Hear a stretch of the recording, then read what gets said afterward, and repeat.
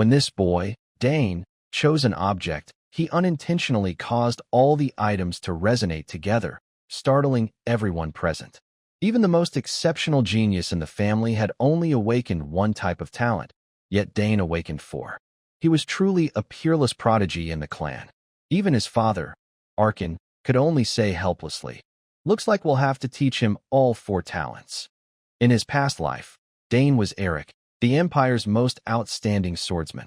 At just 18, his mana had broken through to 4 cores, making him the most promising candidate to ascend to a 6-star knight in the Empire.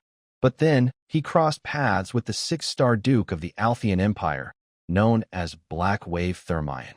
Against that terrifying power, Eric felt small and utterly weak. "What a pity," the Duke said. "If you'd surrendered, you might have had a chance to surpass me." But surrender was never an option. Once Eric chose to fight, he was prepared to fall in battle.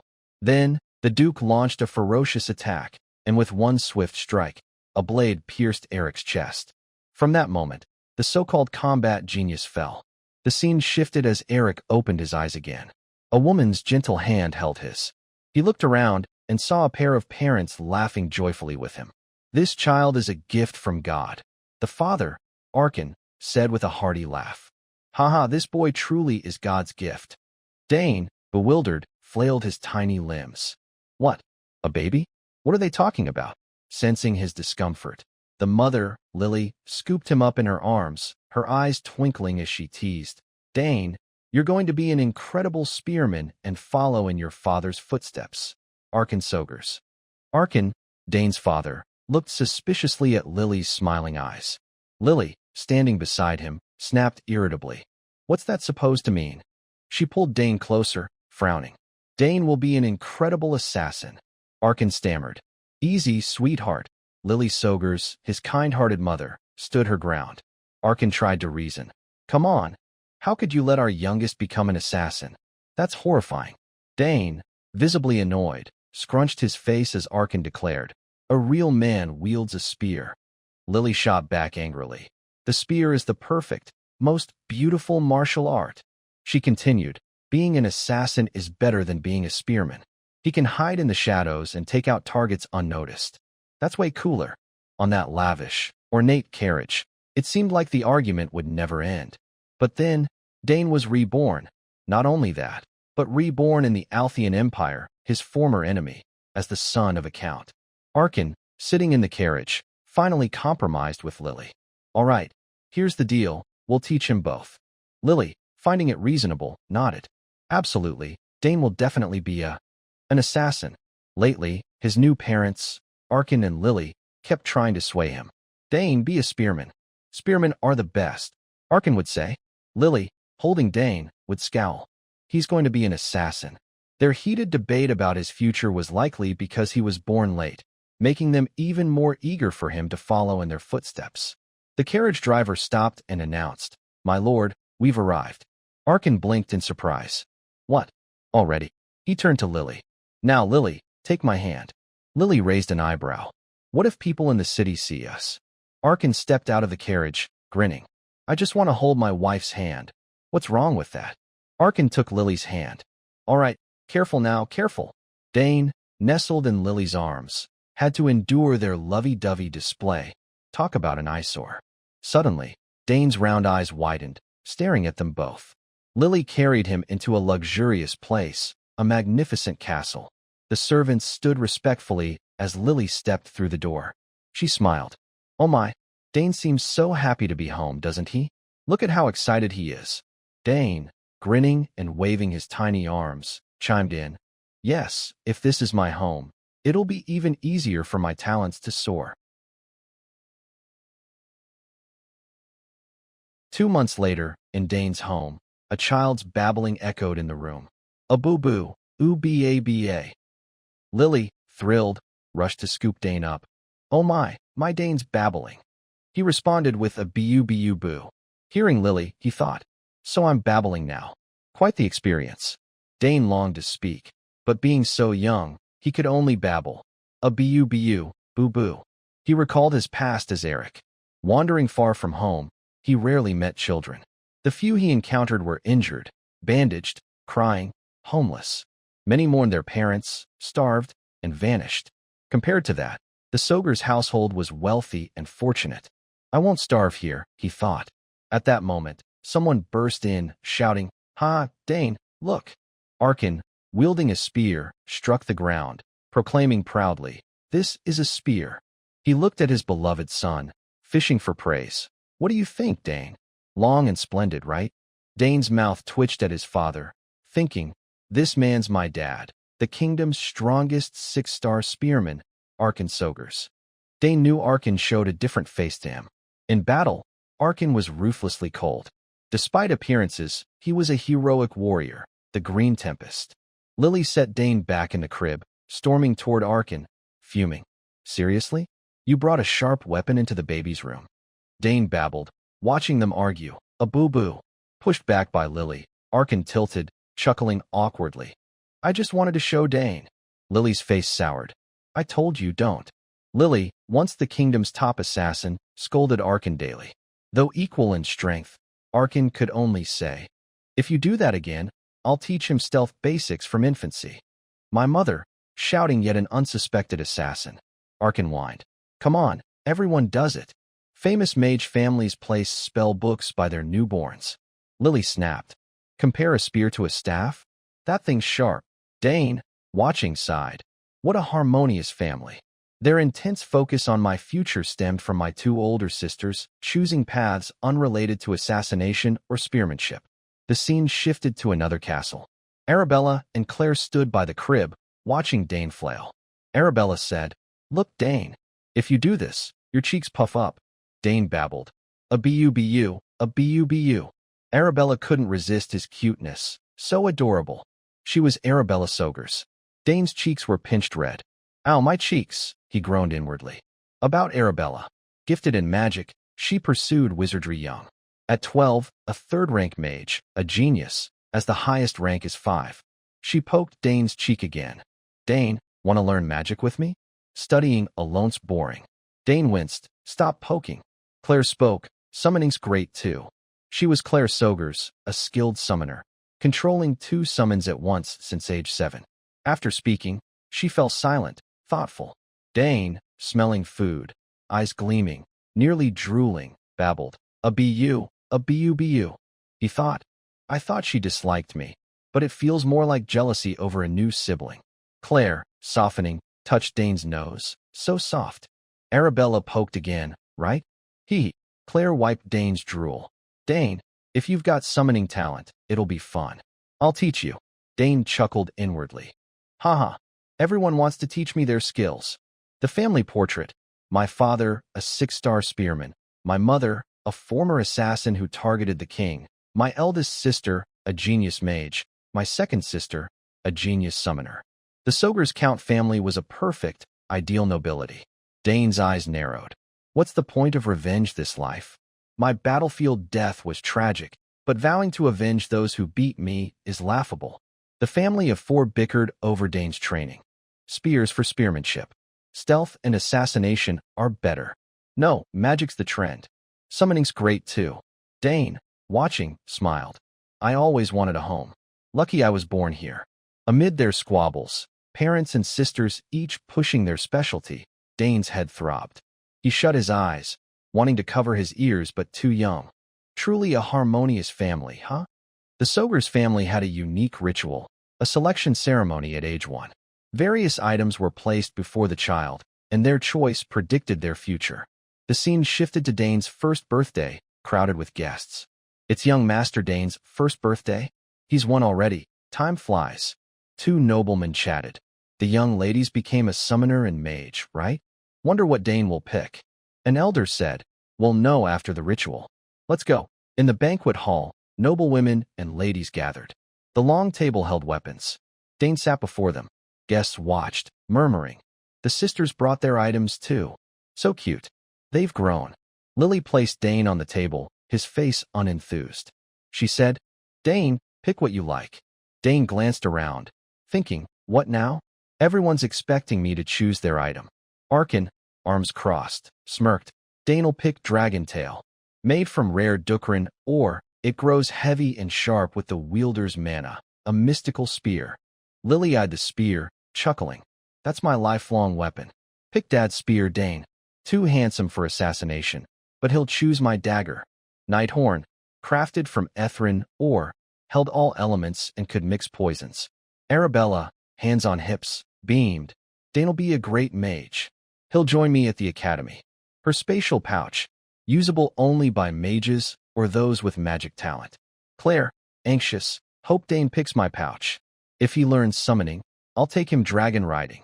Her summoning seal, used by summoners to call creatures based on their talent. Claire thought, that's my dream, little brother. Dane eyed the treasures, sensing Lily's gaze and their thoughts, sweating. Oh no, why can I hear their thoughts? Closing his eyes, he sighed, facing the 4 family items, annoying but unavoidable. Helpless, he crawled forward. Which one? The crowd watched intently. Dane glanced down. Right, I'll pick based on their expressions. Guests buzzed. He's choosing. Arkin's eyes gleamed, hands clasped. Look. Go on, Dane, pick what you want. If possible, something long and sturdy. Lily shook her head. No, short and sharp's better. Arabella pointed. That pouch, I love it. Remember me showing you. Claire, softly. Dane, summon with me. Speechless at his family, Dane reached out. His eyes widened. A blinding light flashed. The 4 items glowed faintly gold. Shocked, Dane thought, what's this? Lily, worried, asked, what's happening? Arkin shook his head, no idea. Arabella and Claire, scared, neared Dane. The crowd gasped. See that? All 4 reacted. How's that possible? A man in white exclaimed. The young master's a genius. Dane, clueless, laughed. Haha, I was skilled on the battlefield. I opened my mouth, but this life's another level. Arabella, anxious, asked Arkin, what do we do? Has this happened before? Arkin, stunned, gaped. I can't believe it. He and Lily exchanged looks, 3 dots above their heads. All 4 turned to Dane. Then we'll all teach him. Arabella and Claire gasped. All 4. Dane, looking at them, grinned. In the training yard, the clash of weapons echoed relentlessly, punctuated by occasional loud bangs that drew attention. Whoosh! A strike seemed to tear the air itself. One figure staggered back several steps. On the other side, a hand gripping a spear trembled slightly. Dust swirled, evidence of a fierce bout. It was the Count's father and son training. Arkin praised, satisfied.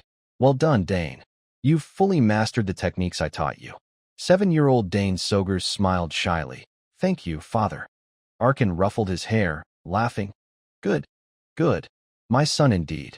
Nearby, someone approached with an object, catching Dane's curious glance. Arkin asked him. The person bowed respectfully. My lord, I've brought it. Arkin's voice grew excited. Ah, perfect timing. Dane, puzzled, asked, Father, what's this? Arkin took the spear, announcing, Yes, it's your birthday gift. I planned to give it at the party, but I wanted to beat your mother to it. He grinned proudly, gesturing. Take it. I've prepared this for 2 years. Crafted by a renowned artisan in the capital. Dane stared, awestruck, at the meticulously prepared gift. Arkin smiled warmly. Happy early birthday, Dane. Dane dropped his current weapon, accepting the spear, promising, Thank you, father. I'll use it well. He admired the spear's gleaming tip, thinking, Incredible. The sharp tip, black shaft, and silver head are stunning together. Lifting it effortlessly, he noted, It's light too. Arkin asked, Like it? Dane cheered, Yes, love it. Arkin nodded, pleased. Good. I had it made for your build, so get used to it. He spun his own spear, chuckling. Watching his son, his face brimmed with affection. Suddenly, Arkin asked, Dane, do you remember the difference between a spear and a sword? He grabbed a nearby weapon. Dane thought, then answered, the spear's length keeps enemies at bay, and its small contact area boosts attack efficiency. Arkin, impressed, said, Exactly. Even the servant, H, nodded with a smile. Arkin added, But at a certain level, it's harder to wield than a sword. That's a spear's core challenge. To strike, you must maintain a minimum distance. He smiled. Don't worry, every weapon has strengths and weaknesses. He gave an example. Even the perfect sword falters in some cases. Dane grinned. Got it, father. Arkin gripped his weapon. Now. In a flash, he spun it. You've got a new spear, so let me show you something fun. Dane's eyes widened, filled with disbelief, watching his father's every move. This is a 6-star spearman's mana. His aura alone is overwhelming. Performing for his son, Arkin's eyes stayed closed. One foot shifted forward, his grip tightening. He aimed the spear, mana swirling around its tip. Dane gaped as a dazzling light flashed. A vortex formed at the spear's head, thrusting forward. Arkin explained, "The space distorts because I released bodily mana and thrust simultaneously. This technique optimizes the core, focusing mana at one point." Dane recalled, "Yes, my sisters said humans can surpass physical limits. As cores increase, so do those limits." He bowed, a pang of sadness. "In my past life, I had 4 cores." Arkin winked proudly. "Right. You learn fast. I've got 6 mana cores." Dane, shocked, echoed 6. Regretting inwardly, "If I hadn't died, I might have reached that." Arkin grasped Dane's shoulder. "Why not try?" He suggested, "Use your new spear." Dane, uneasy, said, "Yes, father." Seeing his son's expression, Arkin urged, "Relax, clear your mind," and thrust forward. Dane's clear eyes met his father's. He nodded, "Okay." Gripping the spear, he adjusted, recalling his past life. Since discovering his swordsmanship talent, Dane exhaled deeply. "I'm not into spears anymore, just using them as backup." Legs spread, one forward, he eyed the spear's tip. Time to go all out. Closing his eyes, he pondered something. Arkin watched every move, noting solid stance. He frowned. "It took me 7 years to master this. With Dane's talent, I wonder." A strange sound rang out. Space shattered like glass. Arkin stared, stunned, as darkness crept in. He gaped. The spear's tip holds immense power. Unable to resist, he asked, "Dane, how do you do that?" Dane retracted the spear, space normalizing. Arkin approached, laughing. "Haha, I'm amazed." Dane looked up. "I focused mana at one point and channeled it into the tip. When it hit, I cut the flow." Arkin, shocked, asked, "Wait, you channeled mana and cut the flow?" "Dane, you formed a mana core." Dane nodded. "Yes, while reading a core-forming book, I practiced and succeeded." Inwardly, he thought, "I actually formed it during mana breathing." Arkin's laughter echoed. "Formed a core from a book? Truly, our family birthed a genius." Kneeling, he placed a hand on Dane's shoulder. "I sensed it young, but now I'm certain. Dane, you'll be an exceptional warrior someday." Dane smiled, thinking, "Father will be even more shocked later." Arkin, satisfied, wondered, "Will my son be a summoner, assassin, spearman, or mage?" Today was Dane's 7th birthday, youngest of the Sogur's family. Guests arrived in splendid attire.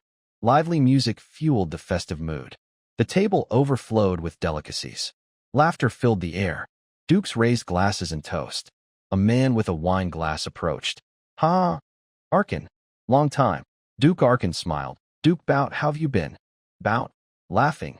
"No need for formalities, talk normally." He was Bout Thermian, head of the Althean Empire's greatest family, Thermian Duchy. Arkin whispered, "Eyes are on us, I'll ease up later." Bout grinned. "Haha, whatever you want." Then asked, "Where's the kid?" Arkin called, "Dane, come. Greet Duke Thermian." Hearing that name, Dane's memories of fighting Thermian in his past life flooded back. "Didn't expect to meet here." Seeing the boy, Bout asked, "This is Dane, the son you always brag about." Dane introduced, "I'm Dane." But inwardly, rage surged. "I can't suppress my anger seeing him." Outwardly polite, "Honored to meet you, Duke Thermian." Bout praised generously. "Your son's well-mannered. Seems he never gives you trouble." Bout asked, "He's learning spearmanship like you?" Arkin nodded, "Yes." Dane, surprised, thought, "Didn't know father praised me publicly." Arkin noticed Dane's odd expression, but couldn't pinpoint why. Suddenly, a red-haired girl approached, saying politely, "Greetings, Duke Sogurs." She was Layla Thermian, Bout's youngest daughter. She introduced, "I'm Layla Thermian, honored to meet you." In the banquet hall, a 3-tiered cake stood as melodic tunes filled the air. Guests danced, while pianists and violinists lost themselves in their music, everyone savoring the enchanting melodies. On one side, Arkin stood with a wine glass, chatting with Bout. "How's the Duchess lately?" Arkin asked. Bout sighed helplessly. I've tried everything, but no progress. Arkin's eyes showed empathy. You've worked hard. She'll get better, I'm sure. Bout, head lowered, smiled. If I suddenly vanish, please understand. I'll have teleported back to the capital. After a pause, Bout looked up, noticing Dane's absence. Where's Dane? Bout shared his intent. I really like that kid. He's sharp. I wanted to talk more. Arkin shook his head. Not sure. I don't see Layla either. Bout glanced out the window, spotting two small figures. Smiling, he said, looks like both kids got bored of the party. Layla smiled. I don't like tagging along with father everywhere, but I'm glad I came. Under the moonlight, she glanced at Dane. He looks even handsomer. Dane nodded. Good. Our domain's beautiful and peaceful. Layla frowned. When people visit daily. Her eyes dimmed. Seems so. Thermian's always busy. Nobles meet father constantly, sometimes even royals. Craving freedom, she said. I hate being confined by them. I have to greet them every time. I'd rather wear simple clothes and sword fight. Dane, hearing her love for swordplay, thought. Oh, she uses a sword. Noticing his silence, Layla asked, what about you? Dane thought, then replied, I like both. It's quieter here than the capital. He added, but I look forward to spear training daily. Layla's eyes widened. Spears. Remembering, she said, oh right. I forgot Count Sogers is the Green Tempest. Father said he's incredible. So you're aiming for the academy? Dane shook his head. No, I don't train for that. Puzzled, Layla asked, why?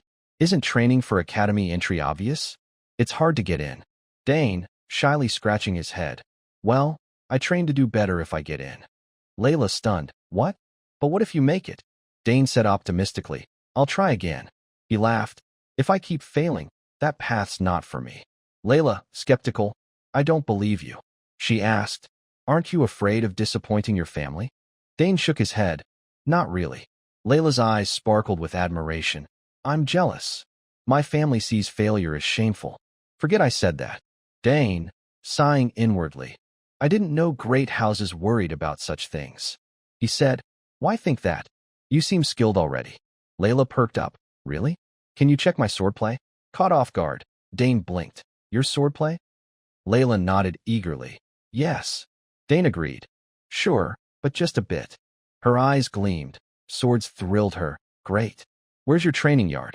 Dane chuckled, leading her. Follow me. A short session's fine, right? They headed to the yard. Layla wielded her sword, slashing through the air, moving fluidly. Ha. Dane, watching, thought, impressive. Her offense and defense flow smoothly, with well-timed strikes. Rubbing his chin, but her rhythm falters after a while. Sweating, Layla asked, how was it? Dane gave a thumbs up. Amazing. Really eye-catching. Layla wide-eyed really. Seeing her expectant face, he hesitated. Should I tell her? Pointing, he said, yes, but from your third stance, you're half a step off. Layla, confused, huh? Recalling her moves, Dane analyzed. From what I saw, your stance shifts. That extra half step throws off later strikes. Layla froze, stunned. Feeling guilty, Dane thought. Was I too blunt? Sorry if I upset you. He said. It's been a while since I saw swordplay like th. Layla cut in. That's it. Gripping her sword, she adjusted her pace per Dane's advice. The missing piece. Mid-swing, she tripped, falling into Dane, hugging him. Laughing off the awkwardness, she thought. Thank you, Dane. Dane, uncomfortable. Hey, what are you? Layla, ignoring him, rubbed her cheek against his. You've got a sharp eye, spotting my long-time flaw. Thanks, I'll remember this. Dane pushed her away. You're suffocating me. Put the swords away. Layla, sheepish. Oops, sorry. She leaned close, smirking mischievously. Dane fixed his clothes, thinking, why'd she hug me like that? The awkward moment was broken by a call. Young Master Dane. Where are you? Lady Layla. Both heard it. Dane said, they're looking for us. He added, let's go back. Layla nodded. Yeah, 2 servants found them. There you are. Where'd you go? We've been searching. Dane was led back. That evening, Lily presented her gift. Happy 7th birthday, Dane. Congrats on your first manicure. Dane, delighted, took it. Thank you, parents. Opening the box, he gasped. A golden lion-shaped pin. The crest pin was like those his sisters flaunted. Lily smiled. Keep it safe, Dane. She explained. This pin proves your honor and status. Guests chimed in. Happy birthday. Congrats, young Master Dane. You're truly a Sogers, destined to be as great as the Count. Dane glanced at his smiling parents, thinking, first time I've been so celebrated. Suddenly, the room shook like an earthquake. Guests screamed, What's that? Damn, an intruder. Items crashed, shattering. Dane, worried, turned, Father. Arkin calmed him. Stay calm, no need to panic. Looking at the ceiling, he muttered, It's starting again. Thought we'd have peace today. Lily, gently stroking Dane's head, asked, Guess who, Dane? Dane, confused, thought, No way. A surge of power emanated from the mansion's ceiling. Magical light flared, filling the room. Guests looked up, terrified. What's that? A figure descended from the ceiling, Arabella. She landed gracefully, asking, What time is it? Spreading her arms. Big sis, I'm not late, right? Nobles calmed. It's Lady Arabella. Arabella approached Dane amid murmurs. She used instant teleportation. You need rank 5 for small portals. Our Lady's a genius. Dane, exasperated, thought, still as loud and flashy as ever. Suddenly, all eyes turned to the window. A monster in the sky. Panicking, they saw a wyvern. It was Claire, atop a massive dragon. I'm late, she said, leaping down. Claire entered to whispers. She's a genius summoner. Taming a wyvern at 16. Frowning, she asked Arabella, You're here? Arabella replied, Yep. Both approached Dane, smiling sweetly. Happy birthday, Dane. In the banquet hall, Claire and Arabella simultaneously presented their gift boxes. Wishing you a joyful birthday, Dane. Arabella said. Me too, Claire added. Dane, slightly awkward, smiled. Thank you both for coming all this way to celebrate with me. Arabella grinned, nodding. Of course we had to. Now open the gifts. I bet you'll love them. Arkin, seeing both sisters prepare gifts for Dane, feigned tears. You two only sent me a letter for my birthday, but you got gifts for your little brother? Lily, beside him, stifled a laugh. Dane opened Arabella's gift. Sis, isn't this a spatial pouch? Arabella nodded eagerly, explaining, Exactly. I designed it myself. It's infused with high-level spatial magic, crafted with my professor. Dane smiled sincerely. Thank you, sis. Inwardly, he thought, I know how hard it is to engrave spatial magic onto an item. Arabella held up the spatial ring, slipping it onto Dane's finger. Here, let me put it on. Dane mused. Even harder is crafting an artifact that can withstand such enchantments. As she fitted the ring, Arabella said, Heads up, I coded your DNA into it, so only you can use it. It's one of a kind. Seeing the ring's glowing blue gem and Dane's silence, Lily leaned down. Based on the faint mana waves, that's a top-grade magic stone. Arabella added, Channel a bit of mana into it, and it'll create a subspace. No more fumbling with bags. Dane, awestruck, something this valuable. Thank you so much. Only wealthy commanders or mages use these on battlefields. I never thought I'd own one. He channeled mana into the ring, making it glow. Arabella gasped. Oh, it'll adjust as you grow, so. The light persisted, startling Arkin. No way. Claire frowned, and the Bout family gaped. Arabella, stunned. You opened the subspace faster than I did. You're a true genius, Dane. She praised lavishly. You're incredible. Both of you might already have cores and mana rings. Claire handed her gift. Dane, open mine too. Dane took it. Thank you. Inside was a golden egg with red spots. Dane, skeptical, examined it. Huh? Why's this egg? Claire, seeing him handle it casually, warned. It's not just an egg, so be careful. Dane, clueless. Then what is it? The family exchanged puzzled looks. Claire whispered. It's an epic beast. I tried summoning a Decaron, and this appeared. I don't know what'll hatch, but everyone knows its value. Dane, still doubtful, stared at the egg, thinking, right? I've heard of epic beasts. Unlike summoned creatures, they're distinct entities. Once summoned, they can exist permanently, unlike regular summons. Claire patted his shoulder, whispering, No one else knows, Dane. Just you. So keep it secret until it hatches. He smiled, nodding, Got it. Arabella, annoyed at their whispering, stepped forward. What's with all the secrets? Claire ignored her, whispering, I don't even know when it'll hatch. She continued, feed it manna daily, morning and evening, so it recognizes you as its master. Dane nodded firmly. I will. Lily leaned down, laughing. Look at these amazing gifts. Your sisters timed their return perfectly, Dane. He replied, Yes, mother, it's wonderful. Arkin, feeling ignored, cleared his throat. Ahem. All right, princesses. I'm thrilled you came despite saying you couldn't, but shouldn't you greet your parents? Arabella, startled, whined. Oh, father. How've you been? I got caught up with Dane's gift, sorry. The three laughed. It's fine. Arkin ruffled their hair. You both look healthy. Traveling so far for your brother. Rest well. They chimed. Yes, father. Layla, watching Dane's joy from afar, lowered her gaze, a hint of something in her eyes. Noticing her somber expression, Dane thought, Layla, is she leaving? Why does she look so lonely? The scene shifted to the courtyard.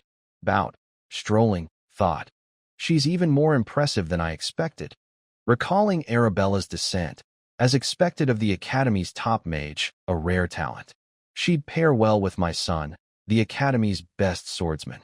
He mused, if our houses unite, we'd form a force even the imperial family couldn't touch, protecting our kin from schemes. Sighing, I should bring up betrothing our eldest children today. A sound interrupted him. That noise, glancing at the training yard. Practicing so early? Who's that? Dane was there, twirling his spear with fluid motions, eyes gleaming. He stopped, spun, and struck the air with wind-shearing speed. His footwork shifted, kneeling, thrusting the spear to create afterimages. Bout, watching, was astonished. The Soger's youngest? Dane, unaware of Bout, continued, thinking, remarkable. His focus and movements aren't those of a 7-year-old. His strikes, even simple thrusts, are so refined that seasoned soldiers could learn from them. Dane paused, panting. Bout marveled. Unbelievable. As Dane resumed, I heard rumors of his prodigious talents at one. Thought they were exaggerated, but they're true. Dane's footwork flowed. Huh, Bout noticed. Wait, his stance and steps resemble a swordsman's. Has he learned swordplay so young? Sensing someone, Dane stopped, shouldering his spear. Spinning, he said. I don't know who you are, but you'd fetch a better price out here than skulking. Bout caught thought. Damn, spotted. Seeing Bout emerge, Dane recognized him. Bout reflected. More importantly, those movements are familiar. I've seen them somewhere. He spoke. Sorry, Dane. I didn't mean to spy. Dane ran over. It's you, Duke Bout. Bout, eyeing Dane's sharp gaze, thought. Those eyes aren't ordinary. Dane greeted. Greetings, Dane Sogers, youngest of the Sogers, to Duke Bout Thermian. Bout spoke apologetically. I was so caught up watching the Sogers recruits' morning drills that I forgot about you. Forgive me. Dane nodded casually. I forgive you, sir. Expecting a different response, Bout was taken aback, thinking, ho ho, this kid's got guts. His gaze shifted to Dane's steady hand gripping the spear and his small, upright frame. Now that I look, how is this kid not trembling after such long training? At his age, I didn't even have a mana core. Impressed, Bout praised. Your thrust was excellent. You've clearly inherited Arkin's talent. That spear you're holding. Knowing what was coming, Dane nodded. Yes, someone told me my father painstakingly prepared this spear for me. He bowed slightly, smiling. I'm grateful you noticed. Seeing Dane's response, Bout smiled, saying nothing. That's the best answer. My son was skilled and well-mannered in his lifetime, but not to this degree. Yet, his mind wandered. Maybe I should arrange a marriage with this side. Abruptly, he switched topics. Actually, my Layla's training with a sword. Looking at Dane, he added, You're the same age, so you could be good friends at the academy. Dane grinned. Yes, sir, I'm sure we'll get along. Bout chuckled. Ho ho, I like your straightforwardness, young man. I've probably disturbed your training enough. Moving to leave, he paused. Oh, Dane, I'm curious. Have you ever trained with a sword? Dane froze, unease creeping in. Oh no, it seems my habit slipped out unnoticed. He spotted it in one glance. Striving for calm, he replied, No, sir. I've only read basic swordsmanship textbooks, but I've never trained. Bout nodded. I see. Closing his eyes, he mused. Strange. I swear I sensed a pure battle spirit in him earlier. Seeing Dane's demeanor, Bout laughed at himself. Huh, what am I thinking? No way, he's just a kid. Concluding, he said, Goodness, I meant for a short stroll, but I've lingered too long. Time to go. See you later. Dane bowed politely. Yes, sir. Safe travels. As Bout prepared to leave, he added, If you visit the capital, come find me. I owe the hospitality I've received at this count's castle, and I'm particularly fond of you. Dane replied earnestly, Absolutely. Watching Bout turn away, Dane smiled faintly. Interesting. I wonder if he'll remember me. Gazing at the receding, heroic figure, he thought. Defeating someone who once defeated me. Just the thought makes my blood boil. If I prepare steadily, step by step, I can do it. Determination flashed across his youthful face. Bout Thermian. In this life, I'll defeat you. Dane resumed training. After a while, a voice called, Hup. Young master, time to head back. Turning, he asked, Huh? You've been waiting this whole time. The servant nodded. My duty is to silently fulfill your needs. Seeing a towel offered, Dane said, Oh, thanks. Internally, maybe Hup should train as an assassin. That's stealth, he's got talent. Wiping sweat, he asked, How's it going? Everyone's busy, right? Hup replied, Yes. They're swamped preparing for the next banquet. Thinking of the guests' rushed arrivals, it seems other nobles are already en route. Getting over 30 noble families here on time is tough. Dane asked, Oh, right. How are my sisters? Handing back the towel, Hup answered.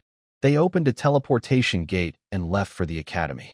Their parents waved goodbye, saying they had no choice with midterms approaching. Dane sighed. That's a shame, but oh well. Hoisting his spear, let's head back. Hup followed. Yes, young master. Recalling past gifts, Dane thought, when I have time, I should check out those presents my sisters gave me. Imagining his parents scrutinizing his every move, greeting strangers, attending lavish banquets, navigating social niceties, eating endless nutritious dishes, and meeting people with nothing to say. It was a vivid, chaotic montage. Dane exhaled. Noble life is exhausting. My schedule's even crazier with my birthday coming. Spotting colorful butterflies in the garden. At least I find some peace resting here, right? The garden's caretaker had skill. This place is meticulously tended. I feel oddly calm watching these flowers, pure white blooms, radiant roses basking in sunlight. His eldest sister said flowers held the most mana in nature. Approaching the roses, since I have time, maybe I'll analyze their mana. Dane leaned in, closing his eyes. Petals drifted. Despite intense training, his magic and summoning skills hadn't progressed much. I still don't know what to focus on. Opening his eyes, worry crossed his face. Too many talents can be a hassle. Suddenly, he exclaimed, Flower mana. A small bloom held a vast, fierce mana flow. A bold idea struck. If someone can sense natural mana and convert it to their own, it'll settle in their body, forming a magical layer. Reaching down, mana streamed into his hands. This body's mana absorption is insane. Standing, he laughed. I can see what others only sense with a sixth sense. Watching mana swirl around his hand. Here it is. Before, I could only vaguely sense mana. Now, it's crystal clear. Clenching his fist, he trapped it. Translucent petals seemed to signal something. Surprise flashed in his eyes. What just happened? Nearby, two boys chatted. I'm bored. We just got here, and Dad's busy with other nobles. He sidelined us. Let's show our faces and head back like last time. The other hesitated. Can we do that, brother? Digron, stepping on roses, scoffed. As if it's our birthday. Who cares? Think the Soger's heir cares about us. Crushing petals, he fumed. Stupid flowers. We're lost again. Why build such a huge garden? Dane, lost in thought, didn't notice them. Denner shouted. Brother, someone's there. Digron glanced. Is that kid lost too? He called. Hey you.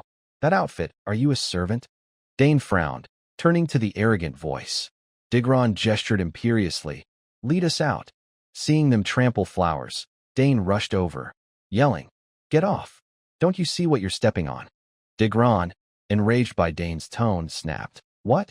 This kid dares yell at us over some grass. Dane pressed. Why step on flowers instead of the path? You've ruined them. Digron sneered. Small but loud. Arrogantly, know who I am. Dane shot back. Yeah, a clumsy oaf wrecking flower beds. Digron raised his hand to strike. Clumsy? Who do you think you're talking to, servant? Grabbing Dane's collar. I'm the son of Count Tyron, a guest of this castle. Dane's eyes flickered. Count Tyron. Recalling. The noble I defeated and had imprisoned on the battlefield. An insufferable man. Like father, like son. Digron threatened. Even in the southern sticks, you've heard of House Tyron, famous in the capital. We can make someone like you vanish without a trace, so watch your mouth. Seeing his attitude, Dane thought. Talking to him is pointless. His raised arm clenched, ready to strike. Digron raged. You mad? A lowly servant dares look at me like that. A whoosh cut the air. Before anyone grasped it, Digron's eyes widened in shock. Dane headbutted him, his forehead slamming Digron's nose. Dinar, alarmed, shouted, Brother! Rushing over, he asked, Are you okay? Digron, touching his nose, saw blood, roaring. This lunatic. What the hell? Nosebleed. I'm bleeding. His bloodied hand trembled. I'll kill that bastard. Dane, as if hearing a joke, smirked, taunting. You kill me? Try it. Digron, enraged by Dane's demeanor, roared. Have you lost your mind? Fine, let's settle this. Dinar, anxious, cautioned. Brother, tend to your nose first. But Digron ignored him, glaring. Dane stood unfazed, meeting Digron's aggression with a dismissive glance. Stepping back, he effortlessly dodged a punch. Digron swung again. Dane ducked swiftly. Digron clicked his tongue. TCH. Slippery brat. Noticing Digron's weak, unfocused strikes, Dane mused. He's definitely not a weapon user. While dodging, he analyzed. Then he's a mage or summoner. Seeing his brother flail without landing a hit, Dinar called, Brother. Digron, sweating, panted. This kid's too fast. I can't catch him. Dane stepped back again, a fist grazing past. The mana flow he'd sensed earlier sparked a thought. If I can control that mana with willpower, couldn't I turn it physical? Should I try? Suddenly, a boom erupted, a blinding flash. Dinar gaped, seeing Dane with his hand raised, light radiating from him. Digron was flung back, skidding across the ground. Clutching his face, he wailed, My nosebleed won't stop. Mana swirled around Dane. He frowned at the scattered rose petals. Oh no, the garden's ruined. Digron, struggling up, shouted, Damn it. You can use magic? Who are you? Dinar pleaded. Brother, stop. This'll end badly. Digron shoved him aside. Stay out. I'll kill that bastard. Raising his voice, Hear my call. The air darkened around him. Dane, startled, realized he's a summoner. A red vortex formed, and from it emerged a snarling wolf, claws bared, ferocious. Digron laughed smugly. Haha, behold, this is Rinpu, my summon. I'll show you the price of crossing Digron Tyron. Jinyu, tear him apart. Dane, stroking his chin, assessed. A common wolf can't compare to Sister Claire's dragon summons. The wolf bared sharp fangs. Digron commanded, Yes. Rip that dog's throat out. Dane squinted, unafraid. Jinyu's pupils contracted, then it bolted, not at Dane, but to his side, tail wagging, glaring at the brothers. It lowered its head, submissive. The brothers stared, stunned, at the man and wolf. Digron gasped. What's happening? How? Jinyu, what are you doing? Tear that bastard's throat. Dinar stammered. Brother, it's wagging its tail? Digron, shocked. What did you do, Rinpu? Dane, unfazed, patted its head. Good boy. Still puzzled. What happened? How'd this happen? Recalling when Claire's dragon let him pet it. Even her summons were friendly, but I thought it was our shared blood. Stroking Jinyu's coarse fur. This has nothing to do with the brothers. Why'd Jinyu come to me? Maybe I've got high affinity, or that jerk's affinity hit rock bottom. Ignoring his bleeding nose, Digron yelled. This is absurd. How can a summon betray its master? Dane looked up. Want to keep going? Digron, still riled, was stopped by Dinar, who sobbed. Brother, give up. We've lost. Realizing he'd met a stronger foe, Digron muttered to Dinar. Quiet. I'll unsummon it. Dinar whimpered. Brother, his tone was off. Digron looked down, seeing Dinar had wet himself in fear. Half laughing, half crying, Digron cursed inwardly. Damn, so embarrassing. Dane kindly offered. The bathroom's on the main building's first floor. Digron grabbed Denar's hand, dragging him off. After a few steps, he turned back. Stay there, I'll be back. Let's go, Denar. Dane watched silently, then shouted, Hey, at least unsummon your beast. As dusk fell, he studied his hand. That was pretty simple. Recalling Claire's teachings about faint summoner-beast bonds, the weak link between that jerk and Jinyu, raising his hand, he overwrote the bond with magic, binding Jinyu to himself. Walking, he glanced at the wolf floating above, moving with him. Thinking he had no summoning ties, a spark flashed. Just high affinity lets me summon? A commotion interrupted. Digron, the bully, returned with his father, pointing. That's the bastard. Dane smirked inwardly. Huh. That idiot's escalated it. Digron fumed. He didn't just bully me and Denar. He stole my bond with Jinyu.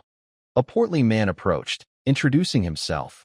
I am Tyron, head of the noble house Tyron. He demanded, Are you the brat who bloodied my son's face and stole his summon? Dane, polite, nodded. Yes, sir. Recalling Mogard's disheveled state in his past life. He's fatter than when I captured him. Peace suits him. Mogard pointed. As a guest, I'd let it slide, but this can't be ignored. Frowning. Why are you alone here? State your identity. Knowing he couldn't hide, Dane sighed, then declared, Dane, youngest son of Arkin, Southern Lord, and heir of House Sogers. Digron and Mogard gasped in unison. What? Staring at Dane, they couldn't believe it. This kid is Dane? The two sides locked eyes. Mogard thought, the youngest of House Sogers? This changes things. His mind schemed. He was captured by that man and gained nothing in battle. I'll turn this around, make the Count take responsibility, and use it to demand mining rights. Those nobles who scorn me will kneel. Clearing his throat, he asked, You're the birthday boy? Dane nodded. Yes. Mogard, irked by his calm demeanor, gritted his teeth. Arrogant brat.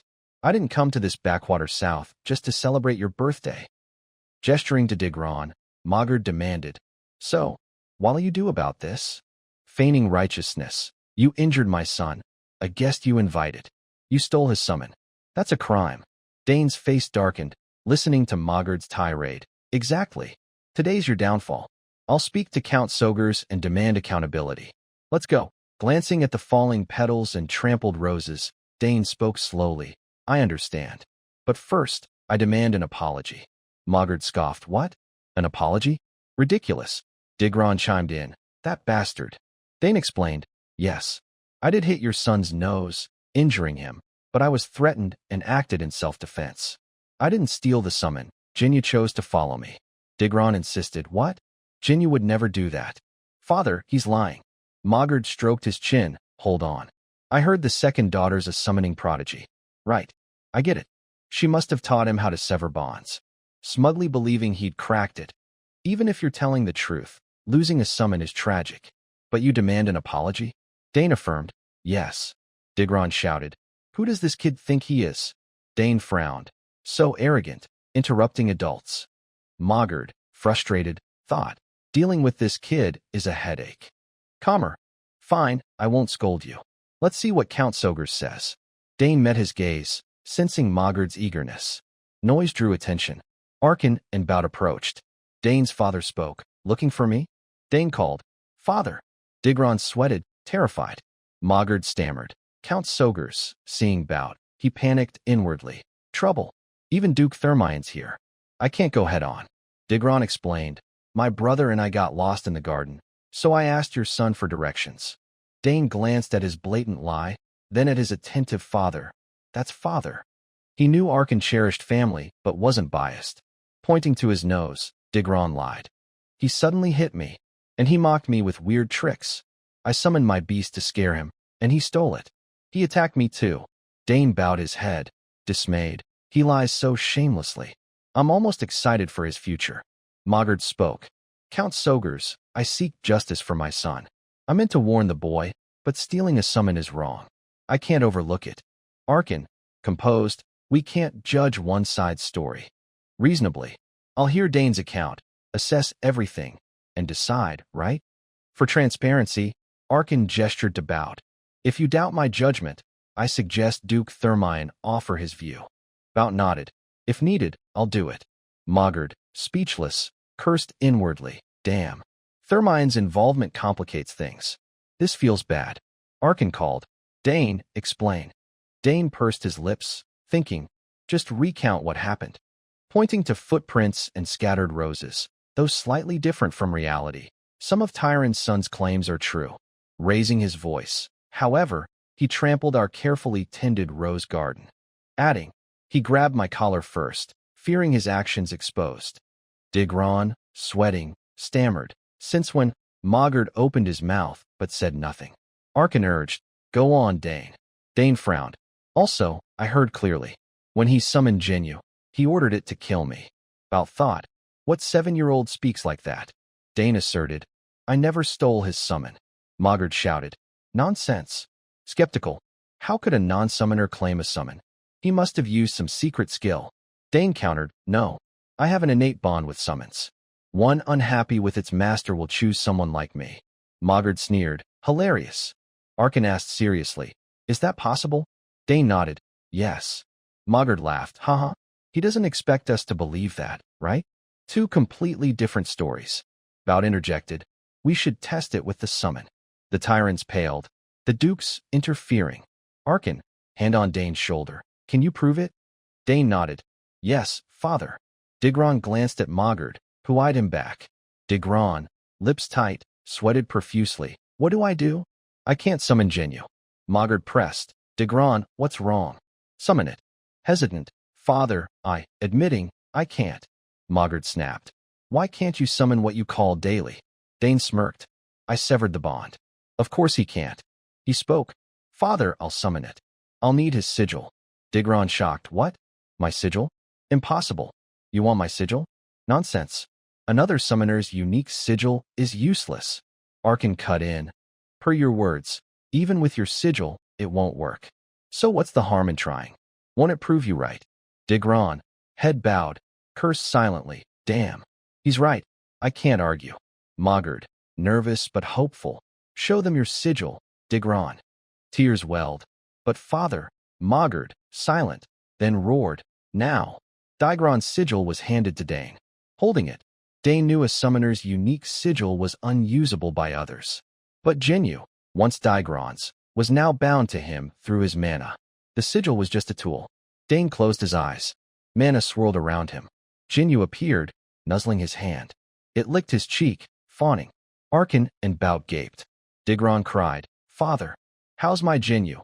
Mogard, incredulous. Impossible. Bout marveled. Incredible. You said he never studied summoning. Arkin replied, Yes. I'm unsure how this happened. Dane, patting Jinyu. Sorry for summoning you for this, and thanks for coming. Mogard realized things had spiraled. Damn. This is a disaster. Arkin asked, What now? We've confirmed the summon. To Mogard, do you concede? Seems Dane was truthful. Mogard muttered. Looks like we misunderstood the summon theft. Forcing a smile. My son didn't mean to kill Dane, right, Digron? Dane's blue eyes narrowed as Digron said. Yes, I just wanted to scare him. I never meant to kill him. Mogard nudged him. See? He didn't mean it. Arkin glanced, knowing they were downplaying it. Dane clenched his fists, furious. This jerk keeps lying. A voice rang out. That's not true. All eyes turned. Dane, stunned, saw a girl approaching. Layla? Seeing his daughter, Bout asked. Layla, what are you doing here? She replied politely. I heard your voice while passing by. Greetings to Count Sogers and Count Tyron. Mogard, flustered, said, Right. Internally, this kid's the Duke's daughter? Arkin got to the point. What did you mean? Is he lying? Layla explained. I overheard their conversation during an earlier walk. Digron shocked. What? She heard everything? Arkin gently asked. Is that true, Layla? Can you share what you heard? She nodded. It happened like this. Layla recounted everything. Dane thought. I didn't expect this. Thanks to her, it worked out. After hearing the full story, Mogard scolded Digron. What are you standing there for? Apologize now. Hesitant, Digron mumbled. I'm sorry. I was wrong. Arkin shook his head. Save that apology for my son, not me. Mogard stammered. I understand. I was about to make him do that. He nudged Digron. Go on. Knowing he couldn't escape, Digron reluctantly approached Dane, muttering, "Father," silent, struggling. He forced out, "Sorry, Dane." Layla wondered, just bowing because he's cornered by a third-party witness. Is that really an apology? I can't accept this. Arkin, quiet, seemed to share her doubts. Dane stared at Digron, thinking, from experience, being magnanimous here is smarter than being stubborn. He said, "All right, I accept your apology." Digron, surprised by the ease, exclaimed, "Thanks." Mogard sighed in relief. That was close. Bowed, arms crossed, thought. I knew he was special. He could have refused, since the fault's clearly theirs. Arkin concluded, "You two can end this dispute." Dane accepted the apology. "Personally, I won't overlook this." Glaring, "You intended to kill my son with a summon." Mogard waved frantically. "Count Sogers, that wasn't." Arkin cut him off. "No excuses, Count Tyron. Take your family and leave this castle." Mogard, stunned, thought, "What? I came all this way without complaint. If I'm expelled, it's all for nothing. I must stay." Desperate, Mogard grabbed Arkin's arm, pleading, "Count, please forgive us. I'll do anything you ask. Just this once." Arkin coldly shook him off. "I need nothing from you. Guards will escort you out soon." Turning, "Let's go, Duke." Bout nodded silently. "Come, Layla." As they left, Dane glanced back, his look saying, "Serves them right." Seeing Mogard berate Digron, he thought, "They started it, so they reap what they sow. I didn't expect Father to be so terrifying when angry in this quiet night." Bout asked as they walked, "Really? You took it down with a mana bullet?" Dane nodded, "Yes, sir." Bout frowned. "Spear mastery, summoning, and now magic? Astonishing. Has history seen such talent?" Arkin, beaming with pride, "Indeed. I'm immensely proud of such an exceptional son." Layla, awestruck, turned, "Really?" Everyone's buzzing. Talent's one thing, but his composure. Kids usually get upset and fight to win, but not Dane. Hearing Bout say, "I've no doubt your son will become a fine man." Arkin ruffled Dane's hair, smiling. "Too early to say. We'll see when he's grown." Layla looked up, hearing the praise. Today's resolution owes much to Layla. Without her witness, things could have gone differently. Bout, slightly awkward, thought. He sees Layla's good side?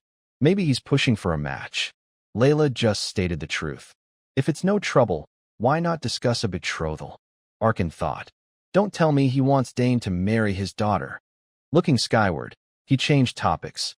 Goodness, the sun's set. It's almost banquet time. Rushing off. I'll prepare. Bout called, Count Sogers. To Layla, walk back slowly with Dane. Chasing Arkin. Let's talk, Arkin. Layla, blushing, watched the noisy pursuit. Sighing, can't stop, father. Curious, why did the summon ignore its master and obey you? Slowly, I've seen summoner duels in the capital, but never this. Dane replied, I'm not sure. It just happened. Layla pouted. You're hiding something, aren't you? Unfair. I helped you. He glanced, puzzled. Unfair? I helped you too, with your swordsmanship. Recalling her joyfully hugging him, Layla flushed. Fair point. Dane nodded. She did help a lot. We're even now. Let's keep helping each other. Layla seized the chance, excited. Great idea. Let's use it now. Dane thought. So impatient. What's she after? Curious. What do you want? Thinking of the glowing sparks people mentioned, she requested, Teach me mana bullets. Dane surprised. What? Why learn that? Layla enthused. To get better. I want at least 2 mana cores before the academy. Dane, confused. She's so young, why rush? She shared.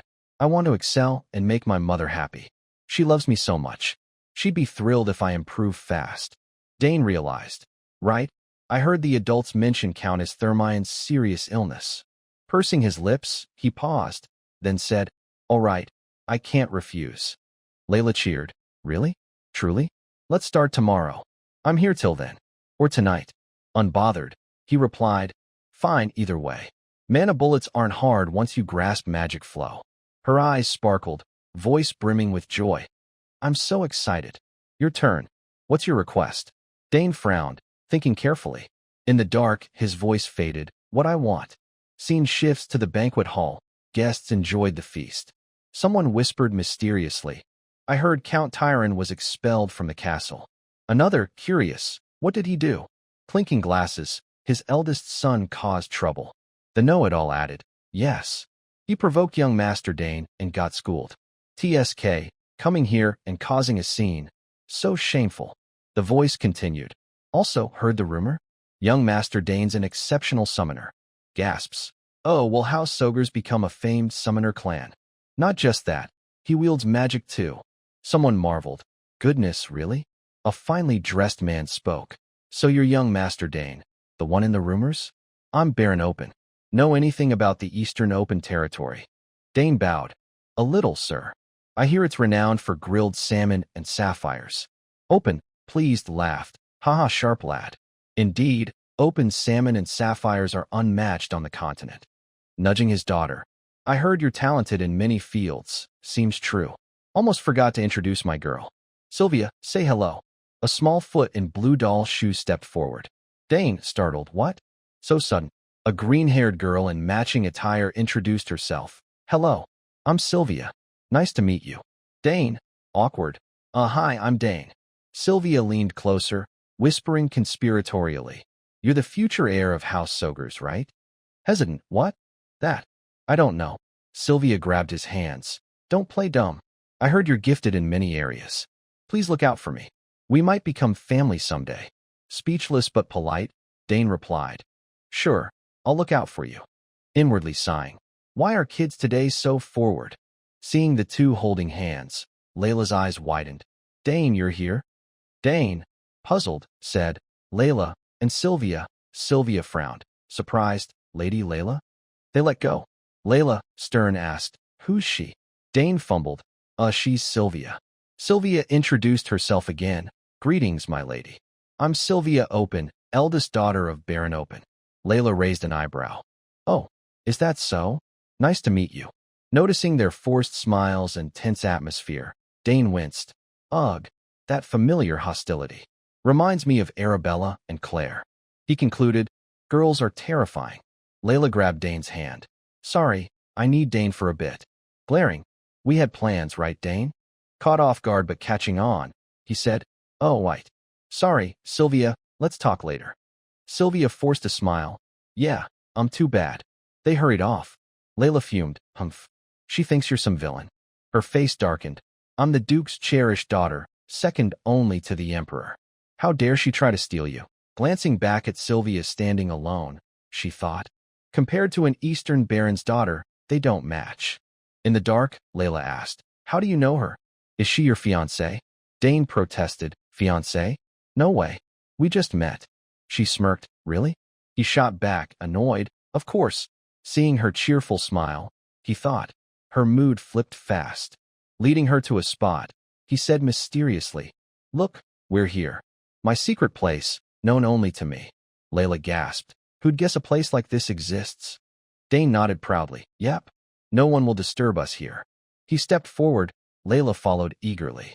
Admiring the ancient scenery, she squealed. This is amazing. I didn't know such a place existed. Looking up, she murmured. No one will know what we do here. Dane agreed. Exactly. Perfect for training. Have you ever sensed mana? Hesitant, she replied. A bit? Not enough for a core, but I've tried absorbing it by breathing. He frowned. So you haven't hit the surge phase? Surprised. I self-taught on the battlefield. I thought a duke's house would have trained her. Dane took a deep breath. Let's start simple. First, feel the mana you absorb into your body. Layla echoed. Feel it inside? He nodded. Yes. To project mana, you must control it internally first. Visualization is key. She repeated, visualization? Dane raised a finger, circling it. Close your eyes and imagine mana swirling inside you. Smiling playfully. Picture it like blood flowing through veins. Layla, confused, clenched her fists. Okay, I'll try, but... Seeing her expression, Dane thought, she's lost. He said, hold out your hand. This'll help you use mana. Spread your feet, balance your center. It's basic. Layla relaxed. I knew you could do it. Closing her eyes, her brow furrowed, still tense. Dane watched closely. She blurted, Dane, it's not working. He reassured. It's basic, but it's your first try. Focus, what's nearby? Arkin, hiding behind a tree, observed the kids, chuckling softly. Oh ho, my young son's already teaching. Watching them, one teaching, one learning. He beamed. You've grown. Bao's voice startled him. What are you doing here? Arkin jumped. Holy gods. Bao, scanning around, smirked. No need for that. Spying on a late-night lovers' rendezvous. Arkin stammered. What? Lovers? How'd you get here? Bao bowed. Am I intruding? You're too sneaky. Your wife's a legendary assassin, yet you learn nothing. Arkin, embarrassed. I tried my best. Bao teased. If the estate's lord skulks around, people will gossip, old friend. Arkin, speechless, skulking? I'm just following my son. Bao laughed. What? You too? I'm trailing my daughter. Arkin sighed. I shouldn't say this, but you're a hopeless father. A surprised shout came. You found it? Show me. They hushed, eavesdropping. Dane touched a barrier. Layla gasped. You have a spatial pocket? He nodded. Yeah, my sister made it as a gift. Layla, envious. Ugh, so jealous. My brothers ignored me since they went to the academy. Dane pulled out an object. Setting up a mirror, Layla asked, Why a mirror? He explained, I bought it for this. Seeing your reflection helps visualize, more than just imagining. Skeptical, what? Really? He nodded. Looking in the mirror makes picturing things easier. Still doubtful, for real? Dane urged, stand in front, look at yourself. She complied. All right, I'll try. Layla repeated the earlier motions. Dane observed, thinking, she's taking it seriously. She made odd noises. Bao whispered, Layla's taken a liking to your son. Arkin, that obvious? Bao, knowing his daughter, nodded. Of course. She's not usually this open. Arkin puzzled. What happened? She's so bright. Bao's face darkened, silent. Recalling Layla's lonely silhouette, his voice softened. It's just her facade. I'm not sure inside. After her brothers left for the academy, her mother's been bedridden, unable to be with her. Layla stays by her side, making it hard to open up. Arkin, confused. You understand her so well. Why act cold to your own daughter? Bao lowered his head. Don't you see? Eyes closing. I have my reasons. Watching Layla's joy, his voice sank. I doted on my sons, and they grew spoiled. Arkin, seeing her bright smile, dismissed. Don't lump Layla in with them. She'd be hurt. Looking at Dane, he realized. No wonder she asked him for help. Bao pointed. You're as nagging as ever. Arkin, flustered. What? When? Bao switched topics. Will you send your son to the capital? If so, could he stay at the ducal estate? Arkin, silent, weighed it carefully. Layla shouted. I did it. I did it. I succeeded, right? Dane nodded. Yeah, great job. Arkin, no rigid father, said. I'll let Dane decide, like Arabella and Claire. But if he wants the capital, I'll follow your suggestion. Bao nodded. It'd be great if you visited. Arkin, losing composure. What? You want to bicker all day? Bao smirked. You've gotten sharper. Nearby squirrels scurried, startled. Lily stood close, arms crossed, silent. Where'd those two go? Acting so shameful. Glancing afar, she sighed. Seeing Dane dodge Layla's lunge, she thought. Love for children has a strange pull on them. I'll pretend I saw nothing. Layla earnestly told Dane. Thanks, Dane. You're a genius. People call me one. But compared to you, I'm not that great. He quickly encouraged. This is just the start. You'll get stronger. Glancing around, Dane noted. Those two slipped away quietly. Layla asked curiously, Are you going to the academy too? She added, It's where all the Empire's geniuses gather. Dane hesitated. Not sure. Do I need to? I can train on my own to grow stronger. Layla stomped, scolding, Idiot. School's not just about studying. It's for building noble connections. She urged, You need to go to form bonds early. Dane chuckled inwardly. For a 7-year-old, she knows how the world works. Softly, he said, I get it, but I'm not keen on the academy yet. He explained, There's a mountain of books I haven't read in the library, and I still have much to learn from my parents. Layla interjected. True, but don't you want to play with other kids? I heard your older sisters all went to the academy. Dane sighed at her persistence. She's relentless. Compromising. I'll think about it. If I decide to go, she insisted. Tell me if you do. Dane nodded. All right. Layla reminded. When you visit the capital, you and Ohari must stop by my place and watch me practice. Promise. Dane replied. Definitely. I'll write if I come to the capital. Suddenly, she recalled. Oh, tonight. When will you tell me your request? He smiled. When I reach the capital. Layla's face fell. What? The next day, Layla bid Dane farewell. We're off. He stood with his parents, waving. Clutching a stone, Dane puzzled, staring at it, then asked Bout, What's this? Bout answered, Your birthday gift. Hope you like it. Dane examined it. Looks expensive. Bout explained, The Thermian symbol is vengeance, the sword, and the smith. Our history began with our ancestor, a blacksmith. He continued, Thanks to him, our family owns the empires, no, the continent's finest forge. Thermian weapons have led the empire, all crafted at that forge. Dane smiled. Yeah, I know. He recalled his past life. Every ore, weapon, and mystical artifact on the continent was forged there. Bout suggested, Show that symbol at the forge, and they'll craft a weapon to your liking. It marks honor and skill. Arkin gasped. Heavens, that's a treasure even royals covet. Bout, silent, patted Dane's head. Grow well and support your father. Dane replied, Thank you for the gift, Duke. After farewells, Layla waved goodbye. Lily knelt, asking, Sad to part with her? Dane nodded glumly. Yes, very. She's my first friend. Lily comforted. You'll see her in the capital. Teasing. Get handsomer and shock her. Internally, Dane wished, I can't stay here forever. I'll see you in the capital, Layla. Stay healthy. The carriage rolled away. Bout, pensive, thought, strange. Closing his eyes, he recalled, Every time I see Dane, I think of that boy. In his mind, a heroic, tragic warrior appeared. Argurk, a third-rank warrior at a young age. Bout mused, if he'd lived, he'd be a sixth-rank imperial knight. As the carriage moved, Bout gazed skyward. Dane, I want to see you grow soon. Days later, Dane studied an egg, muttering, I feed it manna morning and night. Too early to hatch. Staring, he speculated, even without being a summoner, feeding mana to an egg, marking myself as its master before it hatches, could grant permanent control over a summon, normally temporary. My mana quality must align. Other complex conditions might be unmet. He channeled mana. Some eggs never hatch if conditions aren't met. Hope that's not it. Closing his eyes, he focused. Despite altering mana flow and strength, no response. Hugging the egg, it absorbed his mana, glowing brightly. Placing it back in its box, he consoled himself, expecting instant success was greedy. Herman called. Young master, are you done? Dane replied, Herman? Coming. A strange noise sounded behind. Dane checked. What was that? Herman burst in. Young master, what was that sound? Holding the egg, Dane said, Wait, let me check. After inspecting, he laughed. Nothing's changed. My mistake? False alarm. Herman asked, Did the egg react? Dane shook his head. No, just my imagination. Let's go. At the training ground, Dane moved swiftly, wielding a sword with fluid strikes. His slashes were sharp and precise.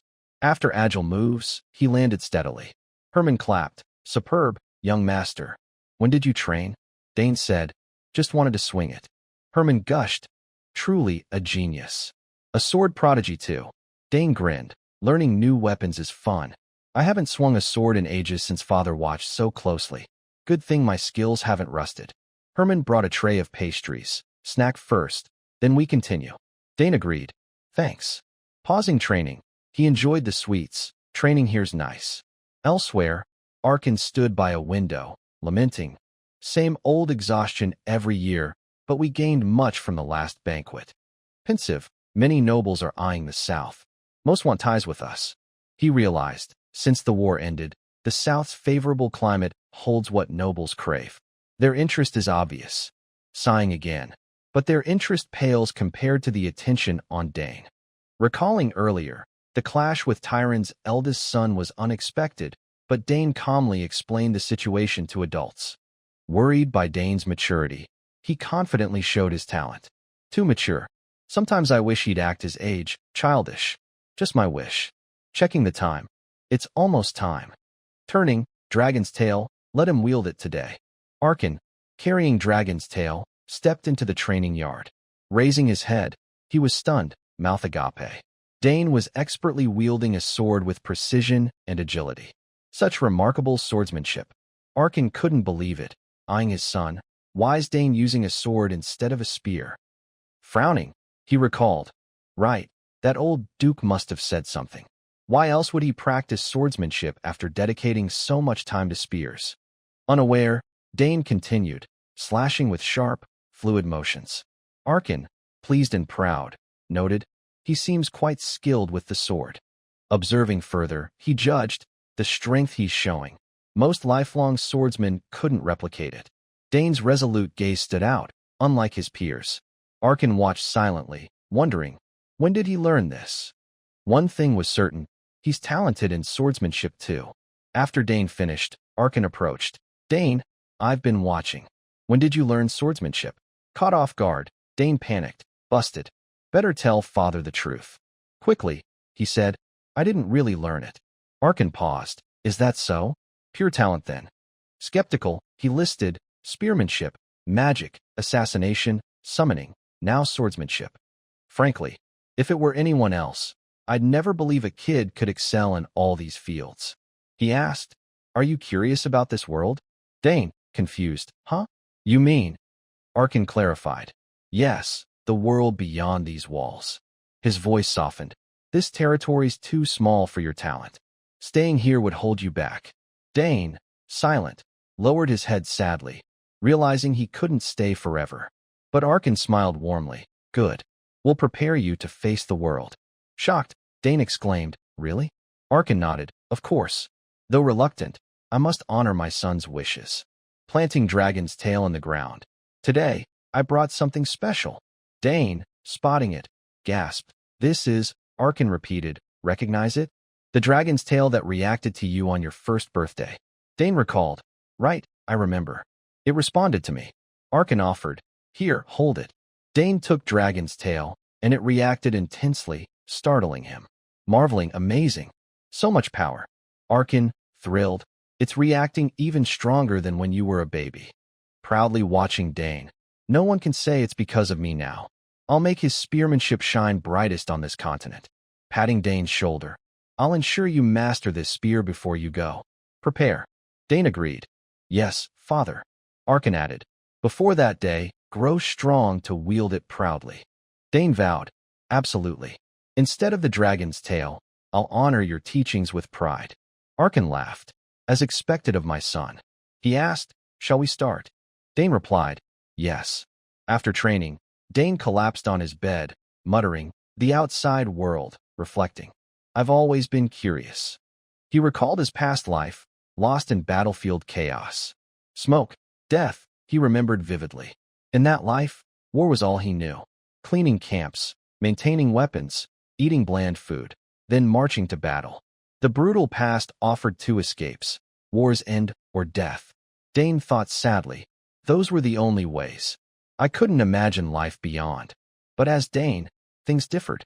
He wondered, how will my talents be used? How will the world receive me? What can I do? Rallying. But I can go anywhere, do anything. He valued this peaceful life and regretted its tranquility.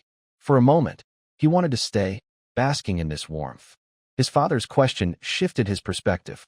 Smiling faintly, resolute. All right, I'll step out. A familiar voice interrupted. So, you've decided, son? Dane jolted upright. Mother. Panicked. When did you come in? Lily smiled gently. Don't worry. You were so lost and thought you didn't hear me knock. Dane scratched his chin, embarrassed. Oh, right. Leaning down, Lily said, your father said you'd be deep in thought. Are you curious about the world beyond our lands? Dane looked down. Yes. Father said staying here wastes my talent. After thinking, I'm curious too. I'm sorry, mother. Lily's heart ached for her sensible son. Hugging him. No need to apologize, Dane. Still hesitant. But with both sisters gone, if I leave too, stroking his face, Lily soothed. I'm fine. I understand you, Dane. I know your talent. Even if you stayed, the world would call you. Choked up, Mother, Lily said softly. It'd be wonderful if you could stay longer. Regretting lost moments, she gazed out the window. But go. Do what you want, Dane. Nodding sadly. Yes, Mother. Even if I leave, I'll visit often and share what I see. Lily smiled. Thank you, son. Looks like I must prepare to send you out, like your father. Confused, Dane asked, "Prepare?" She revealed, "I plan to teach you scouting slowly, but you'll learn trap setting and evasion too." Dane wanted to flee. More special lessons from Mother? Lily listed, "Oh, and body disposal. Right, human anatomy too." Terrified, Dane groaned, "Gods, I'll collapse before reaching the world." Undeterred, she enthused, "I'll teach you so much." Resigned, Dane mumbled, "Yes, Mother. I'll try." Lily gazed at him with pride and affection. Dane was grateful. Lessons from my parents, taught with love. Suddenly, he realized, right, to face the world, gazing at the radiant city, I must prepare well. In the southern region of the Althian Empire, the Sogur's duchy thrived as a hub of development. Towering buildings lined the streets, blessed by a warm climate and abundant resources. This land had been a cornerstone for the empire, sustaining it through the war. On bustling streets, Arkin remarked to his staff, "Thanks to Earl Sogur's governance, this region remains prosperous." Smiling, he nodded at them. With the war over and rebel remnants captured, people of all ages filled the streets, vibrant and lively. A lasting era of peace seemed to have returned. From above, the citizens below appeared small. Whispers rippled through the crowd. "Heard the rumor? Young Master Dane visited some shops," one said. Another gasped, "Really?" The first confirmed, "Yes. He bought something." The shopkeeper's daughter fainted. A brown-haired girl buzzed, "Wow, the rumor's true." Her orange-haired friend giggled. "They say he's getting handsomer. I'd love to see him once." "He's still single, should I try?" The brown-haired girl jolted. "What? You're crazy."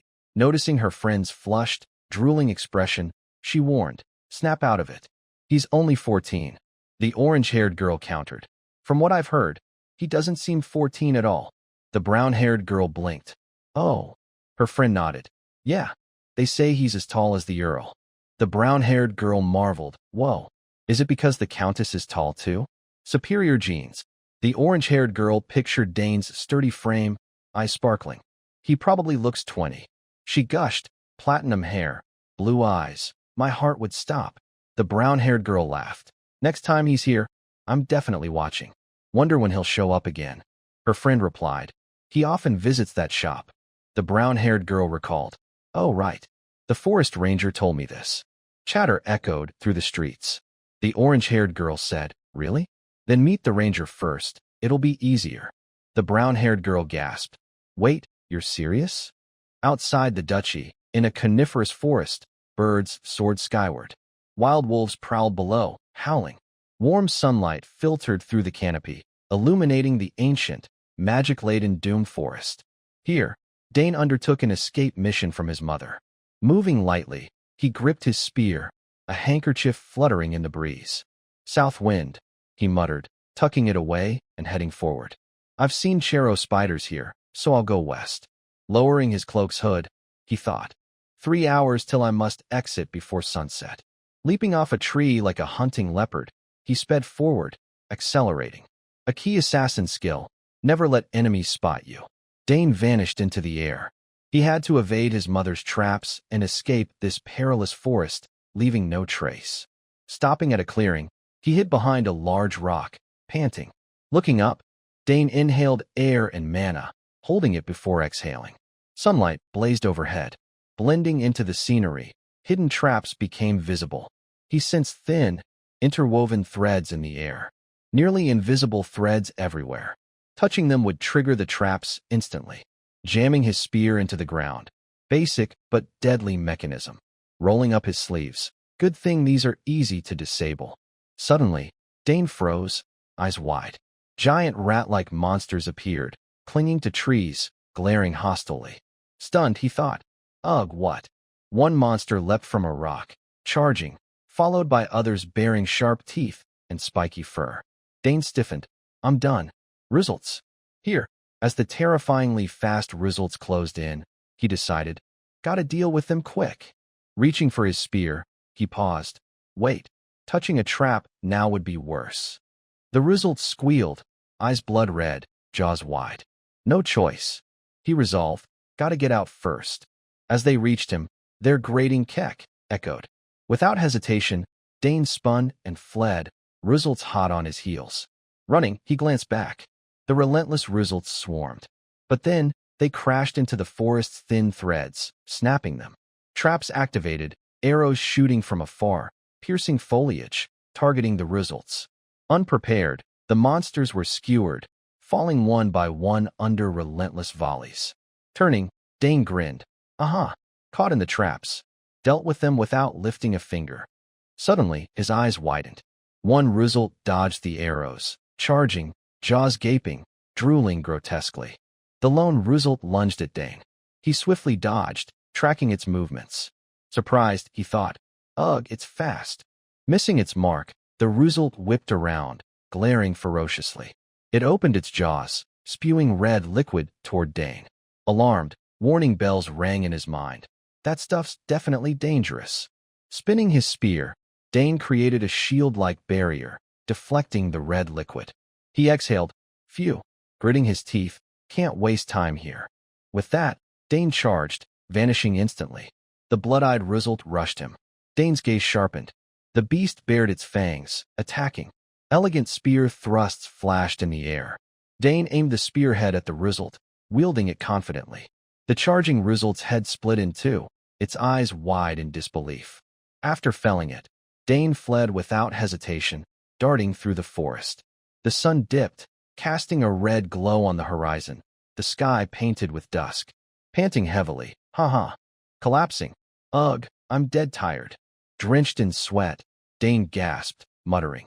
At least I escaped the forest safely. Rustling sounds echoed. Irritated, he growled, what now? Grabbing his spear, he sprang up, thinking, damn it, when did I let my guard down? Seeing the newcomer, he froze, shouting, Mother! Lily nodded, praising, well done, Dane. Facing him, she said, 3 minutes, 30 seconds. You're faster than me. Dane blinked. You were watching the whole time? Lily approached. Of course, I couldn't leave you alone. Smiling. I know your talent better than anyone, but as a mother, it's different. Dane replied. Yes, Lily ruffled his hair. You did great. I found no flaws. Concerned. Are you hurt? Dane assured. I'm fine. Lily pinched his cheek. Really? At this rate, you'll be recruited as an assassin. From her sleeve, a dagger flew out. Holding it with both hands, she offered. Take it. It suits you better now. Staring at the dagger, Dane gasped. Your dagger. I can really have it. Lily nodded, smiling. Of course. I don't use it anymore. Dane examined it closely. Lily explained. It's forged from mystic or absorbing elemental essences. His reflection gleamed on the blade. She added, it can hold any poison you want. Dane mused. I know it absorbs and uses toxins. Sheathing it. Thank you, Mother. I'll treasure it. Lily beamed. Thank you. Shall we head back?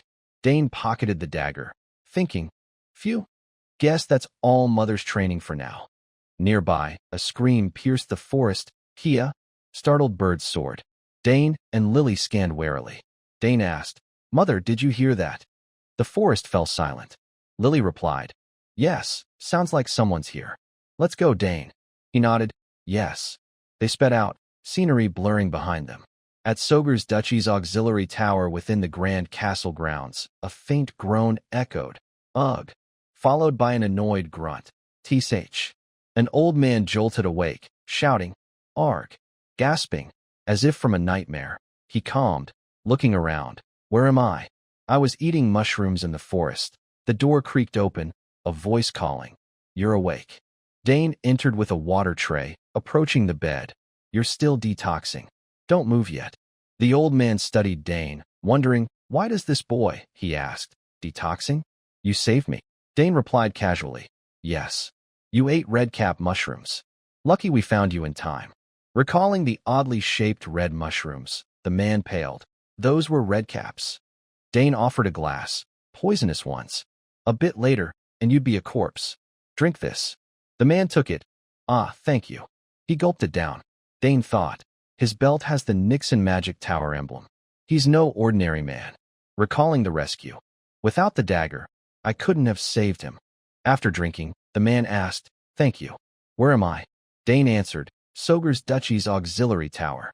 Surprised, Soger's Duchy? Rubbing his forehead. So I wandered south, got poisoned, and ended up here. He set the glass down. Dane said, "Rest. I've informed father. He'll meet you soon." The man froze. "Your father? Then, you are?" Dane replied, "Yes. I'm Dane Sogers, youngest son of Earl Sogers." The man gaped. "Really? You're Arabella's brother, the genius all magic towers covet." Shifting topics. "How'd you find me?" Dane said, "I was training with mother in the forest." The man, recalling his Roosevelt encounter, exclaimed, "What? In that insane forest?" He thought, "Even an 8th rank mage like me got lost. My mana flow reversed mid-spell, and I collapsed." In disbelief, "Really? That forest with ancient mana and traps everywhere?" Dane smiled, "Yes. It's our family's property. Dangerous for outsiders, especially since its mana differs from modern mages. Mages shouldn't come here. You were also poisoned." The man's face fell. "So I nearly died there." Suddenly, realizing something, he stared. "Wait, this boy's strong enough to train there?" Hesitant, he asked, "You made the antidote too?" Dane nodded, "Yes." Seeing Dane's confident smile, the man thought, "He's barely a teen, yet crafted an antidote requiring vast knowledge and precision." Incredulous, how does such a family exist? Thinking of Dane's sisters and him, beyond 2 genius daughters, the youngest son too, he mused. In wartime, Sogers Duchy would have been the empire's most powerful house. Laughter echoed in the room. "Haha, I owe you big time." Dane replied casually, "Indeed you do." The old man, rescued by Dane from the forest, stared at him. He thought, "Look at this kid, quite bold." He spoke, "Ahem, I should repay my debts." Stroking his beard proudly, "First, allow me to introduce myself. I am Sidrain Gauss, former master of the Nixian Magic Tower. Name anything you want. I have everything, except what I don't." He was Sidrain Gauss, ex-master of the Nixian Magic Tower. Dane thought, he's probably talking about subspace. Smiling, polite talk? Really? His mind wandered. Many mages live without homes, storing everything in subspace. Sidrain Gauss froze, staring in disbelief. "What's this?" "I said I'm a magic tower master." Normal people would be shocked or show respect, but this kid's unfazed. Flustered, he waved. "You won't get another chance like this. No need to be modest. Just tell me what you want." Dane lowered his eyes, seemingly deep in thought. Sidrain Gauss beamed, pleased. Dane said, "I'll take time to think about what I want, then let you know." This response made Sidrain Gauss grind his teeth, fuming. "Ignoring me completely? What kind of kid is this?" Dane steadied the tray, turning. "Rest well, then." He headed for the door. The door slammed shut behind him. Sidrain Gauss sat on the bed, groaning. Ugh. He felt like crows were circling his head. Rubbing his head, he chuckled. "He's the first to treat me like this." Looking out the window. "I planned to stay a day or two and leave, but not anymore." Dane exited with the tray. Alone, Sidrain Gauss muttered, "I'll stick around to investigate this intriguing fellow." In the Sogers mansion, Herman exclaimed, "Master of a magic tower? He must be a magical genius." Dane replied, "Definitely. From what I've heard, he's an 8th rank mage." Herman marveled, "Whoa, 8th rank, higher than Lady Arabella." Wiping sweat, Dane said, "Well, yeah, that's true." Herman, thinking of Sidrain Gauss, said, "You mean a powerful figure owes you, young master. Magic towers function like independent nations on this continent." Glancing at his sword, Dane replied, "Who'd imagine he's such a big shot?" Herman wondered, but why was a magic tower master wandering in the forest? Practicing sword swings, Dane answered, "It's no ordinary forest. Mages see it as a forbidden zone. They call it the Doom Forest." Herman gasped. "If it's the Doom Forest, even mages face challenges. He's lucky you saved him, young master." Staring at his reflection in the blade, Dane fell into thought. Turning to Herman, "Herman, get me a new sword. These are too light and short." Herman flinched. "Oh, those are war-damaged swords the Earl brought back. No wonder." Pausing, he added, "I'll prepare a long sword for tomorrow's training." Dane swung again. "Thanks. I'll finish today with this." Dane's lips twitched, as if to speak. Recalling his talk with Bout, he thought, "Right, I have that. The seal Duke Thermian gave me." Smiling, 7 years since that day. Clouds drifted overhead. "If I visit the capital, I'll definitely see him." Arkin waited at the training ground. Seeing Dane, he said, "Dane, you've trained hard today." Dane replied, "Yes, father. I thought you had business outside." "Back early." Arkin grinned. "Things wrapped up faster than expected, and I had a reason to hurry home." Dane understood. "Is it because of the magic tower master?" Thinking of Arabella, Arkin said, "Partly. Who knows? He might help Arabella. Maybe a good mentor for her." Dane worried. "I'm not sure he can handle her temper. She punched an annoying senior." Arkin patted Dane's shoulder. "You saved another life." "Great job, Dane." Dane replied humbly, "I just did what I had to." Arkin beamed. "Not everyone could." Dane smiled at Arkin's praise. "What you did was remarkable." As they approached, two maids opened the door. Dane asked, "My sisters couldn't come this time either, father?" Walking together, Arkin replied, "Seeing my daughters is tough. Arabella just finished a long semester and is choosing a magic tower. Claire was asked to assist a professor at a meeting." Dane chuckled. "Both are impressive. My sisters really are." Arkin glanced up. "But I have high hopes for you too." Laughing, "Thinking of how you surprised Bout makes me chuckle." Mentioning Bout, Dane recalled the Duke's swordsmanship. Smiling, "Duke Bout Thermian. I'd love to spar with him again someday." Looking through a window, "How's Layla doing?" "Her last letter was a year ago." Picturing her smiling face, "I'll find out when I reach the capital." Days later, Sidrain Gauss' agitated voice echoed in the mansion. "What? I'm not fully recovered. I'm going crazy stuck in this room." A Soger's servant, hands on hips, sternly warned, "Ahem, don't wander far. And no magic for now." Sidrain Gauss gasped, "What? No magic?"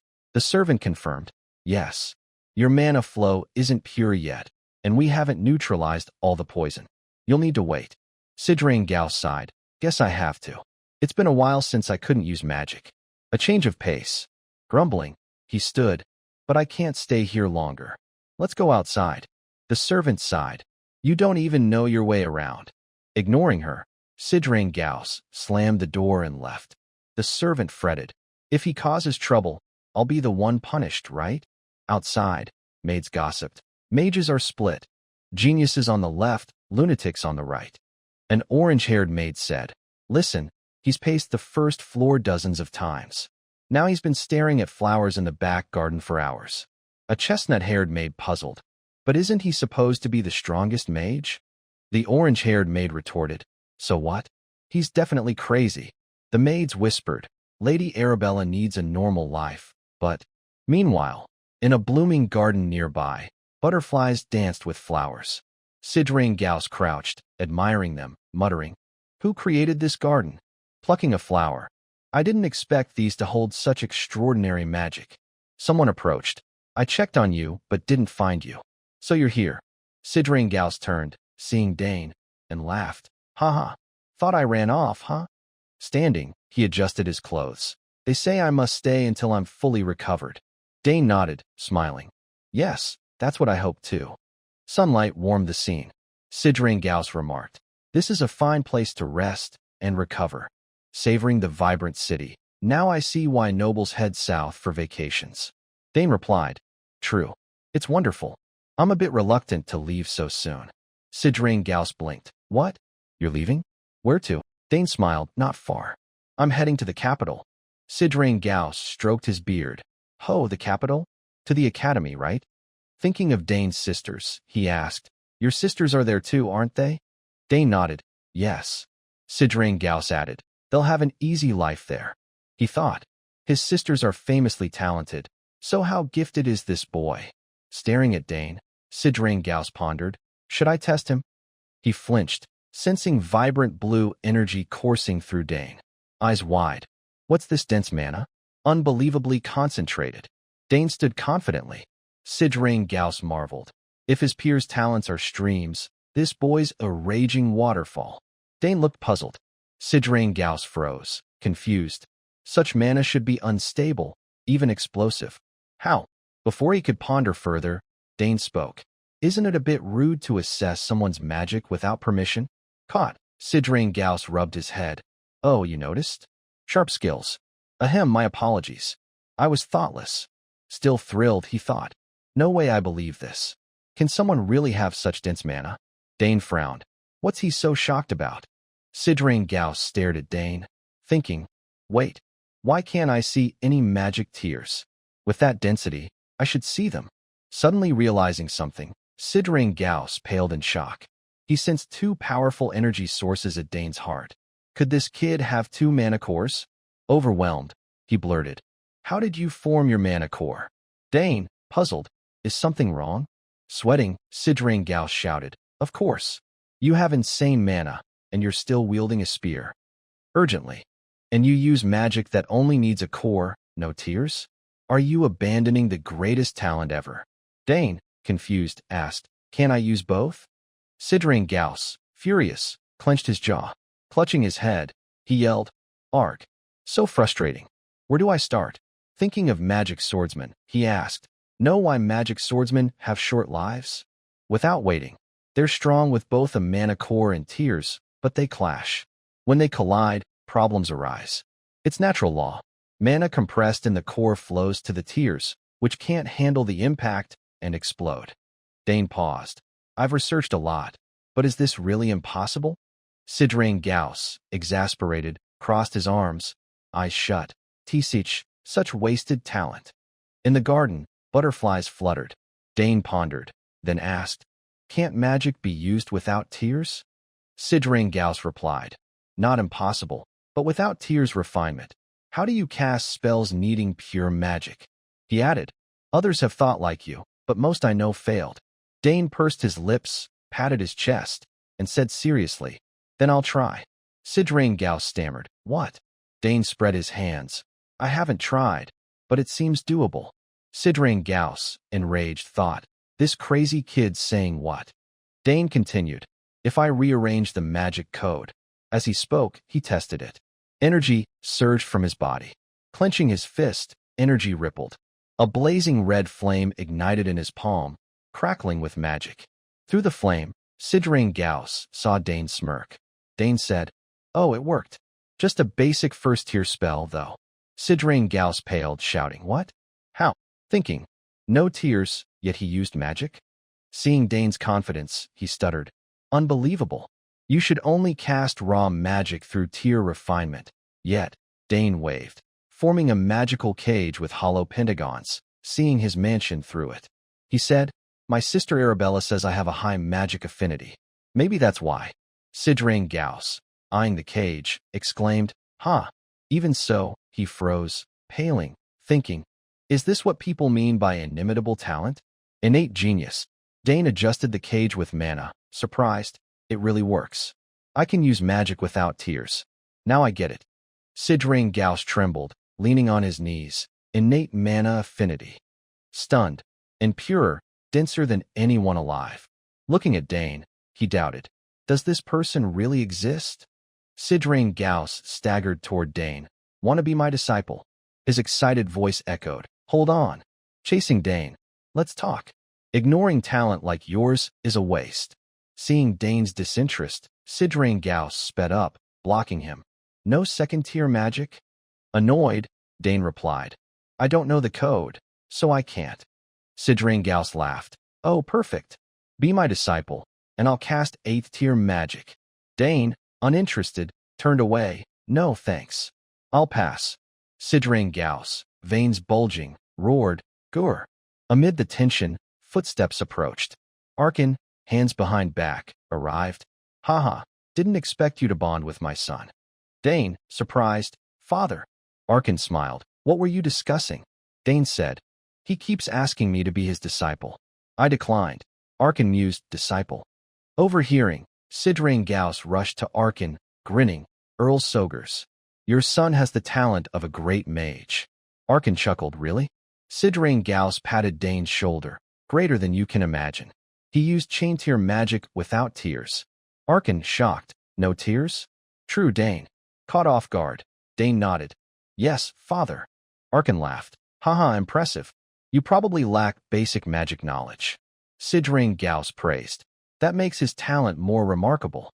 Arkin grinned, as expected of a former magic tower master, spotting my son's talent instantly. Sidrain Gauss replied, "Not just talent, a genius. He could be a rare magic swordsman." Picturing Dane in knight armor, sword raised, Dane shouted, "Good sword." Better than a spear.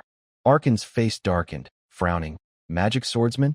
Dane sweated, thinking, ugh, he shouldn't have said that in front of father. Oblivious, Sidrain Gauss laughed. Exactly. A magic swordsman. Finally interested, right? Be my disciple, and I'll take full responsibility. I'll make him the Empire's strongest magic swordsman. Noticing Arkin's expression, Sidrain Gauss sweated. What's wrong? Why do I feel uneasy? Before he could think, Arkin roared. He won't be a magic swordsman. Sidrain Gauss, defensive, argued. Why not? A sword-wielding mage. Isn't he perfect? Arkin glared. My son Dane will be a magic spearman, not a swordsman. Sidrain Gauss froze, thinking, what? That's the issue. Dane, sweating, played dead. Arkin, veins bulging, glared darkly at Sidrain Gauss. Sidrain Gauss thought, haha, why's everyone in this family like this? Sunlight warmed the auxiliary tower. For a mage, being a disciple was significant. Reading, Dane thought, staring at a book.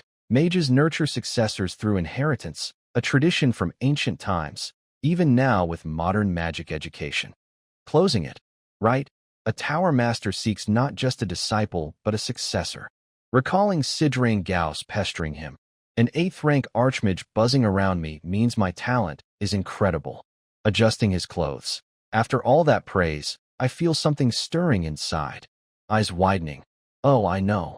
He recalled Arabella giving him a crystal orb, saying, pour magic into it when you want to see me. Dane opened the door, grabbed the orb, and muttered happily. All right, let's ask Arabella. Elsewhere, Dane's voice called, Sis. In a library, Arabella heard, Sister Arabella, it's me, Dane. She froze, looking up. Her pen paused. Beaming, she replied, Dane, my little brother. In the library, Arabella's astonished voice rang out. What, Dane?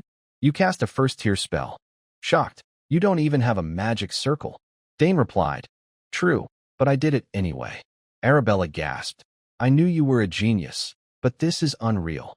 Dane explained, magic circles only purify and cycle mana. Maybe my mana's already pure enough. Leaving the library, Arabella said, That makes sense.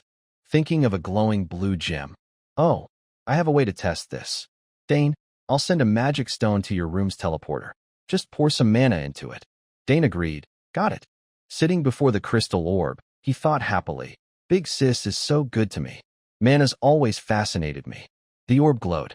Advice from a 6th rank mage is invaluable. Arabella interrupted. By the way, if you can cast spells, she warned, you'll draw a lot of attention at the academy. Dane froze, anxious. I don't want that. Now in a quiet spot, Arabella laughed. It's unavoidable. Talent attracts eyes. Tell me if anyone bullies you at school. I'll deal with anyone who messes with my little brother. Dane recalled. Oh, I almost forgot. I heard you broke the nose of that guy hitting on you. Duke Dell's second son, right? Thinking of that jerk, Arabella gritted her teeth. Don't mention that creep. Passers-by glanced at her outburst. Embarrassed, she fell silent until they left. Then, by the way, even without a magic circle, could your mana get purer over time? Dane replied honestly, I don't know. Arabella said, I'll look into it later. A female student rushed up, shouting, Senior Arabella, the professor's looking for you. Reluctantly, Arabella bid farewell. Ugh, Dane, I gotta go. I'll call you back. Dane replied, See you later, sis. Arabella promised, I'll send the magic stone soon. The orb returned to its soft cushion.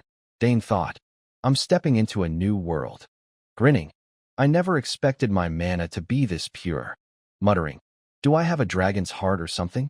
At the auxiliary tower, Sidrain Gauss groaned. Ugh, I'm done for. Cross-legged, hand on the chair, he thought. I probed him with mana, making things worse. I planned to leave early, but I can't. Gritting his teeth, until he accepts my offer. Recalling his enthusiastic pitch. Oh, perfect. Be my disciple, and I'll teach you 8th-tier magic. Yet Dane refused. No, I don't need it. Sidrain Gauss fretted. How do I convince him? Considering his assets, should I offer magic artifacts? Or my lifetime's knowledge? He sighed. No, that's too much. If he still refuses, I'll lose everything. A knock came, with Dane's voice. You in there? It's Dane Sogers. Sidrain Gauss perked up. Is he accepting my offer? He called, "Come in." The door opened. Dane approached. "Good, you're here. I need to talk." Curious, Sidrain Gauss asked. What's up?" Seeing Dane smile, he thought, "Wait, is he?" Standing, rubbing his head. "Haha, I knew it.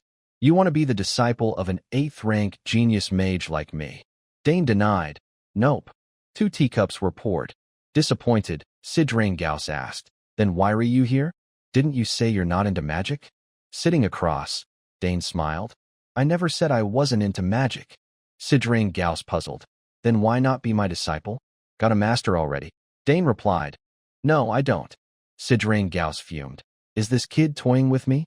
Grinding his teeth. "So why are you here?" Dane, serious, thought, "I don't know how to progress to 2nd tier. Learning from Big Sis is tough, since she's far." Recalling saving Sidrain Gauss, "He owes me his life. Learning from him is best."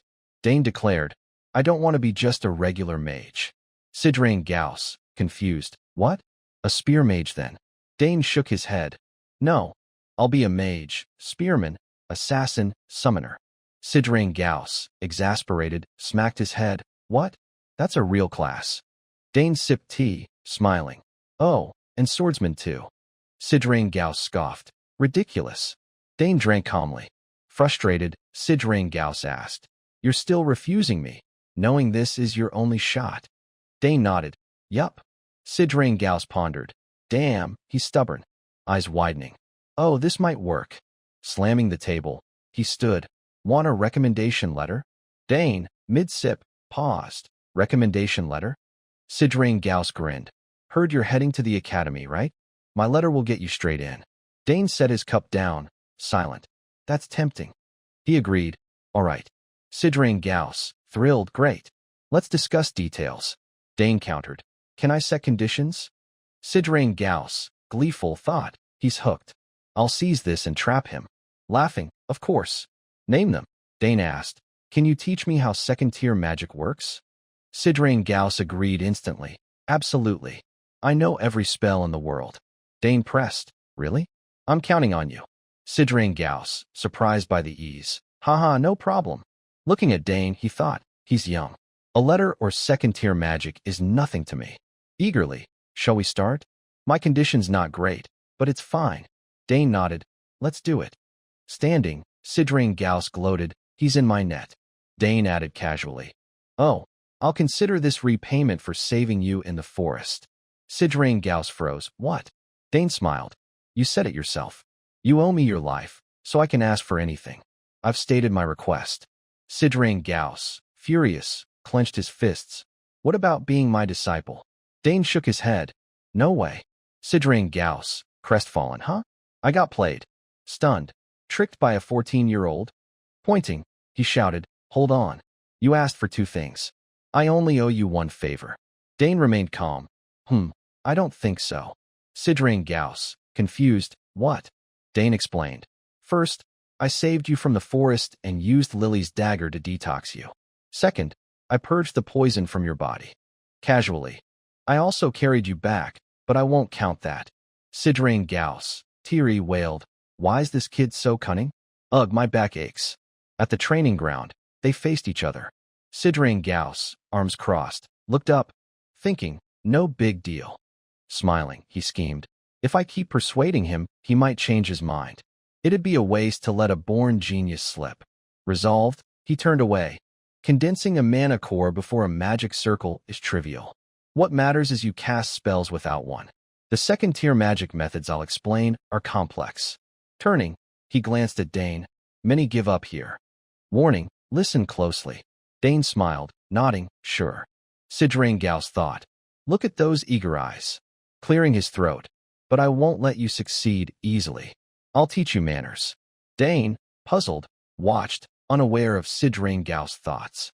At the training ground, Sidrain Gauss spoke gravely. 2nd-tier magic is a whole different level from 1st-tier. You must calculate mana quantity, ambient mana levels, and your physical state simultaneously. Staring at Dane. "That's why most abandon magic. It's too complex." Smirking inwardly. "How's that? Understand me?" He'll beg for simpler terms. Raising a finger. "That's the gist." "Got it." Dane smiled, nodding. Yes, I understand. He explained, from my perspective, magic requires learning a lot. Not just its mechanics, but things I don't yet know. Sidrain Gao shocked. What? You actually got it all. Stammering. Then tell me about the laws of magic. Scribbling, Dane said, the first law is coexistence. Picturing a vibrant world, mana can coexist with the physical world and other mana sources. Thinking of fluttering butterflies, through coexistence, mages use their mana and ambient mana to cast spells. He continued, the second law is conservation. Sidrain Gauss froze, stunned. Unbelievable. He grasps magic's essence. Dane elaborated. If mana gathers enough material elements, conservation allows casting spells with various elemental attributes. Sidrain Gauss, sweating, thought. He's adding his own insights. Reassessing Dane. Most find this dull, but not him. How does such a person exist? Brushing it off. Each tier exponentially increases complexity. Instead of explaining, I'll demonstrate. Spreading his arms, mana swirled around Sidrain Gauss. A magic spear shield formed before him. He explained, this is a first-tier spell, cast using simple laws. Dane, observing and noting, memorized his words, but from second tier up, it's different. First tier can't compare. As he spoke, the spear shield tightened, mana shifting. Sidrain Gauss introduced, this is how second-tier magic works. Dane mused, they interweave complexly. It feels tougher than theory. Sidrain Gauss, smug, see? This is the fire arrow spell, second tier. To do more, you must cast it repeatedly. Thinking, he's shocked, right? Never seen second-tier mechanics. Dane touched the spell. Looks intricate. Sidrain Gauss' voice echoed. Most take a year after mastering first tier to start second tier. Smirking, no matter how smart, you'll only grasp part of it. The laws are key. If you don't get them, nothing else matters. Planning. I'll watch him for a week, then teach techniques slowly. Dane pocketed his notes. Should I try? Sidrain Gauss glanced up. Huh? You. Chuckling. It's tough, but go ahead. Dane readied. All right. Sidrain Gauss' eyes widened. Dane closed his eyes, sensing mana and magic, then opened them. Mana surged, wrapping his outstretched arms. A spear shield, identical to Sidrain Gauss, formed. Dane asked, this is first tier, right? Sidrain Gauss, stunned. Yes. Examining it, he made precise lines and dimensions. Impressive. First tier's easy for him. Dane's spell shifted, growing complex. And this is what you showed me. Sidrain Gauss jolted, thinking, seriously? He perfectly copied second-tier mechanics after one look. Blurting, how'd you do that? Dane replied, I memorized the laws and patterns while watching. Smiling, visualizing it wasn't too hard. Sidrain Gauss stared, thinking, beyond imagination. Even a genius like me took time for second tier.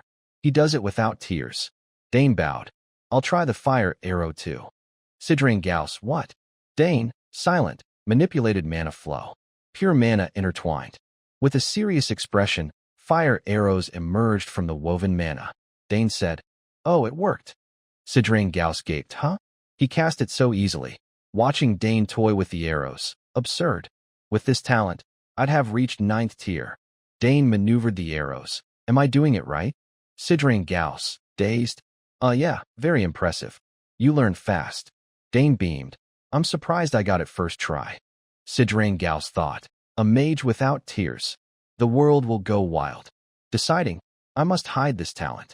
All sorts will harass him, at least until he's my disciple.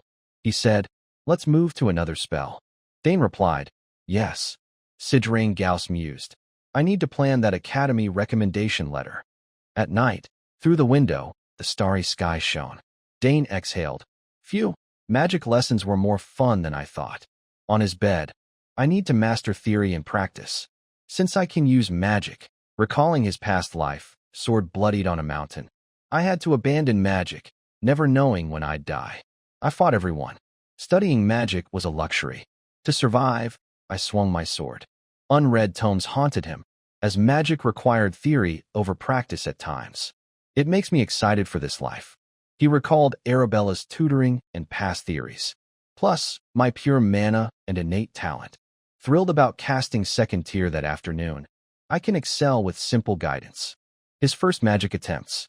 Thinking of Sidrain Gauss, taught by a former magic tower master. Excited, what magic tomorrow? 2 weeks later, at the auxiliary tower, Arkin exclaimed, "What? You want to make a magic potion?" Facing Arkin, Sidrain Gauss replied, "Yes. Lacking materials, I'll need to leave the domain." Arkin pondered, a potion already?" Sidrain Gauss said, "Don't worry about the boy. He's learned 4th tier mechanics." Arkin, shocked, "Doesn't each tier take a month? Potion info isn't easy to get." Suspicious, "Where'd you learn that?" Besides Sidrain Gauss, Dane grinned, "From magic books in the library.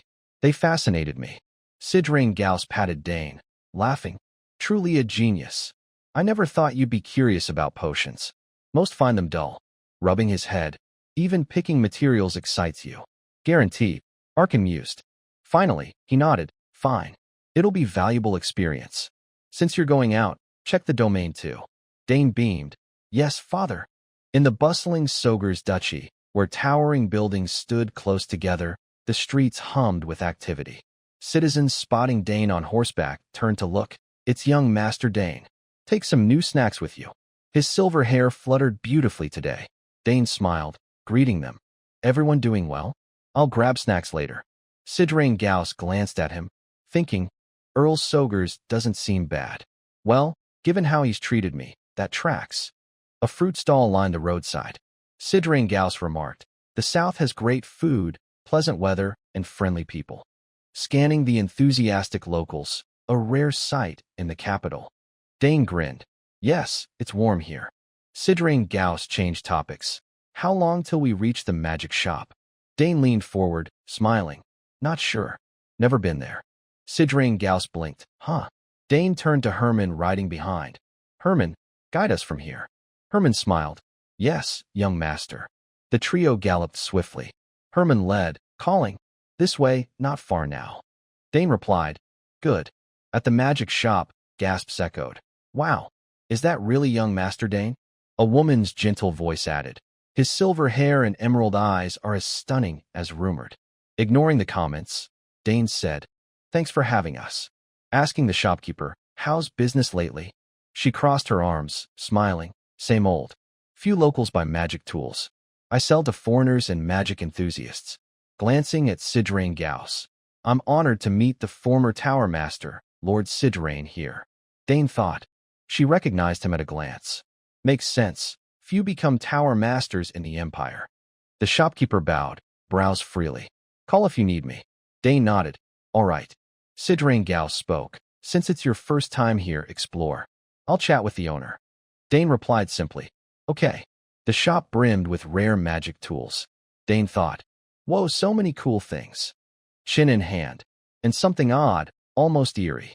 Excited, he examined further, touching displayed items. Touching magic tools lets me sense their magical reactions. Closing his eyes, must be my high magic sensitivity. Opening them, he turned. "What's that sound?" A strong reaction from over there. Looking up, "What is it?" The shopkeeper called. "Young master, those are just decorations." Dane, disappointed, "Oh, really?" Sidrain Gauss suggested, "Why not check some potion ingredients?" "Moonroot's great." The shopkeeper eagerly showed moonroot. "Perfect choice. Used in at least 50 potions. I grew these myself, top quality." Dane mused, strange." Despite turning away, he still sensed magic from the so-called decoration. Turning back, he pinpointed a stone. "It's this." "It's humming." Drawn to it, he rushed over. Herman paused, worried. "Young master, what's wrong?" Dane replied, "Herman, I feel something from this stone." Herman puzzled, "Huh? It's just decor." Staring, Dane said, "I'm not sure, but it's odd." Picking it up, "Got it. The more magic I pour in, the stronger the reaction." Thinking, "Does it only react to my magic?" Nearby, the shopkeeper held moonroot, praising, "Great eye. Ideal for samples." Sidrain Gauss pondered, "I'll take this moonroot pile and some crowberries." Dane interrupted, "What's this?" The shopkeeper turned, seeing the stone, surprised. "Where'd you get that?" Sidrain Gauss, curious, "What's that stone?" She replied, "Oh, just decorative stuff." Dane, shocked, "Decoration?" Thinking, "No way. What decoration reacts to magic?" The shopkeeper sighed. That stone makes me mad just thinking about it. Sidrain Gauss asked, what's wrong? Got scammed. She explained. Years ago, some peddlers paid me with a big package. Recalling, I opened it, and there was that stone. The guy was gone. Panicked, I had it appraised. It's just a stone, nothing more. Had nowhere to put it, so I left it there. Dane, puzzled. Weird, it's clearly not ordinary. The shopkeeper gestured. Young master, for something better, check here. I have special magic artifacts. Those are finely crafted.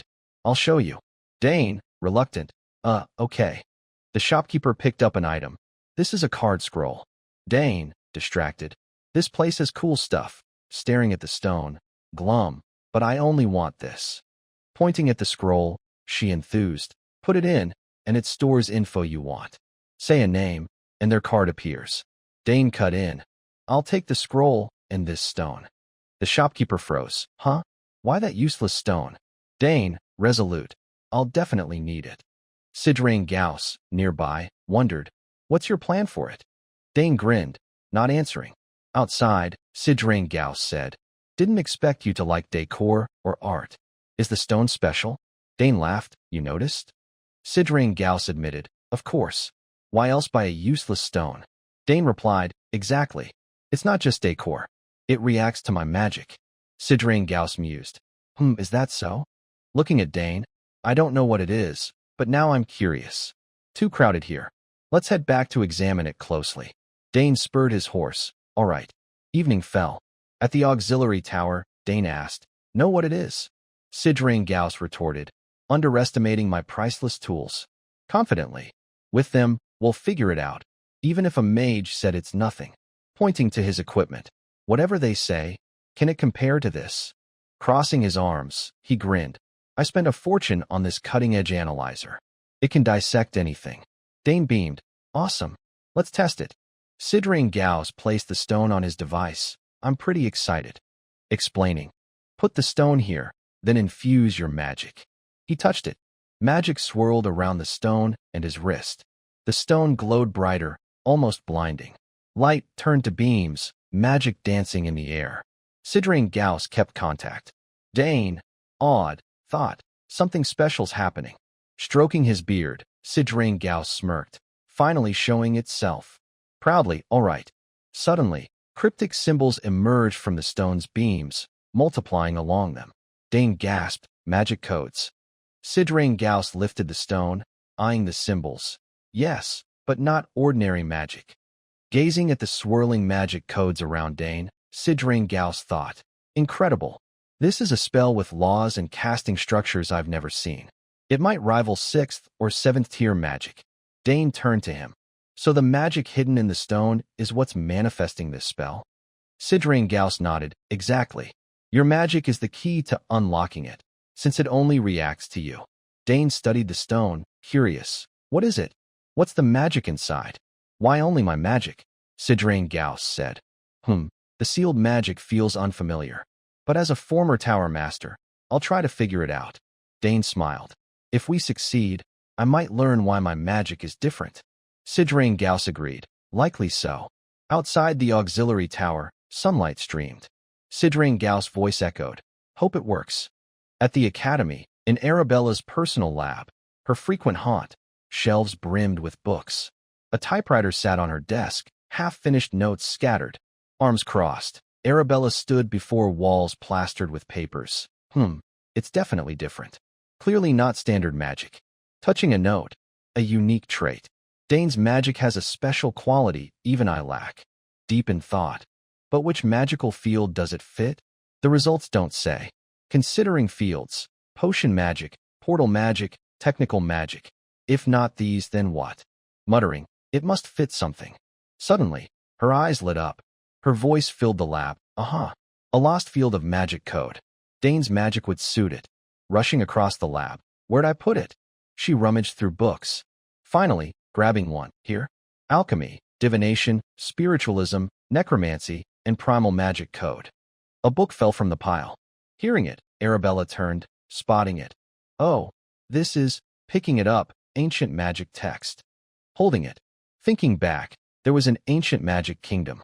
Plus, spells inherited from Akina. Musing, since it's 2,000-year-old magic, no one knows how to use it.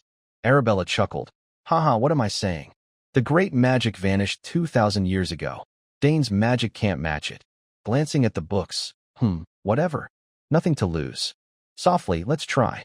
She spread her arms, serious, casting a spell. Mana poured into the typewriter. Closing her eyes, it clacked.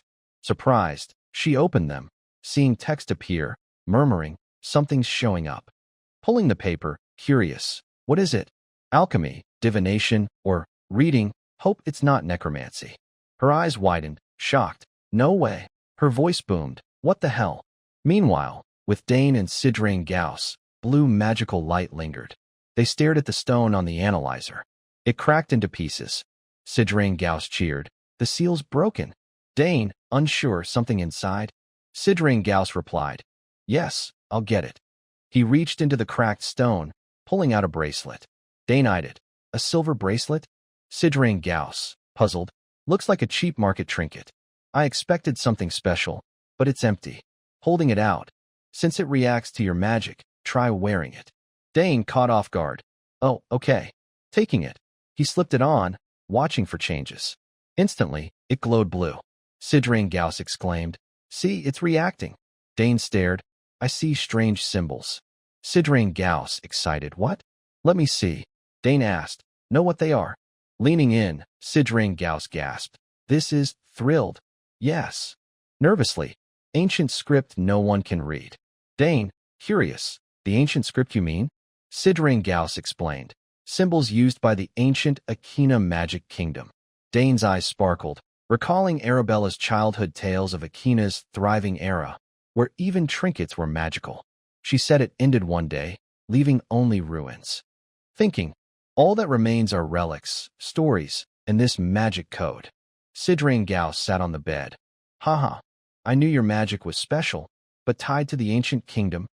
Dane added, That's probably why I moved so easily in the forest. Sidrain Gauss raised an eyebrow. Seems so. That forest's magic stems from Akina. Thinking, I've always wanted this kid as my disciple. Dane interrupted, but I don't see anything else in the bracelet. Sidrain Gauss, eyes closed, explore it slowly. Don't tell anyone. Dane nodded. Yes, I'll follow your advice. Suddenly, a loud tremor shook the area, followed by booming sounds. Startled, Dane asked, What's that noise? A series of loud, relentless booms echoed. The white-haired Sidrain Gauss cried out. Don't tell me this alarm means a monster attack. Grinning wickedly, his eyes glinted. Perfect. I'm nearly fully recovered. Time to stretch a bit and repay my debt. In contrast, Dane remained utterly calm. Infuriated, Sidrain Gauss shouted, What are you doing? Grab your spear. Dane didn't respond, instead calmly reaching into his pocket, pulling out a strange green stone. Sidrain Gauss, surprised, asked, What's that? It's making the same sound as that noise. Dane finally spoke. This sound isn't from monsters. Holding the stone, he explained, It means my big sister's trying to contact me. Stunned, Sidrain Gauss exclaimed, What? You should have said so. Dane smiled sheepishly. No way monsters would appear here. Excuse me, I'll talk to my sister. Sidrain Gauss fell silent, visibly annoyed, blue energy still swirling around him. Ignoring him, Dane spoke. Yes, sis, what's up? Arabella, holding an identical green stone, spoke with slight worry. Dane, why do you take so long to answer? He replied, Sorry. What's the matter? She said, while analyzing your magic code. Mid-sentence, she gasped. Wait. Is someone with you? Noticing her tone, Dane teased. Don't tell me you've figured out my magic's ancient too. Arabella, shocked, shouted, What? How'd you know? After explaining, she understood. I see. While you and Lord Sidrain analyzed some stones, you realize they're from the ancient magic kingdom, and only your magic triggers them. Dane confirmed. Yes. Sidrain Gauss, silently listening, thought. She deduced that just from analyzing his magic? I knew she was a genius, but she's beyond imagination. Arabella asked, Does anyone else know? Dane replied. No, satisfied. She said, Good. Dane, listen carefully. Lord Sidrain, please hear this too. Keep this secret. If it leaks now, the consequences will be overwhelming. Sidrain Gauss cleared his throat. Lady Arabella, I've heard much about you from Dane. She replied, Lord Sidrain. I jumped into this without introducing myself. My oversight. He reassured. No worries. I'll keep this secret. If it gets out, not just Dane but the entire Soger's family will face dire consequences. Arabella admired. As expected, you grasped the stakes instantly. He asked, Is this conversation recorded? She answered, No. It vanishes when we end. Relieved, Sidrain Gauss said, Good. No one wants stray evidence. I plan to return to the magic tower and investigate this. Arabella thanked. Thank you for helping us. He clarified. No, Lady Arabella, I'm just acting on a mage's duty. It's nothing. Shifting topics. I heard you're choosing a magic tower. Decided yet? Dane stayed quiet, slightly embarrassed. Arabella, reading Sidrain Gauss, replied, Not yet. But I'm not considering Nixian. It's not my field. Sidrain Gauss thought. I wondered who Dane got his decisiveness from. His sister. To ease the awkwardness, he chuckled. I see. You don't have to join our tower. Dane mused. Sis is pretty blunt. Though not joining Nixian, Arabella respected it. I'm sure talented people will join your tower. Anyway, Dane, we'll discuss details later, okay? Dane agreed. Sure. Take care, sis. The call ended. Sidrain Gauss praised. Your sister's become quite impressive. Dane, unsurprised, of course. She made this too. Says these compact crystal orbs are trendy among young mages. Sidrain Gauss nodded. Indeed, impressive. But I don't need one. At 8th rank, I don't care for communication. For important matters, people can meet me directly, right? Dane replied, I see. Thinking, sounds like he has no friends. In Dane's home, Arkin's voice rang. Great magic? That worries me. Dane smiled. Don't worry, father. Arkin stood, hands behind back. If anyone targets Dane, they'll pay. Lily, his mother, added, sounds good. I'll silence anyone after my son my way. Dane thought, they're radiating killing intent. But with them protecting me, I'm safe. Arkin, stroking his chin, speculated, if true, does that mean ancient magic runs in our bloodline? Lily calmly said, good question. We don't know if our ancestors had it. I'll check my family's side. Dane listened, thinking, if both sides investigate, will they find anything? It's not crucial, but I'm curious. Lily shifted to Dane. You've already surpassed many limits. Sitting beside him, staying here will hinder your growth. Consider moving to the capital now. Dane exclaimed, the capital? Arkin added, yes. You know the academy requires you to be 14. You're old enough now. I wanted to keep you a couple more years, but there's nothing left here for you to learn. Lily touched his hand. Dane, if you choose this, you can leave whenever you're ready. Dane thought. I didn't expect them to think like that. Arkin, hands on hips, beamed. Dane, you'll do great. Go unleash your talent. Dane replied calmly. I understand, father, mother. I've decided. I'll prepare for the academy. Arkin, pleased. Good choice. Dane, equally thrilled. Great. Time to level up. With Sidrain Gauss, the mage remarked, bit sudden, huh? Your choice. Dane nodded. Yes. Sooner than expected. Like Arkin, Sidrain Gauss approved. Good call. Staying here would limit your talent. Such a waste. After pondering, Sidrain Gauss crossed his arms. One piece of advice. Don't reveal your talent too quickly. He continued, the academy welcomes talent, but not everyone does. Dane recalled, right. Arabella told me. She faced insults for hers. Sidrain Gauss warned. Ordinary kids won't keep up. The Thermian family's another story. Dane remembered. Oh yeah? I told her I'd visit if I went to the capital. She'd be upset if I didn't. I should think about what weapon to make with Duke Thermian's seal. Sidrain Gauss planned to accelerate Dane's learning. Let's see. If you join the academy in 3 months, leave in 2. Dane agreed. Sounds reasonable. What about you? He replied. I'll return to the magic tower. I have work. Thanks to you, I'm out of tea. If I find clues about great magic or related matters, I'll tell you. Dane, delighted. Really? I'd appreciate that. Sidrain Gauss returned to studies. Now, your lessons. With little time, we must speed up to reach 3rd tier. It's tough. 2nd tier's nothing compared. Dane, unopposed. Yes, I'll study hard. Searching his bag. Oh, I prepared a gift for you. Sidrain Gauss, surprised, really? Dane handed him a wooden box. Yes. Arabella sent it via instant teleport yesterday. He added, it's brand new. Sidrain Gauss asked, what is it? Dane explained, a new compact crystal orb, not yet on the market. Arabella invented it. She adores me, so when I asked, she gave me one. Sidrain Gauss admired it, small and beautiful. I don't need it, but I'll kindly accept your gift. Dane added, please use it to contact me. Seemingly distracted, Sidrain Gauss studied it. Oh, I can encode my code here. Dane thought. Says he doesn't need it, but he's excited. Dane showed him how to use it. Yes, do it here. Sidrain Gauss, thrilled, so simple. Seeing his enthusiasm, Dane worried. Hope he doesn't call me too often. Alone in his room, Dane pondered the academy. I need to prepare seriously for the next 2 months. He aimed to master summoning magic to some degree, prioritizing. I'll target the summoning class, earn a summoning seal, and join the aptitude exam. With Arabella as a professor's assistant, I'll see her often. Lost in thought, he remembered. My egg. He'd forgotten to infuse his friend with magic. Grabbing it, blue magic enveloped it. Staring. For 7 years, I've infused it day and night, but no reaction. Still, he trusted it. If the magic I've poured in stays and my friends absorbed it, it'll hatch someday. At the academy where Arabella worked, she spoke with her brother, Dane. The entrance exam system is simple. There are 2 tests, she said. Dane, surprised, 2 tests. She nodded. Yes, a general exam and a specialized one. Dane asked, got it. Can you explain more? Arabella said. The general exam is a preliminary to sort candidates.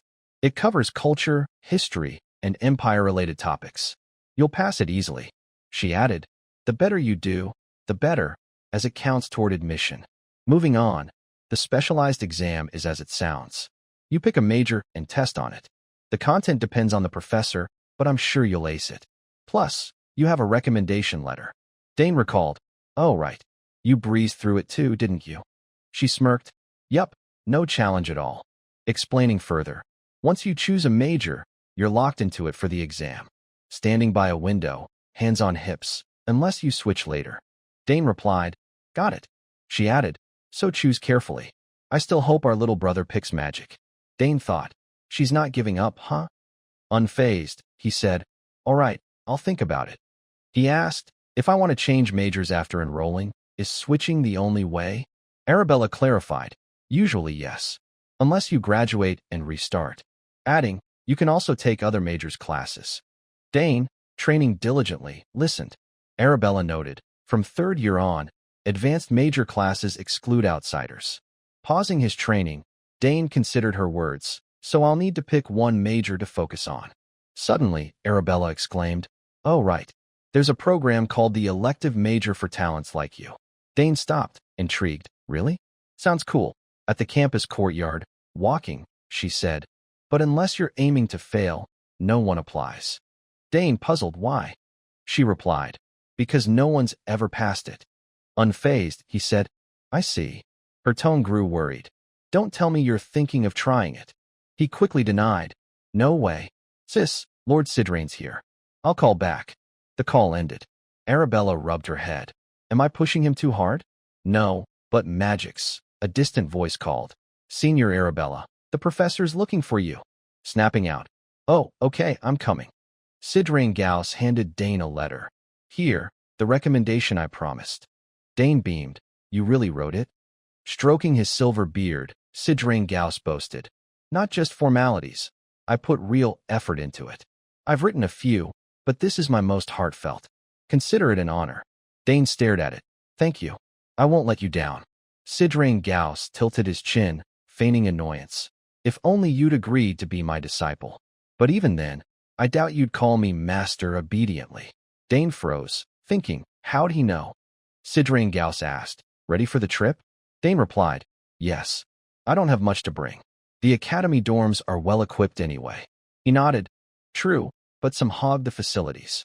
You're not one to lose to them, right? Dane imagined.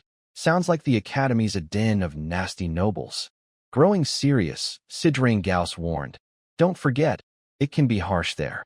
Act dismissive, and many will show their true colors and bare their fangs. Picturing a battlefield, It's practically a war zone. Dane nodded. Understood. Sidrain Gauss added. If you need me, contact me. That crystal orb's really useful. I'll make good use of it. Dane, puzzled, asked. Why do you sound like you're leaving? Surprised, you noticed? I'm going tomorrow. Dane exclaimed. Really? Sidrain Gauss said. I can't stay forever, can I? Your father offered me a magic advisor role, but I'll consider it later, when I'm free. Placing a hand on Dane's shoulder. I've got tasks to finish back at the tower. Thought I was done, but there's still much to do. Dane thought. Is he talking about great magic? Helping him helps me. Not bad. Sidrain Gauss crossed his arms, looking up. Thanks, kid. Dane replied. Thank you too. Smiling. I'm excited to see how strong you'll get when we meet again. Dane smiled back, silent. After the talk, Sidrain Gauss prepared to leave. Turning, he waved. I'm off. Don't see me out. I'll get embarrassed. Dane said, Take care. As Sidrain Gauss' figure faded, Dane felt a pang. Maybe because we bonded so long. I'm a bit sad he's gone. At Dane's home, Lily's voice sounded. Lord Sidrain left safely. Dane's leaving today, right? Arkin replied. Yes, he's ready. Lily said. He's leaving early, so I'm relieved. He won't run into trouble, will he? Arkin placed a hand on her shoulder. We're using Arabella's portal. What could go wrong? Lily relaxed. I worried for nothing. Arkin, proud. We've raised our kids well. Other families' kids squabble over airships. Outside the door, someone lurked. Arkin continued. We'll decide clearly someday, but I don't favor anyone. It was Dane, ready to depart. He entered. Father, mother. Arkin asked. Dane, you're here. Leaving now. Lily reminded. You brought my token and anyone, right? Dane grinned. Of course. She placed a hand on his shoulder. If you're in trouble, go where I told you and show the token. Dane nodded. Yes, I remember. Your old colleagues. She confirmed. Yes, close friends. It's been a while, but they'll help. Arkin's eyes grew wistful, thinking, will our Dane go there and become an assassin? He said, Dane, in the capital, meet Duke Thermian before the academy. He'll assist you. Dane agreed. Yes, father. Lily, teary. Dane's grown so much, leaving us. Arkin rubbed his head. Send him off with a smile, my lady. She replied. Hurry, we won't go far. Dane thought. I'm about to leave, but my feet feel heavy. Gripping his bag, he said, I'll go now. Heading downstairs, Arkin watched from above, instructing Jot. Follow closely. Ensure Dane reaches the portal safely, then report back. The cloaked man, only eyes visible, replied. Yes, master. He vanished. Outside, Lily stood by a table. It's been a while, Shadow. She ordered. You know what to do. Watch for anything odd when Dane teleports. Instantly, he departed, following Arkin and Lily's orders. Dane walked to the portal with Herman, who marveled. Young master, seeing this is amazing. Dane nodded. Yeah, it's the portal Big Sis prepared. Herman praised. Lady Arabella is truly remarkable. Dane nodded. Yeah, now I see why she spent a whole year on this. Pointing at the portal, Herman asked, If you enter, will it activate instantly? Dane replied softly. Probably. As the portal opened, he thought, how much effort did she put in? He recalled Arabella researching teleportation. Instant teleportation wasn't just about rearranging codes like other spells. It required combining that with continuous magical energy. Yet, her portal was a perfect device, meeting all conditions for instant teleportation. Herman interrupted Dane's thoughts. Take care, young master. Dane patted his shoulder. You too. Herman's eyes seemed teary. Dane approached the portal, steps nearing. Standing at its center, he awaited its activation. Thinking, Sis said infusing magic into it will trigger it instantly. He cast a spell. The power surged, dazzlingly bright, forcing Dane to shield his eyes. His magic spread outward. Eyes shut tight. He peeked moments later, astonished. Lush green trees appeared. He'd teleported successfully, arriving in the bustling capital. Crowds thronged the streets. Dane, atop his horse before the city gate, said, I'm here. Looking up, he read, Athencia Capital Gate. A voice called, I've been waiting. A sword-wielding man in a green cloak bowed. Young Master Dane. A large scar marked his face. He introduced, I'm Louis Asma, captain of the Thormier family's first night squad. Recognizing him, Dane exclaimed, "It's you." Thinking, the captain himself greeting me? That's awkward. We declared, "We'll escort you." Turning sternly, he ordered, "Secure the route." 2 soldiers replied, "Yes, captain." He shouted, "Let's move." Dane, still on horseback, said, "I appreciate the help." Suddenly, he thought, stepping here feels surreal. I never imagined I'd enter the heart of the Athensia Empire I once despised, as a promising figure no less. Grand houses lined up, imposing. A voice called, "Come see magic." Not an everyday chance. The crowd grew denser. The same voice, "Hurry, it's cheap." Magic frozen parfait, just 1 silver coin. Observing from horseback, Dane mused, strange.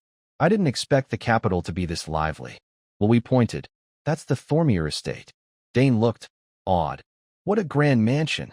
He followed Louise's group. Suddenly, an odd unease hit him, as if someone watched. Lips pursed. Am I imagining it? Entering the Thormier estate, Dane walked on carpeted paths, not dirt, with servants lining both sides, bowing in unison. "Welcome, young Master Dane." He replied, "Thanks for the welcome." Noting their precision, such discipline. Their etiquette and strength feel natural, unlike the South. At the estate's gate, Duke Thormier awaited. Seeing Dane, he knelt. "Greetings, Duke." Rising, hands behind back, "It's been a while." Warmly, he asked, "Dane, you doing well? The trip must have been tough. Come rest." Praising, "You've changed so much since 7 years ago. Among your peers," hand on Dane's shoulder. "Even compared to those a year or 2 older, no one matches you. Arkin must be proud." Dane replied, "You flatter me, Duke." The Duke said, "It's no Beck River, but while preparing for the academy exam, rest here. I'll assign a personal servant. Ask for anything." Dane nodded. "Yes, definitely. By the way, how's Layla?" The Duke replied, "She's fine. But are you 2 fighting?" Dane, surprised, "Huh? What do you mean?" The Duke continued, "Lately, mentioning you makes her upset." Dane puzzled, "Really? I don't get it." Stroking his chin, the Duke mused, "Maybe exam pressure? But Layla should pass easily." Dane said, "I'll talk to her." Thinking, "What's up?" "Puberty." The Duke advised, "We'll discuss later. Don't be too harsh with her." Dane, shocked again, "Huh?" The Duke didn't clarify. "You'll understand soon." Dane wondered, "What's that mean?" Pointing to Dane's room, the Duke said, "Rest now. A servant will guide you." The servant, at the room, said, "Please rest well." Dane replied, "All right, thanks." The door shut. "Alone, I'll stay a week and prep for the exam." Scanning the room. "This guest room's a bit lavish, huh?" Setting his bag down. "First, unpack, then find the training area." A girl entered from outside. Standing behind, she said, "I'll take you to the training area." Recognizing her voice, Dane exclaimed, "Layla." Hands on hips, she snapped, "Dane, why are you so late? I waited forever." Turning, Dane grinned, "Layla." Excited, "Long time no see. How've you been?" Layla replied, "Fine, really fine." Stepping closer, "But don't you have something to say?" Confused, Dane asked, "Huh? What?" Fuming, Layla shouted, "Why didn't you write me?" Clueless, Dane blinked, "Letters?" Dane stammered, "I meant to reply but forgot." "Sorry," Layla shouted, "Sorry's enough?" He explained, "I came here in person, didn't I? Preparing to leave for the capital left me drained. Forgive me this once." Layla tilted her chin, unconvinced. Dane thought, "She's really mad. Trying to appease her. Name anything to make up for it, and I'll do it." Layla perked up, "Really?" Pondering, she took her time. Worried, Dane thought, "Gotta get out of this." "What's she planning?" Impatient, he asked, "So what should I do?" She replied, "All right, how about a friendly duel?" Surprised, Dane echoed, "A duel?" Excited, she said, "Yeah, fight me." Growing nervous, he asked, "Layla, sure about this? Let's try it." Smirking confidently, she teased, "You sure you won't regret it? I'm way stronger than before. I'm not the girl learning mana release from you anymore." Dane thought, that confidence shows how much she's grown in 7 years. He added, "Speaking of, you mentioned winning a tournament in your letter." Layla, surprised, "You remembered? I won the Sparrow Crest, hosted by the Royals." Dane exclaimed, "Right, that's it. The tournament for teens under 15 across the empire, right? Layla confirmed. Yup, a high-standard competition. If you'd come, we'd have faced off in the finals. Such a shame. Dane grinned. That regret can be settled now. Layla, who'd proposed the duel, now worried. You sure? You've got the entrance exam. What if you get hurt? Dane thought. Who should be worried? Not wanting to upset her, he said, I'll be fine. Layla, reassured, didn't object. Good. It's late today.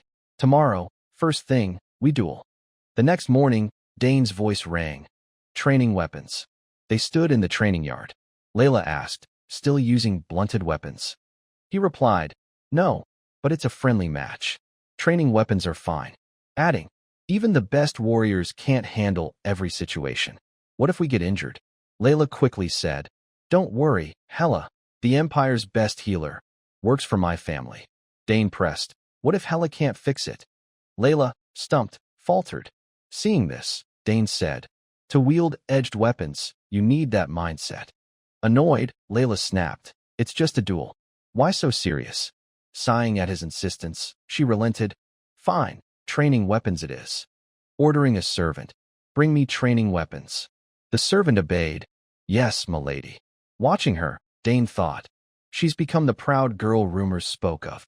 Recalling gossip, they say she'll soon match her brothers, active knights. Maybe Duke Thormier's raised the first female heir. Musing, back then, teaching her mana release was a big motivator.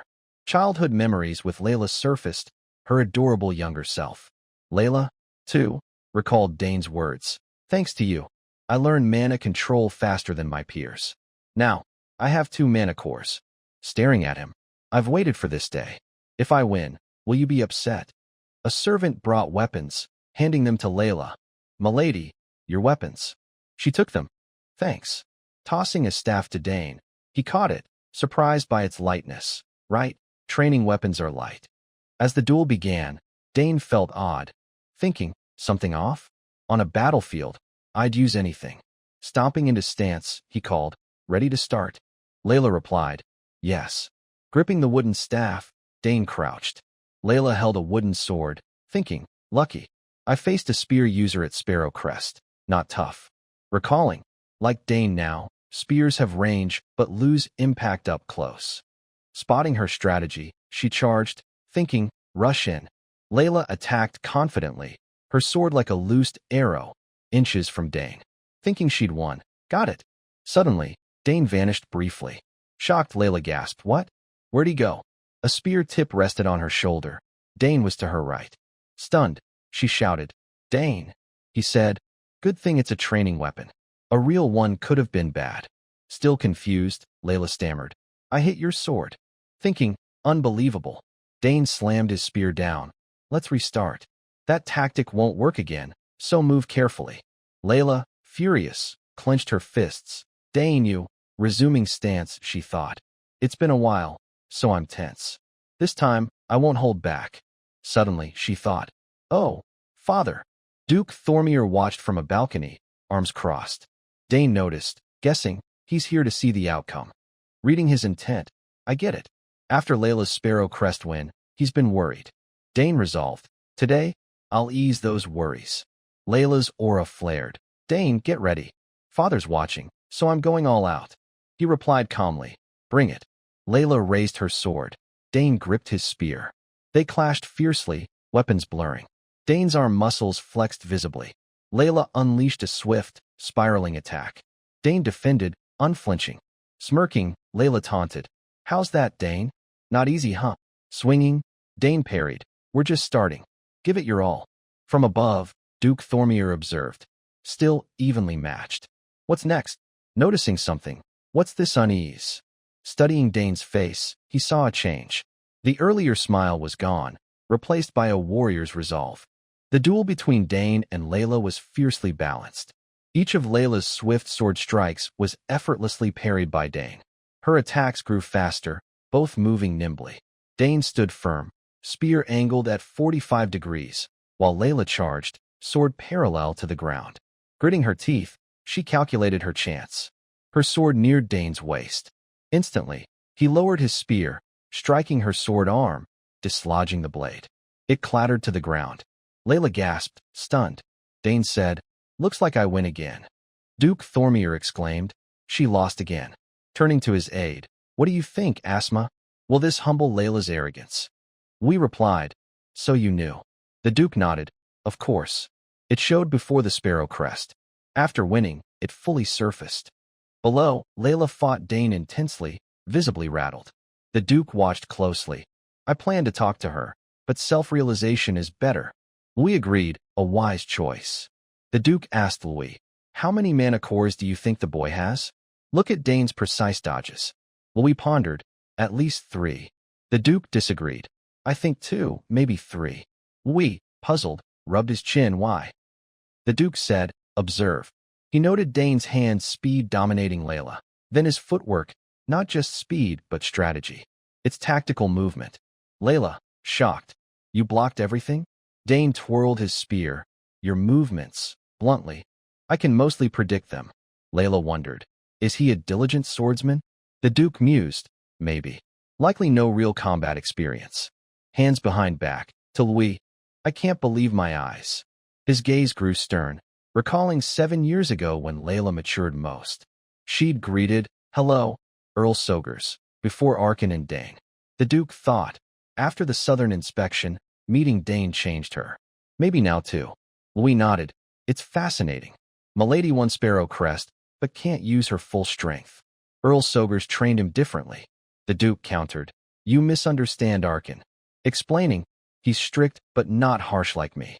Dane didn't need harsh training. Louis, confused, "What do you mean?" The Duke replied, "Overwhelming talent." Pausing, "Ordinary people dare not surpass." Watching Dane, the Duke marveled, "Dane's a genius." He speculated, he likely skipped Sparrow Crest out of disinterest.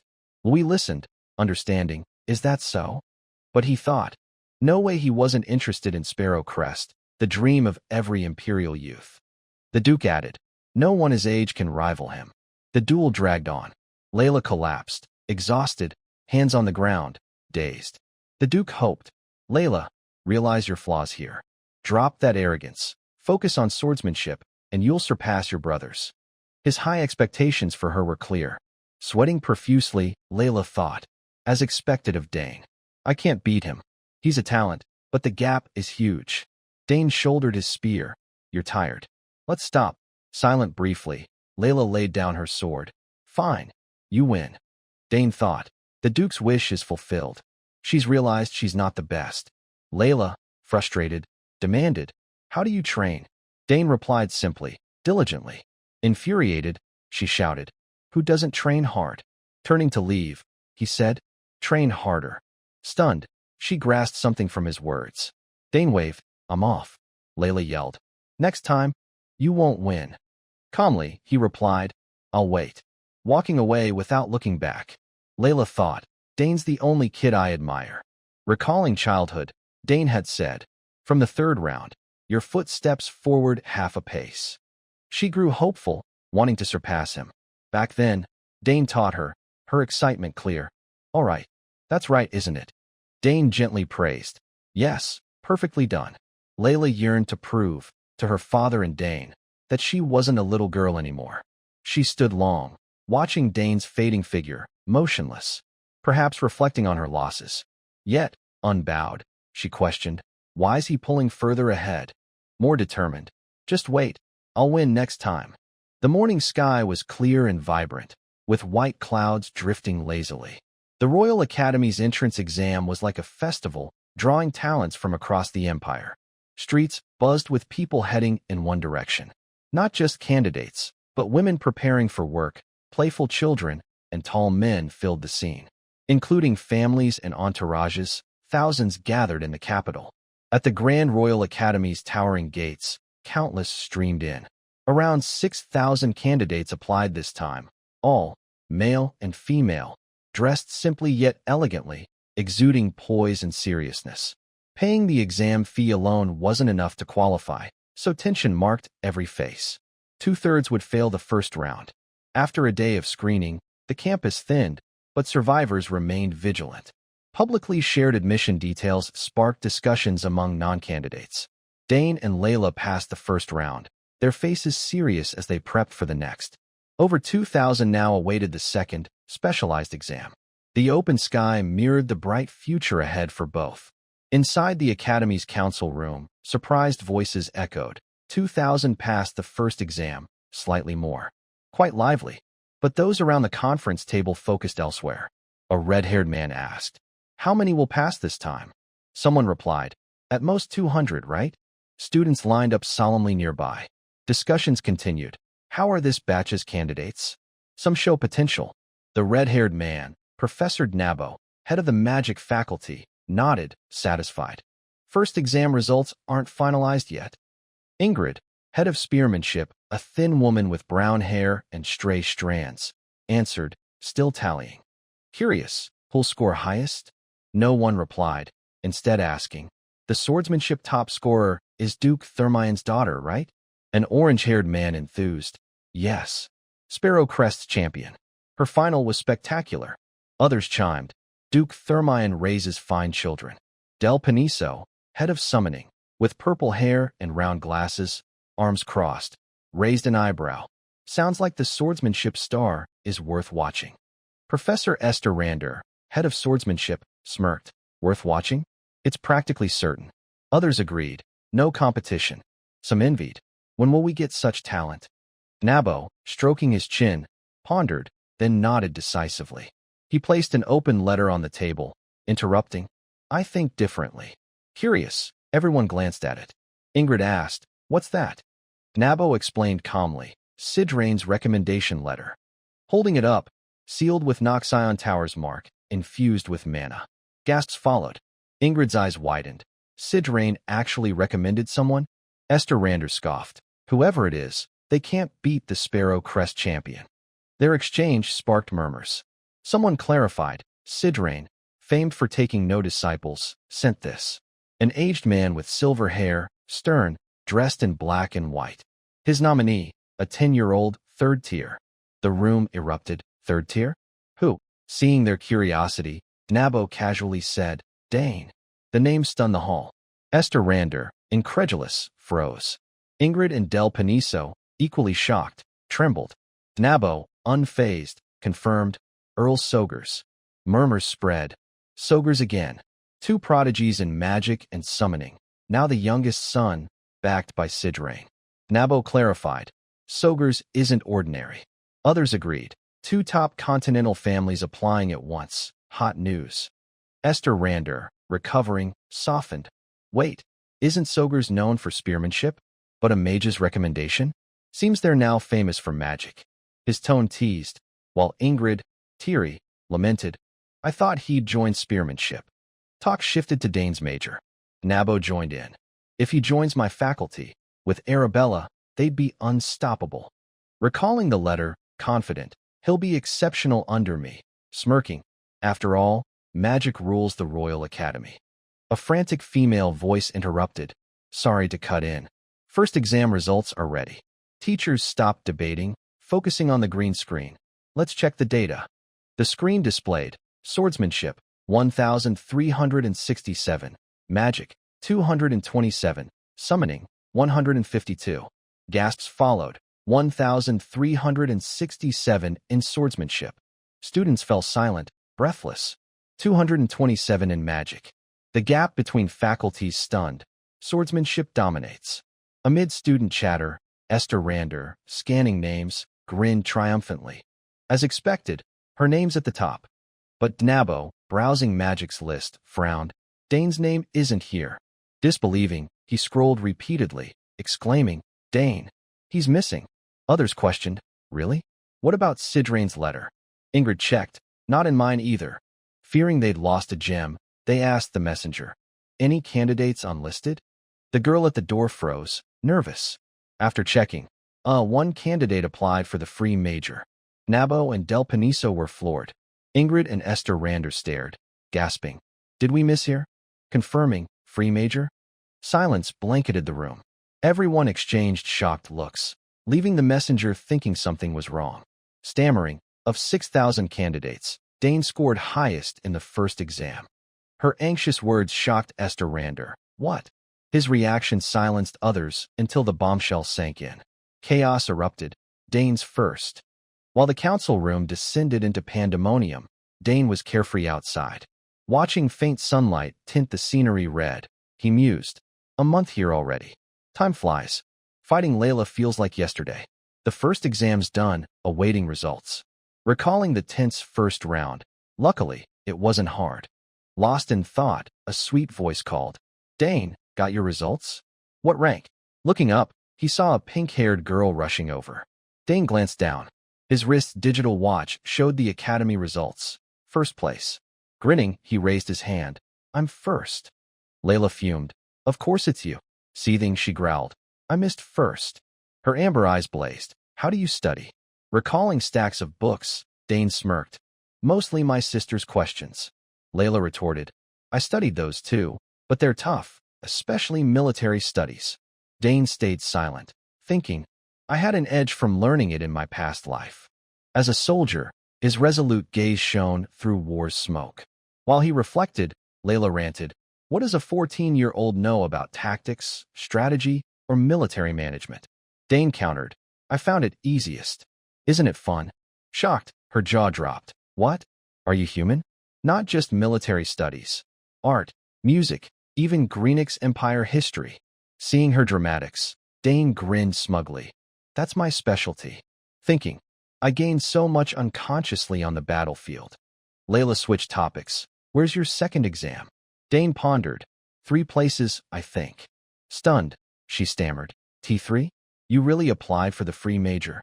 Realizing he'd teased her again, she snapped, hands on hips. Tell me, besides spearmanship and summoning, what else? Dane just chuckled, shouldering his staff and walking off, leaving a carefree silhouette, winking. You'll find out slowly. Layla, itching to pummel him, yelled, Dane!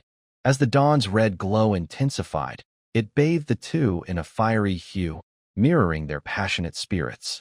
Night fell, the sunset tinting the scenery red, the sun dipping behind the mountains. Everyone returned home, leaving only the 2 teens lingering in the hotel courtyard. Seeing Dane about to leave, Layla chased after him, demanding, Why'd you pick the free major? I can't understand. Dane replied simply, Because I want it all. His flimsy reason left her stunned, half laughing, half crying. The pass rate's insanely low. Knowing her concern, Dane remained unfazed, smiling confidently. I heard the free major lets you take any class until graduation, no need to pick a specific major until then, and you can research with specialized professors. Layla, frustrated at his confidence, snapped. That's why no one applies. Suddenly, she accused. Are you avoiding studying with me, aiming to fail? Dane quickly denied. Not at all. Still skeptical, Layla pressed. So you really think you'll pass? Her eyes glared, ready to bite. Besides spearmanship and summoning, what else do you know? Spill it. Seeing her fiery anger, Dane chuckled nervously, thinking, should I tell her? Another day dawned, sunlight illuminating everything. The Royal Academy basked in radiant glory. Candidates gathered. Dane thought, finally, we're here for the specialized exam. For free major, I must pass 4 fields. Testing summoning, spearmanship, magic, so different from cores and magic circles, it's nearly impossible. What's he thinking? In the faculty meeting room, chatter persisted from yesterday. Ingrid analyzed cautiously. Some passed 2 free major fields before, but most fail even one. Nabo agreed. Stick to spearmanship or magic, safer.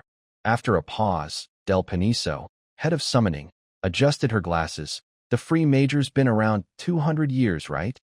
Ingrid sipped tea, sighing, but almost no one passes.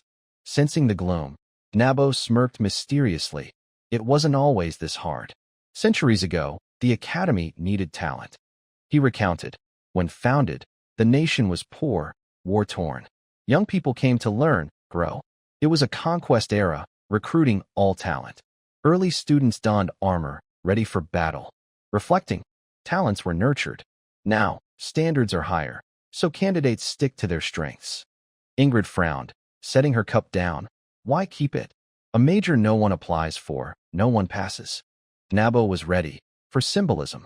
Only the Empire's best can pass, building the Academy's prestige. Del Paniso exhaled, rubbing her chin. It's significant. though now a fading major, kept for reputation. The man stood, presenting data. In 100 years, only 2 passed. 1 dropped out. The other was the former emperor. Though expected, the statistic chilled. Ingrid concluded, only geniuses pass. Del Paniso countered, if it's Arkin's youngest. Nabo nodded. From no ordinary family. I'm expectant. Recalling the Soger's family, led by Arkin, a war hero with silvered hair but undimmed vigor, his wife equally formidable, their eldest daughter an academy star, such a family sparked anticipation for their youngest. Yet, he could be arrogant. The room grew awkward. Nabo smiled wryly. We'd admit him, but as professors, we can't be lax. Del Paniso retorted sternly, silencing him. Staring at his tea's steam, all felt anxious yet hopeful. Is this boy bold enough to challenge that symbol? Their worries rested on one boy. Meanwhile, Dane entered the academy with a straight, confident posture. The second exam's venue was a natural setting, vibrant trees, lush grass. Examiners were Nabo, Del Paniso, and Ingrid, seated behind a large table, eyeing the platinum-haired teen. He introduced, I'm Dane, applying for the free major. The 3 adopted stern teacherly demeanors. Nabo studied him.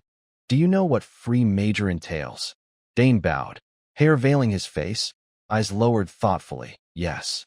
All 3 fields must pass. Mistaking his look for fear, they softened slightly, not wanting to scare him off. Ingrid, still firm, asked, You're Dane, right? It's not too late. Seeing his confusion, she explained, I respect Earl Sogers, the Empire's finest spearman. I don't want his son eliminated and sent home. Her brown eyes narrowed, urging caution against youthful impulsiveness. Dane understood but stayed calm, his tone cool yet polite. Thank you, Professor, but I'm here to give my all. Unswayed, the 3 fell silent. A quitter wouldn't apply. After a tense pause, Nabo closed his eyes, resolute. Fine, no choice. Reiterating, 3 tests, based on your chosen fields. Fail 1, you're out. Dane's eyes dipped. I understand. Seeing his readiness, Nabo glanced at Del Paniso, silent observer. Start with summoning, as decided. Dane's free major second round began. No turning back. They stepped onto the field, facing each other. Del Paniso, in purple hair and attire, arms crossed, eyed him. Dane assessed her cautiously. Del Paniso, Antheon's top summoner, held a record for 3 second-tier summons. Sensing his gaze, she nodded lightly. Summoning's test is simple. Impress me with any summoning-related skill. As expected, a free-form test, no set criteria. Dane smirked triumphantly. Under incredulous stares, he addressed her. Can you summon a beast for me? Surprised, a summoned beast? Thinking she misheard, he repeated amid her shock. Yes, any beast. His move stunned everyone. The other professors gaped. Ingrid exclaimed, What? A candidate asking a professor to summon. Nabo, clueless, stared in awe. What's his plan? I thought he'd just theorize. Is he sneaking a peek at a summoned beast?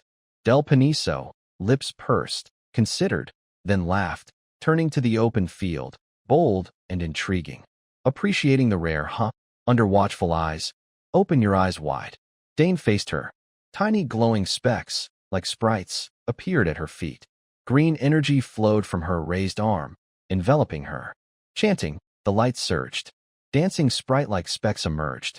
Her violet pupils flashed behind glasses as she opened her eyes, shouting, Answer the call. A powerful energy burst, sweeping the air. A shadowy figure materialized amid swirling magic, forming a vortex that tore open space. Nearby onlookers were flung back, yelping. Seeing the immense magic and emerging beast, Ingrid and Nabo's eyes widened, stunned by Del Paniso's power. Ingrid's pupils shrank, stammering at the colossal beast. That's. As the magical surge faded, a massive white-furred beast appeared on the grass. Bearing fangs, its red pupils and black scara terrified nearby students. Del Paniso's summoned beast stretched sharp-clawed paws, residual magic lingering. A chilling aura engulfed the area. Its massive tail, a weapon, could demolish a building. Roaring, its thunderous cry shook the air. The frenzied beast roared again, louder, fiercer, sending shockwaves that heightened the terror. Dane watched the air ripples from its roar, inwardly shocked. What a terrifying sound. It's the fiercest fourth-tier summoned beast. Tiny against it, he struggled to stand, pushed back by its cry. It attacked anything in sight. Regaining balance, Dane shed his casual demeanor, turning serious. I didn't expect much for an entrance exam, but this'll be fun. Dane smirked, a surge of fervor igniting deep within his soul. A monstrous beast materialized. Del Paniso, arms crossed, said, I've summoned the beast I wanted. What now? Dane stayed silent. Onlookers gasped. Etherac's the fiercest fourth-tier beast. Even skilled knights struggle against it. Ingrid, alarmed. What are they doing? Dane moved forward. Del Paniso started. What are you doing? Stop. If you provoke Etherac. Etherac growled, alert. Approaching, Dane said. Any method to prove myself, right? Sweating, she replied. Yes, but throwing yourself into fire. He extended a hand calmly. No worries, everyone. Del Paniso's eyes widened, speechless. Etherac roared. She glanced coldly. The beast's red eyes narrowed, its tail drooped. Miraculously, it lowered itself, bowing to Dane. Good boy. Ingrid and Nabo exclaimed. This? How? Even Del Paniso gaped. Dane patted Etherac. You're bigger than a Fenfew. Relaxed, it let him touch. She thought, shocked, unbelievable. Etherac, so ferocious, submits so easily. Her eyes widened. A faint light linked to the beast. That's the mana thread to Etherac. Thin, pale, not submission, but it nullifies hostility. Dane closed his eyes, smiling. Nabo thought, a dream. Seeing it, I still can't believe. Ingrid shouted, innate hyperempathy? Incredible. Onlookers gaped. Del Paniso mused. Did he approach Etherac, analyze the mana thread, and mimic it to connect? Lowering her gaze. No method exists, so this must be the best way to tame. Recalling her childhood, her talent surpassed even hers, once praised by her master. Her eyes brimmed with emotion. Such talent promises a bright future. Stepping forward, she told Dane, your abilities confirmed. Smiling, bold courage, calm judgment, solid fundamentals. Dane listened eagerly. No doubt, you've passed. Ingrid and Nabo chimed, agreed. His lips curved, sunlight glowing. Thank you. Night fell. A voice rang. Done in 30 minutes? Layla, glum, your top scorer. Dane replied, what? You topped swordsmanship. No, you're the top. He encouraged. Cheer up, they're throwing a feast for our passes. Tiri, not hungry, eat lots. Sighing, she thought, unbelievable. Such a gap, like an unstoppable force, a natural disaster. As Layla left, Dane called, Layla. Duke Thermian appeared. She wants to be alone. Let her. Dane, worried. Still, don't fret. Layla will bounce back. Smiling. Have you contacted your father? The Earl must be proud. Dane bowed. Yes, everyone's thrilled. The feast buzzed. Free majors fitting. Everyone's shocked. Exams done. Rest and prep for enrollment. Thanks to the Duke's care, I've had a great time. Thermian asked, thought about your forge commission?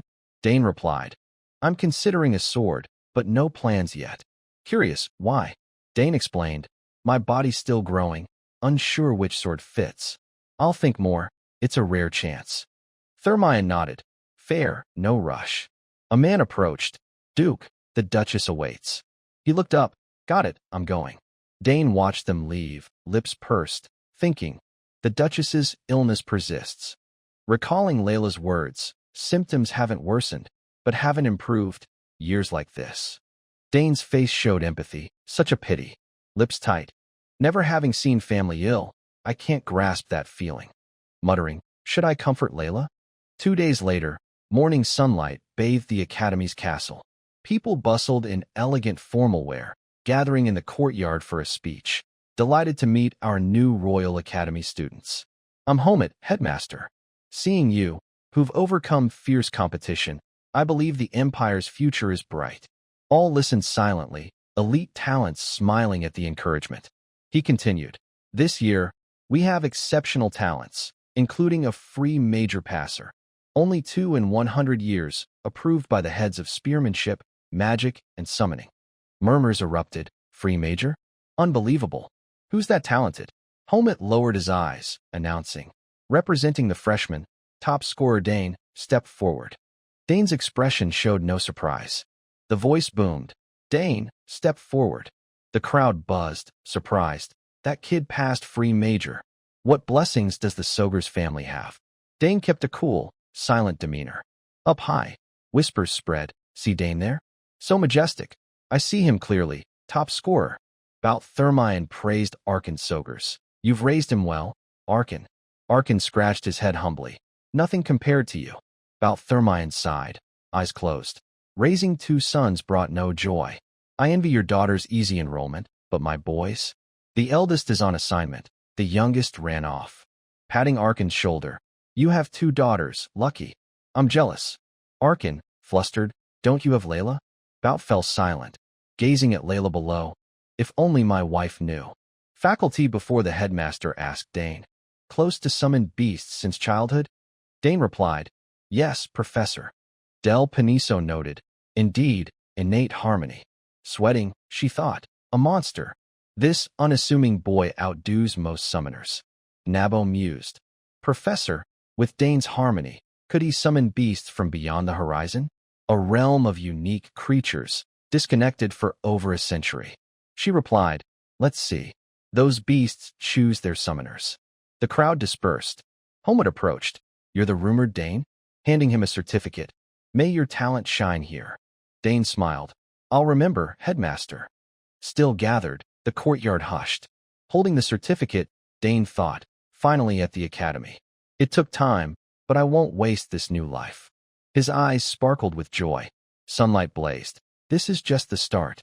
In the academy's opulent main hall, a man announced, that concludes the introduction. Take a break until the next part. Eat, rest well. Murmurs arose. A familiar voice warned.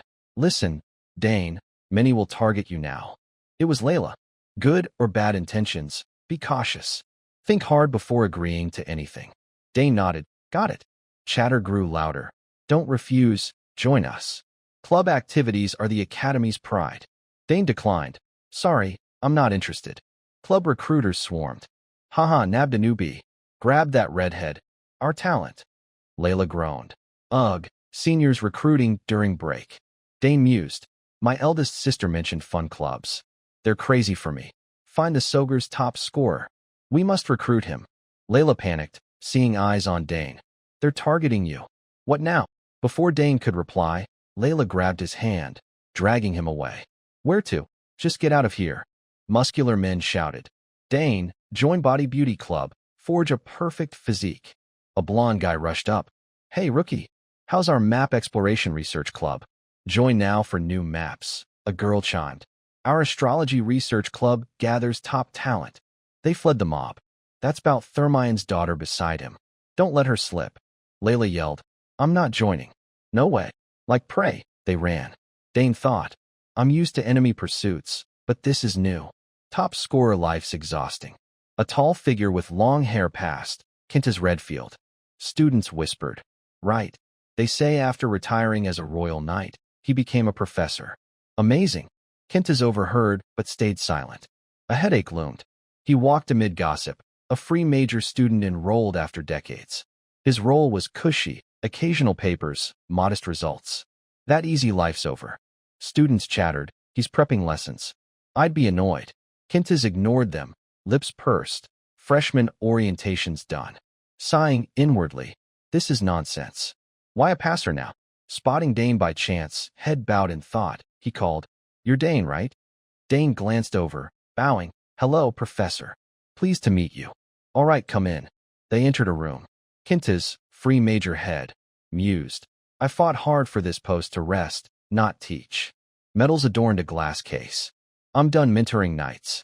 Finally, Quintus asked, Why free major? Dane replied, To do everything. I want to. No plans to switch to a specialized major? Dane was honest. No, I don't want to miss this chance. Quintus pursed his lips. Then I must guide him. No other way. Spotting a sword. Wait, he didn't test swordsmanship. Lacks confidence, huh? Seizing the chance. Hey, know anything about swordsmanship? Dane, puzzled. Swordsmanship? No offense, but, as your free major professor, I should know your level. Dane sensed the intent, thinking, why suddenly swordsmanship? Feels unwelcoming. He clarified. It's not that I'm uninterested. Kintas pounced. Great. Shall I test you? Dane nodded. Sure. Kintas gloated inwardly. Perfect. He's trapped. Allowed. To my training ground. His plan clear. I can fail students. Claim poor swordsmanship, and he's gone. In the armory, Kintas gestured broadly. Plenty of swords here. Pick one. Dane stayed calm, nodding. Yes, Professor. He felt uneasy at the chaotic sight. Swords strewn about, training ground littered with debris. Why is it like this? The neglect, despite no free major students, seemed excessive. Perplexed by the array of swords, which suits me. Lacking criteria for a good sword, he stepped forward, grabbing one. Kintas assumed he'd dual wield. This'll do, Dane confidently affirmed. Yes, this is enough. Kintas's conditions sounded simple, though his skill was formidable. Land one hit with that sword, and you pass. Setting a self-imposed limit to show fairness. It's easy. I'll move only 2 steps. Dane's crystal blue eyes gleamed, ready. Understood. Kintas anticipated his performance. All right, let's start. Yet, he doubted Dane's calm acceptance. So confident? Dane's radiant smile prompted. Is there another reason? Dane charged, sword in hand, not just swift, but resolute. Kintas, startled, noted the blade mere inches away. Dodging, he pondered Dane's skill. So fast? This got him into free major? With one sword, Dane unleashed a flurry of shadow sword strikes, each powerful and precise. Kintas, narrowly evading a slash, marveled. What's this? Unable to delay, he raised his sword, keeping his 2-step promise as Dane pressed forward. How's he calm with a blade grazing him? Phew. A second later, and it'd be trouble. Unorthodox swordplay, some sword-savvy fool. Dane halted just short of injury. A mere test, yet their intensity kicked up dust. Dane's heavy breaths signaled full effort. Kintas, fatigued, analyzed. He fights like a battlefield swordsman, not noble or knightly. Standing firm, Kintas watched Dane's relentless, warrior-like strikes. Blocking without countering, Kintas noted Dane's chaotic yet effective multi-angle attacks. A near miss left him reeling. His style splits him in 2, each strike fearsome. Dane's rapid position shift stunned. Unbelievable. A 6th tier like me needs this focus? Expertly dodging, Kintas questioned, fighting a 14-year-old. Each move shocked Kintas. He doesn't even need a master blade. Shifting minimally, he dodged. Dane lowered his stance, 1 foot back, poised to lunge. Kintas's face twitched, his expression unnatural, reminiscent of a past battlefield. A blonde warrior, Kintas, pre-professor, amid arrows in the ground, witnessed a lone figure crush an army. Astonishing, Dreen has such warriors. Using experience, Kintas suspected Dane hid his identity, lacking knightly insignia. Still shaken, he wondered at Dane's departing figure after a final slash. Who was that? Back in the present, their duel raged on, swords aimed at each other. Unexpectedly, Dane's blade pointed at Kintas's heart. Distracted, wide-eyed drift off. A victor's smile bloomed on Dane. Already skilled, he relished competition. Sheathing his sword, he asked softly, Professor Kintas, have I met the requirement? Silence fell. Kintas gritted his teeth, eyes closed, speechless at losing to a child. Lowering his sword, he gripped the hilt to stifle anger, admitting, you've passed. Dane panted, while Kintas, unruffled, thought, without my handicap, it'd be tough. Royal Knight prowess isn't enough. Dane's free major choice had revealed his ability. Kintas reflected, this kid's a genius, uniquely so. Even with my handicap, he matched a 6th tier. The duel clarified forgotten truths. Now I see why he skipped the swordsmanship test. In the arena, Kintas marveled. With this skill, why not swordsmanship? Dane's reason was simple. My family would be sad. Kintas, floored, what? Hesitating, Kintas nearly spoke, but stopped, having traced Dane's exceptional family. Master spearman father, prodigy sisters in magic and summoning. Did he choose all 3 for family expectations? To avoid hours of silence, Dane prompted, Professor, all confirmed? Kintas, musing on Dane's motives, not a lack of swordsmanship confidence. I misjudged. Right, go? I'll send notice soon. Fierce in battle, Dane turned polite. Yes. Thank you, Professor. Kenta's sour expression stemmed from defeat or curiosity about Dane's true ability. Frozen, he watched Dane leave, questioning, "Did I let emotions sway the test? Poor choice. Did the faculty judges feel this?" Struggling to regain calm, his plans to oust Dane for an easy life vanished. Eyes shut, he reconsidered. Who is he? In a warrior's memory, Kenta's focused on one scene. Silent, he observed. A voice echoed as Dane single-handedly felled hundreds of rebels, eyes fixed on the sun's final rays before night. Kenta's, rattled, sweated, hesitantly uttering, "Dane." The name flashed in his mind. Yes, that's him. On the academy courtyard, a crowd of students buzzed with chatter about the test. The Dane siblings were no exception. Claire asked again, "Did I really pass the test?" Dane hesitated. "Yeah, I think so." Claire placed a hand over her mouth, cleared her throat, and closed her eyes to think before speaking. "That's odd. Professor Kenta's isn't someone who lets students pass easily." Dane stood opposite, sweating, thinking, what a surprise. She recalled how Kenta's Redfield had approached the principal earlier. Frowning, she said, "That professor only teaches once a year, but this time the principal summoned him.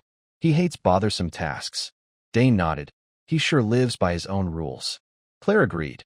"Yeah, that's why I'm shocked." Suddenly, she stepped closer, grabbing her brother's arm. Placing a hand on Dane's shoulder, she leaned slightly, saying, "I'm just glad nothing happened." Dane smiled. "Yeah." Claire beamed, exhaling in relief. Seeing her smile, he thought, "Big sis didn't say that's my Dane, but just feels relieved I'm safe." Smiling, Dane nodded. "Yeah," inwardly affirming it was one reason he loved her. As the siblings chatted happily, someone rushed toward them, voice booming before they arrived. It was Arabella, exclaiming, "Oh, Dane, I was wondering where you were. Turns out you're with Claire." Hearing her voice, they turned. Dane called out joyfully, "Biggest sis." Arabella flashed a smile at the siblings, asking, "Our youngest passed the test, right?" The trio standing together sparked a commotion. Nearby students pointed, gossiping about the Soger's family. "Look, the Soger's siblings are gathered. I thought just Arabella and Claire were amazing, but now the youngest outshines his sisters. What kind of family are they?" The scene shifts to another part of the city. Max Howe's voice droned on. "I'm Max Howe, in charge of all dormitory operations. The dorms are divided into 3 areas based on entrance scores. The highest tier is called Danteer Guan, named after the first emperor." The two walked slowly down the path. Dane listened attentively, responding softly, "Yes, sir." Seeing Dane nod, Max continued, "Student Dane, as the top scorer in the free specialization, you'll stay here. The cafeteria, training grounds, and library are top-notch. Plus, there's a lounge and a magic projection room." He paused, then added mysteriously, "And there's secret equipment, too." The odd phrase startled Dane, his eyes flicking over. What's he thinking? Secret equipment?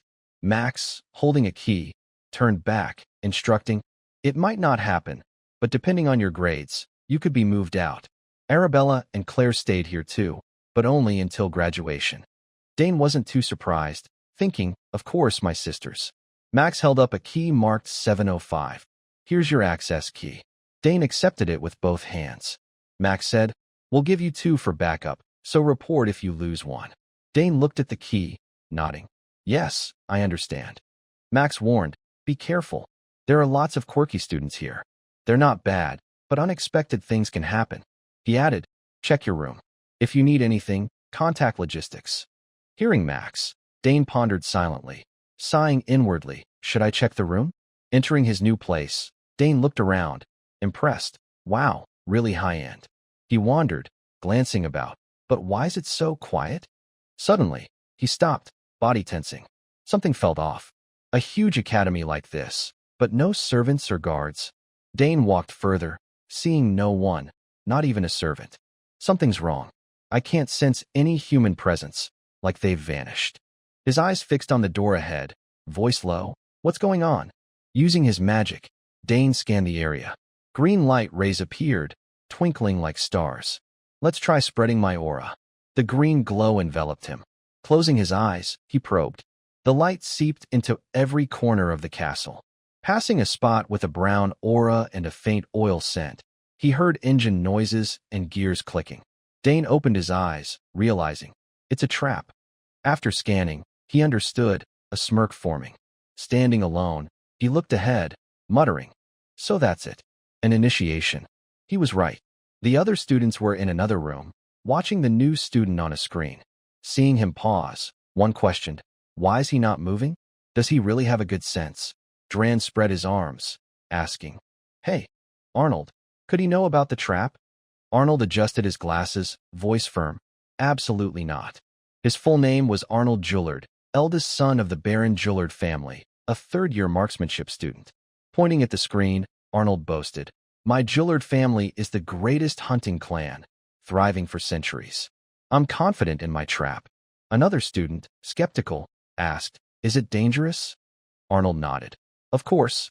I removed anything that could harm him. It's just to make him a laughingstock." He grinned triumphantly. "Wait and see. He'll probably faint from fear. This first initiation will be epic." Looking at the screen, he added, "When that kid gets here, he'll be a mess." Another hesitated. "Is it really okay?" "That's the Soger's family." Arnold raised an eyebrow. "So what?" "We all went through memorable initiations." Just then, a blonde girl's voice chimed behind Arnold. "But he's the top scorer in free specialization. This time might be different." This was Priscilla Nealiel, from the Nealiel family, a fourth-year neuroscience student. She said, "His eldest and second sisters are geniuses. If he passed free specialization, he's an even greater genius." Hearing her, Arnold's eyes widened, mouth agape, turning, "What? You mean he won't fall for my trap?" A brown-haired student interjected, "Not that, but you don't seem confident." Arnold insisted, "My trap's perfect. Stop laughing, it won't happen." He adjusted his glasses, thinking darkly, no way he'd spot my trap. I used stealth magic and oil to mask the engine noise. Suddenly, Dane moved, shocking the room. Everyone watched, shouting, "He's moving again? Look, move aside." Dane walked, looking up, smiling. Starting with a rope trap? One light touch, and it springs. He reached forward, opening the door, muttering, "So, magic bullets on the ceiling, rigged with something." Opening the door triggers it. Sure enough, as he opened it, the device fell, shattering. It spilled water, icy, clear blue water splashing the floor. Dane stood still, unmoving. One step forward, and he'd be drenched. But such tricks couldn't fool him. He glanced at the pooling water, clicking his tongue inwardly. Less water than I expected. Then, a hidden mechanism activated, releasing brown smoke.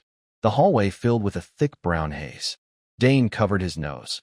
"Almost sent me to the afterlife with that stench." Frowning, he thought, "Ugh, what's this? Such a childish smell." He had the pit ahead, brown smoke still pouring out. The students, seeing him evade the trap unscathed, panicked. "What?" He noticed. Priscilla glared at Arnold, demanding, "Arnold, what's this? You said it was undetectable." A red-haired student wondered, how'd it go wrong so fast? Arnold defended himself. "Just a coincidence. A fluke." Priscilla, fuming at his excuses, snapped, "Coincidence." Arnold nodded frantically. "Yeah, I went easy at the start, so he spotted it." Still believing his next plan would work, he deflected, "Just wait. He'll fall for it." The red-haired student, watching the screen, agreed. "Yeah, probably a glitch." Dran said, "Let's trust Arnold." Priscilla eyed Arnold, exasperated, sighing. He panicked, thinking, "Ugh, why do I feel so uneasy?" Meanwhile, Dane left the chaos behind, moving forward. He sighed. "The second trap's clumsy too. Should I just wreck it?" Dane assumed a stance, ready to counter Arnold's traps. As he stepped forward, fists shot out from all directions, aiming for him. But Dane was unfazed, his body moving fluidly, dodging the gloves with ease. Next, he kicked off the wall, using the momentum to leap forward. Feathers suddenly rained down. As Dane landed, wooden spikes shot from the ceiling, aiming to cage him. With agile reflexes, he slipped through and evaded them. The onlookers marveled, as expected of the Soger's family. I heard his sisters had memorable initiations too. Arnold, watching the screen, saw Dane dodge effortlessly and gaped. My traps, my traps." Behind him, Priscilla was equally stunned. Arnold paced, hands on hips. "It's like he's predicting everything." Dran sighed. Arnold hid them so simply? Damn it. Arnold gritted his teeth, sweat pouring, fists clenched, refusing to believe. It's too early to give up. He can't dodge the final trap. Priscilla, silent until now, asked, "What's the final trap?" Arnold smirked, chuckling. Haha, you'll see. On Dane's side, a red dragon with wings stood before him, roaring. Beside it was a goat with long horns. Dane eyed the beast suspiciously. Summoned creatures this time? The dragon roared, as if confirming. Facing the creatures, Dane nodded approvingly. They prepared some strong ones. But something felt off, right? He noticed the dragon's base looked hazy, its image slightly small. Its wings passed through the wall without damage. Dane realized, it's an illusion.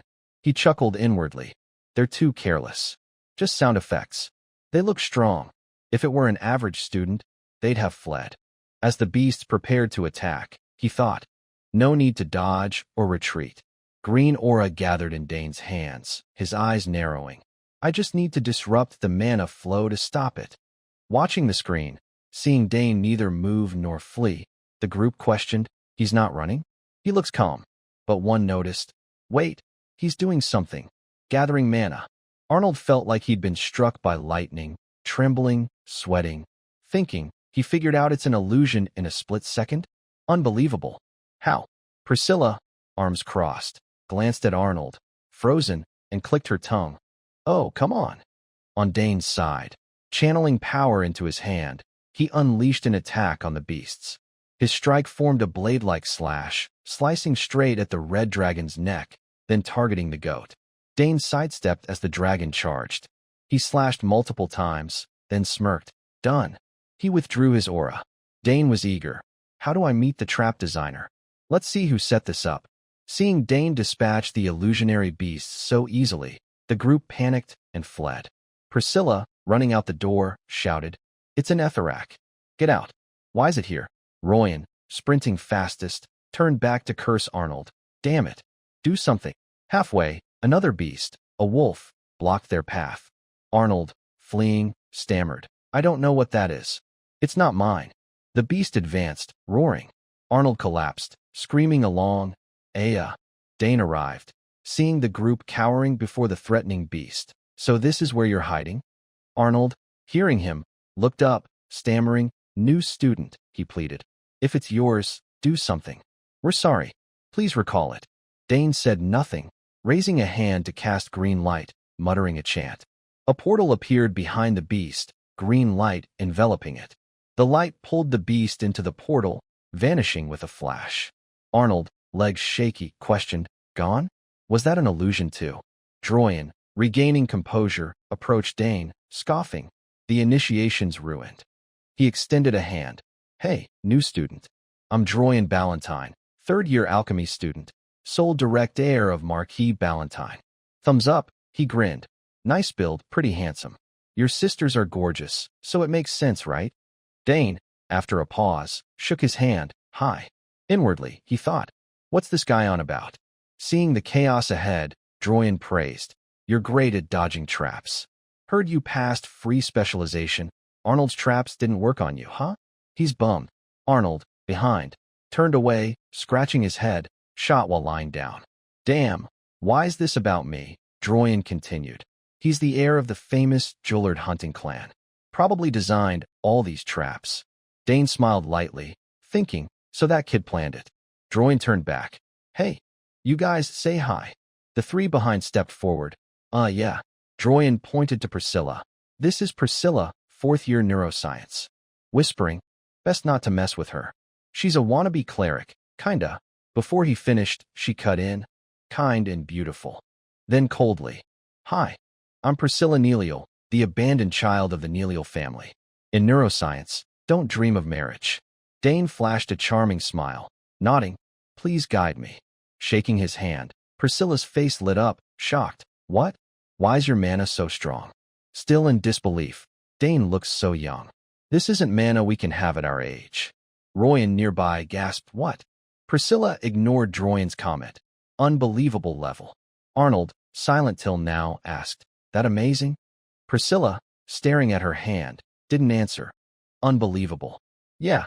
Arnold glanced, annoyed, showing off with stronger mana. A red-haired student stepped between Dane and Priscilla. Yo, Dane. Priscilla, irritated, frowned. Don't cut in. Ignoring her, he said, I'm Scal Hasbro, second-year martial arts. Unlike those gross gym rats, so don't get the wrong idea. Hearing muscles, Dane thought of two hulking guys. Oh, those types. Scal explained, muscles matter, but martial arts isn't about flexing. If you're curious, talk to me. I'll show you real martial arts. Dane nodded. Scal glanced at Arnold. One left, huh? Arnold, arms crossed, turned away haughtily. Priscilla, seeing him face away, said, Arnold, introduce yourself. Your turn. Droin added, what, sulking? Over the traps. Arnold, eyes closed, ignored them, just for that? So petty. Changing his mind, he turned, shook Dane's hand. I'm Arnold. Smiling, greetings. Let's help each other. Dane, reading his expression, wondered. He's upset I broke all his traps. Should I compliment him? He praised, pointing out flaws, solid traps. You clearly know mechanisms and triggers, but the main issue is. Arnold, shocked, shouted, what? Ignoring his disbelief, Dane suggested. Next time, instead of F6 break, mix F3 silver with D6 black at a 4:6 ratio. It'll work better. That brightness is less noticeable. Arnold, listening, found it reasonable. Dane continued. Other than that, anyone could fall for your traps. Priscilla gaped. Lecturing Arnold? Who are you to teach him trap making? Outrageous. Someone interrupted. That's enough intros, Dane. I'll show you your room. With that, the group headed down the hall. Walking, Dane thought, interesting people. Not a bad mood. I've made good friends. Watching them laugh and bicker ahead, one jab after another, Arnold yelled. You all heard him. He said my traps were well made. Priscilla teased. Ah, so cute. Arnold snapped. I'm not a kid, stop it. Dane smiled, amused. Things will get even more interesting. In front of the academy, Layla shouted, what? 6 specialized classes this semester. Dane, standing opposite, nodded. Just 3 specializations. Each requires 2 lectures. Plus, there are general education courses. Layla groaned. What now? No time to sleep. One hand on her hip, the other pointing at Dane, she said, you're adding general courses too? Can you handle it? You won't even have time to sleep. With a serious tone, she added, normally, first years only have 4 classes. Think about it. Can you skip the first one? Dane glanced at her, a slight smirk forming, and gave a reason. You think that's okay? That's why military studies got 2 extra general classes. Layla recalled a moment in the classroom, staring at her transcript in shock. Ugh, you're brutal. I'm terrified of military studies. In the first exam, my score tanked because of it. It's a tough subject. Back to the present. She stood with legs crossed, eyeing Dane. You sure look like a top student. See you later in the swordsmanship specialization class. I've got a general lecture now. Curious, Dane asked. What's the general lecture about? Seeing his interest, Layla winked, pulling out a thick book, Understanding Cosmetics and Skincare. Dane thought, typical girl stuff. He chuckled, haha, such a girl thing. Bidding her farewell, he left. Got it. See you later. In the classroom, everyone buzzed about Dane. His reputation preceded him. Why's he here? To attend a lecture? Students in the back whispered, really? Being the Earl's son, he seems kinda cold, huh? Oh, I get what you mean. Dane, sitting up front, frowned, annoyed, thinking, gossiping about someone loud enough for them to hear. I heard everything. He sat at his desk, picking up a book, placing it down, and flipping it open. Introduction to Military Studies. He'd read this section before and roughly understood it. From what I read yesterday, some content aligns, but some is completely opposite to reality. Fair enough. If theory and practice always matched, no nation would lose a war. His gaze darkened, but military studies are taught because basic theory is crucial. His thoughts were interrupted by the noisy students, snapping him back. The professor arrived. Francisco Gabus entered, stern-faced, his shout echoing through the hall. What's this class doing? Sit down. He slammed his hand on the desk for order. Hello, everyone. Introducing himself, he said, I'm Francisco Gabus, teaching military studies theory. Call me Professor Gabus. Next, roll call. Like other classes, we'll start right after. Dane, below, looked pensive, hand on chin. Thinking, from his demeanor, He seems battle-hardened. Smiling inwardly, this'll be interesting. Francisco paused, then shared, deep understanding of military theory is key to battlefield success. Soldiers act recklessly, so commanders must balance victory and lives. Theory is critical. It helps you grasp the field. Recognizing real-world inconsistencies reveals the true value of military theory. He posed a question. I'm curious, how many talented students here will become elites? What's the most important thing in war? A hand shot up. Francisco glanced at it. Dane. He said, let's hear from the student with the raised hand. Dane answered confidently, logistics. The students gasped, amazed Dane got it right. Francisco nodded, pleased, exactly. He continued, victory, triumph, innovation, all rely on secure logistics. Looking at Dane, he praised. The room went silent. Impressive, answering correctly right away. Arms crossed, he asked Dane, do you know the 3 most important aspects of logistics? Dane replied decisively. First, strict military management. Logistics from central to front line isn't just physical distance, it's a system. One corrupt person can easily cause embezzlement, leading to supply shortages. Dane recalled the past. From my experience, most logistics issues stem from dishonest middlemen, even if shipments start secure. Francisco was impressed. Correct. Dane, calm, continued, standardized logistics. Unified quantity and weight standards enable mass production, speeding up supply. Frontline units maintain combat strength without losses. His answer stunned the hall, content not in their books. What? That's not in the textbook. Francisco chuckled inwardly. What's this? He pressed. Correct. And the last. Dane answered swiftly. Local production. The longer a war drags, the less the first 2 are followed, and supply quality drops. Recalling struggling civilians growing crops, he suggested, soldiers must find ways to be minimally self-sufficient. Though quantity and quality are low, it's enough for emergencies. I've seen it, lush cabbages under sunlight, thanks to everyone's effort. He added, it's enough for backup food in crises. Inwardly, this is from what I've seen and felt on the battlefield. As Dane spoke, the hall held its breath, no one daring to interrupt. Students gaped. His words are beyond our understanding. Too amazing. Francisco, thrilled by Dane's knowledge, said, excellent. A brilliant answer. What year are you? Dane replied, first year, sir. Shocked, Francisco exclaimed, what? A first year? Seeing Dane's confident stance, he thought, how does a freshman know this? Stepping forward, he said, strict military management, standardized logistics, and local self-sufficiency. Skeptical, Francisco asked, those are real-world experiences of soldiers and officers. Without battlefield experience, how do you know? Caught off guard, Dane made up an excuse. My father told me these things.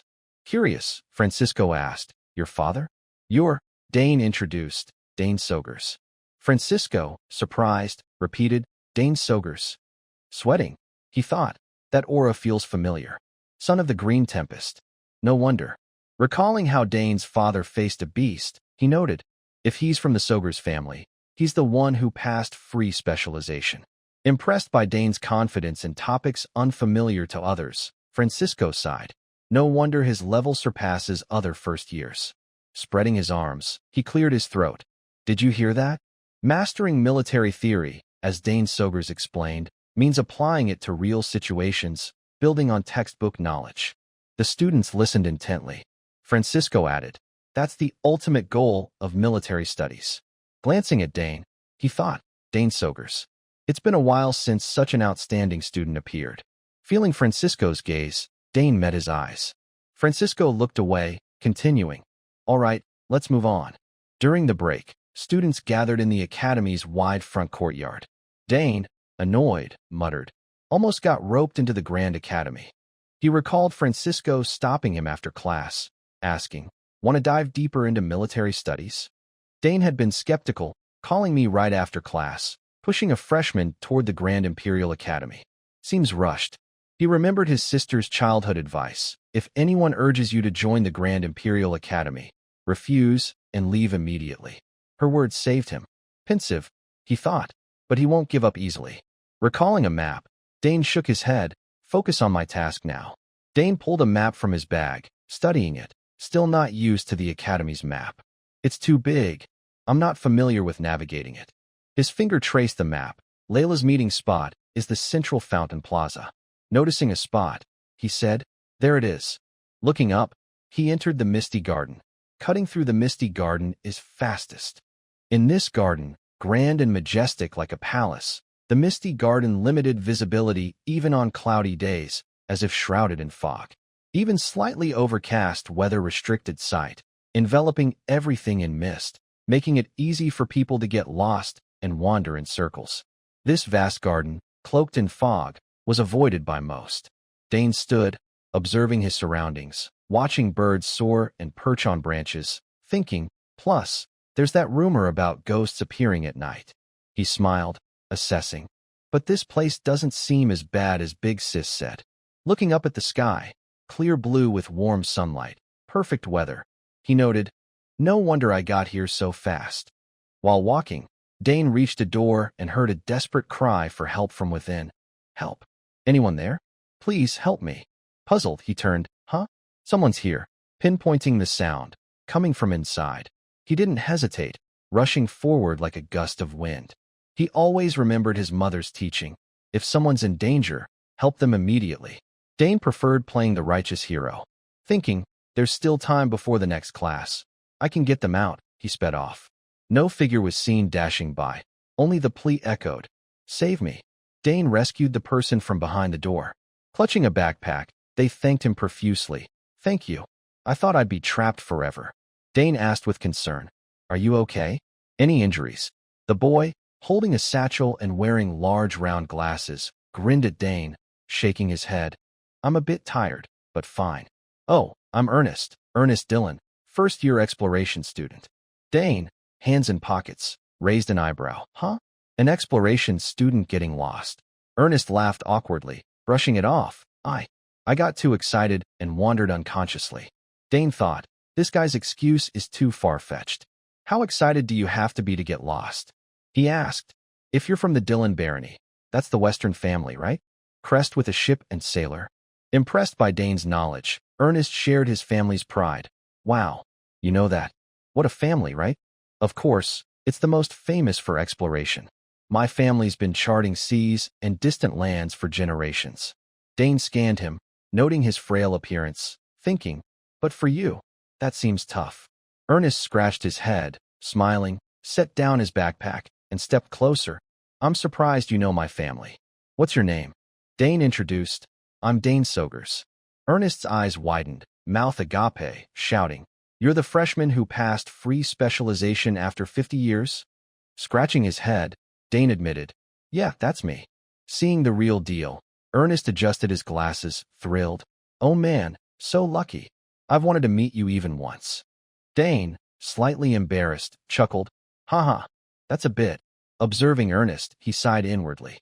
Noticing a mark on Ernest's neck, Dane thought, he said he's uninjured, but his gaze shifted to Ernest's hands, bruised, clothes disheveled.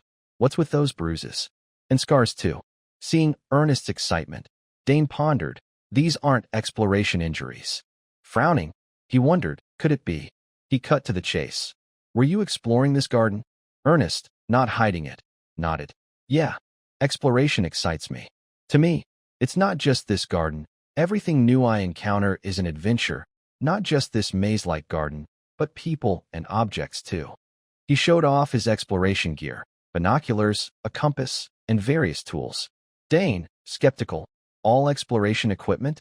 That's a lot." Squatting on the ground, Ernest said, "My goal is to explore every corner of the academy." Raising a finger dramatically, he added with a hint of fear, "This misty garden is one of them. There's definitely something here. Cloudy skies with thick fog. It's not normal, right?" Dane's eyes widened, nodding, "True. So have you found anything?" Ernest shook his head, disappointed. "Not yet. But I'm sure there's some force in this garden." Dane added, "But hasn't no one ever figured it out?" Ernest's spirits lifted, nodding, "Exactly. But what if there's a reason no one's thought to investigate? Or they tried and failed?" Dane asked, "A reason it can't be explained?" Ernest averted his eyes, resolute, brows furrowing. "Yeah, we can't know yet." He shared his hypothesis. What if it's a power from unidentified elements or objects, like ferocious beasts, relics of a lost ancient kingdom, or summoned creatures from beyond the horizon? Dane, intrigued, said, if it's ancient kingdom relics, that'd be interesting. Ernest, excited, agreed, right? I really want to uncover that secret. Remembering his class, Dane said, oh, right. I'm heading to a lecture. Ernest panicked, looking around, at a loss for words. He packed up, preparing to leave. As they were about to go, a sudden rain poured down heavily. Ernest exclaimed, oh no, rain. They dashed under an overhang for shelter. Ernest, wide-eyed, turned back, shouting, Dane, big trouble. They say when it rains here, the fog. Dane startled. What? Then it's hard to get out, right? The rain grew heavier, and Ernest, anxious, said, exactly. We'll lose our bearings. He grabbed a small box containing a compass, pulling it out. It spun briefly, then whirled uncontrollably. Sweating, Ernest muttered, we're done for. He announced gravely. As expected, the compass isn't working. We can't move. Dane wondered, can't you solve it with exploration skills? Ernest, helpless, clutched the compass, head bowed. Some unknown force. Damn it. We're trapped. My body feels heavier. What now?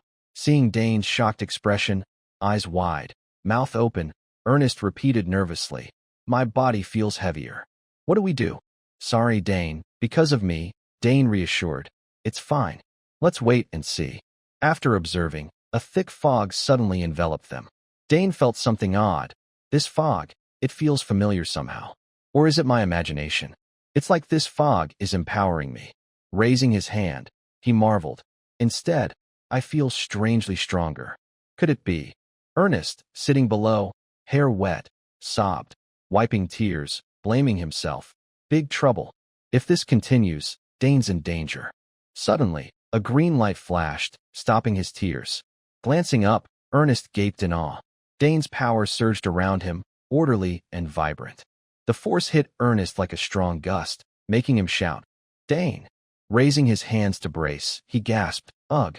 Such terrifying mana. After a while, the power subsided. Ernest thought, is the fog dissipating from Dane? Seeing the lingering energy around him, he asked, Dane, what's happening? Dane didn't answer directly, calmly saying, let's go. Looking at Ernest confidently, he added, I think I know the way out. Ernest, dazed, snapped back, incredulous. Really? How do you know? Seeing Ernest's shocked expression, Dane smiled inwardly. Maybe I can unravel the mystery of these persistent rains. The rain grew heavier, showing no signs of stopping. Dane thought, I might uncover the secret of this place. Leading the way, Dane cleared a path for Ernest, green light still enveloping him. Ernest, skeptical, wondered what's going on. Seeing the power around Dane, he thought, this is the mysterious fog many mages haven't deciphered. Yet Dane walks through it like it's nothing. Watching Dane's steps, the fog parted where he passed, and visibility cleared. Ernest affirmed inwardly, truly a remarkable guy. After a while, Dane stopped, announcing, Ernest, we're almost there. Ernest, confused, stepped forward. Really? You found the way. But it wasn't the exit, to Ernest's shock. Instead, oh, this is the center of the Misty Garden. They stood before a lake, the heart of the Misty Garden. Ernest gazed at the fountain ahead, saying, this is the magical fountain at the center. Puzzled, Dane asked, what? Is it special? Ernest, with a mysterious air, replied, of course. Most students enter the Misty Garden for this. Surprised, he asked, wait, you don't know the legend about this place? Dane countered, a legend? There's such a thing. Ernest recounted the tale passed around. The legend says if you reach this place before the fog clears, you'll meet the person you want to see. Dane thought, just a romantic made-up story. But he had a question. How does the fountain's magic still work? Getting here is already tough. How does it function? Ernest blinked. You're right. Dane closely observed the water cascading from the fountain. Noting its massive size, he speculated, if no one's constantly channeling magic into it, maybe there's a stronger power source, so it doesn't need recharging? Ernest muttered, a power source. If so, the garden itself might be a giant mechanism. Dane agreed. The garden's layout doesn't need to be this complex and maze-like. You might be onto something. Excited, Ernest cheered, right? If the garden's a massive system, this magical fountain could be an ancient relic. Dane recalled Ernest's earlier words, thinking, and the fog's tied to this too. Dane touched the flowing water. This feeling, definitely. Closing his eyes, he sensed something within him reacting, like meeting an old friend. As a thought struck, his body froze, eyes opening. Finally, an answer. This is ancient magic. His gaze caught strange symbols he hadn't noticed before, and he reached to touch them. Ernest, watching, exclaimed in shock, "Wait, that's secret script from the Great Abyss." Dane asked skeptically, "Secret script?" Ernest nodded firmly, "Yes." It wasn't clear, so I wasn't sure, but touching it confirms it. It's the language used in the lost ancient kingdom. Secret. Dane was impressed. "You know this too?" Ernest, sheepish, said, "Of course. I'm from a family of explorers. Studying ancient languages is crucial for adventurers." To prove it, he touched the secret symbols, muttering, "It's frustrating to reach ruins and not read what's written." He pulled a brown notebook from his chest pocket. "I'm not fluent in all languages, of course." Twirling a pen, he added playfully, "But I was taught this one as a kid." Smiling, he said, "Let me try decoding it." Dane chuckled at his enthusiasm. "Haha, your explorer instincts are kicking in." Ernest decoded, mumbling, "Let's see. This word means worthy, and the next is this world." His pen scratched across the page. "Yeah, that's it." His excited expression turned serious, his hand moving faster. He whispered, "So, combining them." Then, joyfully, he announced, "Dane, I've cracked it." Dane asked, "What does it say?" Ernest held up the notebook, crammed with notes, and read, "Those who are worthy will prove their strength." Dane, stunned, repeated, "Worthy prove." He thought, worthy means ancient magic? Somehow, the closer I get to the center, the more familiar it feels. Ernest grinned. "Pretty cool, huh? Worthy refers to ancient magic. No way such a person exists." Dane smiled. "Thanks, Ernest." Ernest's eyes widened in shock, seeing green light ribbons swirling around Dane. Unable to contain his curiosity, he asked, "Dane, what are you doing?" Dane, focused on the lights, squinted. "They say ancient scripts hold power through their forms." Recalling a bracelet, he mused, "If I use this bracelet," raising his hand, the light ribbons surged into the bracelet. As expected, strange symbols appeared on it. He smiled, pleased with his hunch. Dane raised his hand again, and the light ribbons streamed outward. The secret symbols seemed alive, gently shifting. They morphed into different shapes, then transformed again. Suddenly, the ground trembled, like a herd of carriages passing. The shaking intensified, toppling stone pillars around the fountain. Ernest frowned, worried. "What's happening?" "It's shaking too much." The fountain began sinking slowly, then faster. Ernest, witnessing the scene, gasped, "Dane, what exactly did you do?" "The fountain's sinking into the ground." Dane smiled silently, thinking, "Perfect, I got it right." A strong gust swept through. Ernest thought, "What the hell?" He wondered, the fog's activating an ancient ruin? That easy. His gaze fixed on the light streams swirling around Dane's bracelet. Ernest realized, the worthy one is Dane. Suddenly, a green object in the fountain glowed. Dane exclaimed, "Ernest, look. Something's shining in the center." Both gaped, awestruck. Ernest marveled, "So beautiful. Like a gem. It must be the power source running this fountain." Dane shared his theory. "It's likely the cause of all the strange phenomena in this garden." Ernest gasped, "Incredible." Dane's brow rose, his voice tinged with anticipation. "The gentle green light from that object is still glowing." Raising his voice, he said, "Shall we check out this ancient magic?" Dane stepped into the center of the circle. He gently raised his hand, feeling waves of aura brush against his palm. Frowning slightly, he remarked, "This power is ancient mana, indeed similar to my own." Suddenly, the power within him surged so intensely it spilled outward. Ancient script abruptly appeared, startling him. "Huh? This is Arcana, the lost and fallen kingdom? A relic?" Amazed by his own discovery, he exclaimed, "Incredible! I can understand ancient languages I couldn't read before. This is truly a relic of the Arcana magical kingdom. So I've absorbed this power." Out of nowhere, a sharp pain stabbed his chest. Gritting his teeth, Dane endured the inexplicable agony. Ugh, my heart. His heart felt torn by an invisible force. Something's flowing into my heart. It's like it's swelling, pressing against my blood vessels, blocking circulation. A strange vision flashed before him. This circle is, after close inspection, he realized, the core and the circle. It reminded him of ancient mages who wielded them. Their roles conflict, making it rare to possess both. He continued, due to low efficiency and bodily harm, magic swordsmen often suffered heart conditions. That's how Dane rationalized his body's reaction. Back in the present, strolling across the campus, he told himself, so, I don't want to create a circle that only channels magic. But am I forced to? Ernest, spotting Dane, asked with concern, Dane, you okay? Your face has been off for a while. Forcing a natural smile, Dane replied, don't worry, just lost in thought.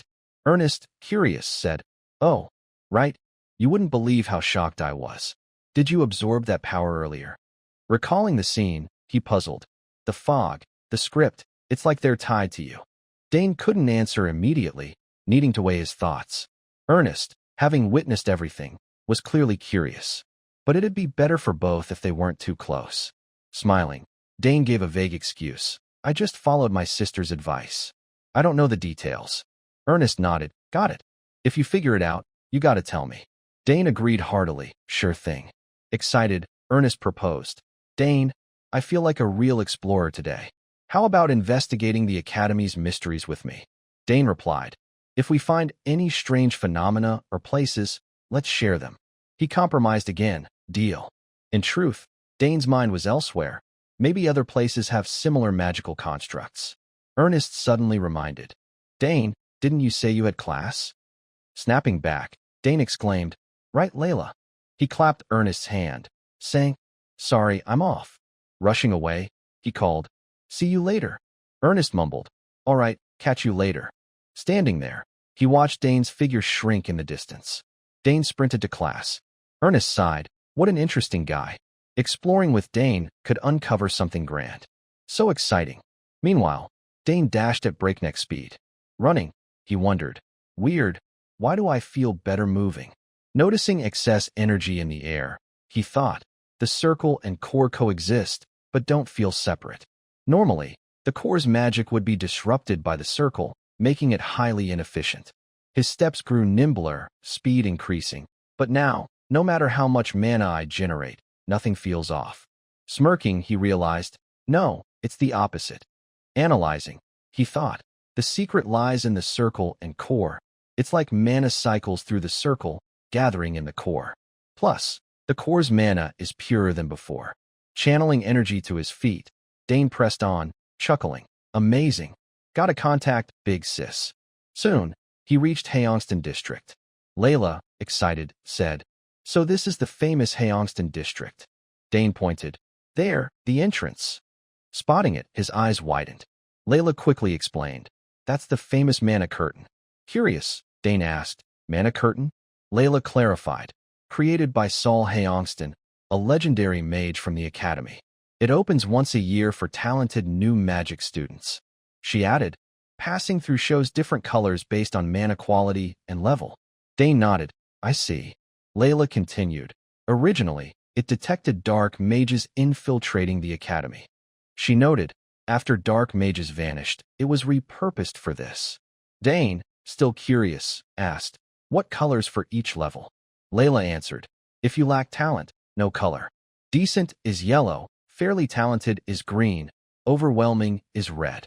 Dane remarked, you've researched a lot, huh? Layla explained, I want to know everything about the Academy.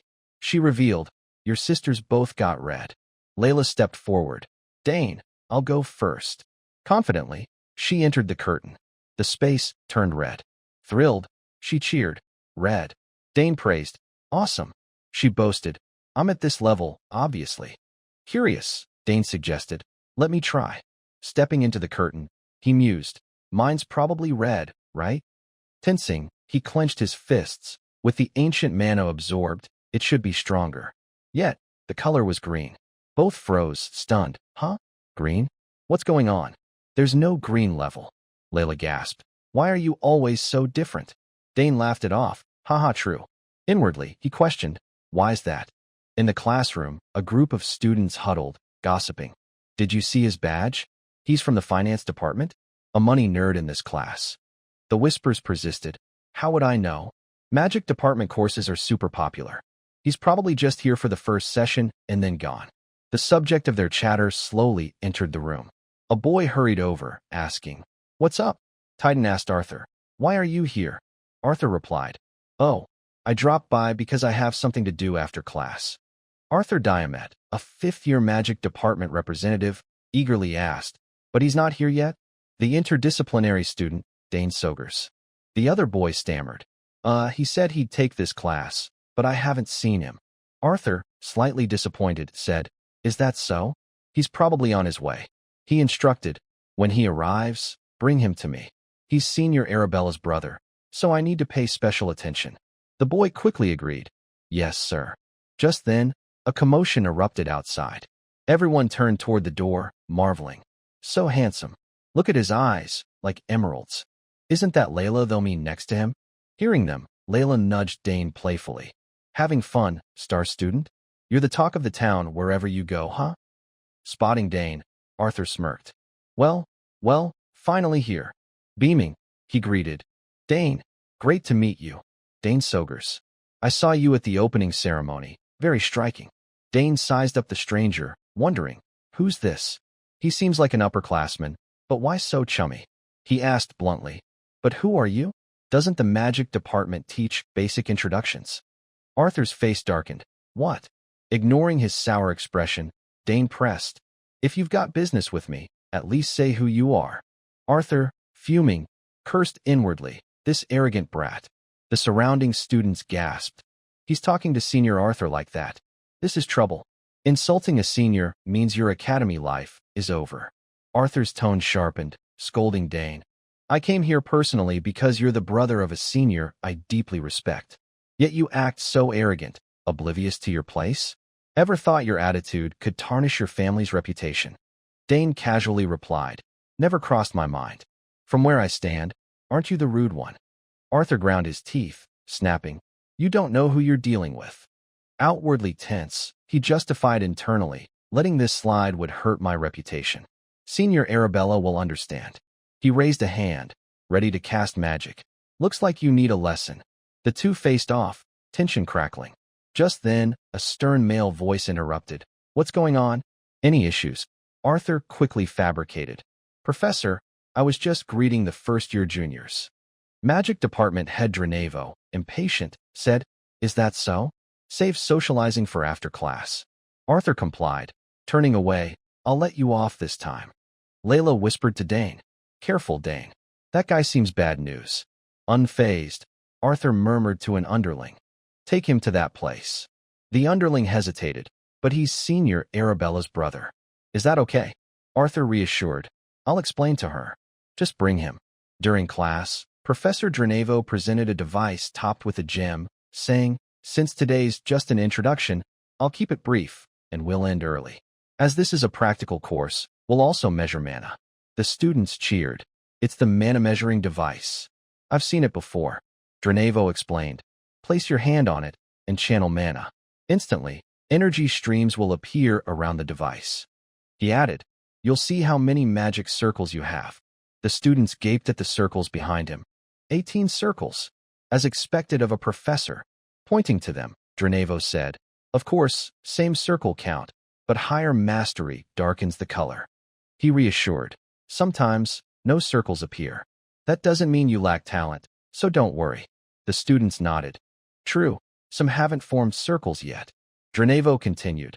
Thus, we can't rely solely on circle checks. Turning to the board, he said, Since you chose this course, you need to know basic magic. From a spatial pocket, he produced a box of small orbs. We'll use these to accurately assess your mana. Seeing them, Dane frowned, muttering, Orbs. Dranevo raised a hand, controlling the orbs with his magic, and gave the task. Use the basic spell Psychokinesis.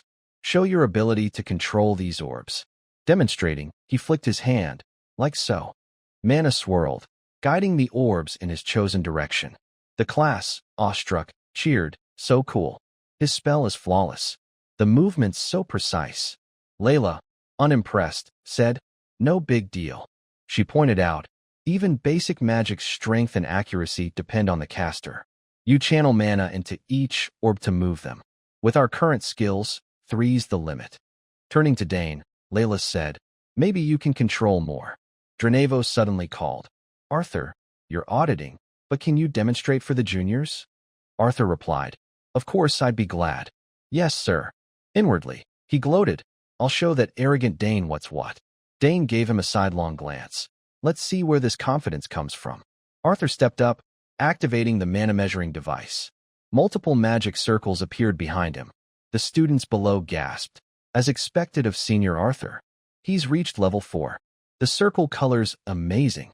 Dranevo patted his shoulder, praising, "You've improved again." Arthur bowed humbly. "All thanks to your guidance, sir." Turning to the class, Dranevo announced, "Normally, graduates reach 4 circles. Your senior's already there." He continued praising, "This is true talent. Learn from him. His advice could help you." The class buzzed. Arthur, smug, stared at Dane, thinking, too early to be impressed, Dane Sogers. "I'll show you the gap between us." Dane said nothing, silently watching the orbs swirl through Arthur's magic in the air. The students marveled at Arthur's skill. He's controlling those orbs so smoothly. Seeing countless orbs floating, they asked, "No way. How many is that?" Arthur, sweating profusely, thought, "I've poured in all my power." Taunting Dane, he said, "How's that, kid?" "Great job. Let's give a round of applause." As expected, it was Arthur. "Which tower are we heading to next?" Dranevo addressed Arthur. "You've worked hard. Come in." "Yes, Professor," Arthur replied, smirking slyly, thinking, "Haha, I'm curious to see how strong his magic can be." Dranevo turned, saying, "By the way, if you lack magical power, nothing will happen. If you're worried, you can leave now." The room fell silent. Dranevo continued, "No one? Good. Let's begin. Step up in order, starting from the first row." Dane and Layla watched from a corner. Layla grumbled, "They call this orientation, but it's just exposing everyone's abilities in front of the class." Dane nodded. "Exactly. That's what the academy's aiming for." Students took turns approaching and touching the orb. The first cheered, "Magic circle complete." The second, less fortunate, muttered, "Ugh, why didn't I get anything?" The third failed miserably. "Oh no, the orb fell." Professor Dranevo's deep voice rang out. "That's unfortunate." Next, it was Dane's turn. Dranevo thought, "In the entrance exam, he solved my test perfectly. I'm eager to see how many magic circles he has." Dane smiled calmly, exuding confidence. Fast forward, the room gasped in shock. As Dane placed his hand on the magic orb, green light streams radiated around him. Instead of displaying a power level, a system warning appeared, "Unable to measure." Layla and Arthur, stunned, exclaimed, "What does that mean?" The crowd couldn't believe it, whispering, "Is the machine broken? If he has no circles, it'd say so, but unable to measure?" Dane pondered silently. "Is it because of the ancient magic?" Dranevo, incredulous, frowned. "This machine is 100% accurate, filtering out anyone faking their level. But unable to measure? I've never seen this." He announced, "It's probably overloaded. Let's at least complete Dane's orb test first." Dane replied, "Yes, Professor." Arthur, smirking triumphantly, said, "Huh, I knew it. No surprise." Facing the orbs, Dane thought, "So it can't be measured. What a shame. Let's try this. I wonder if it'll work properly." Closing his eyes, he raised his hand. Green light appeared, and he used his power to lift all the orbs into the air. The room gaped again.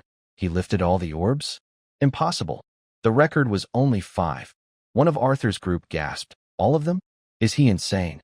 Arthur, dumbfounded, thought, "How is this possible?" Layla, unfazed and used to it, said, "There he goes again. I'm not even surprised anymore." Dane reflected, "I never thought I could lift them all. He's more impressive than I imagined. Seems like after absorbing that ancient mana, I'm even stronger." Focusing, he deftly controlled the ancient mana, grinning. "All right, let's make this even more spectacular." Everyone watched intently. Dranevo thought, "What am I witnessing?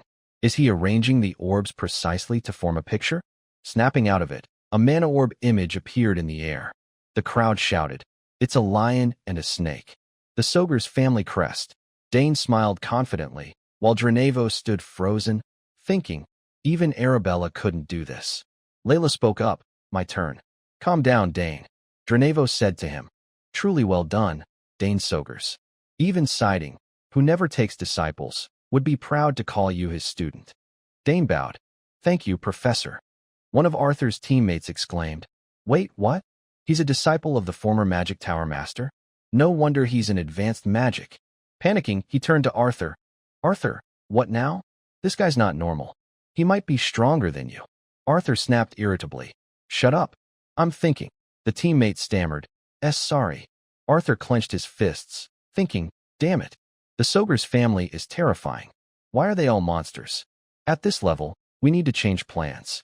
Grinding his teeth, he fumed, so frustrating. But if I challenge him and lose in skill, I'll lose face. If I can't beat him with ability, I'll have to tame him another way. Arthur addressed his two lackeys. "We need to pull him into the student council. Once I'm in charge there, controlling him will be easier if he's under my wing." They protested, "But he's just a first year." "Yeah, even we never dreamed of joining it. A first year in the student council is unheard of." Arthur retorted, "Who cares? Rules are made to be broken, right?" The two gaped, "Unbelievable." Arthur continued, "Trust me, with him, our magic department's fame will skyrocket." He smirked, thinking, "And, of course, my reputation and career will soar too." The scene shifts to a room where a voice rang out. "Perfect, Dane Sogers." "Thank you, Professor." Professor Dranevo said, "If I'd known sooner, I'd have argued with the other professors to ensure you join the magic department." Dane replied, "I'll do my best, whether I'm in another department or not." Others chimed in, "Did you hear that? Magic department students better watch out." Dranevo clapped Dane's shoulder. "If you have free time, come see me." Dane eagerly responded, "Yes, Professor." In the academy hall, Layla said, "How do you pull off such amazing stuff? Why do you keep doing the impossible?" Dane grinned smugly. "Honestly, I don't know," Layla snapped. "What? You think you're special or something?" He countered, "But you lifted 5 orbs too. Hearing that from you doesn't exactly thrill me." Flashback. Layla, no less impressive, used her power to lift 5 orbs, smirking triumphantly. Dane puzzled. Why does she sound mad at me? Arthur's group approached, saying, "Hey Dane, I've seen your skills." Arthur, overly friendly, added, "Last time, I was a bit out of line. Can we talk privately?" Dane mused, "He's completely changed his tune after seeing my skills?" Moments later, a voice said, "The student council." Yes, the Royal Academy's student council. A group of students stood in the courtyard. The council decided policies and managed the academy's budget, famed for their prestige and unique privileges. The crowd buzzed. For example, the council can discipline students or approve department events. Arthur dangled enticing offers to persuade Dane. "Don't you see what you're missing? Joining the council is every student's dream. Spend some time here, and you'll realize how incredible this offer is. Come on, think it over. It's a rare opportunity." Dane glanced at Layla, who was clenching her teeth, her face scrunched like an angry cat. He thought, why is she so mad? Suddenly, Layla grabbed his arm, pulling him away. "Dane, if we're late, the tarts will be gone. Hurry," he exclaimed. "Oh, right. Almost forgot." Arthur panicked. "Hey, where are you going?" "We're talking." Dane smiled. "I've got more important business, so excuse me." He thought, "Thanks, Layla, perfect timing." Arthur called after, "I'm not giving up. I'll convince you, Dane." Layla, fuming, said, "What a pest. He's desperate to get you into the council. If you accept, it's a perfect stepping stone for him to make you his pawn." Dane chuckled. "Thanks for getting me out of that." Layla, still angry, added, "More importantly, he didn't even acknowledge me. Not a single word." Dane laughed helplessly. "So that's why you're mad?" Layla said, "It's probably your talent. Those crazy test results. Today's test proved it all." Dane teased, finally admitting it. Layla stammered, "No choice." He changed the topic. "By the way, do they really sell tarts?" Layla declared, "Of course. This is the Royal Academy. If a dessert exists in the Empire, it's here." Dane cheered, "Great.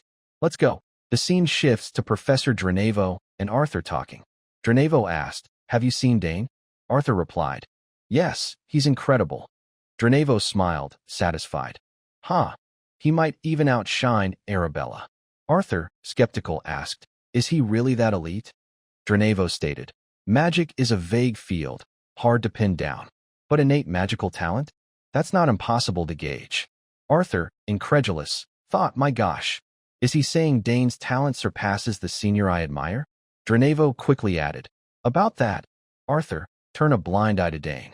Take good care of him so he joins the magic class.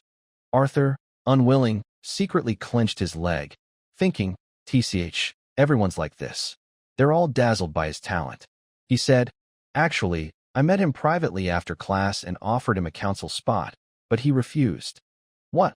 Dranevo, shocked, said, could he have heard something from Arabella? His talent is too great to lose. Both fell into thought. Arthur spoke. Well, Professor, about that recommendation letter. Dranevo smiled. Oh, that? Things aren't exactly smooth sailing. I see. Dranevo reassured. Don't rush. You've got 2 more years, right? Someone like you will surely get a magic tower recommendation before graduating. Arthur forced a smile, thinking, damn it. He said the same last year. Does he think I don't see his real intentions? Dranevo, no less cunning, thought, if I give up a magic tower slot now, it means losing a student to toy with. He mused, looking back, I heard you were the one who sabotaged 2 magic towers I liked. Huh? Arthur interrupted. All right, I'll convince Dane myself. Dranevo said, good, Arthur. I'm counting on you. Arthur, resentful, thought, damn, my future's in his hands. Like it or not, I have no choice but to obey, you old geezer. Back to Dane.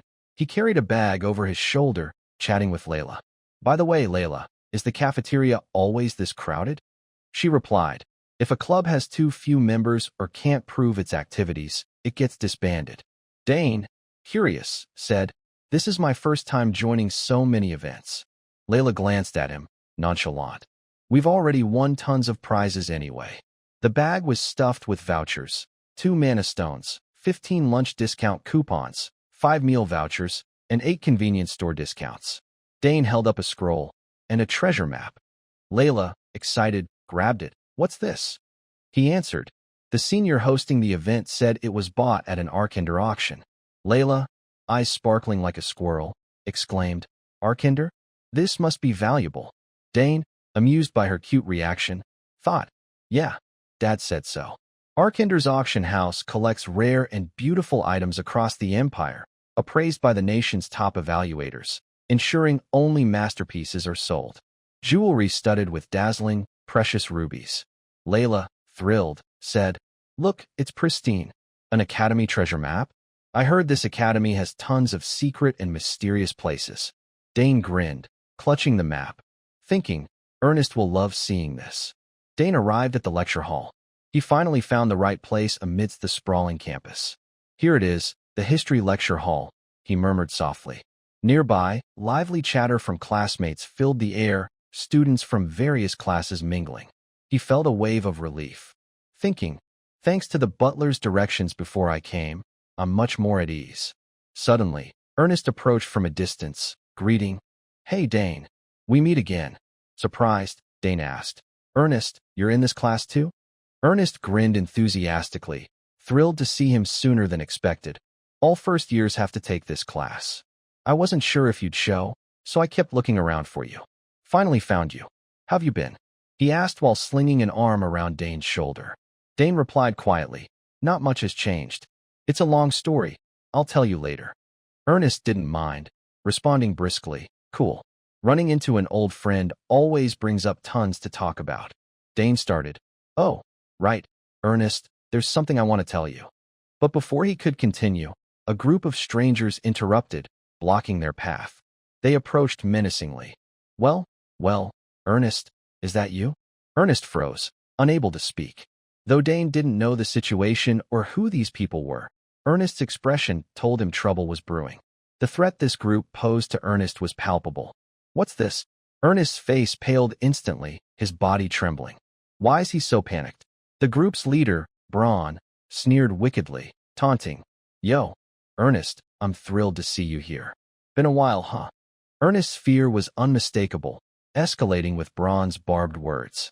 Dane observed silently, holding back from acting impulsively without understanding the situation. While forming hypotheses based on what he saw, he looks like a soldier with PTSD. Ernest stammered, "Braun, hi."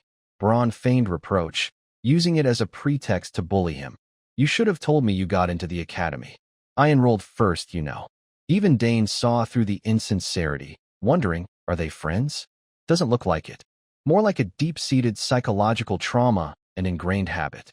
Ernest, cowed, bowed his head, apologizing despite doing nothing wrong. "Sorry, I didn't know." Emboldened, Braun grabbed his head, though to outsiders it might seem like friendly roughhousing. He mocked, "Little mouse, how do you even get in? I thought you flunked. Weren't you a total coward back then?" Dane quietly watched their actions and Ernest's feeble, negligible resistance. Acting like a lackey, Braun smiled amiably, ordering, "Oh, perfect timing. I'm too lazy to hit the cafeteria. Since you're here, go grab me a sandwich." Ernest, shocked, asked, "Huh? Right now?" Seeing Ernest's unchanged timidity, Braun pressed, "What? You don't want to?" His cronies, cut from the same cloth, glared at Ernest with condescending eyes. Rarely defiant, Ernest said honestly, I'm with a friend, so it's a bit awkward." Braun, stunned, hadn't expected this. This guy's got the guts to use personal excuses to dodge bullying. He noticed Dane, who'd been silently observing. Braun taunted, "Your friend's got friends too?" Shifting targets, Braun turned to provoke Dane, "You look tough." Dane remained silent, not uttering a word. Overstepping, Braun scoffed, "What department you in? Hanging with trash like Ernest, you're probably no good either." Dane smirked faintly, thinking, no idea what family he's from, but his posturing reminds me of those battlefield rats. Naturally, he didn't bother sparing Braun a glance, let alone waste breath on a spoiled brat who thought bullying made him hot stuff. Seeing Dane's silence, Braun jabbed, "What's with this loser? Cat got your tongue." Just then, a proctor spotted the group of burly guys surrounding smaller kids and shouted, "Hey, what are you doing? Class is starting. Move it." Caught by the proctor, Braun, like a mouse spotting a cat, scratched his head sheepishly. Yes, we're going." Before leaving, he warned, "Newbie, see you later. Got lots to talk about." His words terrified Ernest, who trembled uncontrollably, too scared to retort. The group sauntered off, laughing casually. Campus life just got more fun. Dane glanced at his friend. Ernest's hands shook from the scare, his body slumping weakly. Dane quickly steadied him, preventing a collapse, and asked worriedly, "Ernest, you okay?" Ernest, embarrassed, said, "I'm sorry. Because of me." Dane cut him off. "Who were those guys? You seem to know them." As the group faded into the distance, Ernest replied softly, "They're from a noble family back home. They bullied me constantly there. I knew they were here, but the academy's huge, with so many departments. I thought I'd avoid them. Sorry, I dragged you into this." He apologized again, assuming strangers would part unhappily over a small incident. Dane patted his shoulder, reassuring, "I'm fine. Let's get to class," bidding a temporary farewell to give Ernest time to calm down. But seeing Ernest's ashen face staring into the distance, even after the group was gone, showed how deep the bullying's impact was. Dane worried, "His face is so pale. How badly did they torment him?" Tactfully, he said, "Don't worry, I'll go with you." Ernest, alarmed, protested, "With me? No, I can go alone." Dane looked at him seriously. "You mean you'll just endure their insults alone? That'll only make them bully you more." Ernest stared, stunned. Still hesitant, he wavered, but Dane interrupted, arrogantly declaring, "You saw my strength before, right? What's there to worry about?" Reminded, Ernest recalled that moment, admitting, "Yeah, Dane's strong." Speechless, he couldn't argue. Dane took charge. "All right, we're going together. Silence means consent." Ernest fumbled, wanting to protest but stopping short. Then Dane and Braun crossed paths again. Braun, with his usual fake friendliness, said, "Well, isn't this peaceful, Ernest?" Feeling nostalgic, Dane bluntly challenged, "Are you really his friend? Why drag him out here just to pick a fight?" Braun, coarse, snapped, likely annoyed since morning when Dane stayed silent and made Ernest refuse him for the first time. "And who the hell are you? Trailing behind? Annoying much? Want a dot?" Dane's face hardened. I'd ask you the same. Braun, provoked by Dane's arrogance, barked. What? This Dane kid thinks he's hot stuff just cause he got into the academy. Offering a warning as a courtesy, he said, You clueless punk. Ever heard of the Sogers family? I'm the heir to the greatest clan in the Western Empire. Got it. Dane, digging his ear to hear better, replied haughtily, Sogers? Never heard of it. Ernest gasped. Dane, that's outright provocation. Even a dimwit would feel insulted. Braun's cronies egged him on. What did that brat say? Braun, you letting that slide? Furious, Braun ordered. Guys, take him down. The group grinned wickedly. Rare chance to stretch our legs under this clear sky. Casually advancing to deal with Dane, they taunted Ernest. Pick friends who can actually help you. Guess we'll have to beat you twice as hard to make it stick. Ernest, trembling, pleaded, Stop. Let's run while we can. No matter how strong you are, they're too dangerous. Especially Braun. He's been called a swordsmanship genius since childhood. Hearing this, Dane grew more intrigued, chatting calmly as the enemy approached. A swordsmanship genius? Sounds interesting. Ernest, I'll leave one for you to take down. Ernest, shocked, exclaimed, Me? Dane encouraged. What? You gonna quiver for them forever? Ernest fell silent, unable to respond. Inwardly, he thought, Dane's unpredictable, then awkwardly looked away. At that moment, Braun charged. Ernest shouted, Dane. Braun sneered. Look at that confidence, swinging a fist with smug bravado. You're done. The punch landed squarely on Dane's handsome face, knocking it to one side. Ernest cried, Dane. Braun cackled maniacally, turning to flaunt his strength at Ernest. How's that, you dog? Awake yet? Grinning smugly at his handiwork, he threw another punch. We're not done with you. This time, it wasn't so easy. Dane blocked the fist effortlessly. His face remained cold, now sporting a bruise from the hit. Stunned, Braun blurted, You hit me first? Amid his confusion, Dane grinned chillingly, meaning everything that happens next is self-defense. Immediately, one of Braun's cronies, eyes glaring with malice, used the right-hand rule, unleashing a powerful punch toward Dane. Ernest's heart pounded, his worry choking him, but Dane merely tilted his body, dodging the punch effortlessly as if playing a game. His eyes sparkled with mischief, a confident smirk curling his lips. Before the thug could recover, Dane clenched his fist, muscles tensing, and landed a precise punch to the punk's ribs. A pained oof escaped the thug's mouth, his face contorting, eyes wide with shock. He staggered, legs trembling as if about to collapse, but clinging to his remaining pride. He gritted his teeth, trying to regain composure. Dane gave him no chance. With lightning speed, he delivered a fierce kick to the thug's knee. A dry crack echoed, and the punk crumpled to the ground, dust flying. Clutching his leg, he screamed in agony, face pale, eyes a mix of panic and resentment. The scene unfolded so swiftly, like a whirlwind, that the onlookers could only gape. Without pausing, Dane spun toward the next thug, his gaze sharp as a blade. He charged, unleashing a flurry of punches like a torrential downpour. An upward swing slammed into the purple-haired thug's chin, snapping his head back, teeth clacking loudly.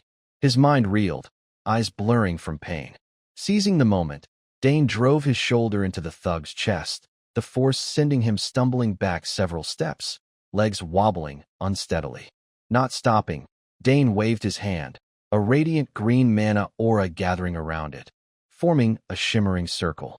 He took a deep breath, feeling the energy surge within, then unleashed a powerful mana blast at the remaining two. The light erupted, hurling them backward, tumbling across the ground in a cloud of dust. Braun's crew staggered, gasping, their eyes a mix of fear and fury. Dane followed with precise strikes, each blow like a hammer, toppling the group until they lay sprawled, groaning in pain. Braun stood frozen, witnessing the scene with wide eyes and gaping mouth, utterly stunned. His heart raced, an uneasy feeling creeping into his chest. Damn it, Dane frowned slightly, rubbing his chin, muttering, Was that stronger than I thought? The ancient magic core. He glanced at Ernest, who stood pale-faced, eyes wide with shock. Ernest stammered, voice trembling. What the hell just happened? Braun's side wasn't faring better. Seeing his lackeys down, his eyes darkened, brows furrowed, lips pressed into a thin line. Damn, what a bunch of idiots, he muttered, voice quivering with anger and humiliation. One of the cronies, struggling to rise, coughed, mouth full of dirt. Cough, cough. Braun, this guy's no joke. Braun's face reddened with rage. Shut up. Beaten this badly by a first year? You're that weak. Dane turned, eyes challenging, a mocking smirk on his lips. Still want to keep going? All talk, no substance. His taunt poured fuel on the fire. Braun's face twitching, eyes blazing. What did you say? The slick-haired thug beside him, sweating profusely, urged. Braun, don't. Stop, this guy's strong. Did you see how he shot those mana blasts? But the warning fell on deaf ears. Braun roared, shoving his ally aside, voice thick with fury. Coward. This pathetic in front of kids? Move, I'll handle this. With that, he raised his hand, a blue mana circle glowing coldly. It expanded rapidly, forming a mysterious black hole that captivated all eyes. Dane stood unfazed, his gaze steady, but Ernest was petrified, hands shaking, voice faltering. What? Don't tell me. From the void, Braun drew a gleaming steel sword, its sharp blade reflecting sunlight. He glared at Dane, a sinister grin spreading. No one's around in this remote place, so it's fine. You made a mistake. You forced me to draw my sword. In contrast to Ernest's panic, Dane merely tilted his head, eyeing the sword with interest. That sword looks decent. But Ernest, losing his cool, stammered. This is bad. Braun's drawn his sword. It's really bad. Dane glanced at Braun, frowning slightly, thinking, what a reckless guy. So you're ignoring Academy rules? Seeing them whispering, Braun turned, voice menacing. You know, when the sky's cloudy, fog rolls in.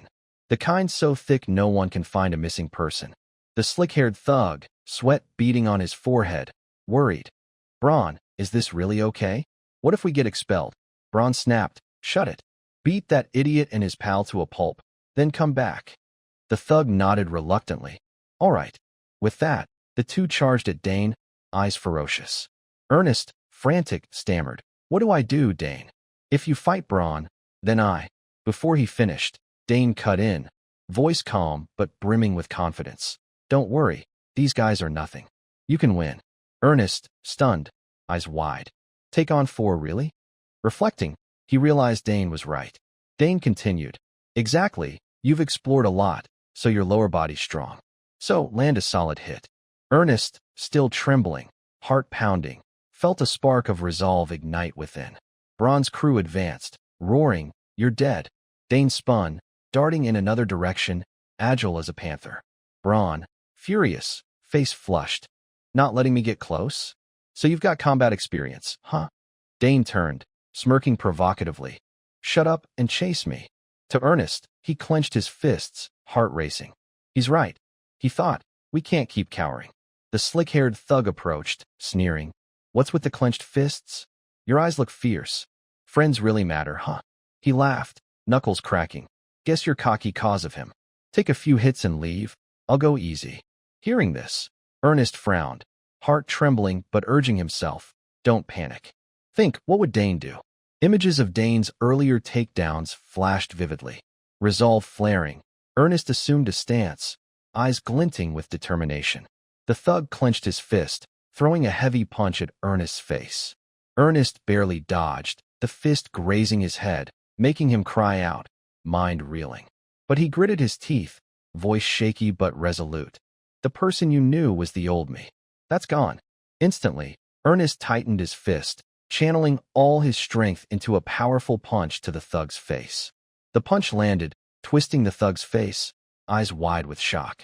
Ernest didn't stop, raining punches on the thug's face, each blow venting years of fear and frustration. The thug staggered, finally collapsing, clutching his face, groaning. Though victorious, Ernest couldn't believe it. His legs shook, lips twitching, but his heart swelled with indescribable joy. Calming down, he clenched his fists, voice choked but proud. I really did it. Dane, watching Ernest take down the slick-haired thug, smirked faintly, his eyes glinting with satisfaction. His voice, calm but provocative, cut through. Looks like your last teammate's down, Braun. The word stabbed at Braun's pride like a sharp dagger. He spun around, face flushed with rage, voice trembling in disbelief. What? That's impossible. But the sight before him froze him. His final crony lay sprawled, clutching his face, groaning. Braun screamed, voice cracking with fury and shame.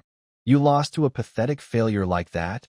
Dane didn't respond, merely glancing toward a corner of the garden where 2 old brooms lay discarded. A spark flashed in his eyes, his lips curling into a sly grin. Oh, looks like I found something useful, he thought, heart stirring with a bold idea. Without hesitation, he grabbed a broom, gripping the rough wooden handle and twirling it like a real weapon. Braun, seeing this, laughed scornfully, voice dripping with mockery. Huh? You think you can take me with that? But Dane only smiled, his gaze calm yet icy. For someone like you, this is more than enough. The light but cutting words darkened Braun's face. He gritted his teeth, face twitching with anger, roaring, You arrogant bastard.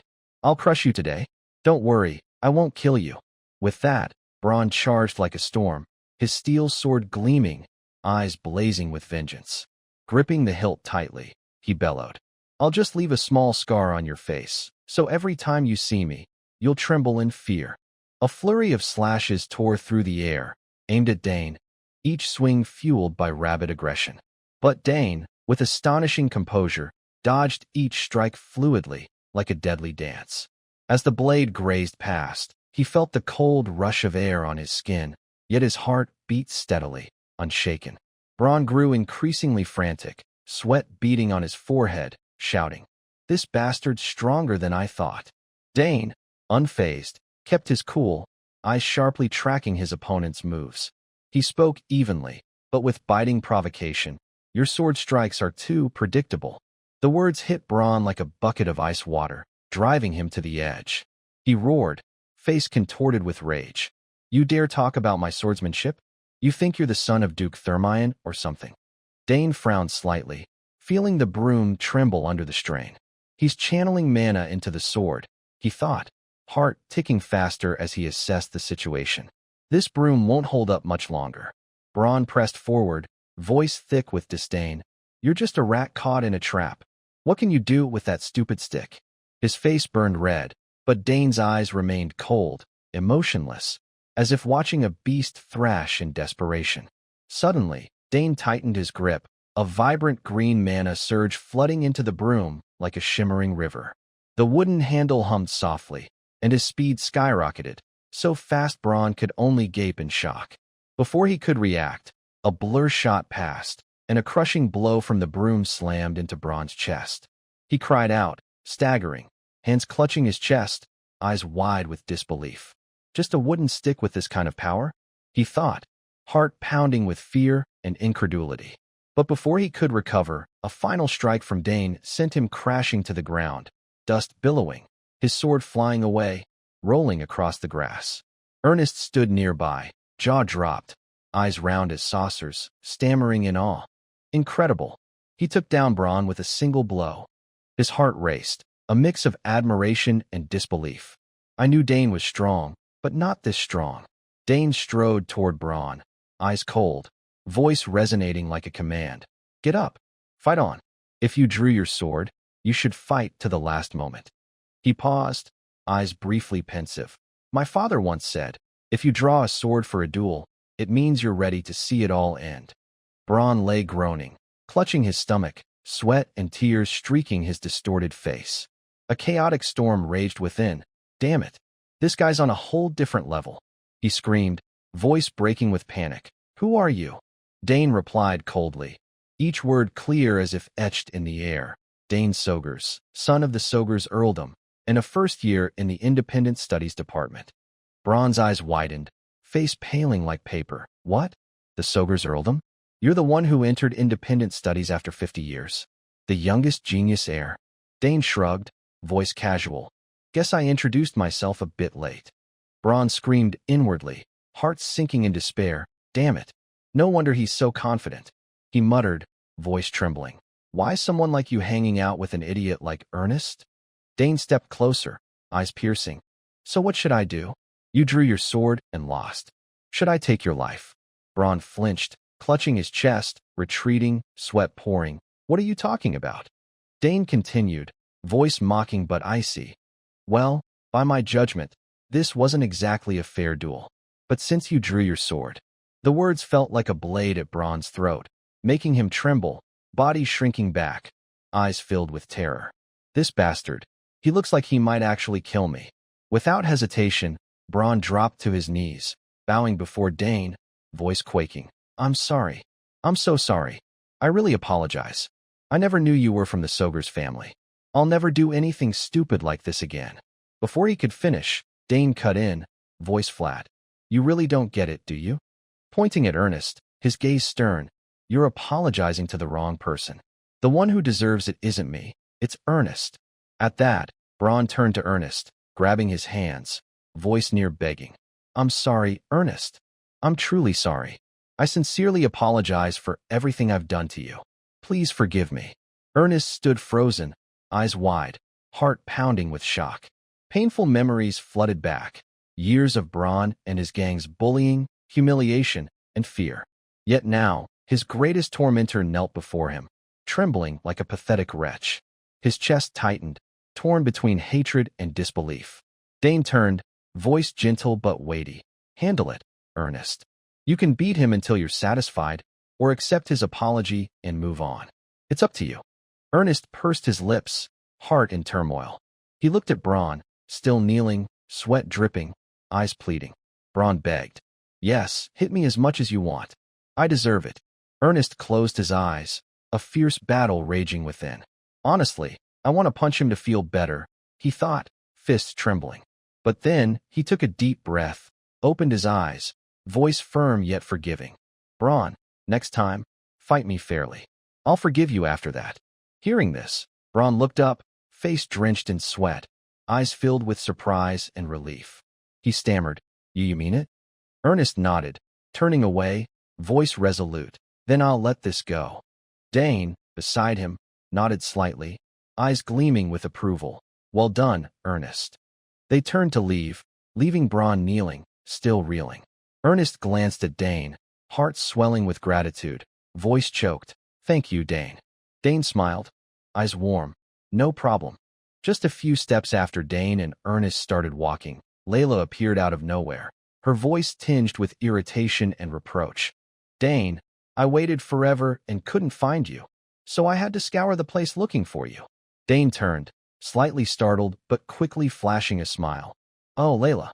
Layla rolled her eyes, glancing at the battered group sprawled in the distance, then raised an eyebrow. What's this? You got into a fight again. Dane shrugged, voice calm. Some people tried to pick a fight with me, that's all. Layla, curious, pressed. Pick a fight with you? Who dare? Dane glanced at Braun, still sitting there dazed, his face a mask of shock. Layla followed his gaze, recognized Braun, and burst into amused laughter, her eyes twinkling mischievously. Of all people, he picked you? Talk about bad luck. From afar, Braun saw Layla, and his heart sank. Sweat beaded on his forehead as he thought, the daughter of Duke Thermian is coming over? Dane continued casually. They said he's some swordsmanship genius. Know him? Layla crossed her arms, scoffing with disinterest. Nope, don't care. Then she turned to Ernest, who stood quietly nearby, raising a curious brow. But who's this? Ernest scratched his head, face flushing slightly as he looked down. Dane quickly introduced. This is Ernest, a first year in the exploration department.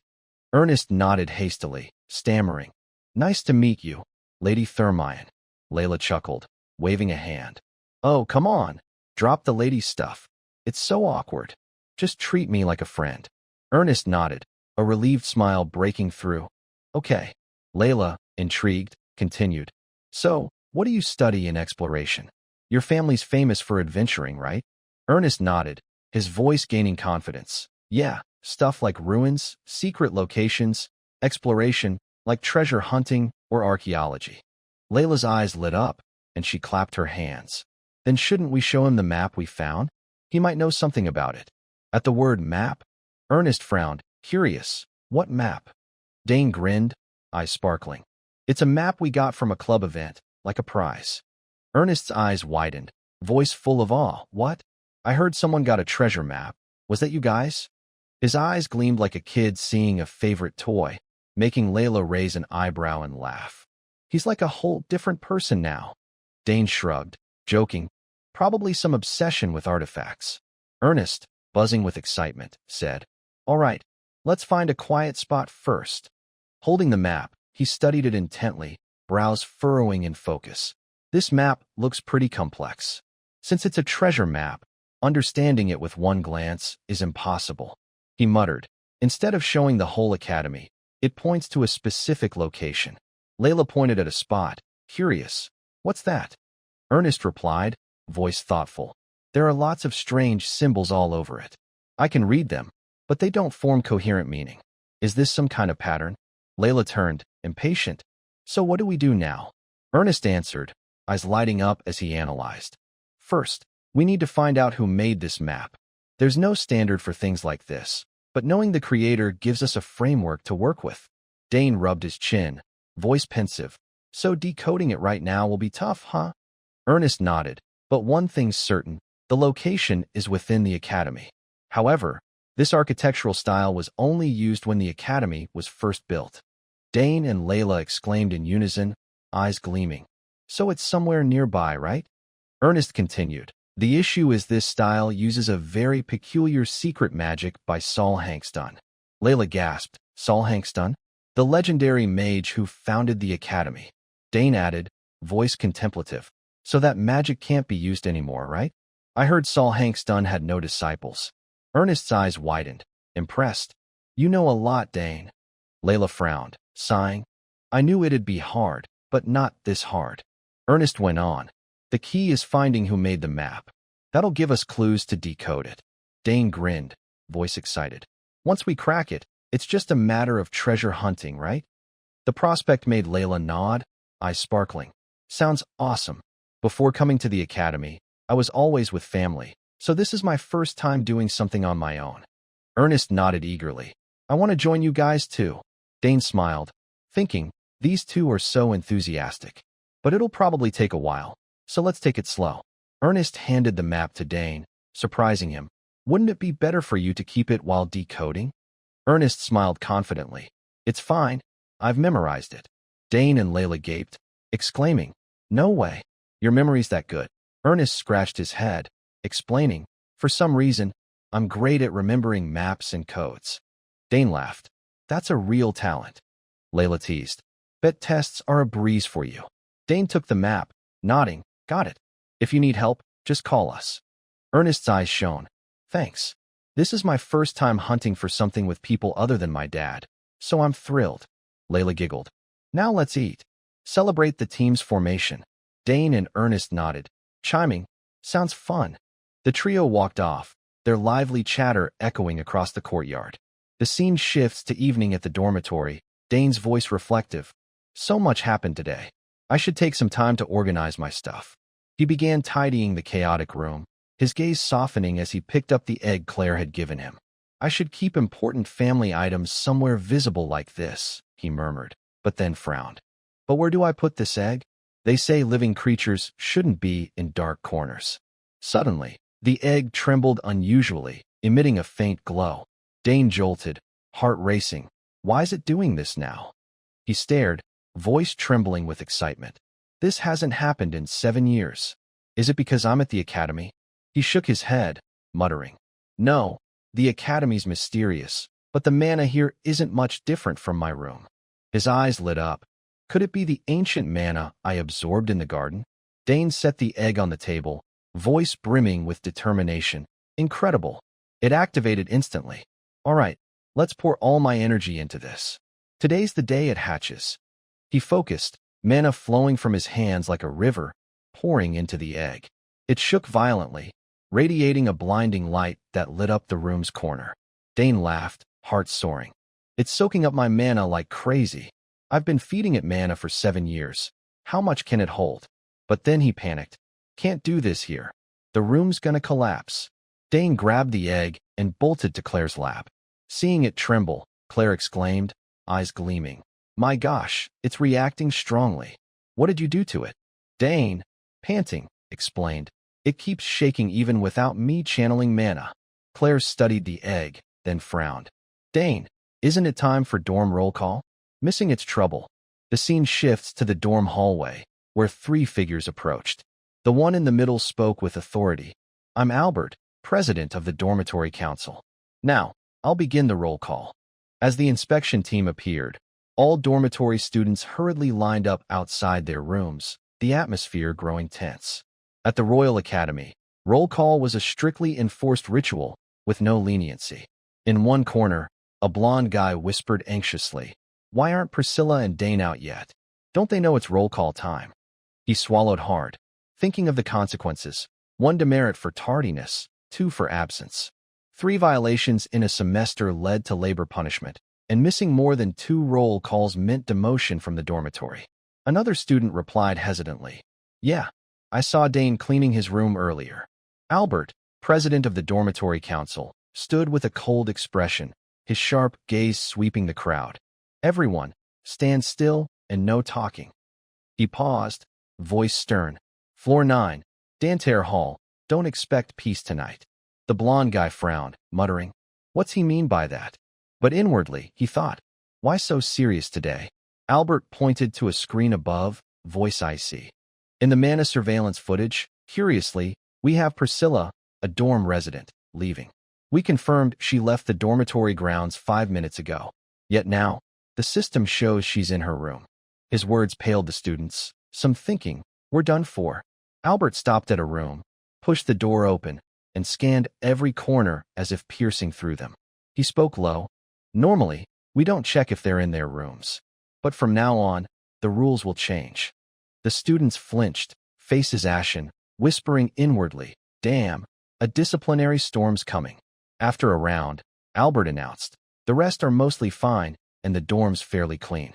Priscilla gets 2 demerits for unexcused absence. Notify everyone." The assistant nodded. "Yes, understood." Albert continued, voice skeptical. "Lastly, Dane, the new student. Why isn't he here? Don't tell me he missed his first roll call." A student quickly replied, voice shaky, "No way. He's definitely in his room. I think Dane was busy organizing, so he didn't make it out." Albert smirked, calm. "We'll see soon enough." With that, he opened Dane's door and stepped in. Inside, Dane was tidying up, sweat beading on his forehead, belongings still scattered. Seeing Albert, Dane turned, scratching his head with a sheepish grin. "Oh, sorry, I got caught up cleaning and forgot about roll call." Albert nodded, voice softer. "Fair enough. It's your first day. Things like this happen." The scene shifts to Claire's lab, where she yelped, "That's the one Malawian Kwacha artifact illusion." Dane smiled, eyes gleaming with confidence. "Most people wouldn't notice. My image is projected from a relay linked to the imaging device." Claire frowned, voice full of awe. "As far as I know, that thing's incredibly hard to use. Remote control links can be unstable. One glitch and it's exposed." Dane reassured, voice steady. "I planned for that, tested it multiple times. As long as they don't get too close, it's fine." Claire shook her head, eyeing her brother with a mix of worry and admiration. "You're bold." Both turned to the egg on the table, still shaking violently, emitting a faint glow. Claire spoke, voice pensive, "So the egg? It's reacting to your mana. That means there's a high chance it'll hatch. But some eggs react like this and still don't hatch. Still, just reacting is rare, a good sign." Dane nodded, eyes bright. "What's next?" "Keep channeling mana into it." Claire rubbed her chin, thoughtful. "There's still so much unknown about spirit beast eggs. Putting it in a mana stabilizer is risky, but I don't think we should stop. This lab's the best place for it to hatch. I've always set up mana barriers for secrecy, haven't I?" Dane nodded, voice resolute. "True. If we leave it, it might hatch randomly somewhere." Claire took a deep breath, eyes alight. "All right, let's do it. Your mana's pure, but I'll install a mana filter just in case." Dane got to work, channeling mana into the egg. After a while, he frowned, sweat beading. "It's still hungry? It's already sucked up tons of mana. What's in this egg?" Claire watched intently, thinking, spirit beasts. Anyone with money can buy an egg, but hatching, it's another story. The conditions are unclear, but one thing's certain. The user's mana must match the beast's mana frequency. It takes immense luck. Looking at Dane, Claire marveled inwardly. How gifted is this kid? I knew he was formidable, but seeing it firsthand leaves me speechless. Suddenly, the egg's surface cracked with a snap. Tiny fissures spread. Dane shouted, heart pounding. Did you see that? Claire stepped closer, voice trembling with excitement. It's about to hatch. Just a bit more.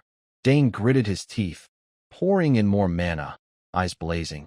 Let's see what you are. The cracks widened, and a blinding green light erupted, releasing a surge of pure energy so intense that Dane and Claire shielded their eyes. As the light faded, a tiny creature with delicate wings and shimmering golden horns appeared. The energy's force knocked Dane back, and he slumped to the floor, panting. Claire rushed over, worried. Dane, you okay? He grinned weakly, voice thrilled. I'm fine, just dizzy. More importantly, look. Something came out. Amid the misty haze, a small purple dragon with golden horns and round eyes sat on the table. It flapped its wings, circling the air, looking adorably charming. Claire gaped. Wait, is that a wyvern? The dragon chirped, hiss hiss, spitting tiny sparks, stunning Claire further. It can breathe fire too? She turned to Dane, urgent. Don't just stand there. Get close to it. Some spirit beasts bond with the first person they see. Dane, that's your spirit beast. Go now. Dane stepped forward, heart racing with excitement and nerves. Closer to the tiny dragon, he chuckled, eyes softening. Up close, you're pretty cute. The dragon tilted its head, its big round eyes curiously studying him. Dane smiled warmly, voice gentle. Hey, nice to meet you. He extended a hand, introducing himself. I'm Dane. Seeing the little dragon show no resistance, Claire cheered, her eyes sparkling with joy. Congrats, Dane. You've bonded with it. Dane nodded, a radiant smile spreading across his face. Yeah, this little gal's super cute. The dragon chirped a few melodic notes, then darted to Dane's hand, perching lightly like a small bird. Claire stepped closer, eyes wide with amazement. Are you serious? How'd you make it look so easy? Let me see. She studied the dragon intently but paused, brows furrowing. Wait, something's off. Dane's heart skipped a beat. Huh? What's that?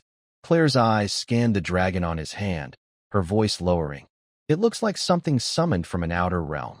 Dane's eyes widened, voice full of surprise. Are you serious? Claire nodded, her gaze stern. Yes. Only a select few summoners can do that. Even I've only summoned half a spirit. I never thought the youngest in our family would call something like this. It's massive, Dane. Dane stood stunned, eyes locked on the dragon.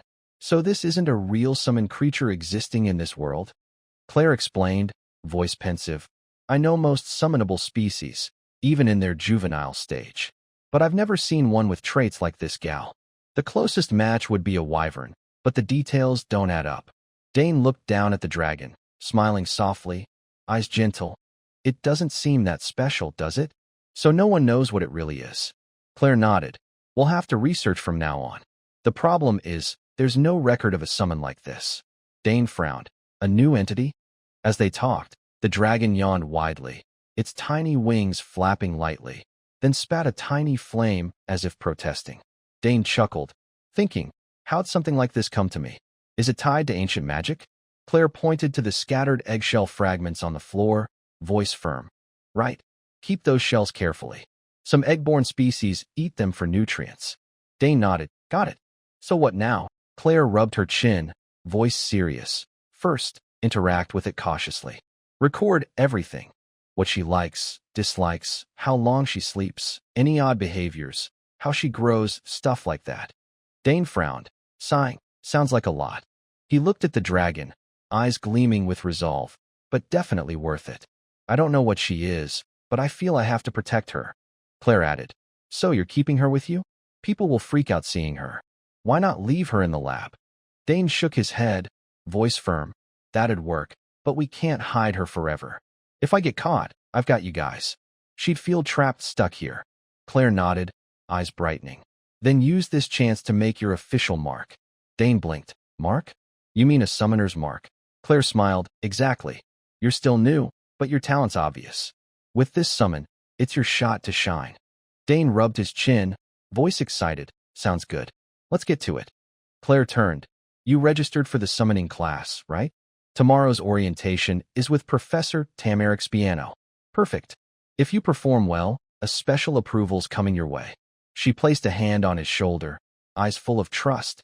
It's usually tough to meet the requirements, but you're different. I know you'll nail it. Dane grinned, eyes sparkling. Special approval? Sounds intriguing. He thought, what should I name this gal? The scene shifts to the next day, where a blonde guy chatted with Dane. Where'd you go last night? You weren't in your room during roll call. Dane grinned sheepishly. Had some urgent business. The guy frowned. How'd you dodge roll call? Priscilla got caught instantly. Dane winked. There's always a way. The guy nodded, chuckling. The Sogers family's full of surprises. Dane, curious, asked, my sisters too? The guy nodded enthusiastically. Of course. Your sisters are legends in Danterre Hall. Ask any dorm student. You'll see the reaction. Dane thought, lips curling, praise or insult. The guy clapped his shoulder. Anyway, I'm the only one who knows you snuck out, so don't worry. Dane nodded. Thanks. The guy waved, turning to leave. Back in his room, Dane flopped onto the bed, exhaling. Phew, we're safe. What was Priscilla thinking, stepping out like that? The little dragon crawled out from his jacket, circling the air, wings flapping. Dane laughed. Someone's excited. It spat tiny flames, making Dane shake his head in awe. This creature's something else. The scene shifts to a secluded corner, where Dane stood before a hidden gate. He muttered, here it is, the gate Sis mentioned. The main entrance is sealed. This is the only way out. He touched the mana barrier, frowning. They've wrapped the dorm in defensive mana. How do I get through? He focused, sensing the mana flow. There's got to be a weak point. As Dane studied, the dragon flitted nearby, playfully spitting fire. Suddenly, a flame hit the mana barrier, making it ripple violently. Dane gaped. How'd you do that? Back in his room, Dane watched the dragon hovering above, thinking, was that a flame that temporarily disrupted mana? Wow, so cool. This gal's an amazing summon. The next day, Dane and Ernest strolled through the campus. Noticing Dane's unusually cheery mood, Ernest asked, happy? Seriously, who named it that? Dane laughed. I thought it was friendly, easy to call. Got a better idea? Ernest pondered, eyeing the dragon. Let's see. It's cute, but the name needs more weight. He mulled it over, but couldn't settle on one. Dane chuckled inwardly. No need to be so serious. Suddenly, Ernest stopped, exclaiming, how about Carnass? Dane turned, eyes lighting up. Ooh, sounds good. What's it mean? Ernest explained. Mystery fits, right? Dane nodded, pleased, looking at the dragon. From now on, your name's Carnass. Time swept by like a fleeting breeze, carrying a faint glow, transitioning to Bermuder's Hall, a magnificent structure named after the great scholar Bermuders, resonating with the mystical secrets of the summoning department. The students had quickly gathered, their eyes sparkling with excitement and nerves, the atmosphere buzzing like a magical forge. In a shadowed corner, Digron, who had clashed with Dane in a turbulent childhood memory, stood silently, his heart pounding like war drums. He recognized Dane instantly, his eyes flashing with shock and bitterness, as if an invisible dagger had pierced his chest. Dane Sogers, he hissed through clenched teeth, sweat beading on his forehead like morning dew. That bastard who stole my summoning contract. After that humiliating banquet, my family crumbled under public scorn. Now, we're barely clinging to our urban noble status, and fate mocks me by throwing him in my path here. His heart twisted, mind a tangled mess. He's taking summoning class? Why now of all times? Digron gritted his teeth, vowing to avoid Dane at all costs, his face tense, sweat pouring like a stream. Suddenly, a booming voice rang out behind him, like thunder in a clear sky. Yo, Digron, first time retaking? Digron jumped, turning to reply awkwardly. Yes, senior. The burly guy, muscles rippling like a war god, clapped his shoulder, grinning as bright as the sun. Relax, no big deal. Everyone retakes once or twice. This is my second go at this course alone. The senior bragged, voice bold as a battlefield general. Think of it as an easy A, crushing the newbies like nothing. Digron nodded politely, forcing a smile to avoid offending the senior. Soon, Professor Tamaric Spiano entered, his elegant demeanor like a gentleman from ancient times, silencing the classroom's chatter as if by a spell of quietude. He stood at the podium, voice deep and resonant like roaring waves. This class begins with the basic theories of summoning. These are the lifeblood for anyone pursuing the path of a summoner. This theory will appear in the summoner certification exam, so study it thoroughly. His words sent ripples through the class like waves crashing on a shore. A student whispered, eyes wide as if witnessing magic. Gods, this professor's strict. They say the summoner exam is like plucking stars from the sky. Tamarick overheard, nodding slightly, his gaze sharp as an icy blade. Indeed, if you qualify, you can attempt the special admissions test. But fair warning, it's no walk in the park. A curious student shouted, voice trembling.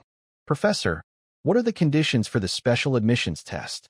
Tamarick smiled, eyes glinting with delight, like a mage about to unveil a secret spell.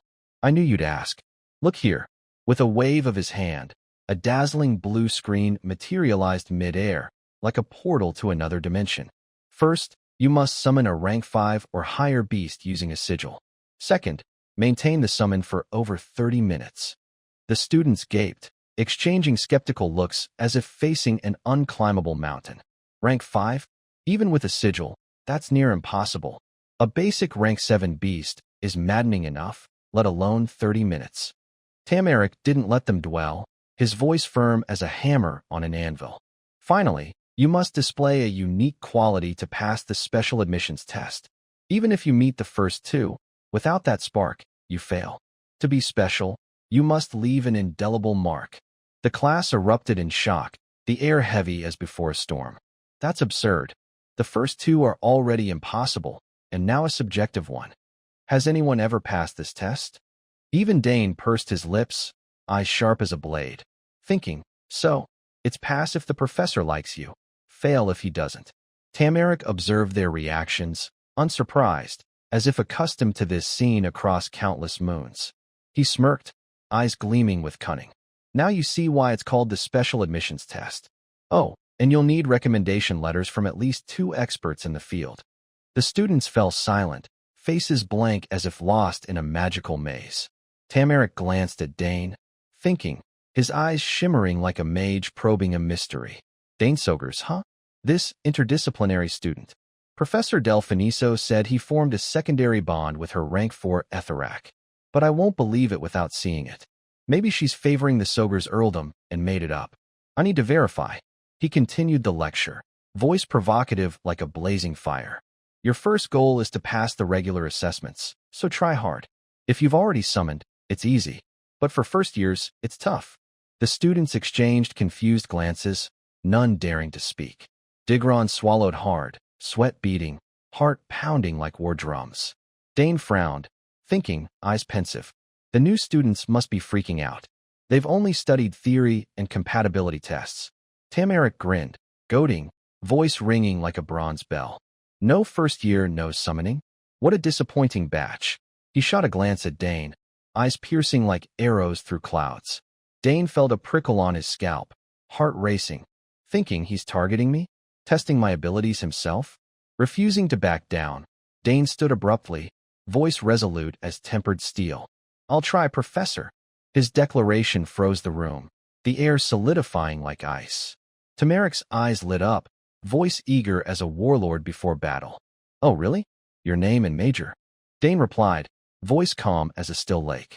I'm Dane Sogers, first year, interdisciplinary studies. Tamarick nodded, eyes gleaming. I've heard of you from the dean. Said you have exceptional talent. Dane waved a hand, smiling lightly, like a passing breeze. If the dean says so. Tamarick's face stiffened slightly, thinking, this kid, neither arrogant nor humble, sharp as a blade. He cut to the chase, voice sharp as a sword's edge. There's a lot of hype about you, but it sounds far-fetched. Can you prove it here?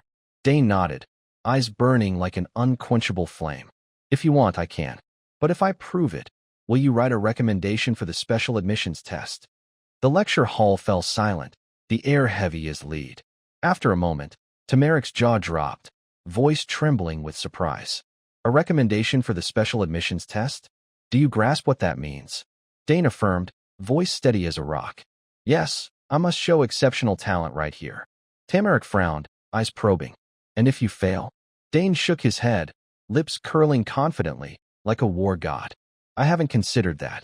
A vein pulsed on Tamaric's forehead, but he restrained himself, thinking, so cocky.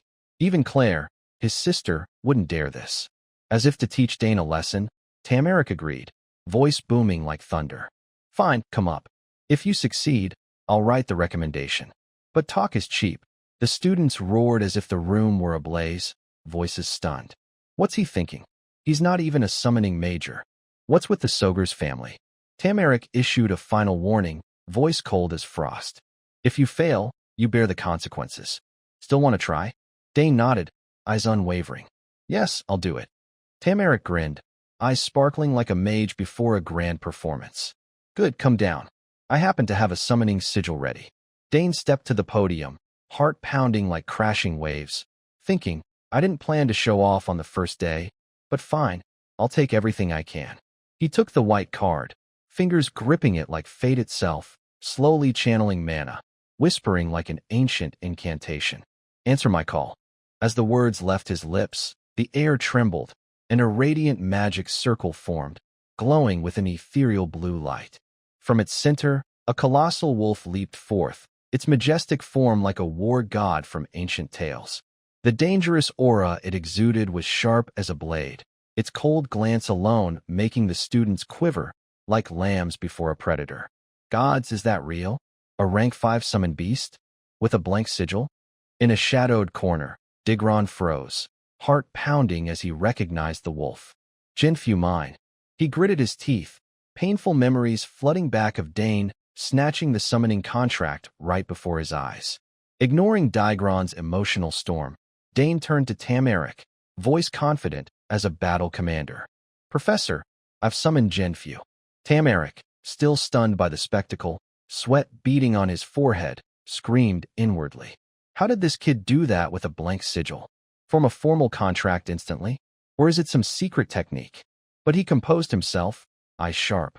Even if he summoned it, he can't maintain it for 30 minutes. Clearing his throat, he spoke, voice deep as ocean waves. Impressive, as the rumors say. But the second condition isn't easy to meet. Dane, unwilling to waste time, flashed a daring smile, eyes glinting with cunning. True, I don't want to take up class time. How about I show you something else? His words made Tamaric raise an eyebrow, curious as a mage before a mystery. What? Something else? Not just him. The entire class buzzed, eyes glued to Dane, whispering like crashing waves. What's he gonna do now? The Soger's family's terrifying. Digron's heart raced, anxiety surging. The third condition is showing uniqueness. With the professor so firm, what's he planning? All eyes locked on Dane, determined not to miss a moment. Tamaric nodded, voice eager as before a battle. Fine, let's see what you've got. Dane released mana, streams of blue energy erupting, enveloping Jinfu like magical silk. He parted his lips, whispering an ancient incantation, its mysterious sound echoing from another dimension. Jinfu's massive form lifted into the air, mana shimmering like flames. Before the class's astonished eyes, Jinfu grew larger, its claws sharper, like swords honed by gods. Ernest, Dane's friend, using magic, gasped. This is ancient magic power. The students nearly turned to stone, jaws dropping. The wolf's roaring like a resurrected dinosaur. Enhancing a summoned beast?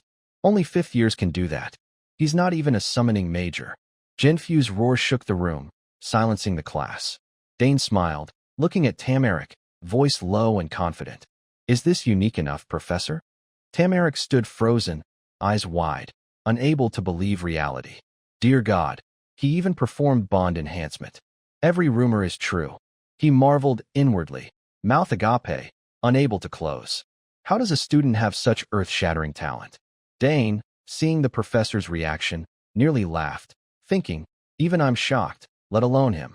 Dane petted Jinfu, eyes gentle yet proud. After a moment, Tamaric coughed, regaining composure, voice trembling slightly. Ahem. Yes, that's truly unique. We'll discuss the recommendation letter later. Dane grinned, nodding. Yes, sir. In the back, Digron swallowed hard, heart pounding. Terrifying. He's grown so much. The class, after the uproar, slowly calmed, but Tamaric's eyes remained on Dane, tinged with unease. Dane thought, lips curling slightly. They say he's strict. Claire will love hearing this. One recommendation secured. Should I ask Professor Delfiniso for the other? Soon, the class ended. Tamarick cleared his throat. All right, that's it for today. Students filed out, the air still electric. Suddenly, a voice called, Dane Sogers. Dane turned, frowning at the familiar red hair. Oh, you're Digron Tai, right? Genfu's former master. Digron, flustered, scratched his cheek. You remember me? Yeah, I'm retaking because I failed. Dane, curious, eyes probing. You're not here for revenge, are you? Why so friendly? Digron fumbled, voice sincere. Actually, I saw you earlier and planned to avoid you. But the past. I was wrong. I want to apologize for what happened. Please forgive me. He bowed deeply at a 90-degree angle, earnest as a repentant knight. Dane smiled lightly, nodding. That was years ago. Don't worry, I'm fine. Digron's eyes lit up, voice cheerful. Really? So I can keep studying here? I won't cause trouble. Dane frowned, thinking, he's scared I'll report him for expulsion? He clapped Digron's shoulder, reassuring. No, relax, it's all good. Digron beamed, voice excited. Thanks, Dane. If you need help, just say. Suddenly, Dane's jacket bulged, a round shape moving inside. Dane guessed instantly. Karnas is awake, probably hungry. He turned to Digron. Right, you're in summoning, yeah? I need to buy some supplies at the shop. Lead the way. Digron nodded eagerly. Sure. It's called Earth and Ben. I go there all the time. He rambled on. The shop's run by two former students, over 30 years old.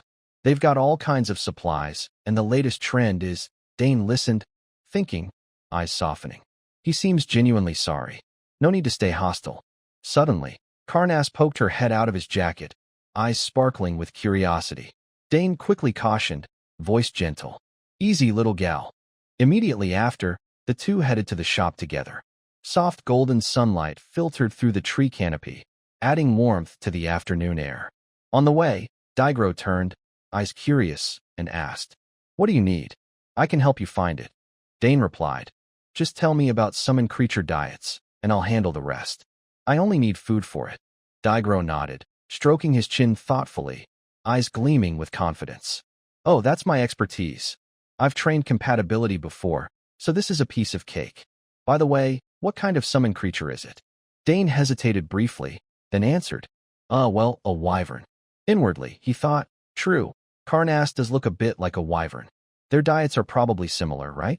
Hearing the answer, Digro shouted in excitement, voice brimming with enthusiasm. A wyvern? A rank 3 summon? That high? Seeing Digro's fervor, Dane quickly raised a hand, lowering his voice. Yeah, but it's still small, so keep it a secret, okay? Digro blinked, eyes wide. At that moment, Karnas, nestled in Dane's jacket, began squirming, letting out soft chirps. Dane thought to himself, if this gets out, I'll know exactly who spilled it. No one but Digro. Still buzzing, Digro continued. A baby wyvern, huh? Soft food's best then. Even as babies, wyverns eat a ton. They start on meat within a week. Dane nodded, quietly impressed. No wonder he's an expert. But how did this guy fail his course? At the shop, a lively atmosphere enveloped them. Shelves brimmed with magical items glowing with mystical light. Digro scanned the aisles, swiftly grabbing 2 small bags of food, turning to Dane with a smug grin. Here we go. This one's made from 17 ingredients. And this is a soft milk blend mix. Get both. Dane took them, smiling brightly, voice full of gratitude. Thanks a lot. You saved me. I wouldn't have known where to start. Seeing Dane's politeness, Digro frowned, nodding. That's all you need? Nothing else. Dane shook his head. This is enough for now. Digro eagerly suggested. Since we're here, look around. There's tons of useful stuff. Finding the idea reasonable, Dane nodded. All right, let's take another loop. The two strolled through the shop, surrounded by countless magical items, glowing apparel, radiant potions, and shimmering triple staffs. Suddenly, Dane stopped, eyes lighting up at a dazzling magic staff before him. He spoke, voice full of interest. Whoa, this looks pretty cool. But at that moment, a warning voice rang out nearby. Hold it. That's not for newbies. You haven't mastered summoning, and you're eyeing weapons? Watch out for the mana curse. Step back. Near the staff, a neatly posted warning read, Do not touch carelessly. especially new students. We're not responsible for consequences. Daigro nodded, cautioning. He's right, Dane. This staff's usually for 4th years. Touch it, and it'll drain your mana dry. But Dane seemed unfazed. He thought, come on, why the fuss? The more they warn, the more I want to try. Ignoring the warnings, Dane reached out and grasped the staff. The shopkeeper yelled in panic. New student, don't touch it. It's dangerous. But before he finished, Dane had gripped the staff tightly. The orb at its tip suddenly glowed with a mystical, radiant light, like a precious gem. Dane smiled, satisfied, thinking, it's craving mana. Instantly, he channeled mana into the staff, feeling its power surge within. The shopkeeper gaped, stammering. What just happened? The staff absorbed enough mana and stabilized. He thought, even with enough mana, almost no one can control it. Dane, still calm, smiled. Not bad, huh? Daigro, beside him, couldn't hide his awe. Dane, I knew you were good, but you're on another level. The shopkeeper approached, hands on hips, annoyed. You're really a 1st year? I've never seen anything like this. Dane smiled lightly, replying. Oh, I'm Dane Sogers, Claire's little brother. At the name, the shopkeeper flinched, his tone shifting. Oh, the top student in interdisciplinary studies. Even Claire couldn't handle this staff as a 1st year. I underestimated you. If you'd said earlier, I'd have advised better. Dane grinned, thinking, talk about a quick attitude change. The shopkeeper continued. You buying this staff? Dane shook his head, placing it back. Nah, it's too much trouble and can't handle much mana. The shopkeeper blinked, shocked. What? This can handle 5th and 6th year's mana. Dane glanced at the staff, thinking, feels like pouring a well into a teapot. Not worth it. Finally, he said, I'll just take the food bags. The shopkeeper muttered. Are all Sogers heirs like this? Your sister was the same. Dane, curious, asked. What about my sister? The shopkeeper replied. 4th years were thrilled to try the staff. Only Claire refused, said it didn't look classy. Dane frowned, nodding, thinking, that's my sister all right.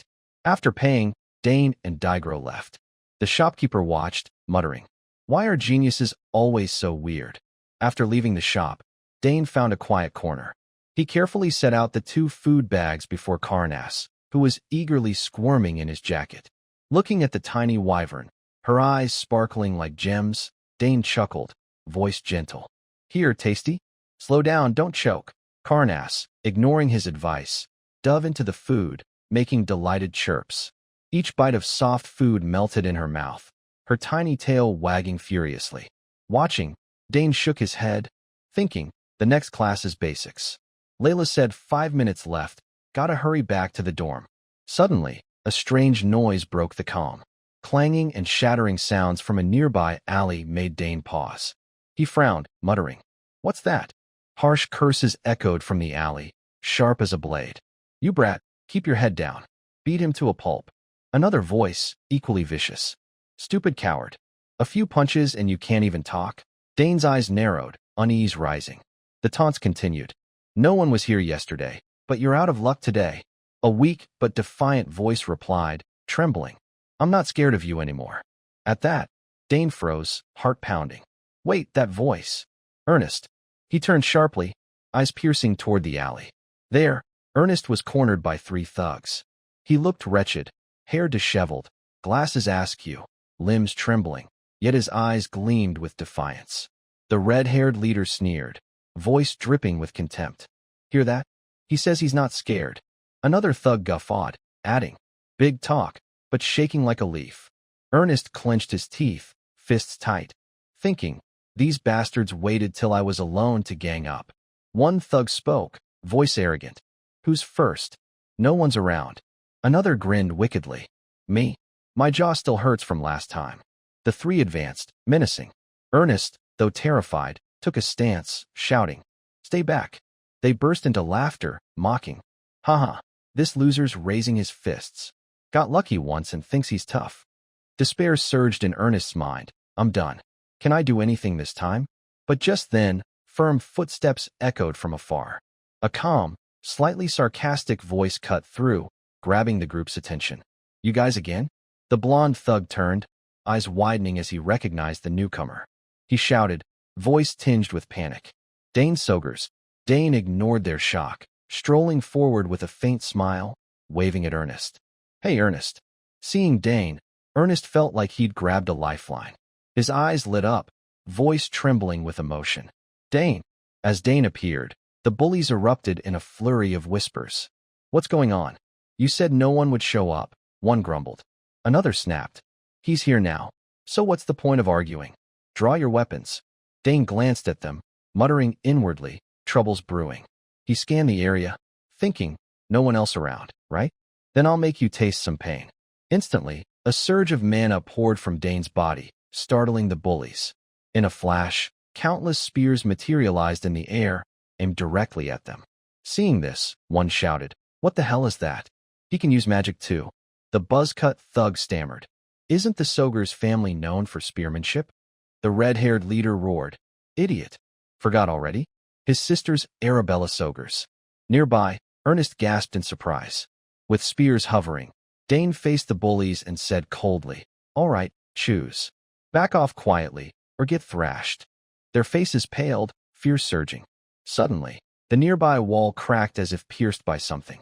The ground suffered the same fate. The bullies collapsed face down, wailing in agony. Ernest, still trembling, approached and said, Thanks, Dane. My hands and feet are still shaking. Dane smiled. As long as you're safe. He continued, Ernest, let's train together from now on. Ernest, rubbing his sore arm, asked in surprise, What? Dane replied, You said you wanted to beat Braun, right?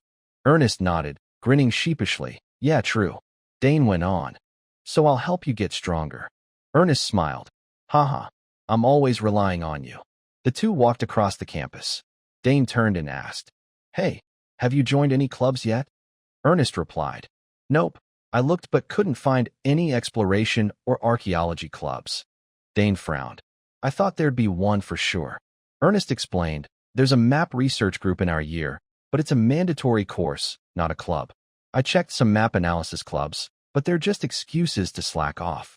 So disappointing. Dane rubbed his chin. Pensive. Seems most people just want to coast.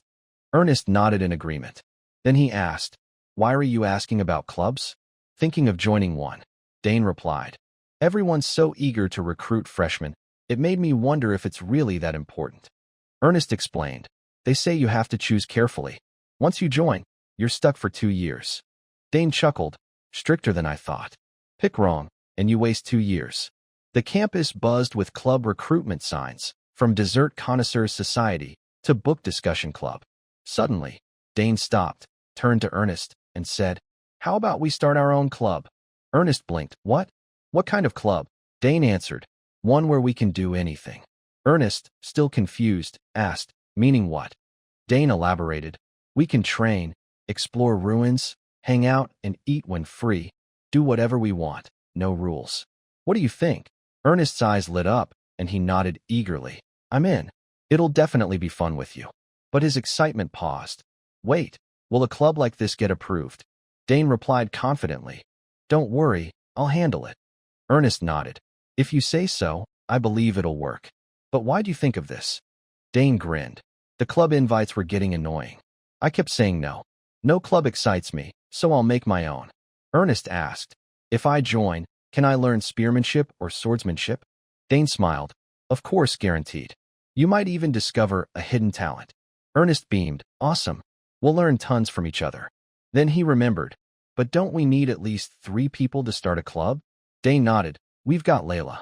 He added, Since we're talking about her, let's ask her now. The scene shifts to the club registration office. The trio walked, chatting. Ernest spoke. We just submit this form here, right? Layla, thrilled, said, Sounds so easy. Hurry and fill it out. Dane glanced at her, thinking, so typical of Layla. She ditched the Dessert Exploration Club just to join us. Layla turned, cheerfully saying, The Dessert Club meets weekly to try sweets. Perfect fit. Dane nodded. We can do that too if you want. I'm a fan of tarts. Ernest chimed in. We can do anything. Dane added, If you want to meet seniors, that's fine too. Just follow Ernest's lead. Layla grinned, satisfied. The 3 filled out the club form and brought it to a room for approval. Suddenly, Layla shouted, What? The rules changed. A blonde girl adjusted her glasses, explaining, Yeah, The academy now has over 3,000 clubs. Most are inactive, making management tough. Starting this year, new clubs need approval, not just registration. Dane's expression tightened. He asked, "What do we need for approval?" Layla sighed. "Talk about bad timing." The blonde continued. "You need a recommendation letter from a full professor. Want me to give you the form?" Dane nodded. "Hand me the form first." The trio left the room. Layla groaned. "First years like us getting a recommendation letter?" "Yeah, right." Ernest agreed. "Seriously. We haven't even met most professors." Layla added, "We can't just pick a random professor to sign." Dane smiled. "Actually, I have someone in mind." Layla and Ernest shouted in unison. "What? Who?" "We're just first years. They'll probably look down on us." Dane flashed a confident grin. "Just trust me." Ernest and Layla gaped, speechless. The scene shifts to the office of Professor Quintus from the Independent Studies class. Dane sat, presenting the club plan. Inwardly, he thought, "Damn, he said he'd hear me out, but why's this so hard?" Quintus spoke. "Why are you here?" Dane replied, "Professor, we want to start a club." Quintus, surprised, said, "Oh, sounds interesting. What kind?" Dane smiled. "A club for sword training, exploring the academy, and fun adventures. But now we need approval, and that requires a professor's recommendation letter." Quintus raised an eyebrow. "Recommendation letter?" Dane nodded. "Yes, we're looking for an amazing professor to ask." Quintus froze, thinking, "Looking for a professor? You came to me and still talk like that, you little punk? Think you'll find someone better than me?" As soon as the thought crossed his mind, Quintus broke into a grin and spoke. "Haha, isn't there a professor right here? Why look far and wide? I'll recommend you myself." Dane replied, "You're always so busy, Professor. I didn't want to trouble you." Before he could finish, Quintus cut in. "Busy or not, I can at least handle this. What do I need to do?" Dane smiled. "Really? Then please sign here." He quickly pulled the registration form from his jacket. Quintus cheerfully took the pen, signed the form, and said, "My only student wants to start a club? Of course I'll support you wholeheartedly." Dane flashed a smile and bowed. "Thank you so much, Professor." After wrapping up, he rejoined Ernest and Layla. Layla cheered, "Unbelievable. We got the recommendation letter that fast? Are you buddies with the professor?" Ernest chimed in. "We didn't even get a word in." Holding the letter, Dane grinned. "I pretended to ask about sword techniques, and luckily won his favor." Ernest nodded. "Either way, glad we pulled it off." Layla patted her chest, thrilled. "So we're really starting a club now?" Dane nodded. "Just need to submit the form." Imagining the club coming to life, Ernest was ecstatic. "I'm so pumped. It's gonna be awesome." Layla marveled. "I thought this would be tough, but Dane made it look like a breeze." Dane pulled out a blank sheet, saying, "Now we need a name for registration. Any ideas?" Naming turned into a saga. Ernest said, "The name should reflect our vibe." "This is serious." Layla nodded. "No childish or meaningless names for me." Both scratched their heads, muttering, "What should it be?" Watching them, Dane smiled, thinking, "They're really into this." Suddenly, he felt movement inside his jacket. Glancing down, he muttered, "Carnass, waking up now?" The little dragon wriggled, making Dane restless. He whispered, "Not now, Carnass." Ernest spoke. "Dane, got any name ideas?" Dane replied, "I'm fine with anything." Layla blinked. "What? You suggested this and have no ideas." She pointed at Dane's jacket. "Ugh, your jacket's got a lump." About to be exposed, Dane thought, "I haven't even introduced her." He stammered, Well, it's..." Ernest and Layla's eyes locked on him. Layla pressed, "What are you hiding?" Suddenly, a button on Dane's jacket popped, and a black blur shot out. It was Carnass, the mischievous dragon. Seeing the adorable dragon, Ernest and Layla's jaws dropped. Dane gave a sheepish grin, thinking, "Well, that's that." Layla pointed, scolding, "What's that? A summoned beast? Why'd it come out of your jacket? Don't tell me the egg from Claire's hatched." The dragon flitted to Dane's shoulder, letting out a cute growl. He nodded. "Yeah, she was born not long ago. Her name's Carnass." Ernest beamed. "Hey, Carnass, long time no see." Layla fumed. "Ernest, you knew about this too?" Dane quickly changed the subject. "Anyway, the club name's more important than Carnass. Let's think while heading to registration." At the registration office, the blonde girl held the form, frowning. magic exploration, summoning, spearmanship, and swordsmanship club? The trio gave awkward smiles at the painfully generic name. She asked, "You sure about this name?" Dane nodded. "Yes, please approve it." After approval, the three left the office. Layla turned, scolding. "Dane, never name anything again." Dane frowned. "It's not bad, is it?" Layla snapped. "No, it's awful." Ernest mediated. "Haha, don't worry. We can change it later." The scene shifts to Tamarik's office, summoning department professor. Someone entered, saying, "Hope I'm not interrupting?" Tamarik replied, "Haha, not at all, Dean." It was Del Paniso. She sat, asking lightly, "How's it going?" "Lots of talented students, but I worry the professors might be overwhelmed." She emphasized, "Especially, I hear there's one student who stands out." Tamarik stammered, Yes, indeed." He thought, class news spreads that fast? Del Paniso sipped tea, continuing, "I heard your class had something interesting." "I'm not meddling, just curious." Tamarik responded quickly, No issue at all. You're the dean. It's normal." He set his tea down, adding, "There's one remarkable student, even surpassing Claire."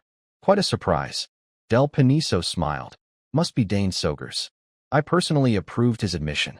She continued, "I heard you promised him a recommendation letter, right?" Tamarik nodded. "Yes, that's right." Del Paniso added, "Since the special admissions test needs 2 letters, I'm thinking of writing the other." Tamarik blinked. "You'll write it yourself?" She laughed. "He's clearly capable. How could I sit still?" Tamarik mused, thinking, what a sly fox. She's trying to claim everything. He clenched his fist, muttering, "Of course, she's always like this. I underestimated her." Del Paniso spoke. "Professor, something on your mind?" Tamarik jolted. "No, not at all." She looked him in the eye. "All right then. Oh, when you finish the letter, show me. We should be transparent about this."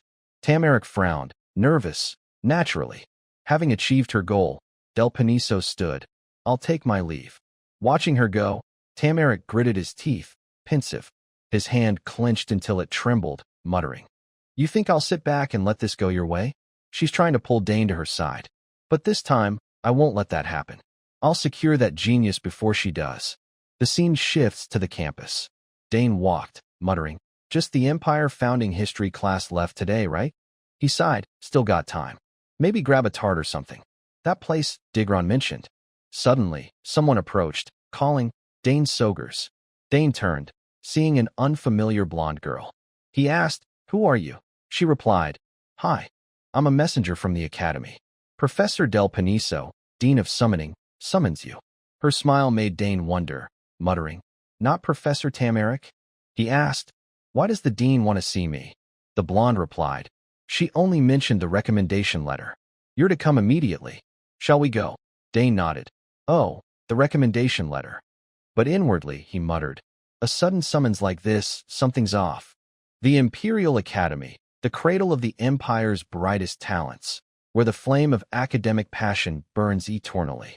Renowned for its cutthroat competition that exceeds all expectations, particularly the power struggles among professors. A department's influence determines its budget, equipment, and facilities. Here, the 3 largest departments, swordsmanship, magic, and summoning, consistently receive the highest funding. A professor's reputation and evaluation shift accordingly, directly impacting their core responsibilities.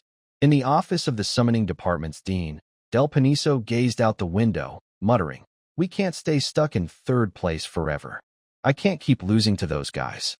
She mused, "If that boy joins our department, we could easily surpass magic. The issue is Professor Quintas from interdisciplinary studies. Still, his sister Claire is here, so he'd be hard-pressed to refuse. If I can spark his interest in summoning, the opportunity will come." Suddenly, a voice called from outside, "Professor, I've brought Dane." Del Paniso replied promptly, "Come in." She smiled, saying, "The academy must be bustling. Huh, Dane?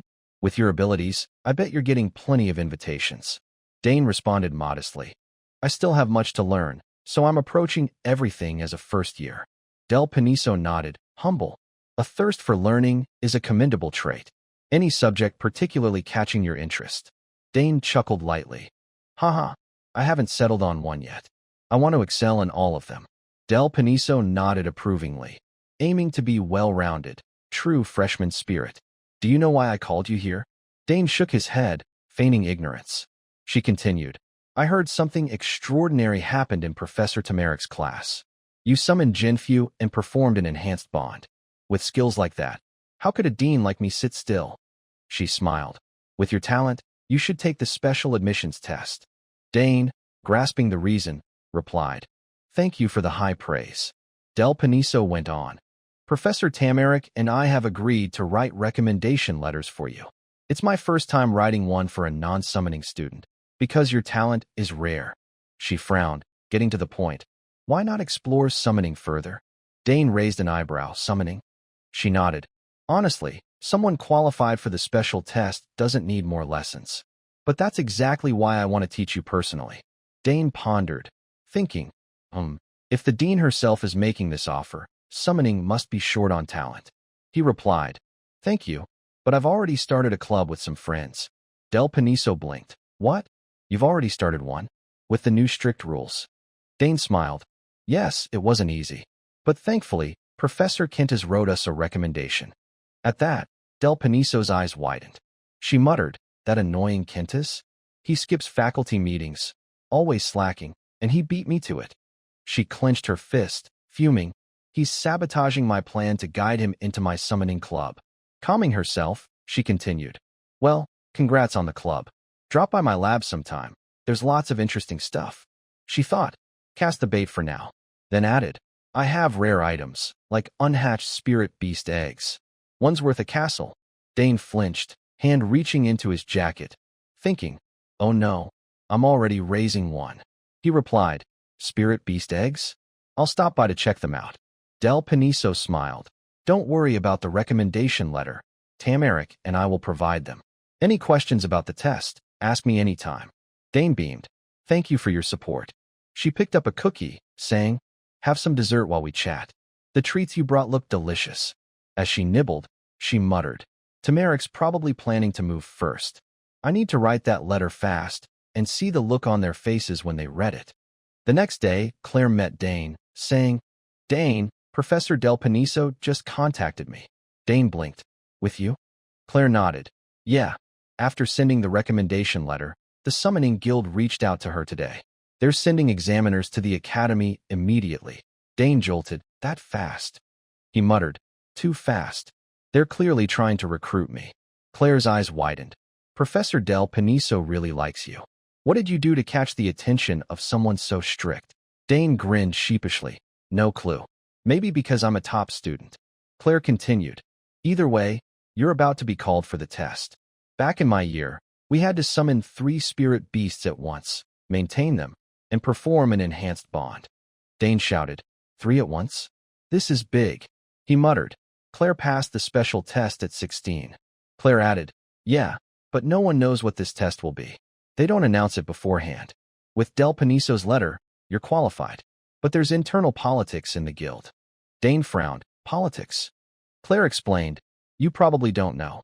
Del Paniso has rejected the guild's requests multiple times, so they don't like her. They won't let her gain an advantage easily. Dane mused.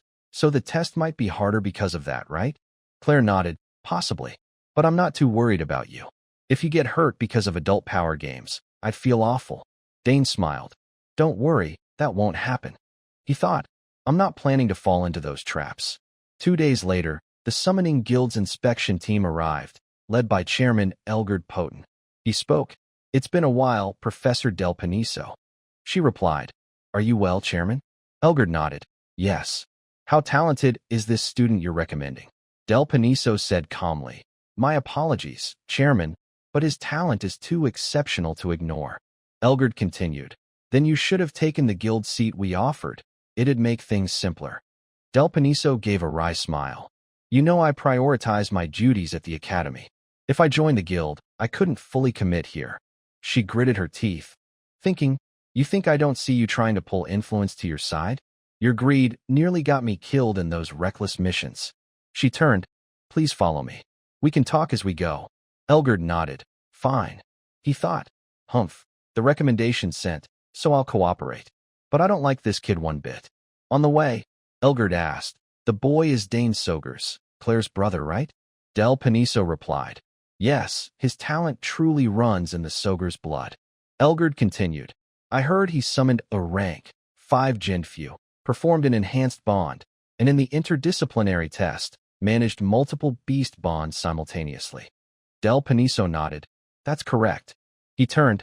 Such ability is extraordinary, shocking the guild. Even for a Sogers, I didn't expect the younger sibling to outshine the elder. Is he already on par with Galderin? Del Paniso smiled wryly. I'm not sure he's at Galderin's level, but you'll understand when you see him. Elgard frowned. We'll evaluate strictly. The special test has always been that way. Del Paniso nodded. I understand. The guild's arrival sent the academy students into a frenzy. One exclaimed, What? The summoning guild's here? For what? Another replied. Heard Dane Sogers got a special recommendation letter. A third chimed in. Oh, the first year who shocked Professor Tamarik's class? He even enhanced a spirit beast. An angry student shouted, Damn! Is there anything summoning related he can't do? After a while, Del Paniso and Elgard reached the summoning department's entrance. She said cheerfully, All right, this is where the test will take place. Elgard glanced at the department's emblem, muttering, Good. Let's go in. At the testing ground, light filtered through the window slats, illuminating the vast room. Dane stood in the center of the arena and spoke. I am the youngest son of Earl Arkin Sogers, Lord of the Southern Region and head of the Sogers family. My name is Dane Sogers. Startled, Elgard exclaimed, A great honor to meet you. A confident smile played on his lips. Observing this, Elgard muttered inwardly, Impressive. Hard to believe he's only 14 with such presence. Now I see why they rushed to send the recommendation letters. Elgard stroked his chin and said, I am Elgard Poten, chairman of the Summoners Guild. I've heard much about you. High praise indeed. However, this test won't be easy. Unfazed, Dane replied promptly. Yes, I'm prepared. He thought. He's pretending to be friendly, but there's nothing pleasant about this. Elgard turned to his aides behind him, saying, No need for more talk. Let's begin. Prepare. The two aides responded in unison. Yes, sir. Del Paniso, standing in the back, frowned slightly and remarked, I wonder what challenge the chairman has prepared for us. Addressing Dane, Elgard continued, Whether you pass or fail is entirely my decision, Elgard Poten. If you object, you may withdraw now. Dane replied instantly, I accept. Elgard went on. Any form of cheating is strictly forbidden. If the test is deemed unfair, the results will be voided, and your summoner eligibility could be revoked. Remember that. Dane responded calmly. Yes, I understand. Elgard continued. Good. I look forward to seeing what makes you special. He raised his hand high and declared, The test begins. The examiners surrounded Dane, each standing before a glowing summoning circle. The circles began drawing energy from the surroundings, strengthening their magic. Seeing this, Dane muttered, This is suddenly. Strange sounds emanated from the circles, followed by an immense surge of energy that enveloped the testing ground. Both Dane and Del Paniso furrowed their brows. Del Paniso thought, They've activated summoning circles. This means mana streams converged toward Elgard, who widened his eyes and said, Answer my call. With that, a massive surge of mana erupted from his summoning circle. A colossal, ferocious creature emerged, its head resembling a lion's. Feeling the overwhelming mana, Dane thought, as expected, the chairman's mana is terrifying. I didn't think the test would be on this scale. His eyes widened as he studied the creature, thinking, this thing is far more dangerous than usual. Lightning crackled around it, charged with immense mana, exuding an intense sense of danger. Seeing the beast, Del Paniso shouted from behind, Impossible!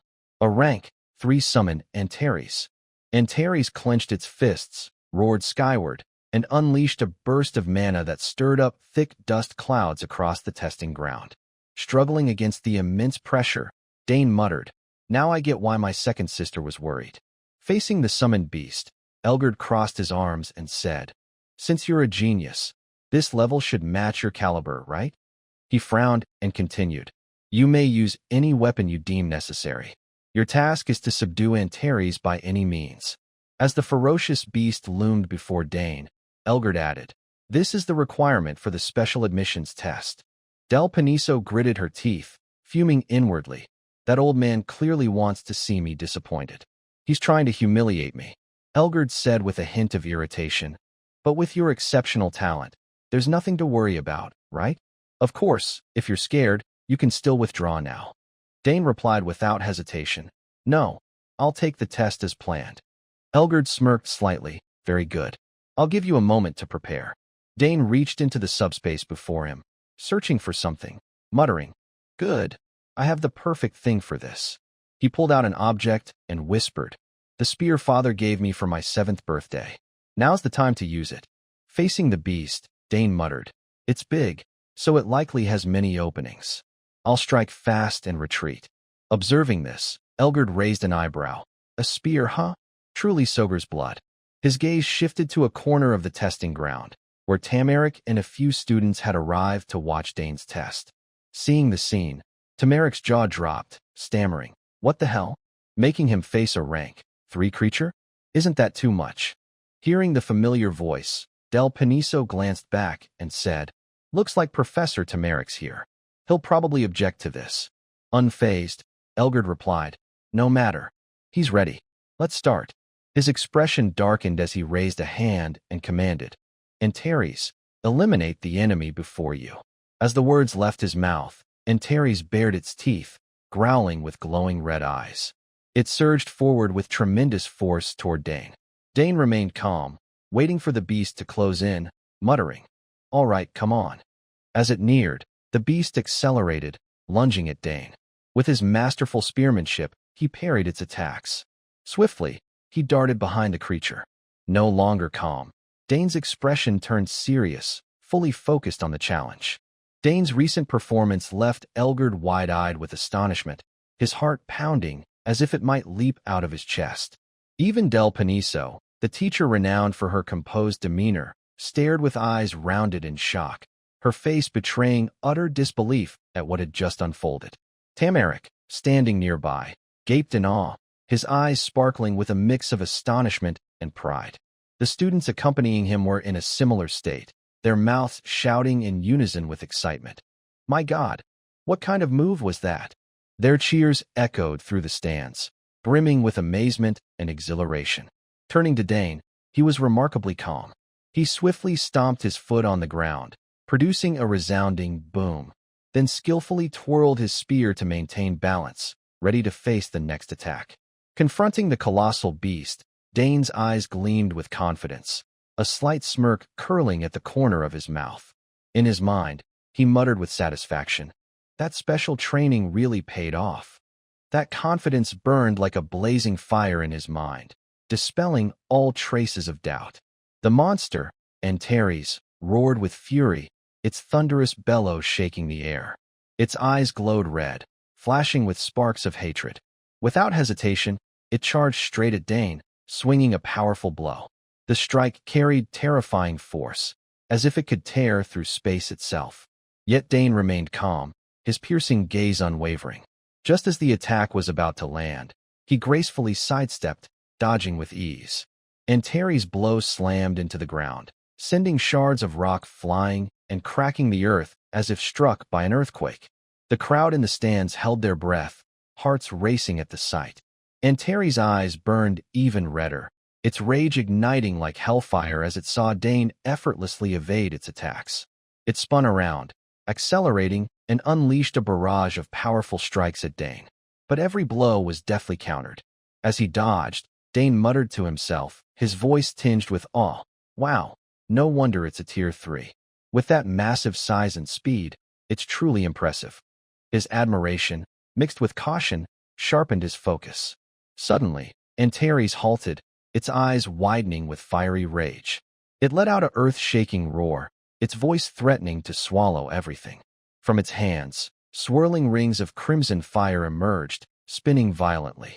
Raising its arms, it formed a massive fireball, radiating terrifying heat that seemed to scorch the surrounding air. The students in the stands shivered, sweat beading on their foreheads. Dane, in stark contrast to the crowd's tension, remained unfazed. He spun his spear with fluid grace, as if performing a dance.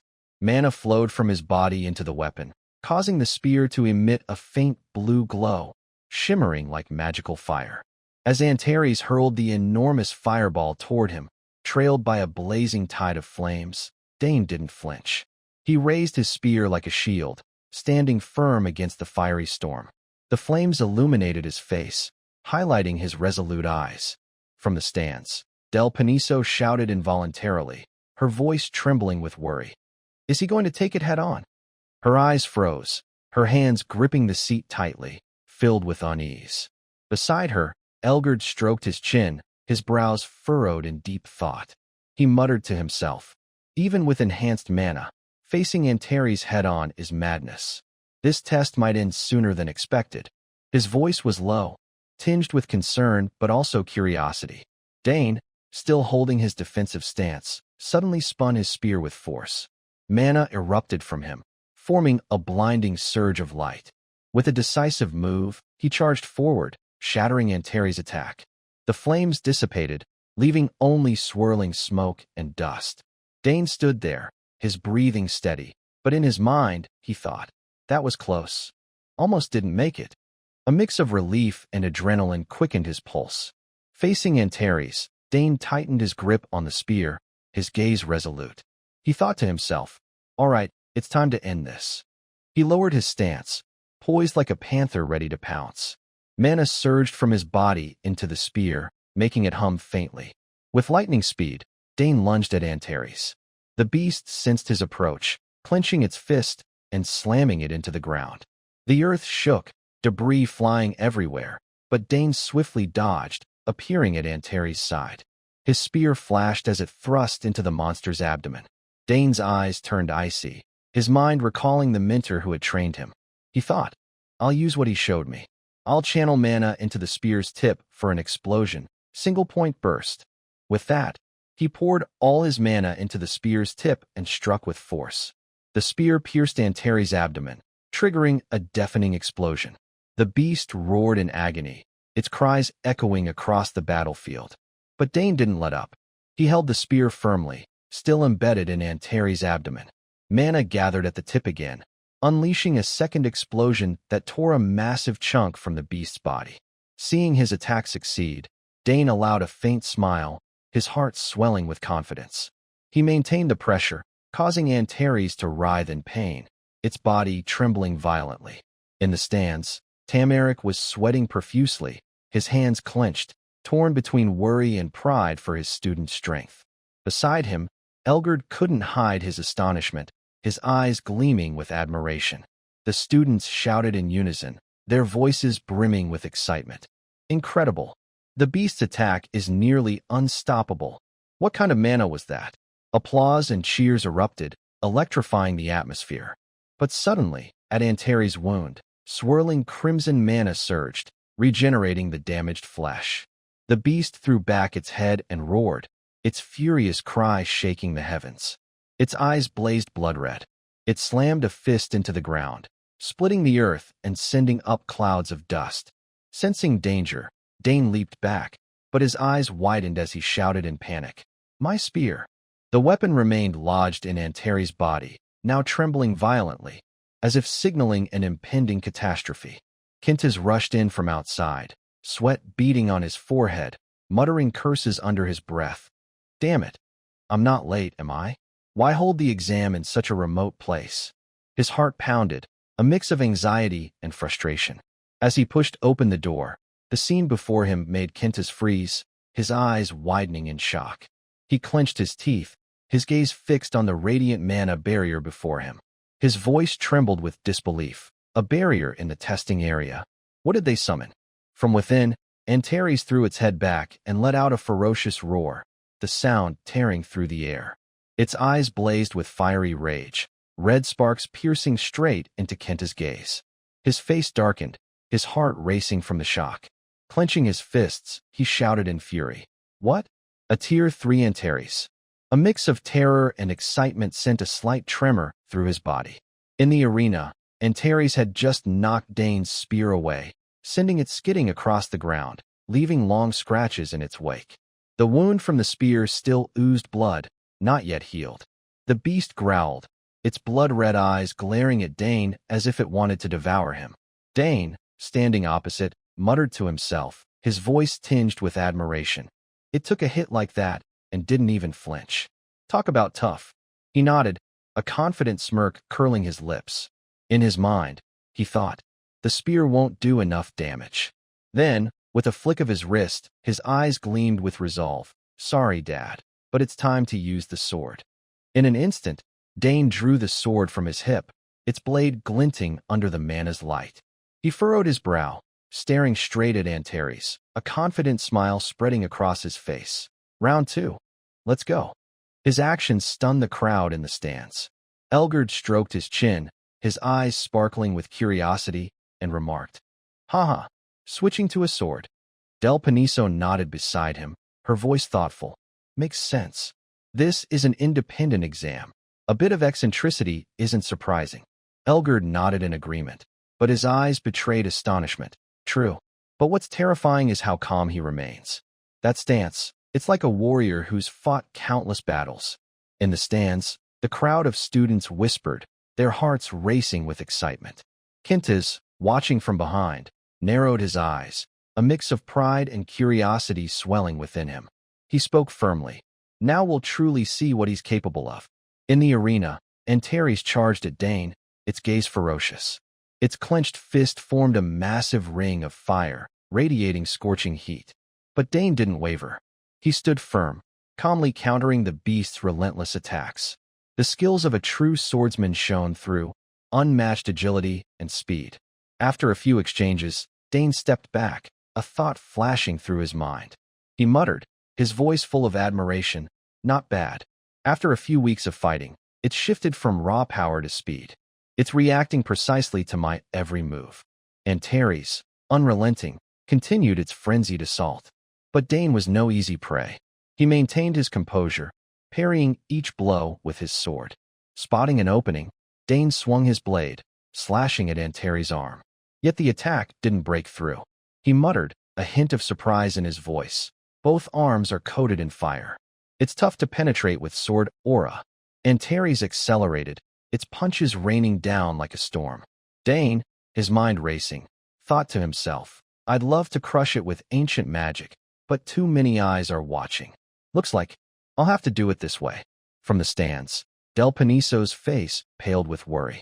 She turned to Elgard, her voice trembling. Chairman, this is too dangerous. If a student gets hurt, none of us will escape punishment. She clutched her chest, ready to activate a forced recall. But Kintiz, appearing from behind, spoke up to stop her, his voice calm, yet confident. Hold on, just watch. Del Paniso spun around, startled. Professor Kintiz, when did you get here? Kintiz smiled, his eyes gleaming with faith.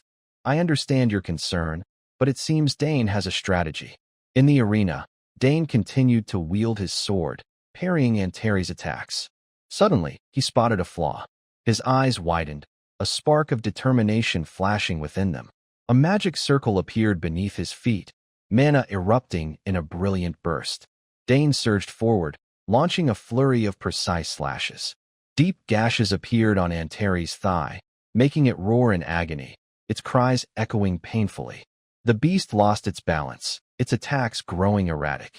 Its hands slammed into the ground, its expression ferocious, flames flaring around its body.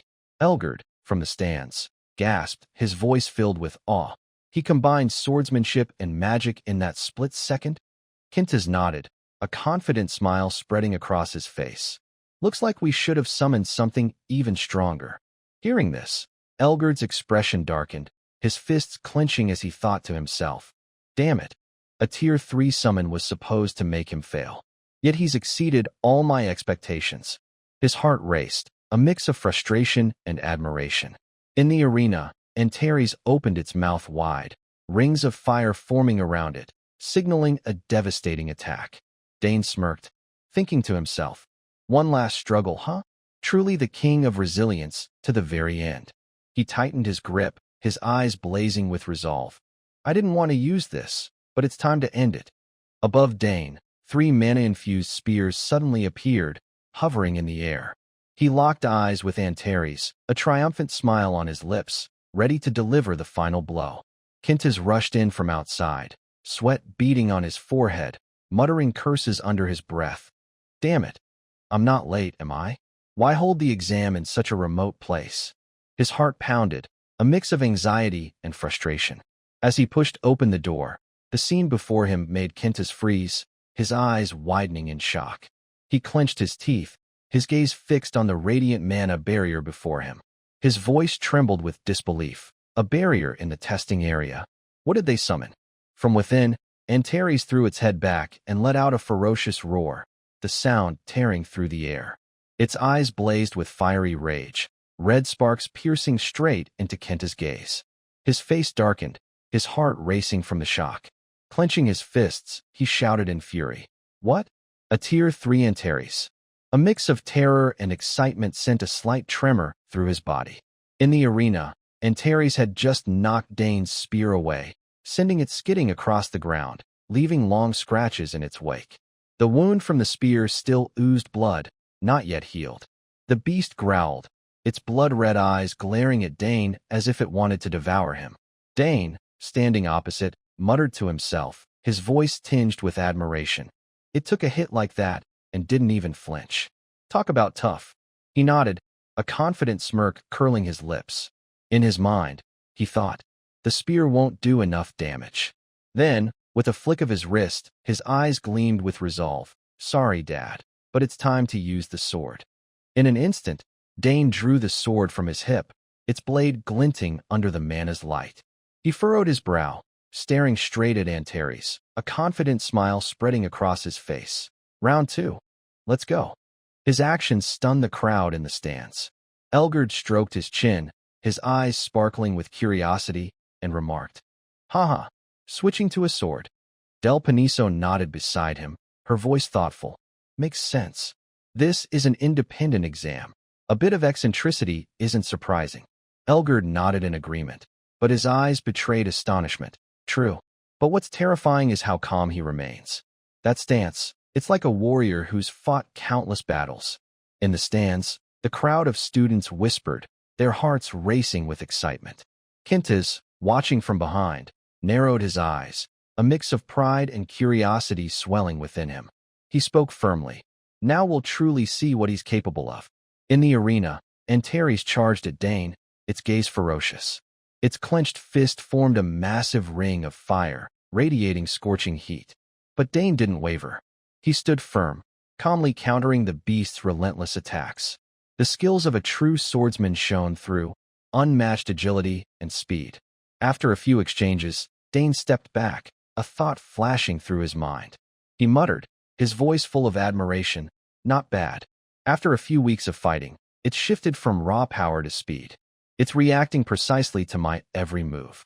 Antares, unrelenting, continued its frenzied assault. But Dane was no easy prey. He maintained his composure, parrying each blow with his sword.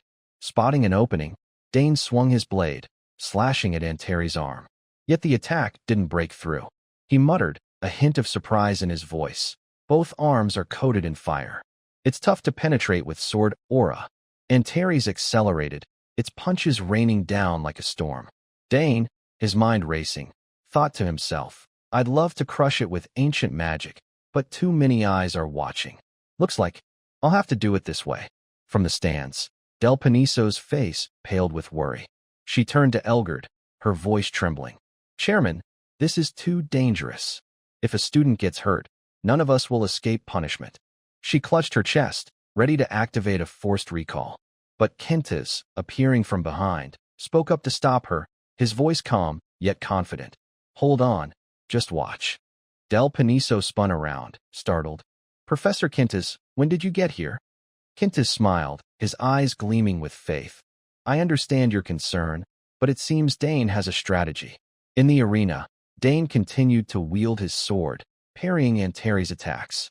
Suddenly, he spotted a flaw. His eyes widened, a spark of determination flashing within them. A magic circle appeared beneath his feet, mana erupting in a brilliant burst. Dane surged forward, launching a flurry of precise slashes. Deep gashes appeared on Antares' thigh, making it roar in agony, its cries echoing painfully. The beast lost its balance, its attacks growing erratic.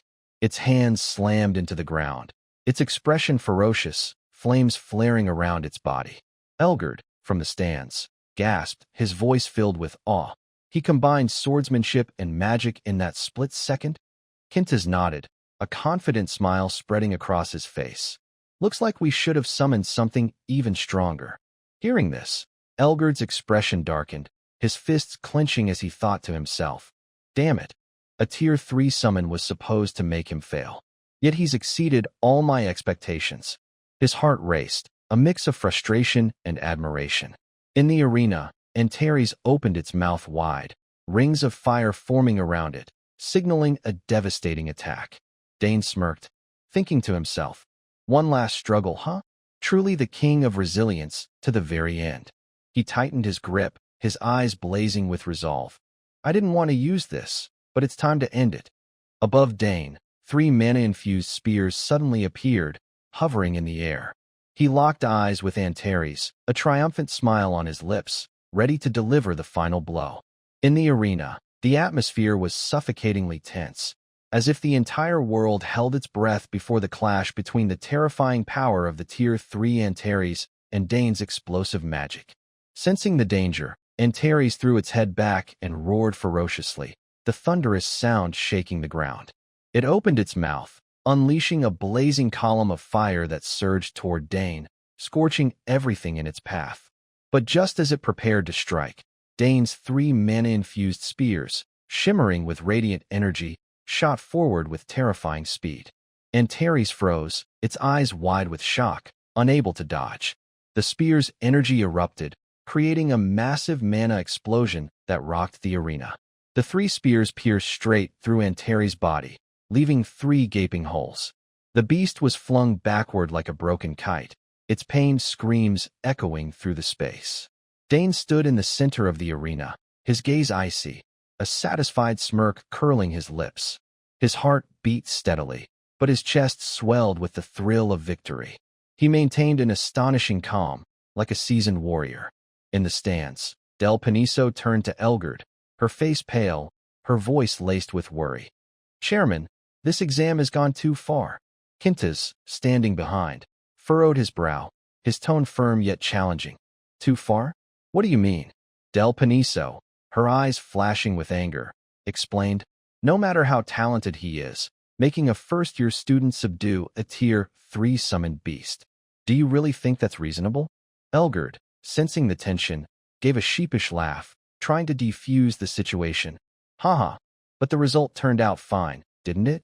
His words only fueled Del Paniso's outrage. She shouted, her voice brimming with indignation. Fine? Fine enough to be etched into the Empire's history.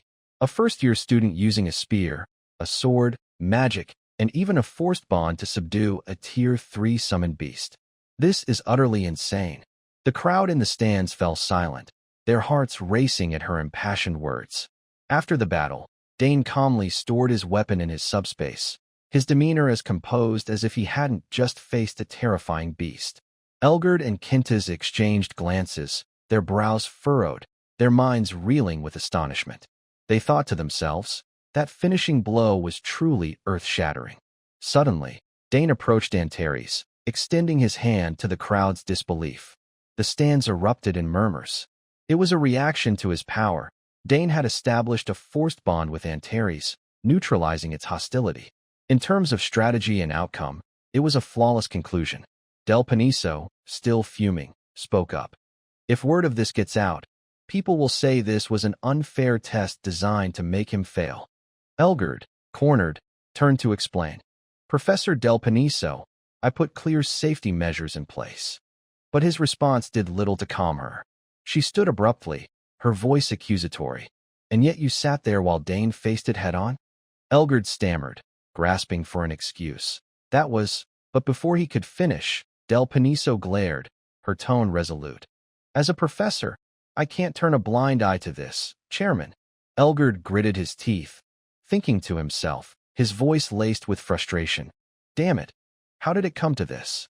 The entire plan has gone down the drain. Kintas, standing behind, closed his eyes, lost in quiet reflection. He muttered, his voice full of admiration. I knew he was a genius, but this? From the start, Dane has been more like a seasoned knight than a first-year student. The gazes of Quintus and Del Paniso turned to Dane, gleaming with resolve. I have to take him as my apprentice. After the exam concluded, Elgard stepped forward, his voice resounding. The test is over. For Dane Sogers, who has passed this special exam, we officially bestow the title of Summoner along with this badge. May you continue to hone your talents as a Summoner of the Empire. Please accept it. Dane took the badge, bowing in gratitude, his eyes shining with pride. He gazed at the golden badge before him, engraved with strange runes, and muttered, a golden badge, only given to those who pass the special exam. That's pretty cool. Holding the badge, Dane paused for a moment, then raised it high, channeling a surge of mana into it. He murmured, answer the call. Instantly, mana poured from the badge, shooting into the sky and forming a massive magical circle. From within, a tidal wave of mana surged, and something shot out, leaving everyone stunned. Elgard's eyes widened as he shouted, what is that? In the arena, a creature with long ears and short legs appeared. It was a summoned beast, resembling a rabbit. Its information displayed. Altamar, Tier 4 Summoned Beast, Enhancement Type, capable of greatly boosting the summoner's physical abilities. Looking at the tiny rabbit, Dane grinned, his voice brimming with delight. Pretty impressive. And cute, too. He approached, speaking softly. Good to see you again, Altamar. The atmosphere froze, everyone standing in stunned silence at the unexpectedly adorable sight. Del Paniso turned to Quintus, who was equally dumbfounded, and thought to herself, everyone seems to be in shock. She glanced at Dane, her mind racing. With this many witnesses, the academy is going to be in an uproar. As predicted, the campus buzzed with chatter. One student shouted, is that the guy who passed the special exam? Another replied, voice full of awe, what kind of family is the Sogers clan? At this rate, he'll outshine even his sisters. At that moment, Dane, Ernest, and Layla were walking across the campus, countless eyes fixed on them. Ernest turned to Layla, his voice tinged with confusion. Layla, I can't wrap my head around this. Is this really possible? Layla crossed her arms, responding casually, her eyes gleaming with confidence. Don't try to understand it. Just accept it. You'll get used to it. He's from another world. Ernest changed the subject, his voice excited. Oh, right. I finished decoding the map. Layla's eyes lit up with joy. Really? You're amazing. Dane chimed in, his tone calm but expectant. Once it's fully decoded, let's hold the first meeting of the club. The group buzzed with excitement. Layla beamed. Awesome. I'm so bored already. Ernest clenched his fist, his voice cheerful. I'll try to decode it even faster. Dane, ever composed, smiled and thought to himself, I'm actually really curious about it. Then he turned to the group. Professor Quintus is calling me. I've got to go. See you guys later. After saying goodbye, he turned and walked off, exuding confidence. At the training room, Quintus was waiting. He looked at Dane, his voice deep and authoritative. Antares is a terrifying summoned beast. Once, a summoner from the Draenic Empire summoned 2 of them, and it was a nightmare. Just 2 took down 3 knights and dozens of soldiers. Dane's eyes widened, thinking to himself, I remember now. I heard Professor Quintus was in that battle. Quintus stepped closer, his gaze sharp, and yet you defeated that creature without a scratch. Dane scratched his head, sheepish. Just got lucky, sir. Quintus shook his head, his tone serious. Sometimes too much humility is a double-edged sword. In my opinion, switching to the sword was the right call. Dane blinked, thinking, he's no ordinary man. Quintus turned, walking slowly.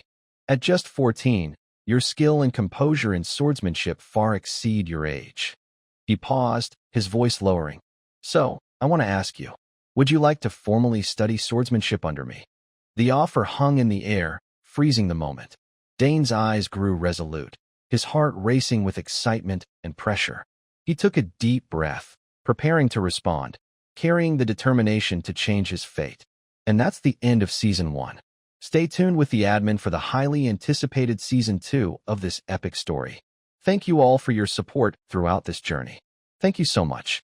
At this time, Dane was sitting in his room, writing a letter home to his family. In the letter he wrote, "Dear father and mother, I hope you are well. The hot summer is nearly here. Today is the same. Your youngest child is still busy with life at the academy. Oh, I have completed Professor Kennez's swordsmanship class that I mentioned before. I learned a great deal of theory. It makes me think that coming to the academy was indeed an excellent choice. Now I can perform sword techniques much more skillfully. Perhaps it's time I forge a sword at the forge." As he wrote this, he paused for a moment, then continued, Ernest finally deciphered that map, and even discovered that the designer was Saul Hangstun. To the far east of the academy, beneath the now-abandoned hall of St. Amar. People say something extraordinary is hidden in the saint's crypt. After rereading it, he wondered to himself, is this too specific? I shouldn't write down too many details. After all, that place is a restricted area. What's more, there's the bigger problem of the immortals showing up. When he told this story to his two friends, they shouted in unison, "Immortals?" They were sweating all over, stammering, terrifying Dane. In the letter he continued, "I thought about giving up, but fortunately we received help. The one who helped was Priscilla, a student from the theology department. The group went to see her. At that time she looked at them with a suspicious gaze. What? You want me to go with you into the restricted area? Are you crazy? Listen carefully. An immortal will vanish if you destroy its core. But before that, you must receive a baptism from me." After the agreement was made, the group began their exploration. Just as they started, they faced a swarm of vegetable-like immortals outside. Priscilla shouted, "Dane, smash its core. Channel all your mana into one concentrated strike." After doing as Priscilla said, it went exactly as expected. Priscilla's holy power was astonishing. Thanks to her baptism, we were able to deal with the immortals easily. Moreover, Layla's swordsmanship had also improved dramatically. They coordinated flawlessly, one attacking, the other defending. In the end, the skeletal horde was defeated. After passing through the darkness, we reached the underground crypt. And finally, we found the treasure. Standing before a relic, number 1 pointed, prompting Layla behind him to ask, "Is it really from 300 years ago?" He nodded in confirmation. "Yes, the treasure is here." The treasure the Emperor desired desperately, but could neither open nor take. At the sound of the word treasure, everyone's faces lit up with excitement. And that treasure was a gem that glowed with a blazing red light, extremely magnificent. Holding the gem in his hand, Dane was ecstatic. "This is the club's first achievement. We have brought great joy." Everyone was so excited they couldn't sleep.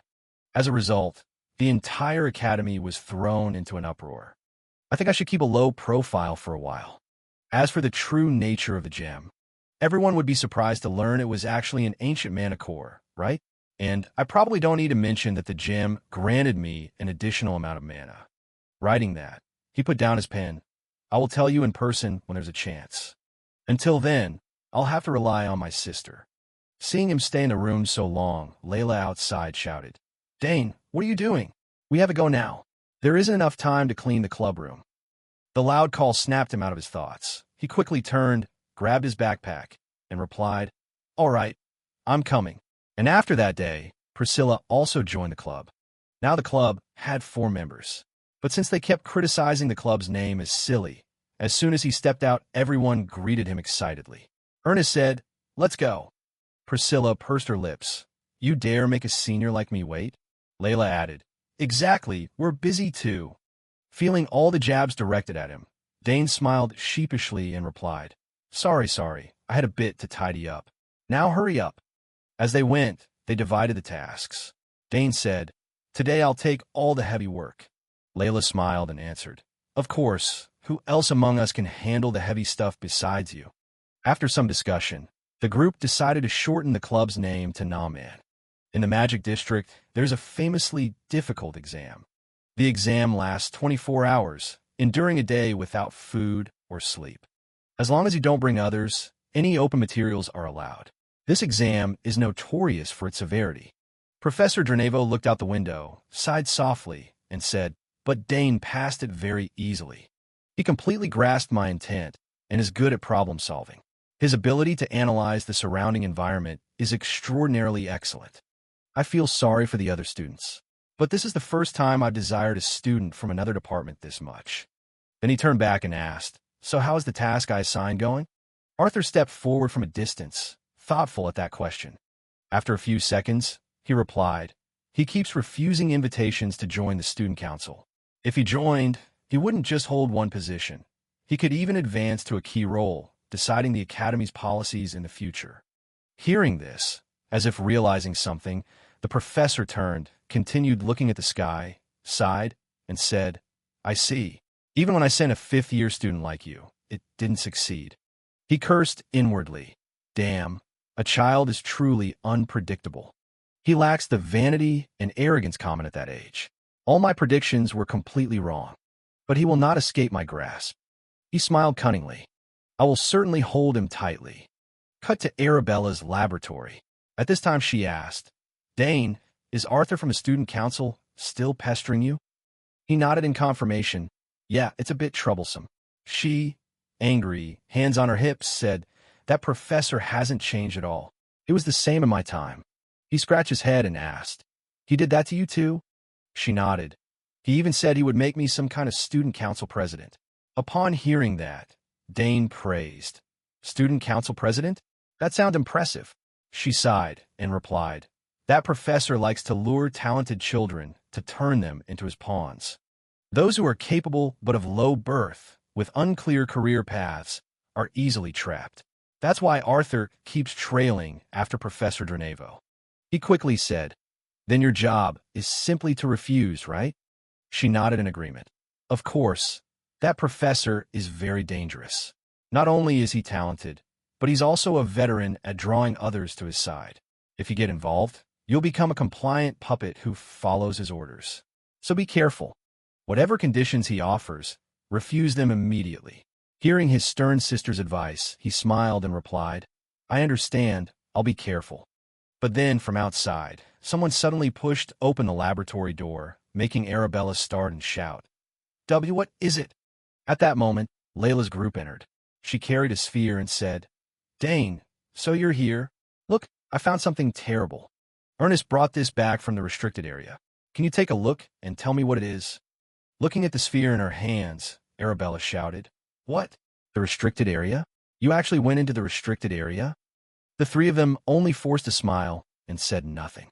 Faced with his friend's reckless action, Dane could only cover his face and inwardly lament, "I told you to keep quiet for a while. Suri, cease." Then he turned to Ernest and asked, "I'm sure the guards tightened security after visiting St. Amar's shrine." Ernest smiled and replied, "Don't worry, Dane. As an explorer, I have to overcome such challenges." Hearing that, he pouted, "Yes, that's your specialty. But isn't that too dangerous?"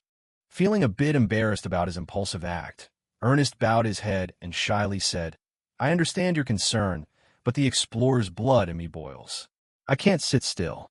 Looking at his friend, Dane thought to himself, since visiting St. Amar's shrine, Ernest has become noticeably more proactive. That's understandable. Saul Hangstun, the only one said to have reached the 9th chain level after the fall of the Demon King's realm Arachna. A place created by such a genius would make any explorer's eyes shine. Turning back to the two girls, Layla stepped up to Arabella, holding out the sphere and saying, "Senior, please take a look at this." Looking at the two youngsters, Arabella sighed and replied, "You girls really only cause trouble." Seeing the girls' strange action, Dane turned and called, "Layla, what are you holding? Did you put something into the mana wave detector?" Ernest beside them spoke bashfully. "Well, here's what happened. Last night, I couldn't sleep, so I wandered into the restricted area. You know Saul Hangston's laboratory is in the restricted area, right? I kept hearing strange sounds coming from inside the building, like machinery running or something being constructed. It gave me goosebumps, and there were human voices mixed in too." Dane interrupted, "So what? Even in the restricted area, guards come and go. Hearing people isn't strange." Ernest scratched his head and denied it. "No, it wasn't just guards' voices, I'm certain of it. And the most suspicious thing is, the mana wave detector I had running as a backup detected mana. At this, Dane exclaimed in shock. What? Impossible.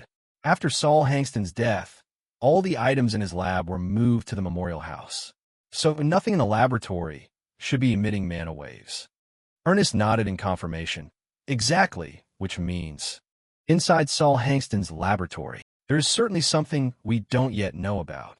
Dane was still lost in his thoughts.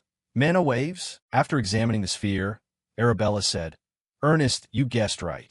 There really is something inside. This made Ernest startle, and he blurted, Really, Senior, Arabella? She nodded in confirmation. Yes, and it's not ordinary. Here, look at the data I analyzed. Looking at the analyses on the table, everyone was astonished. Dane casually picked up one of the analyses and examined it. Arabella continued. These oscillations are very similar to the samples I collected. Of course, not everything matches, so discard the ambiguous samples. After pondering for a moment, he turned and asked, So what's the conclusion? Arabella frowned slightly and replied, There is definitely something enormous inside that building. This made the three friends standing opposite exclaim in unison. What? Something enormous? Arabella confirmed. Yes, this type of oscillation usually comes from an object containing a tremendous amount of mana. You said you had great difficulty capturing the signal, right? I think something is blocking the mana waves from escaping to the outside. As for who hid those mana waves, Saul Hangston or someone else, we don't know yet, Dane added. The only thing certain is that whatever it is, it's valuable enough to hide its mana signal, Arabella confirmed. In short, that's the situation. And as far as I know, the guards hardly ever step into Saul Hangston's lab. Back then, I snuck into the restricted area when I was bored. This made Priscilla across from them ask, Really? Arabella just winked and smiled without answering. This even startled Dane beside her. He thought, Even my sister was like that? Indeed. I suppose no one can resist Saul Hangston's pull. He truly was an astonishing mage in his youth. She continued, Anyway, I don't know what they're hiding. But if it's related to Saul Hangston, it would certainly be an earth-shocking discovery. It could be Saul Hangston's mana core, or something even more powerful. Hearing this, everyone's spirits became extremely excited. Ernest clenched his fist and nodded. If that's true, it would be amazing. Then Layla beside him asked, But why would those things be in a lab that's supposed to be empty? Arabella replied, Ernest is remarkable. He found this entirely by instinct. Pleased by the praise, Ernest happily said, Thank you, Senior. You've helped me a lot. Then she asked, Kid, what do you plan to do with something like this? Dane, nearby, listened intently and thought, but it's highly likely it's not a true mana core. If it were a real mana core, I would have recognized at the moment I entered the restricted area. So, what exactly is inside? Seeing him still lost in thought, Layla looked at him and asked, What should we do now? I told you to be careful for a while. Isn't this signal worth investigating? Priscilla added, Even if you don't go, Ernest will insist on going. He nodded in agreement. Exactly. We can avoid surveillance that way. But no one knows what else might appear in the lab. Are you all really confident? They answered with confident looks. Layla winked and said, Of course, our club is strong. Ernest added, Right, and Kana's is with us. Priscilla said, I won't be outdone either. Hearing this, he sighed and said, Even Ernest and Layla, and now Priscilla too? Understanding her brother's feelings, Arabella next said, Then we really can't stop them anymore. She then made a decision. All right, if no one will listen, at least take this with you. Looking at the scroll in her hand, everyone asked, What is it? She explained, This is a mana scroll. You know how to use it, right? If you encounter danger, don't hesitate. Tear it up and it will instantly teleport you back here. The teleport will shock your body and mana a bit, but it's better than dying, right? Receiving such a useful item, Layla cheerfully said, Sis, are you really giving us 3 precious scrolls? Priscilla beside her added, Thank you, Arabella. She reminded them, Remember this well. You forget too easily that entering the restricted area will get you suspended. 2 suspensions and you're certainly expelled. Understand, at the thought, the group's spirits sank rapidly. They murmured, Yes, we know. Dane nearby tried to reassure them. Don't worry, sis. Nothing will happen. She pouted and replied, Don't just say that. After finishing her tasks, she gave one last reminder. All right, return safely and tell me what you find. The group then returned to base, spread the map on the table, and began drawing the route. Ernest explained, This is the infiltration route. The entrance is here. There will be a blind spot in visibility when moving toward this building. We use that gap to get in. Hearing the detailed explanation, Dane nodded in admiration. Ernest isn't bad at all, so we'll start the operation in 2 days. We've distributed exploration gear per person. We must check the infiltration route details. Ernest continued. From now on, we must sprinkle anti-trail powder while moving. Once there, Kana's role will be crucial. To dissolve the dense mana barrier without leaving traces, we need Kana's flame. Dane beside him nodded in agreement. Okay, I'll prepare. Since one plan is too risky, Priscilla proposed, we must also prepare a plan B for emergencies. Instead of tearing the scroll blindly, we should assume courses of action for each scenario. Hearing her sister's detailed analysis, Layla nodded in agreement. Sounds reasonable, Priscilla. Dane had also prepared a plan and said, let's do it like this. We'll arrange the combat formation as follows. I'll be in charge of detecting mana at the front. Ernest and Layla will be at the rear. Priscilla will stand in the middle. Priscilla is rather prone to ambush, and everyone nodded in agreement. Then he turned to Ernest and added, this time, use a short bow instead of a sword. You've trained a lot, so shoot in a support mindset. Ernest nodded in confirmation. Got it, leave it to me. His voice immediately dropped. Everyone remember, the top priority is not being detected. We don't know what is hidden in there. Ernest, full of energy, replied, all right, whatever's in there, I'm excited. Layla began to say, just hope it's not demons. After preparing everything, he called out, is everyone ready? The group answered in unison. Ready, he cheerfully shouted. All right, Nah-Man Club, let's go cause trouble. After some travel, the group arrived outside the restricted area. Being out too long had everyone swollen from mosquito bites. Layla complained, this is unbearable. If it's like this every day, I'll die. Ernest reassured her. Wait a little longer. It's 20 minutes until the shift change. What idiot would dare sneak into the restricted area? Just wait until they get caught. Seeing the guards still not moving, Layla wondered, why are there so many guards? Ernest replied, I heard they've recently doubled the guards. Turns out it's true. Damn it, it's probably because of us. Layla asked, so what do we do now, Ernest? He answered, everyone's tired now. There will be a gap. I know where the heaviest guard presence is. Let's take that route. As soon as he finished speaking, the 4 of them accelerated and followed Ernest. Inside, it was time for the shift change. A group of soldiers came forward and announced, it's time for the shift change. Inside, it was time for the shift change. A group of soldiers approached and announced, shift change time. Seeing them arrive, one guard replied, so bored, I almost nodded off. Another asked, why are you so late? Everyone has already dispersed. While the guard chatted, the group slipped in from behind with great speed. The decisive movement startled one guard. He turned and looked back but detected nothing. Seeing this, one of them stepped forward and asked, what's going on? The other replied, did you hear anything? He shook his head. Must be the wind.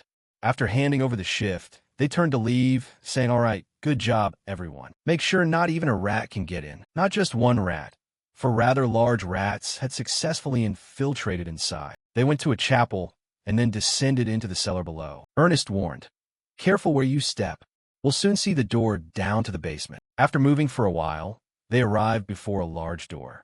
Dane asked, is it here? Priscilla added, thanks to Ernest, getting in was fairly easy. Letting him lead was a wise choice. He glanced upward and discovered a magical ward here. Ernest explained, the closer to the center, the stronger it is. Saul Hangston was thorough in defending against intrusions. But Dane disagreed. No, it's not like that. He stepped closer to the ward and analyzed. This barrier doesn't carry Saul Hangston's mana signature. It's completely different. This made Layla very curious. Really? How can you tell? He explained, Saul Hangston lived long ago. This ward looks very new. Ernest pondered, that means someone came here before us and set up a new ward to hide something inside. Dane nodded in confirmation. That's right. There may be something very dangerous hidden in there. Priscilla hesitated a little and asked, so what do we do now? Should we go back? Layla protested. We've come this far. Go back now? Maybe an academy official entered, set up defenses, and left. Ernest disagreed. I think differently. This seems more like the work of an outside intruder. If the Academy discovered a new relic of Saul Hangston, they'd have no reason to hide that secret so thoroughly. This made Layla furious. She punched her fist and exclaimed, so besides us, someone else is after this treasure? That treasure should be mine. Priscilla sighed. We came to explore, not to steal treasure. Dane nodded in agreement. That's right, they're different from us. They deliberately maintain the ward to hide something. Whatever it is, meeting them would mean big trouble. Layla sighed. If they have ill intent, we won't be able to stop them. Dane continued. That's true. This place may have become far more dangerous. But I believe in the strength of the Non-Man Club. We're strongest together, right? He thought to himself, sounds reasonable, but honestly I'm dying of curiosity. Bolstered by his encouragement, the group seemed reinvigorated. Ernest was moved and speechless. Layla puffed up proudly and said, well, if you can beat Dane, it's true. Seeing them brimming with spirit, Priscilla frowned slightly and replied, if I let you go, trouble will surely follow, so I'll come along. There's no other choice. With their sister's support, Layla's and Ernest's eyes shone like car headlights. After the group agreed, Dane said, anyone object?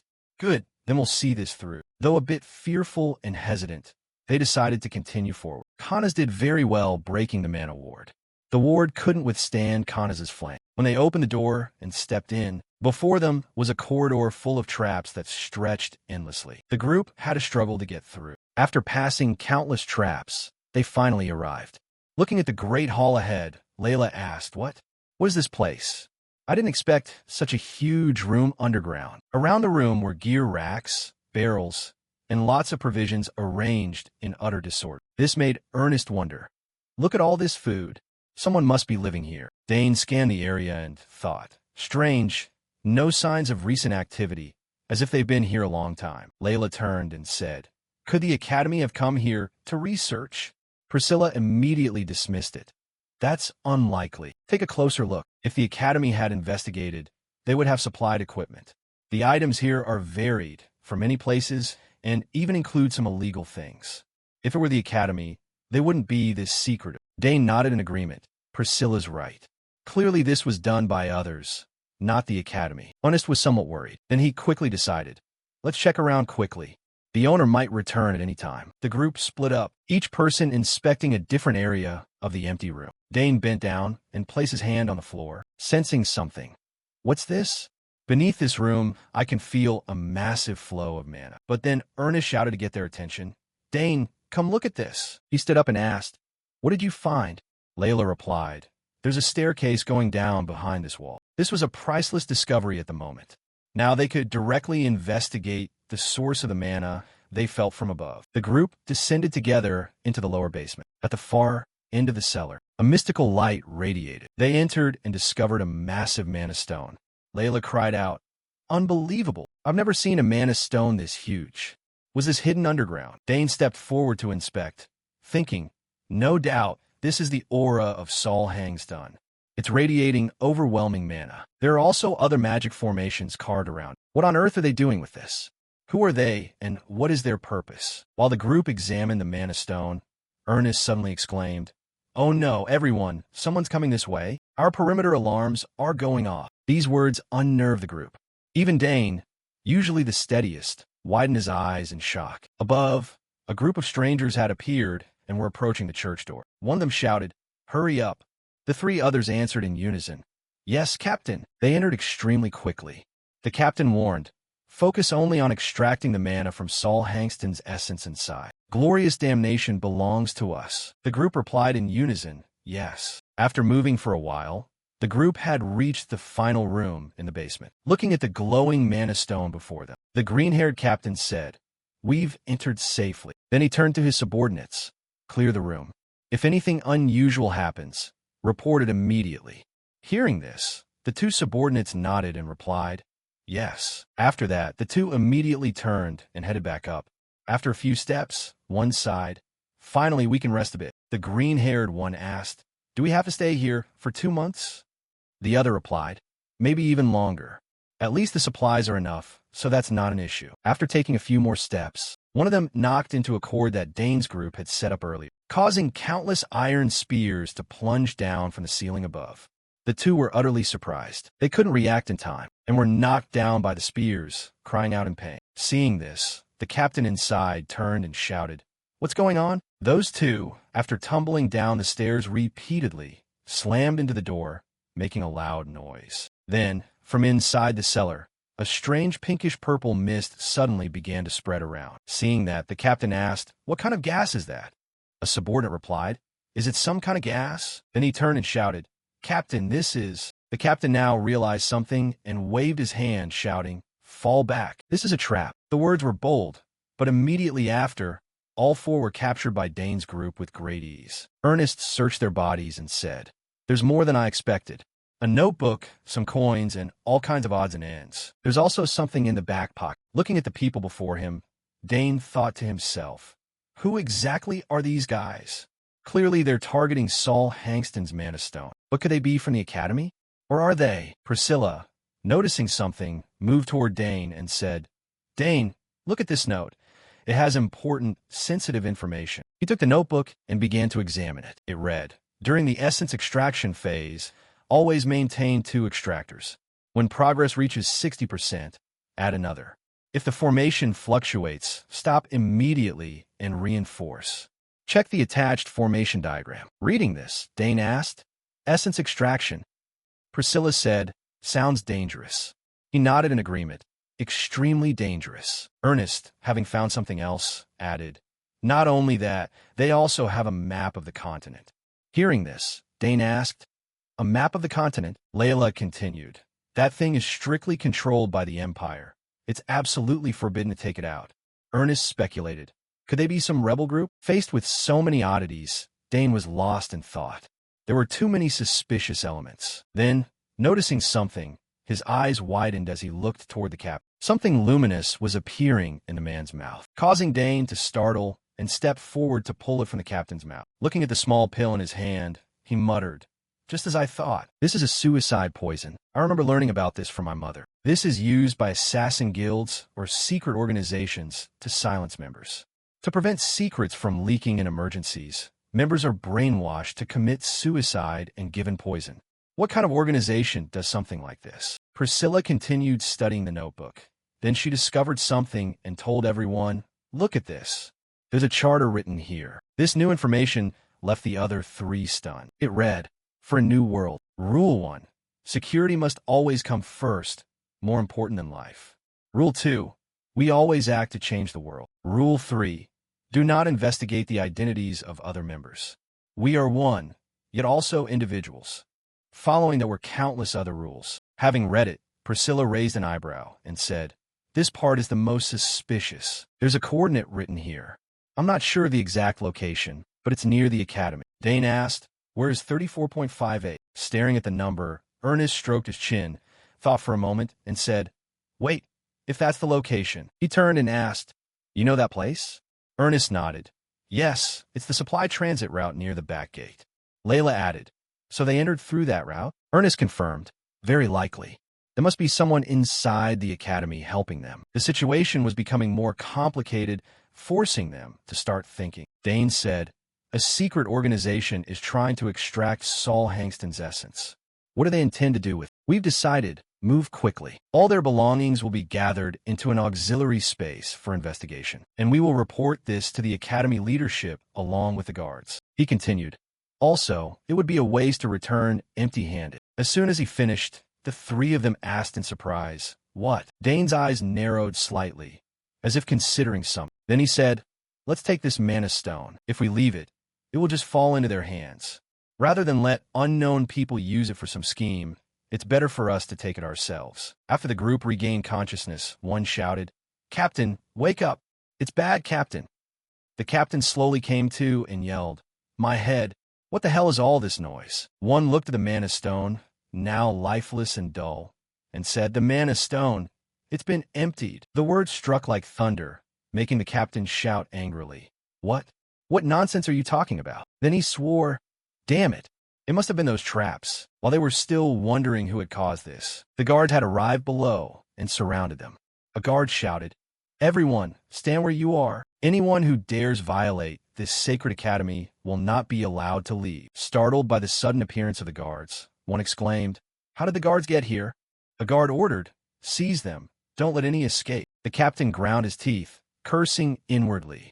"Damn it, this is truly disastrous. Could the organization have abandoned us?" After escorting the intruders outside, The captain sighed and said, "This is insane. After decades of peace, is the restricted area causing trouble again?" Then he pointed at the intruders and asked, "Did any of them confess anything?" The shaved-head man stroked his chin and reported, "They didn't say a word. Maybe we need stronger measures." The three intruders now wore sullen expressions, not uttering a single word. The captain pointed and ordered, "Then beat them until they wake up. After the preliminary investigation, take them to the interrogation room." The shaved-head man nodded and replied clearly, "Yes, sir." The captain thought to himself, "This incident is serious. Even after doubling security, 5 intruders still got in here. There will surely be penalties, and I might even lose my position." Then, from outside, a soldier rushed in, shouting, "Captain, the investigative team from the Ministry of Magic has arrived." Hearing they'd come at this hour, the captain startled and yelled, "They're already here?" He wiped the sweat from his brow and cursed inwardly. "Damn it. I didn't expect that lazy old professor to come personally." After hearing the whole story, Dranevo summarized, "So you heard noises in this building, discovered the mana barrier was gone, and then found the intruders inside, correct?" The captain nodded in confirmation.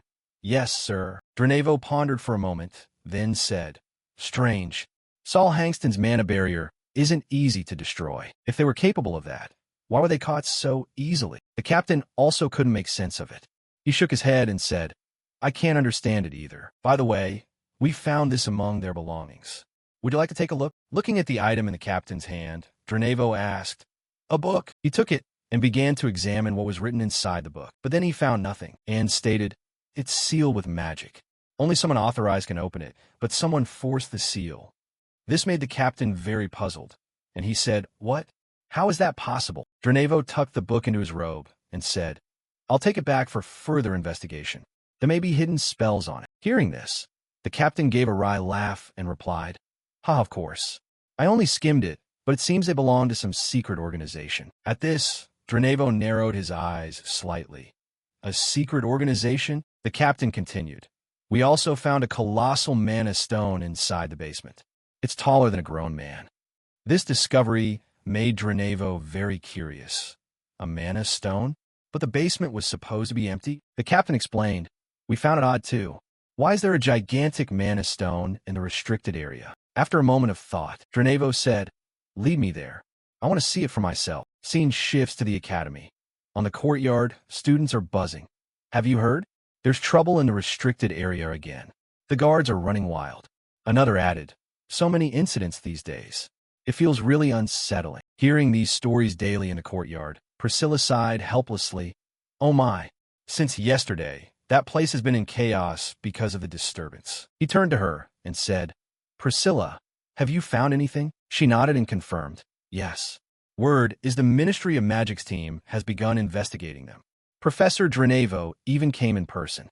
Ernest added, "If Professor Dranevo himself came, this must be very serious." Layla said, "We've really caused a big mess." He asked, "This is already in the Daily Academy paper. Want to see?" Holding the paper, Ernest jumped and shouted, "What? That fast? Talk about walls having ears." The paper read, "Restricted area breached. 5 intruders are being questioned by the Ministry of Magic's anti-guard unit. I accept full responsibility." Sitting in the back, he watched and thought, if Professor Dranevo showed up personally, he must have recognized how serious this is. After thinking, he said, "But if the Ministry is handling it, we should be fine, right?" Priscilla sighed and replied, "Yeah, they're notorious for cruelty. They'll use all kinds of magic to interrogate." Layla gasped and yelled, "But will they find us?" Ernest smiled encouragingly. "Relax. We erased all traces." Priscilla said confidently, "Actually, the Academy should be thanking us. Without us, those intruders wouldn't have been caught." Priscilla repeated confidently, "Actually, the Academy should be thanking us. Without us, those intruders wouldn't have been caught." Dane encouraged, "Don't worry. They're far away and don't know we were there. Just lay low for a while." Then he turned to Ernest and asked, "Did you bring their stuff?" Ernest nodded. I brought it. Here's the analysis.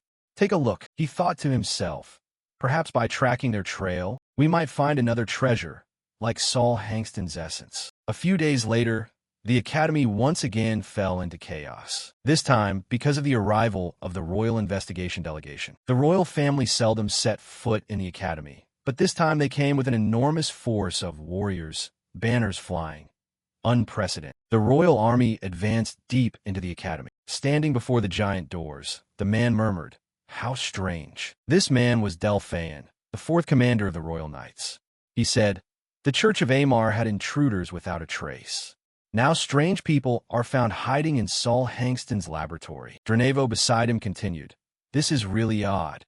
We followed the trail, but still have no clear results." Delphaeon glanced and asked, "What about the barrier?" A female professor replied, "We're still investigating, but so far there are no clear signs." He sighed softly, frustrated, troublesome, especially since this is one of Saul Hangston's designs. He directed a cold glance toward the back. Then, turning that cold gaze behind him, said, "What do you make of this, Your Highness?"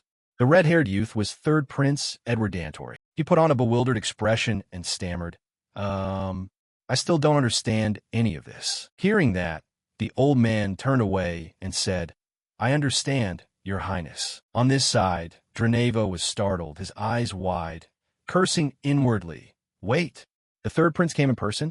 Why would he come himself?" Edward squeezed his eyes shut, deep in thought. Then he opened his eyes and looked toward the doors ahead. His eyes closed, thinking about something. Then he opened them, looked toward the doors ahead, and thought, could this be traces of a melted barrier? It's hard to tell, but the surface looks odd, as if it had dissolved and been pieced back together. Even so, this is truly impressive. Dranevo explained. Saul Hangston's barrier was made to last for centuries. Until now, no one has ever been able to break it. Delphaeon nodded in agreement. That's right.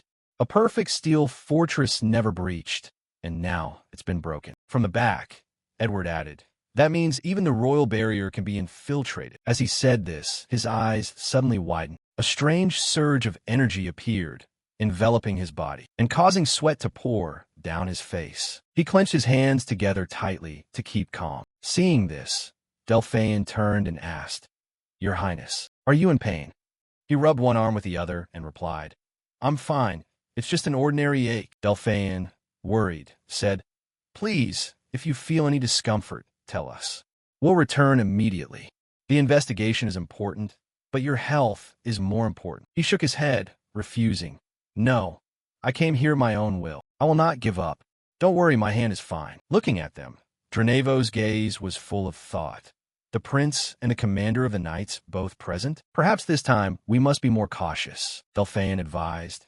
Perhaps you should step outside and rest for a bit. If it worsens, please inform us immediately.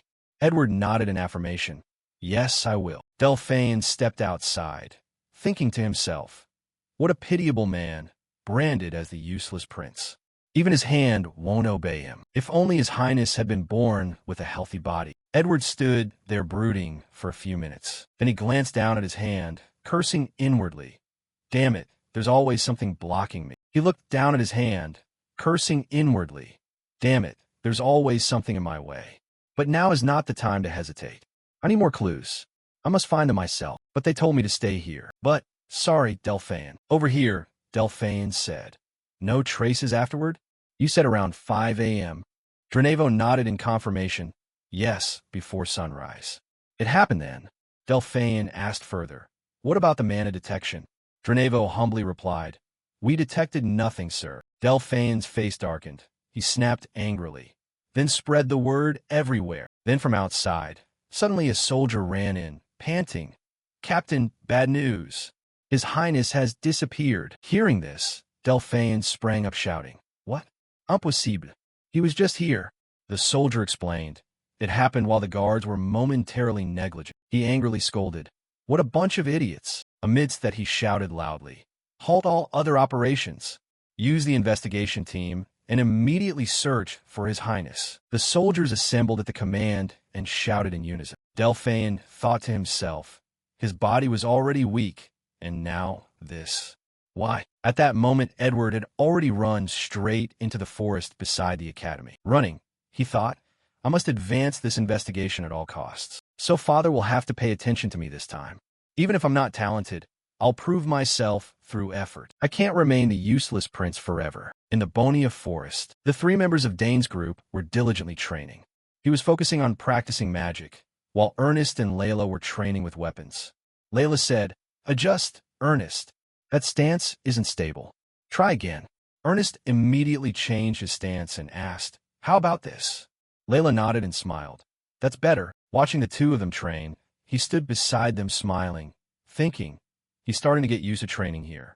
Layla has helped him a lot. Thanks to that, I can focus better on controlling my mana. After a few hand motions, he could now easily create numerous magic circles enveloping his body. Looking at his hands, he slightly smiled and said, "I've completed 2 mana rings now.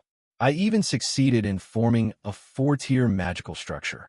An astonishing ancient spell indeed." But his eyes suddenly widened as he observed something. "The more I focus on the 4-tier spell, the clearer I see it. La mana moving within the human body is extraordinary. I wonder what I'll see next time." Then he casually formed a mana bomb that hovered in the air. It immediately rose and circled above the 2 friends' heads, prompting Ernest to ask in wonder, "Is it wind?" Layla looked at him and asked, "Dane, what spell is that?" He explained, "It's a wind bomb, a compressed air projectile." Witnessing the marvel, Ernest's eyes widened as he exclaimed, "Amazing. I've never seen a mana explosion that big." Layla added, "And it's a 4-tier spell. Its power is terrifying." He inspected the mana bomb before him and then gently said, "Then throw it lightly." "Okay." He used his mana to guide the bomb to orbit around his body, then hurled it straight into the woodland edge ahead, thinking it would be a light toss. But unexpectedly it shot off at an incredibly terrifying speed, and it seemed as if they all sensed someone else was there. In an instant, a huge explosion rang out within the forest, dust billowing, trees toppling under the bomb's force. The blast was so powerful that the bomb's entire path was flattened into a plain. Everyone was stunned. Layla suddenly shouted, "Dana, did you hear that? There's someone over there." He, sweating profusely with fear, replied, "Yes, I heard it clearly." He cursed inwardly. "Damn, I thought it was just us here." Then he proposed, "Let's go take a look." Chobie added, "Be careful. What if they're injured?" A few minutes earlier, Edward was searching for something in the forest. He had made a reconnaissance loop and said, "So the academy grounds actually have such a large forest. The students here must be happy studying and laughing with friends. I am truly envious. If I hadn't been born a prince, could I have come to the academy like them? Just thinking about it makes my heart race." He immediately pushed that thought away. No, daydreaming again. Focus on finding traces of the intruders. Then noises came from inside the forest that caught his attention. Following the trail, he wondered, what is that sound? Is someone in the woods? Those people turn out to be Dane's group training. Watching their actions, Edward thought to himself, students training? They look my age, and they're skilled. After finishing the sword routine, Layla turned and asked, "Dane, can you check my sword move? This transition feels a bit stiff." He walked around her to observe and said, "It's just the footwork. After you spin, step the back foot back half a step." She nodded in understanding.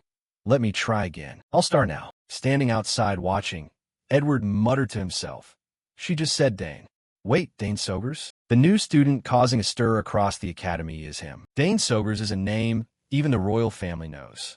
Accepted into the research department, outstanding in 4 different fields. And me, I can't even handle a small task. And he's called a genius among geniuses, yet he still trains diligently like this. If I could also attend the academy, I might have met friends, learned so much, and laugh like they do. Then something shot toward him from ahead at lightning speed, making Edward startle and shout, "Something's flying this way." It was the mana bomb Dane had fired into the forest edge. The moment it collided, a loud explosion rang through the forest, sending trees crashing aside. Edward couldn't avoid the shockwave either. He was slammed backward and flipped several times. His eyes were utterly stunned at what had just happened. Then he could only let out a painful scream that echoed through the forest. Knowing they'd hit someone, the 3 of them ran over to check. Ernest asked, "Are you okay?" Dane replied sheepishly, "I'm sorry, I thought no one was here." After clutching his stomach in agony on the ground, Edward tried to sit up but continued to cry out in pain. Ernest realized something and said, "Wait, that uniform. It looks like the Royal Investigation Team's uniform." Hearing that, Layla gasped, "So you're a member of the Royal Investigation Team?" The conversation began to get complicated. Dane scratched his head and added, "No, Layla, that person is probably—" He assessed aloud. "That's the Royal Investigation Team's uniform. And that red hair, the symbol of the royal family." Ernest stammered, "Could it be? You're really royalty?" Her words caused Dane and Layla to feel a bit fearful. After regaining his composure, Edward stood up, stormed toward the three of them, and angrily shouted, "You idiots!" Dane stepped forward, bowed in salute, and introduced, "I am Dane Sogers, son of Count Sogers. Greetings, Your Highness the Prince. I deeply apologize, Your Highness. I have committed a grave offense." Ernest also bowed and said, "I am Ernest Dillon, son of Baron Dillon, first year in the magic department." Layla introduced herself, Layla Thermian, eldest daughter of Count Thermian, first year in the swordsmanship department. "Please forgive our rudeness, Your Highness." Edward did not blame them. He smiled and said, "It's fine. I'm not hurt, just a little surprised. More importantly, it's nice to meet you like this. Dane Sogers, I've heard much about your reputation. The Dillon family is renowned in exploration. You're likely to become a great explorer. And Miss Thermian, you were the winner of the Daner Cup, right? I watched that final." Hearing this, Layla bowed her head once more and replied, "Yes, it's an honor, Your Highness." He then commanded, "All right, introductions are enough. You may stand." They answered in unison, "Yes, Your Highness." Ernest asked, "I'm truly relieved you're not hurt. But why would Your Highness come to such a remote place?" Layla added, "This place is so remote that even academy students rarely come here. That's why it's ideal for training." Edward narrowed his eyes slightly, then stammered an explanation. "Actually, I came with the Royal Investigation Team to inspect the academy. But I wandered off alone and got lost. You know about the strange incidents at Saul Hangston's residence, right? We're investigating that, but we still haven't found any leads. It's frustrating." Ernest replied, "You came to investigate? We also noticed some odd things, but it's hard to be certain." He looked at him and thought inwardly. What did they notice? A normal person wouldn't detect that, but they don't seem very confident. After hearing Edward's information, Ernest guessed aloud, "So it was Your Highness who discovered that strange phenomenon?" Edward answered, "You could say that." Ernest and Layla were a little startled. He leaned over and whispered, "Damn, everything is connected to us." Layla replied, "If we're discovered, we're done for." He stood in thought, observing Edward. He began to analyze. Unlike the two older princes, the youngest prince is our age. Rumor says he's ordinary, with no special talent. It's strange. We carefully scattered anti-tracking powder around here, yet he still found his way. Moreover, he noticed an odd phenomenon others couldn't. He can't be an ordinary person. Could he be hiding some special ability? Observing them, a smile spread at the corner of Edward's mouth. He then explained, "I really just got lost and ended up here. This academy is rather complicated." Ernest suggested, "Then you should return soon. The investigation team must be searching for you everywhere. They seem lost too, since this is their first time at the academy, and the grounds are vast." Edward took the chance and asked, "While you're here, I'd like to hear from you a bit. What's life at the academy like?" This made Ernest and Layla exclaim in surprise. "You want to hear our story?" He stood to the side, thinking, even if he is a prince, he's still a youth. Having been confined to the palace so long, it's understandable he's curious about ordinary life. Edward asked, "So what were you doing earlier?" "Training." Ernest replied, "Yes, since this place is quiet, we often use it for training." He continued thinking, "But there's something very strange. This prince, he gives me a suffocating feeling, as if a stream of mana is constricting around me. Can mana flow like that? Perhaps I should observe more closely." Inside the academy, the soldiers continued their search in chaos, calling out, "What about over there? Not here. Damn it.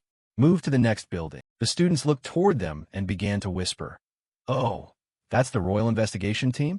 What's happening? It looks like they're searching for something. Did they catch the culprit?" "No way. If they had, the Magic Corps would be here, not the investigation team." The tension is palpable. Elsewhere, Delphine was still actively searching for Edward. After searching everywhere with no result, he cursed inwardly in frustration. "Damn it. Not here either. Where on earth did he go? We don't even know who is involved or what power is behind this. What if the prince with the still healing hand runs into trouble alone? If I get demoted, that's one thing, but if something happens to him..." Then a soldier approached from behind and reported, "Captain, a witness has appeared." Someone in a gold-trimmed cloak was seen heading toward the forest outside the academy. He turned and asked, "Really? Bring that person here at once." He moved hastily and ordered the whole unit to the forest outside the academy. Top priority, ensure His Highness's safety. The soldier nodded and replied, "Yes, sir." As he set off, he thought, the forest? Why would he go to a place like that? Don't tell me he discovered something there. Cut to Dane's group. Edward exclaimed, "I'm so envious. If only I weren't born into the royal family. Maybe I could live like a normal person, unburdened by the prince's responsibilities. Maybe the gods truly hate me." Dane then stepped toward him and said, "Your Highness, if I may, I'd like to ask something." Edward cheerfully replied, "What is it, Dane? Go ahead." He looked at his arm and said, "Is your hand a lot of pain?" The remark struck the prince's hidden pain, causing Edward's face to twitch in surprise as he thought, "No. How did you know?" Beside him, Layla was very curious. She tilted her head and asked him, "His Highness's hand? Why?" Edward tucked his arm behind his back and stammered, "You must be mistaken." He insisted, "Really? But from what I can tell." Before he could finish, Layla interjected, "Dane, what nonsense are you saying?" Edward was sweating profusely now, staring intently at him. He fell silent for a few seconds, then sighed softly and said, "If you don't want to talk about it, that's fine," he replied. "I intend to forget everything I saw and heard today anyway." He thought to himself, this guy, could he really have noticed the condition of my hand? Seeing the tense atmosphere, Layla stepped in to ease things, saying, "Dane, what are you saying to His Highness? Dane can be strange sometimes. Please forgive him, Your Highness." But Edward denied it. "No, he's right." Hearing that, they were both extremely surprised, exclaiming inwardly, "What? Really?" Edward paused for a few seconds. He looked at his right arm and said, "My right hand is nothing short of a crippled hand." Then he turned to Dane and asked, "How did you realize that?" He explained, "To be precise, I didn't see the hand's condition. I saw the mana flow toward your hand being obstructed." This made Edward startle and exclaim, "What? You can see mana flow with the naked eye?" He explained, "It's an ability I gained after a relic luckily fused with my body." He thought inwardly, "Actually, it's ancient mana, but I can't tell the truth." Edward exclaimed, "That's an incredible ability. So you can uncover the real cause." He shook his head and replied, "No, I can't see the underlying cause, but at least now I can tell why you feel pain. The mana flow should run down into the hand, but it's being blocked at the wrist and pushed back up. A hand that mana cannot reach. It's slowly dying." He stepped closer, his voice a bit more serious. "Your Highness, may I ask what happened?" This unexpected request startled Edward, who glanced down at his right arm. He pondered for a few seconds, then began to recount. "It started when I was about 1 year old. At birth, there was no problem. But at some point, it became like this. I could only hold eating utensils when I was 7, and I only managed to hold a pen and write after I was over 10. I couldn't learn swordsmanship or writing. Everything a prince should learn. Magic was even more impossible. All my efforts were in vain, and I've lived like that up until now. A shameful prince who dares not let others know." Hearing that, he thought to himself, so this problem has afflicted him since early childhood. No wonder he's less renowned than the other princes. Beside him, Ernest and Layla trembled with fear. She stammered, "But Your Highness, is it okay for us to hear that story?" Ernest added, "Are you telling such a big secret?" Edward smiled and replied, "It's fine. I think you'll keep it secret. Besides, I'm in a good mood today. No matter what the royal physicians and mages have done, they couldn't find the cause. But I finally discovered it." He then asked, "Do you trust me?" He smiled, "Of course. How could someone of the Sogur's clan lie to me? It would take a great deceiver to con a prince." This half-joking remark made the corner of Dane's mouth twitch as he thought, "What kind of joke is that?" Looking at his hand, Edward continued, "Many have seen it. The power is gradually leaving my hand. I know sooner or later this hand will be more than useless." Then he looked at him with determined eyes. "So can you heal me?" Surprised by this sudden request, Dane thought for a few seconds, and his two friends didn't dare utter a word. After a moment of thought, he bowed his head and replied, "Sorry, Your Highness. I'm not a physician." This answer left Edward slightly disappointed. He accepted it with a sigh. "Very well. This certainly won't be easy." He then offered, "But if Your Highness wishes, I can try." He said this with great confidence. This made Edward very pleased. He replied, "Really? Then do it now. If you heal my hand, I'll do anything for you." He asked again, "Really?" If that is your wish, I will try to change the mana flow. However, if I fail, you could die. His words left the prince frozen, stammering. What? He continued. If this attempt goes wrong and harms his highness, I will surely be executed for assassinating the royal family. But I have many years to live and many things I want to do. So if I succeed in healing your hand, how will you repay me? His confident assertion made Edward pause for a few seconds to think. His two friends couldn't believe what was unfolding before their eyes. Edward asked, "You want to make a pact with me now?" He nodded in confirmation. I don't accept vague risks. However, it's different if an attractive, substantial reward is offered. At this somewhat decisive proposal, Edward froze for a few seconds, then asked again, "A pact with me? You're the first to suggest that. You're very different from the others, Dane Sogers." He smiled and continued, "Very well. Dane Sogers, if you can heal my hand, I will grant any request you make." This made him extremely excited. "Really, your highness?" He nodded in confirmation. "Yes, my hand will soon lose its function. At worst, failure would only hasten that process a little." He stepped forward, placed a hand on his shoulder, and encouraged him. "Then give it a try.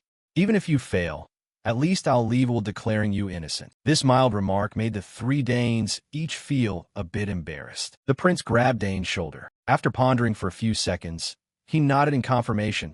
"I'll try." Edward said cheerfully, "Good.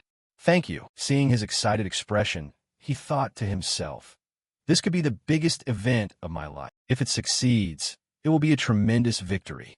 If it fails, it will be a disaster. So it must succeed at all costs." He began outlining a plan. "First, your highness, please sit and rest comfortably." He nodded and complied. He thought to himself, "I've trained in mana control since childhood, so I'm very confident. Moreover, I also have ancient mana within me." He stepped closer, took both of the boy's hands and held his right arm, and began to assess the situation. He spoke quietly. "Then I'll begin." As soon as he finished speaking, the stream of mana from his body began to flow into Edward's body. He slowly felt the flow within the boy's body. The moment the two mana streams collided, an explosion erupted violently from within. Elsewhere, the soldiers were still actively searching inside the forest. One asked, "How are things on your side?" The other replied, "There's a sheer cliff, and we can't proceed." Then a soldier ran over and reported, "Captain, there are many forks ahead." The force spread too thin, causing Delphine to narrow his eyes and curse inwardly. "Damn, I don't have enough troops to split up here." Then his gaze suddenly detected something deeper in the forest. Thinking to himself, "Impossible. What is this feeling?" He raised his hand high and ordered everyone, "Hide yourselves." His hand tightened on the sword hilt, drawing it and preparing for combat. His expression turned extremely serious as he commanded, "Move silently." Then the group began moving toward the area where he had sensed something unusual. After only a few minutes of movement, they were now near the Dane group's location. Their arrival was also within his control. He tried to restrain his anger. The whole company turned their eyes forward. Layla and Ernest turned pale. At that moment, Delphine approached with a very cold stare and said, "You bastards! How dare you do that to his highness?" He lunged forward, shouting, "You scoundrels! What do you think you're doing?" Faced with his fierce attitude, the Danes became terrified. Startled, Layla exclaimed, "Knights are surrounding us." Dane was startled and cursed inwardly. "Damn, they're closing in. I need to explain." At the same time, his hand began to summon a swirling stream of mana. Delphine didn't hesitate and charged at him, ready to strike. "How dare you touch his highness?" He lunged forward with incredible speed, making Dane gasp. "He's too fast.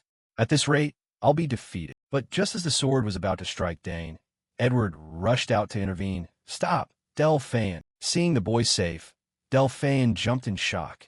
"Your highness." Noticing his resolute gaze, Delphine gradually regained his composure. He turned and asked, "Your highness, are you all right? Do you know how worried we were?" Edward replied, "Don't worry, I'm fine." He continued, "How did you get so deep into this area? And who are they?" Edward explained, "I was just wandering while investigating and got lost. As for them, I'll explain on the way back." He looked down at his arm and thought to himself, "The feeling in my arm is different. There must be progress." Then he turned to Dane and said, "Farewell. I'm leaving." "Thank you, Dane Sogers." Dane smiled in return. "I only did what I could, your highness. It is my honor." On the way back, after hearing his story, Delphine remarked, "So he's the son of Count Sogers? Edward nodded in confirmation. Yes, and he's my benefactor. This surprised Delphin. A benefactor? He explained. He has done some truly valuable things for me. So tell me, what gift should I give them? Delphin narrowed his eyes and asked, A gift? What do you mean, Your Highness? He thought inwardly. They may be noble, but you only met them today. Edward stroked his chin and murmured, Ordinary gifts won't do. I want to give them something truly precious. Then he seemed to realize something and made a soft. He turned to Delphin and said, What about that other thing? He leaned in close and whispered a few words into the man's ear, causing Delphin's eyes to widen in surprise as he exclaimed, Your Highness. Even so, he awkwardly scratched his head and asked, Would that be appropriate? Delphin replied, Isn't that a bit too much? He thought to himself, It's as if you're so happy just to make friends. He said cheerfully, Compared to what Dane did for me, this gift isn't excessive. Yes, send word to the palace and bring everyone here immediately. Resigned to him, Delphin gritted his teeth and answered, I understand. Watching his back as he walked away, humming a tune, thoughts began to form in his mind. On second thought, this isn't a bad move. He's the son of Count Sogers and Duke Thermian. This could strengthen ties between the crown and the great houses. It will also be a great support for Your Highness. Cut to 1 week later. We were invited to the royal palace, to the reception room in the annex. Sitting opposite, Edward said, Dane, my hand is much better with no side effects. Thank you, Dane. Dane bowed respectfully and replied, What a relief, Your Highness. He reached out, pointed under the table, and said, Please have a seat. I have prepared a small token of appreciation. Please accept it. This is all I deem worthy of. 3 servants entered holding 3 small boxes. As they had just appeared, the 3 Danes' eyes widened in surprise as they exclaimed, Your Highness, this is... He nodded in confirmation. That's right. This is a token from the royal family. It's very simple to use. If you run into trouble, present this token and everything will be resolved. Holding it in his hand, Ernest exclaimed in surprise, May we accept this? He nodded in confirmation. Of course. Dane said happily, Thank you very much, Your Highness. He waved his hand.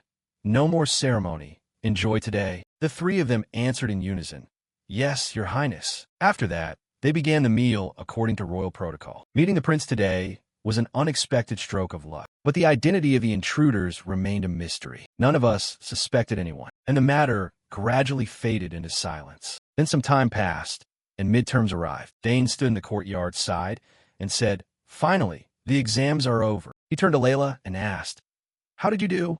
She replied confidently, The major subjects weren't too hard. The general courses are probably okay too. Priscilla beside them clenched her fists and blurted, I wish the world would just burn. How could the exam be so hard when I've memorized the entire scripture? He could only smile wryly, thinking, Turns out the study of the sacred isn't easy. Ernest offered encouragement. At least it's over. He added, We're free now. Come on, everyone, we have a few days off. What are you going to do? Ernest cheerfully said, I'm thinking of joining the fitness club. It's focused on physical training. This made Layla extremely surprised. What? You're joining, Ernest. Priscilla stroked her chin and said, Looks like you realize your weakness after those combat simulations. You know what to do. Ernest replied happily, Exactly. Wait and see. Priscilla warned, Don't get injured. Layla lightly cupped her cheek and said, I think I'll go home for a bit. My mother has wanted to see me for a long time. Then she turned to Dane and asked, What about you? He hesitated a few seconds and answered, I'll probably spend time in the library studying more. This made her very puzzled. Study? After the exams. He explained, There's not much else to do. Wait, he seemed to recall something and thought to himself, The number 3's words I remember. When I was 7, the Duke gave me a gift. It was the badge of the Thermian forge. I plan to make a new sword, so I'll probably stop by that forge. Seeing he was the same as always, Layla sighed in exasperation. It's been a while since you mentioned that. Priscilla added, You really are a diligent person. Then he looked at her and said, No, Layla, I'll go with you. This made her very pleased. To my house? All right, but why so suddenly? He scratched his head awkwardly and replied, I just thought I wanted to see what your forge looks like. Realizing his intent, she smirked and said, You're the only person alive who can call that just looking. Finding it a bit amusing, Ernest suggested, So may I come along? The Thermian forge. That would surely be an amazing experience. Layla turned and asked, "You want to come too?" "Sure, the more the merrier." On the way, Ernest nervously said, "The Duke Thermian's family? I'm so excited." She warned, "Just don't touch anything, okay?" Ernest nodded and replied, "Of course, I'll just look." She turned back to him and continued, "It would be more fun if Sister Priscilla could come too. But the top student of the sacred department doesn't get time off." He replied, "We can't help it. I heard she's been summoned to the temple." Ernest from behind asked curiously, "Layla, how long does it take to get to the Thermian domain from here?" She answered, "Only about an hour by carriage." He continued, "That close? I live all the way in the west. It takes nearly a month on horseback." She said, "Forgive me, you must have had a hard time enrolling." Then he looked at Dane and asked, "What about you, Dane?" He replied, "It only takes me 1 day to get here. My family has set up a teleportation gate." Layla was astonished and asked, "A teleportation gate? You actually used it to get here in 1 day?" He nodded in confirmation. "Haven't I told you?" She turned back, pouting, and said, "This is the first time I've heard of it." She stroked her chin thoughtfully. "No wonder. Your sisters probably use that gate too. They help you a lot with your studies at the academy. I'm truly envious." Then she sighed wearily. "Oh, I wonder how my brothers are doing these days." Looking at her, he thought to himself, "Come to think of it, she has never mentioned her siblings before." Looking at her, he thought to himself, "Come to think of it, she has never mentioned her siblings before." Hearing the question, she thought for a few seconds and then answered, "My eldest brother is really kind. Before he left for the East, he used to play with me. As for my second brother, he likes to tease me. Sometimes he really annoys me." Standing behind, listening to her story, Dane smiled slightly and thought, "It seems she's very loved by her brothers." Ernest stepped forward and asked curiously, "Does your second brother live in the manor too?" She waved her hand to deny it. "No. He's the overly free-spirited type. One day, he ran away from home, and no one knows where he is. He said he went out to train or something, but I don't really believe it." Dane from behind asked in surprise, "He ran away from home?" She nodded in confirmation. "Yes. Since becoming a knight, he's often lived away from home. I really don't understand why he does that." Ernest added, "So he's a young knight? Your family is full of extraordinary people." She scratched her head awkwardly and said, "Eldest is diligent. Second is unpredictable." He beside her thought inwardly, "Sibling disputes are common among nobles. But the Thermian family doesn't seem like a rigid household. Perhaps there's a deeper story behind it." As they saw the group from a distance, a man stepped forward. He bowed respectfully and said, "Milady, you're here." Seeing this man, she was briefly startled and exclaimed, "Lord Asmar." Asmar brought his hand to his chest and cheerfully said, "Long time no see. Are you well? I heard you were returning, so I came straight away." Guided by Asmar, after a short walk they arrived at the gates of Duke Thermian's manor. Seeing the youngsters, Bout cheerfully said, "Come in, everyone." As soon as she saw her father, Layla ran over and cried, "Father." Seeing the girl healthy, Bout teasingly said, "You're taller than when I last saw you. How's life at the academy?" She replied, "It's wonderful, father. I'm studying hard. When you see my report card, you'll be surprised." Bout smiled and said, "Ha. I'm looking forward to it." Bout then turned to Dane and said, "And who do we have here, ha?" Dane stepped forward, bowed, and said, "Your Grace, it's been a long time. I'm very pleased to see you." The Duke praised, "You look much sturdier than before." Ernest also stepped forward and introduced himself. "It's an honor to meet you, Your Grace. I am Ernest Dillon." He stroked his chin, thought for a few seconds, then replied, "So you're the friend Layla often mentioned in her letters. Our family also has a few artifacts that the Dillons discovered." He turned to his daughter and said, "Layla, your friend is quite remarkable." She beamed and held up 2 fingers. "Of course, he's my friend." Since everyone had been standing in the courtyard for too long, he suggested, "Don't stand outside any longer. Come inside. We've prepared a small reception to welcome you." Dane replied happily, "Really? Thank you very much." He turned and walked away. "This way, please." He cheerfully turned to her and asked, "I really liked your family's tarts last time. Can I have some again this time?" She made an okay sign and replied, "I knew you'd say that, so I asked them to prepare strawberry tarts. You'll love them." Inside the manor, a reception was underway, with many nobles in attendance. The 3 of them enjoyed the feast immensely. Dane said, "It's been a long time since I've had something this good." Ernest scratched his head and added, Now I understand why Layla was so excited to come. She was savoring a piece of cake and said, "That means Senior couldn't make it," Ernest suggested. "Next time let's all come together." His gaze then landed on a few young men in matching uniforms standing in a corner. He turned to Layla and asked, "Who are those people?" She answered, "They're knights of my family. Father invited them to the reception. I heard more of them showed up when they learned you'd be visiting." This surprised Dane, who exclaimed, "Really?" He thought to himself, "Why do I have such a bad feeling about this?" Then suddenly a group of 3 approached from afar. The red-haired one spoke, Quantus Jerweld. "Greetings, young Master Dane Sogers." He replied cheerfully, "A pleasure to meet you. Layla has spoken of you. You are knights of the Duke's house, aren't you?" Quantus smiled. "Yes, that's right. We've also heard a lot about you, young Master. It's an honor to meet you in person. If you don't mind, we'd like to talk with you for a bit." He warmly accepted. "Ah, of course," Layla added. "I've heard the Thermian Knight Squad is one of the strongest in the Empire, aside from the Royal Guard, of course. Now, countless Squire Knights compete to join them." Quantus showed interest and said, "I've also heard the Sogers Knight Squad is quite famous." He nodded in agreement. "That's right. Our unit mainly trains spear techniques, largely thanks to my father. Since he taught spear tactics on the battlefield, it gradually developed into a true knight regiment. Now, it is the Empire's only spear knight corps." Quantus asked, "We are always curious about your training methods. Young Master, you must be skilled with the spear too, right?"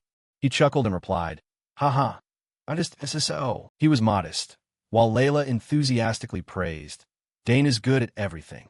Even if all of you attacked at once, you wouldn't beat him." This left Quantus slightly stunned. "Really, milady?" They began to murmur among themselves. "What if we all attack together?" "That's impossible." Seeing this, he frowned slightly and thought, "Layla, don't say things like that." After their discussion, they lined up neatly, bowed deeply, and proposed, "Then, young Master Dane, we request a friendly match. Please show us and instruct us a little." This sudden request startled Dane, who thought to himself, "Wait, a match right here? Why is my bad feeling always right?" Layla turned to encourage him. "It's fine. It'll be okay.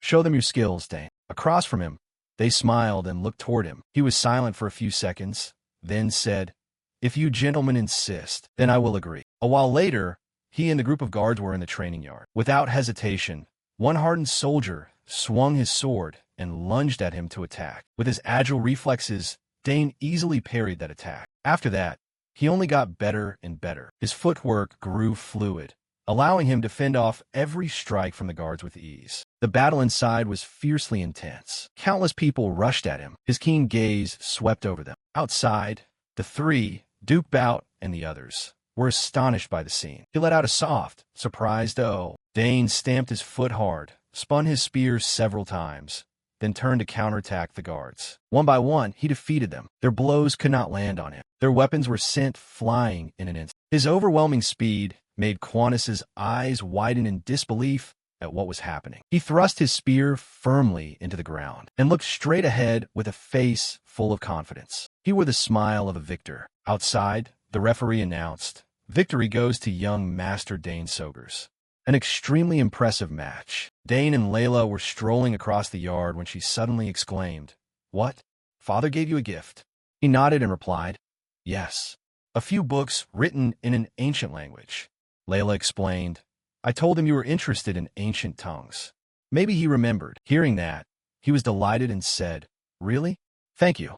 The Academy library is quite limited. Those books will be useful."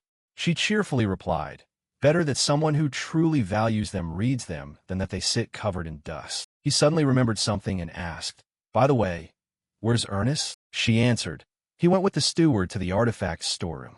He looked very excited. He too perked up, saying, "Really? I'm curious as well." His excitement startled Layla, who said, "Aren't you tired? Rest a bit. It's vacation." He replied, "I'll rest after I visit the smith tomorrow." They walked and enjoyed the fresh garden air. Layla said, "It feels wonderful. After exams, I can return home and see my family." Father was visibly pleased when he saw your spear skill.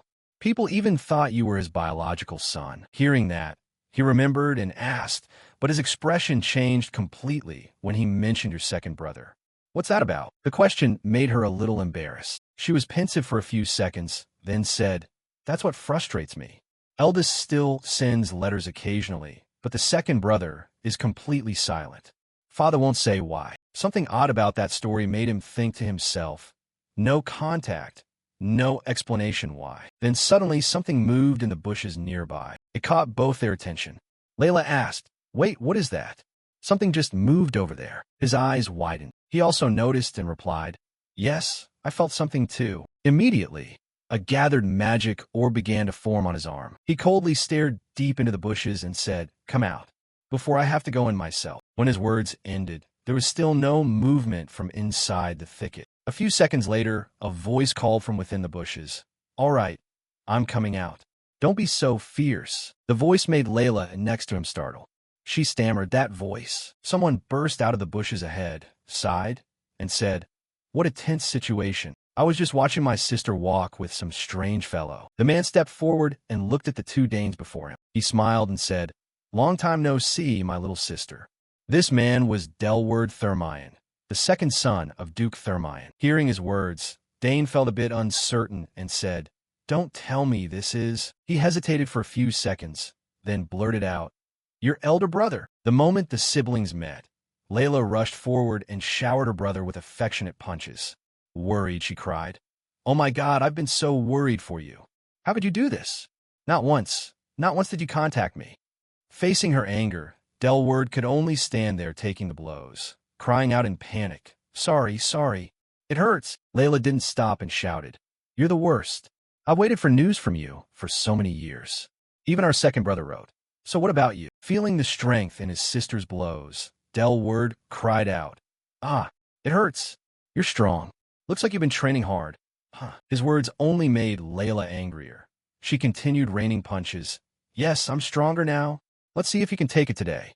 Seeing her lose her temper, Dane intervened. "That's enough, Layla." Just as her arm swung toward Delward again, he somehow dodged to the side and leapt forward to embrace her. He calmly said, "I'm sorry, Layla.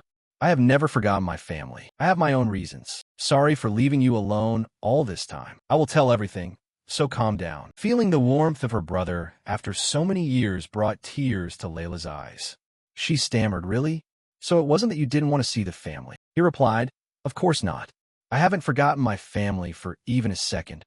His words caught Dane's attention. After they finished catching up, Layla composed herself and asked, "Then tell me, where have you been and what have you been doing all this time?" Delward folded his arms slightly, glanced at Dane, and said, "First, could you give us a bit of privacy?" As he turned to leave, Layla lunged forward and grabbed his arm, stopping him. "No, Dane will listen with me. He keeps secrets, so don't worry. Just tell us." This sudden action made Dane's eyes widen. He stammered, "Layla, it's fine." Delward glanced toward him and was pensive for a few seconds. Then he asked, "You're Dane Sobers, right? I've heard a lot about you. They say a standout pupil recently entered the academy. I noticed that striking silver hair, so you're my sister's friend. Our families are also quite close." "All right, I understand. You seem trustworthy. Dane, this is a family matter, so please don't spread it around." Dane felt a bit embarrassed to be there listening to the story and replied, "Yes, I swear on my family's honor." Upon hearing his answer, Delward nodded. "Good. Then let's move somewhere else." They then moved to a quiet spot within the grounds. Delward sat down on a bench, exhaled, and began to explain, "Actually, during that time, I was in the Draenic Empire." Hearing that name, Dane was startled and asked, "The Draenic Empire?" Layla also exclaimed in surprise, "What? Why would you go to such a dangerous place?" He explained, "I went looking for a way to cure Mother. Mother has been bedridden for too long. Since I was young, I've searched everywhere for clues about that illness. And finally, those clues led me to the Draenic Empire." Seeing her brother go to such a dangerous place made Layla furious. She reproached, "Even so, you dared to enter enemy territory?"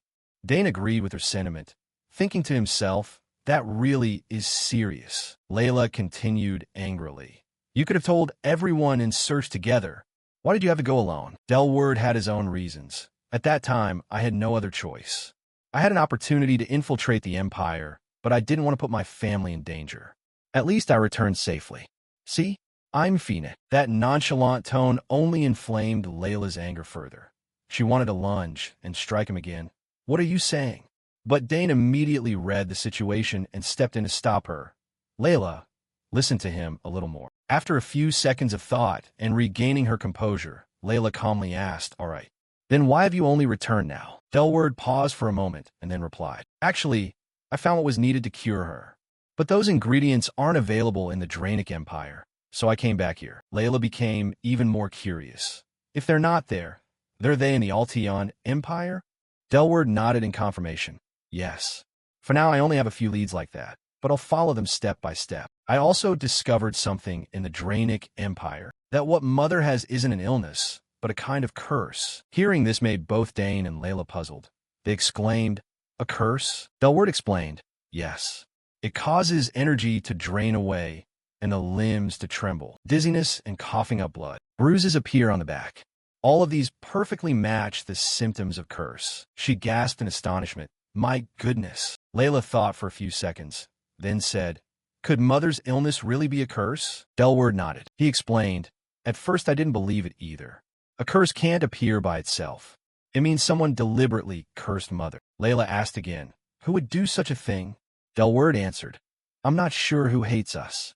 To be honest, our family has quite a few enemies." Then he stood up, walked over, placed a hand on Layla's shoulder, and said resolutely, "But Layla, we can find a mastermind later.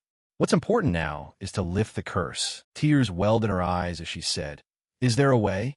Delward nodded and replied, "Yes. I found both the ingredients and the ritual to perform it. Most of the ingredients aren't too hard to find. They're just expensive but still obtainable. There's only one thing that's a problem.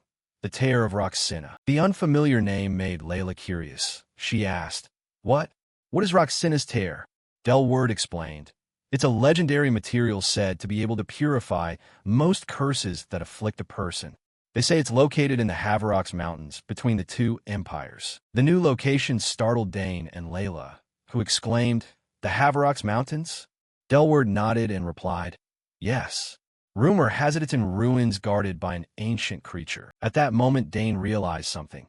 He was about to speak, but suddenly stopped, thinking to himself, "Ancient ruins? This smells suspicious." Delward said confidently, "Layla, I'll go find it. I know it's dangerous, but there's no other way." Seeing her brother about to act alone again, she protested, "What? You're going alone? What about the Thermian Knights?" He replied, "I'm now as strong as someone with 5 cores. Actually 4. More importantly, if the Knights march there, it could spark another war between the two empires. So it's safest if I go alone." Seeing he remained determined, she continued to object. "Even so, I can't let you go alone." Delward confidently explained, "I'm not rushing in recklessly. I'll prepare." Dane watched their conversation for a while before speaking. "If those are ancient ruins, there's one person who understands such things better than anyone." Delward asked curiously, "Who is that?" He smiled and explained, "Perhaps this time I'll need the help of our club." Then the three of them went to see Ernest. After hearing the story from Dane, Ernest let out a small "oh wow, an ancient entity and ruins too?" Dane added, "If we're lucky, this could be a major discovery." "You think so too, right?" Ernest was extremely excited. "Yes. I want to go get it right now." Seeing the two boys' nonchalance, Delward teased, "Haha. Any fear in you two bosses?" Then he cautioned, "I know you're excited, but this is truly dangerous, not a joke." Hearing that, Dane retorted, "Isn't going alone to Haverox more dangerous? Sometimes you have to go together. You can't be solitary forever." Finding Dane's words reasonable, Layla chimed in, "Right? The Dillon family are all explorers. If you go alone and get lost, it'd be a disaster." Delward was silent for a few seconds, then stammered, "True, but..." Looking at his demeanor, Dane thought to himself, he must be very troubled. I can't imagine how much he suffered, wandering extensively in enemy territory just to find a cure for Mother. Yet he gathered information and returned safely. He's certainly not an ordinary warrior. After thinking for a moment, Delward nodded and made a decision. "All right, we could go together, but we must keep absolute secrecy before we go, during the trip, and after we return." Reaching the agreement made the three of them very happy. They answered in unison, "Yes, of course." After finishing the arrangements, he produced a very elegant box and placed it on the table before them, making Layla extremely curious. She asked, "What's this?"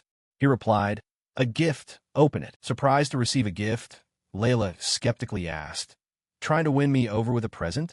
I won't forgive you that easily. Her stubborn attitude made Ernest raise an eyebrow and say, Layla is really angry, huh? Seeing him about to add fuel to the fire, Dane intervened. Don't say anything. He was scarier earlier. And she approached and slowly opened the box and said, if it's something worthless, I swear. But when she looked at the item inside the box, she was stunned for a few seconds. She blurted out, is this Mother and me? Inside the box was a small statue depicting Mother and Layla. She hugged it to her chest. Delward nodded in confirmation. Yes, from when our family was happiest.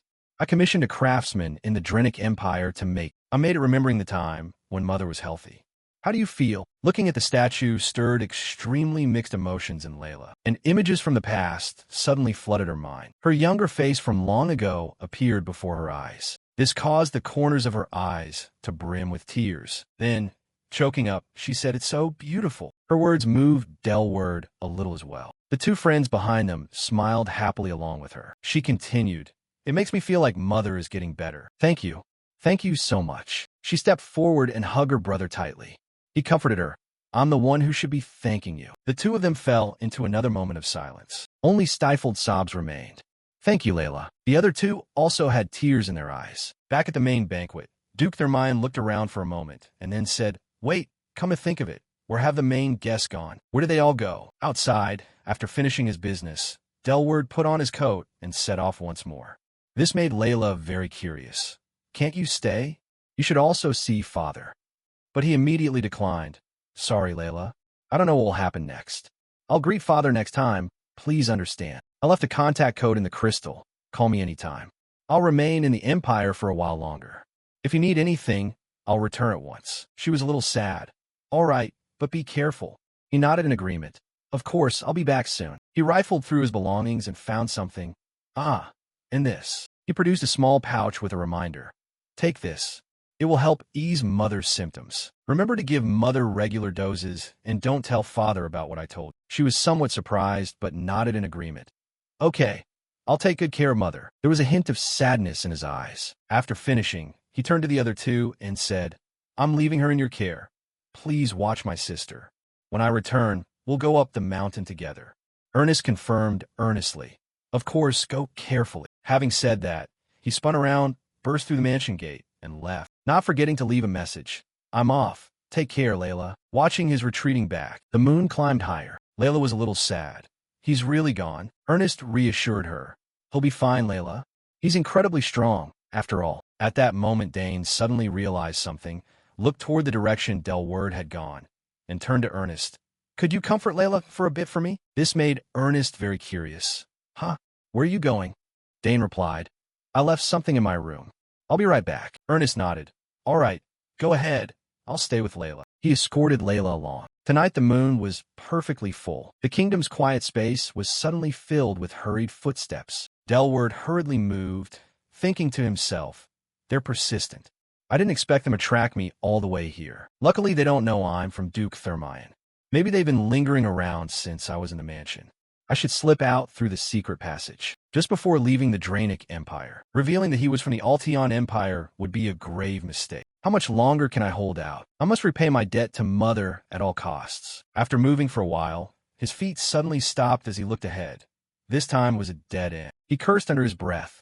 Damn it. Immediately after, countless silhouettes appeared from behind, staring straight at him. One of them called out, You've left too long a trail. They emerged, surrounding him from every side. He was trapped. He gritted his teeth and swore.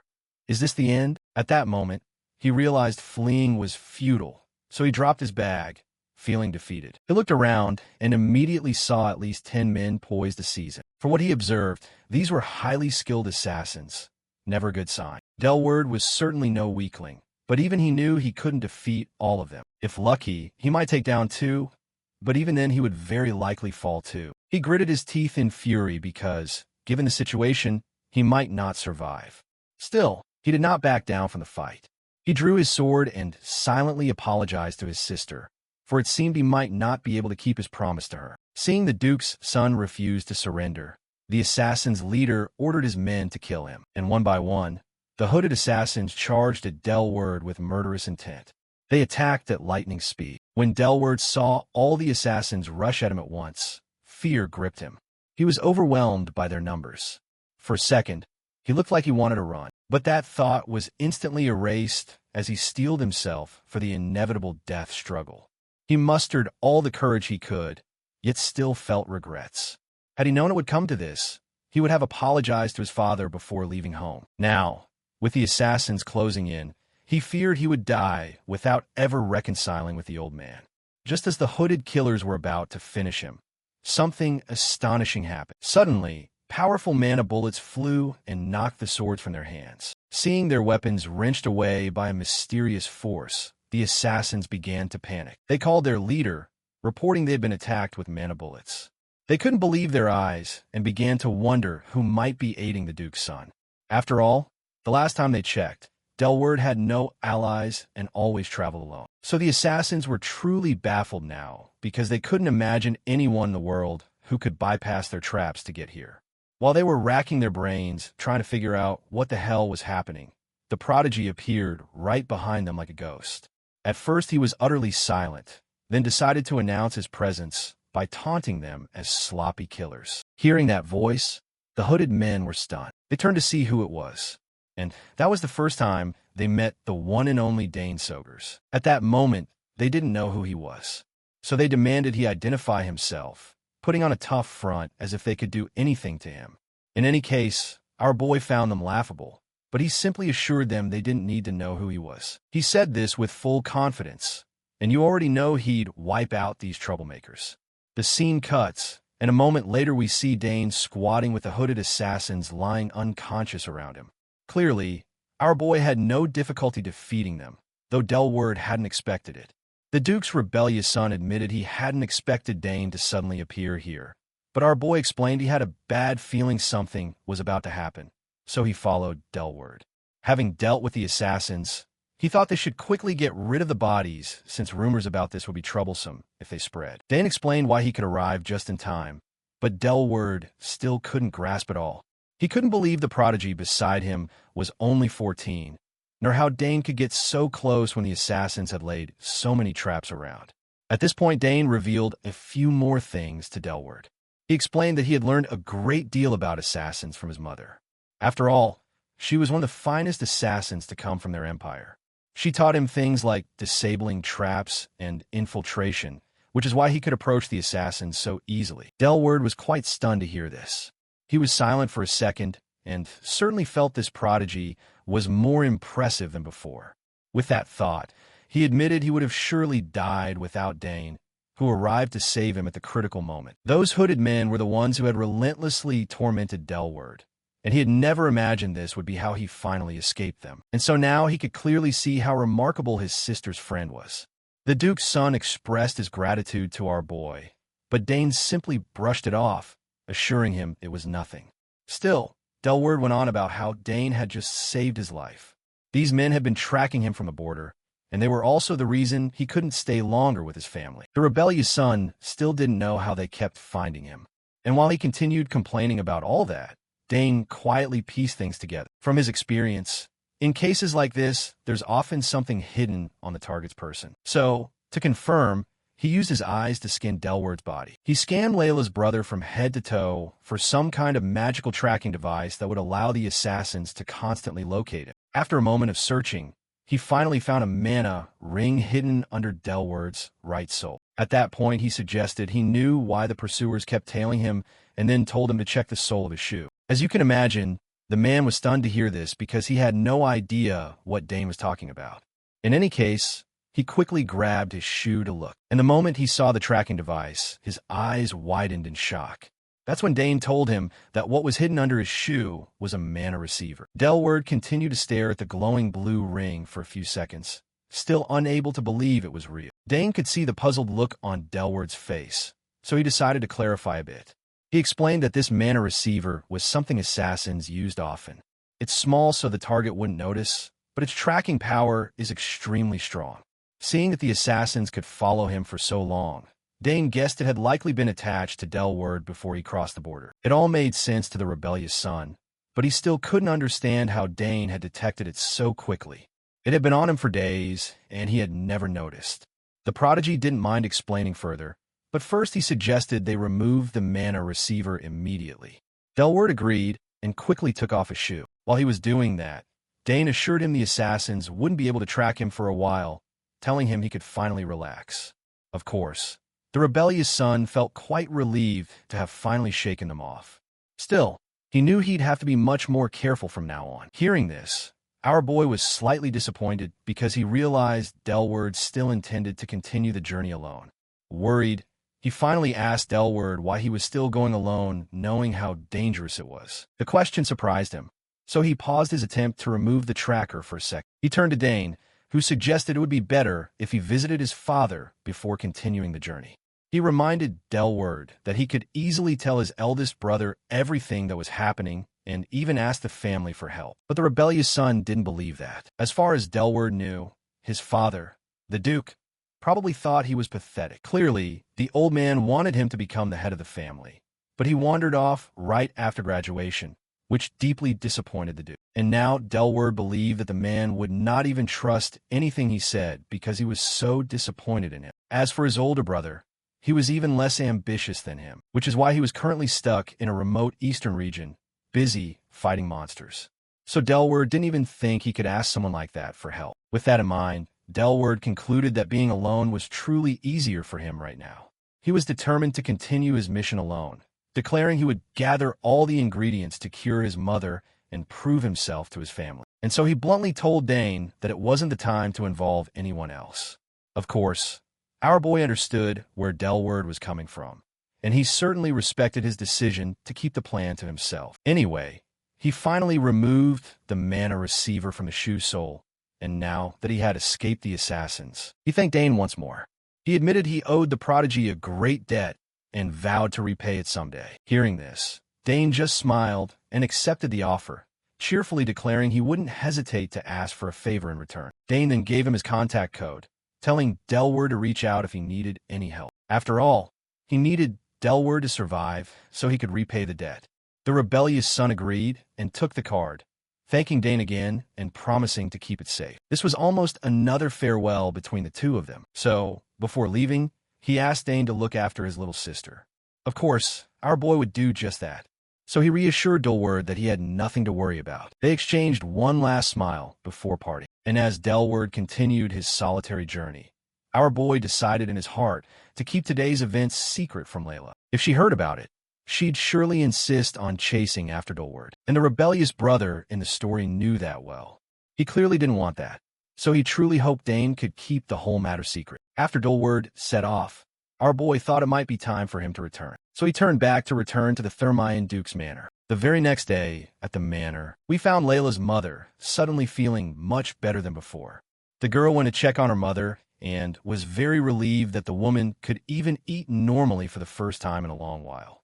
Dane was also thrilled by the news and couldn't help but smile at how happy Layla was. As you can imagine, her father was also very pleased to receive the news. Meanwhile, she told the old man about her rebellious brother. The man pretended not to care much, but she could tell he was quite curious. Hearing this, Dane flinched and immediately showed his shock. Clearly, he hadn't expected Layla to tell her father about Delward's brief visit, so when he heard her mention it, he became rather anxious. He asked what exactly she had told the old man, and Layla assured him she only said a little. Apparently, she only told her father that Delward stopped by and left medicine. In her mind, it wasn't a big deal, and she didn't think Dane should keep worrying about it. Besides, she reminded the Prodigy that they had something important to focus on today. At first, Dane didn't understand what she meant, so he showed his confusion. Instead of actually telling him, she simply suggested they set off, and that was when she revealed they were headed for the Thermian Forge. It's so massive it could be mistaken for a small town. Layla agreed with him on that point, admitting the forge was extremely large, to the extent that the area around it formed something like a small village. Despite the vast land, Layla revealed that only a few smiths actually crafted equipment there. In a place this large, you'd expect to see hundreds of smiths working day and night. But that's not the case. That's because the forge is run by a handful of master craftsmen. Therefore, security there is very strict, meaning no one can enter without presenting an authorization token at the gate. With that note, the guide finally led Dane to the main gate where he would be admitted to the forge. Our boy was surprised by the tight security and wondered whether she was allowed inside. Unfortunately, despite being a member of the Thermian family, she couldn't enter freely unless accompanying her father. Our boy also knew she wasn't carrying an authorization token, so when she said that, he immediately realized it meant he would have to enter the forge alone. This suddenly made him quite nervous because he had really hoped his favorite guide would be inside with him. Sadly, Layla couldn't go in, and she even admitted she'd never been inside the forge before, so there wouldn't be much difference if she accompanied him. Meanwhile, Ernest just stood by, talking about how jealous he was of Dane now. Even the Duke's daughter was a bit envious of the opportunity, especially since she knew Dane would surely craft a cool weapon with his own hands. Now she encouraged him to go in alone, and once our boy realized there was no other way, he decided to enter alone. However, he asked them to wait for him, stating he'd be very quick in the forge. The prodigious genius entered the famous Thermian forge. When the guards opened the gate for him, once inside he strode purposefully down the road, and anyone who saw him would likely think he knew exactly where he was going. The young hero looked around the forge and confirmed what he'd noticed from outside the walls. The scale of the place was truly enormous, and after satisfying his eyes with the various equipment hanging throughout the forge, he began to wonder what kind of weapon he might be able to obtain today. His purposeful steps suddenly halted when he sensed something strange. Dane stopped as soon as he heard a rumbling, as if the ground itself were shaking. The sound startled him for a moment, but just as he was about to panic, he looked up and saw a tall figure approaching him. At that moment, he realized the terrifying rumble was actually caused by the footsteps of this giant. The burly, hairy blacksmith stopped right in front of Dane, implying that he recognized him. He was holding a massive hammer, which made him all the more intimidating. And as Dane continued to stare at him in horror, the giant finally asked the child if he was the one who had received an authorization token from the Duke. Apparently, Volbak with the hammer was a reserve smith, but Dane was still too stunned to speak. Our boy hadn't even thought such a large person could exist. After a few seconds of shock, he finally recovered his speech and nervously answered the giant before him, introducing himself as Dane. He admitted he had received an authorization token from the Thermian clan's head when he was little, and after revealing all that, he told the giant it was an honor to meet him. As you can imagine, Volbak was quite familiar with the prodigious genius. He had heard much about Danesoger's talent, and that made him genuinely curious, since he knew the Duke did not hand out authorization tokens to just anyone. Hearing this, our boy felt both honored and curious. He was still quite uneasy around this giant, but he was brave enough to politely ask the man to look after him while in the forge. Besides being overwhelmed by Volbak's stature, Dane was also surprised by how casually the man spoke about the Duke. When the giant heard Dane's request for care, he decided to warn the child a bit first. He bluntly told Dane that his noble status meant nothing inside the forge. As far as Volbak was concerned in the Thermian forge, there were smiths and non-smiths. Even royalty was the same, and thus Thermian was the only exception. And even for members of the Thermian family, they must first qualify. The giant made it clear to Dane that he would receive no special treatment in the forge. At that moment, our boy could see he might have trouble with Volbak.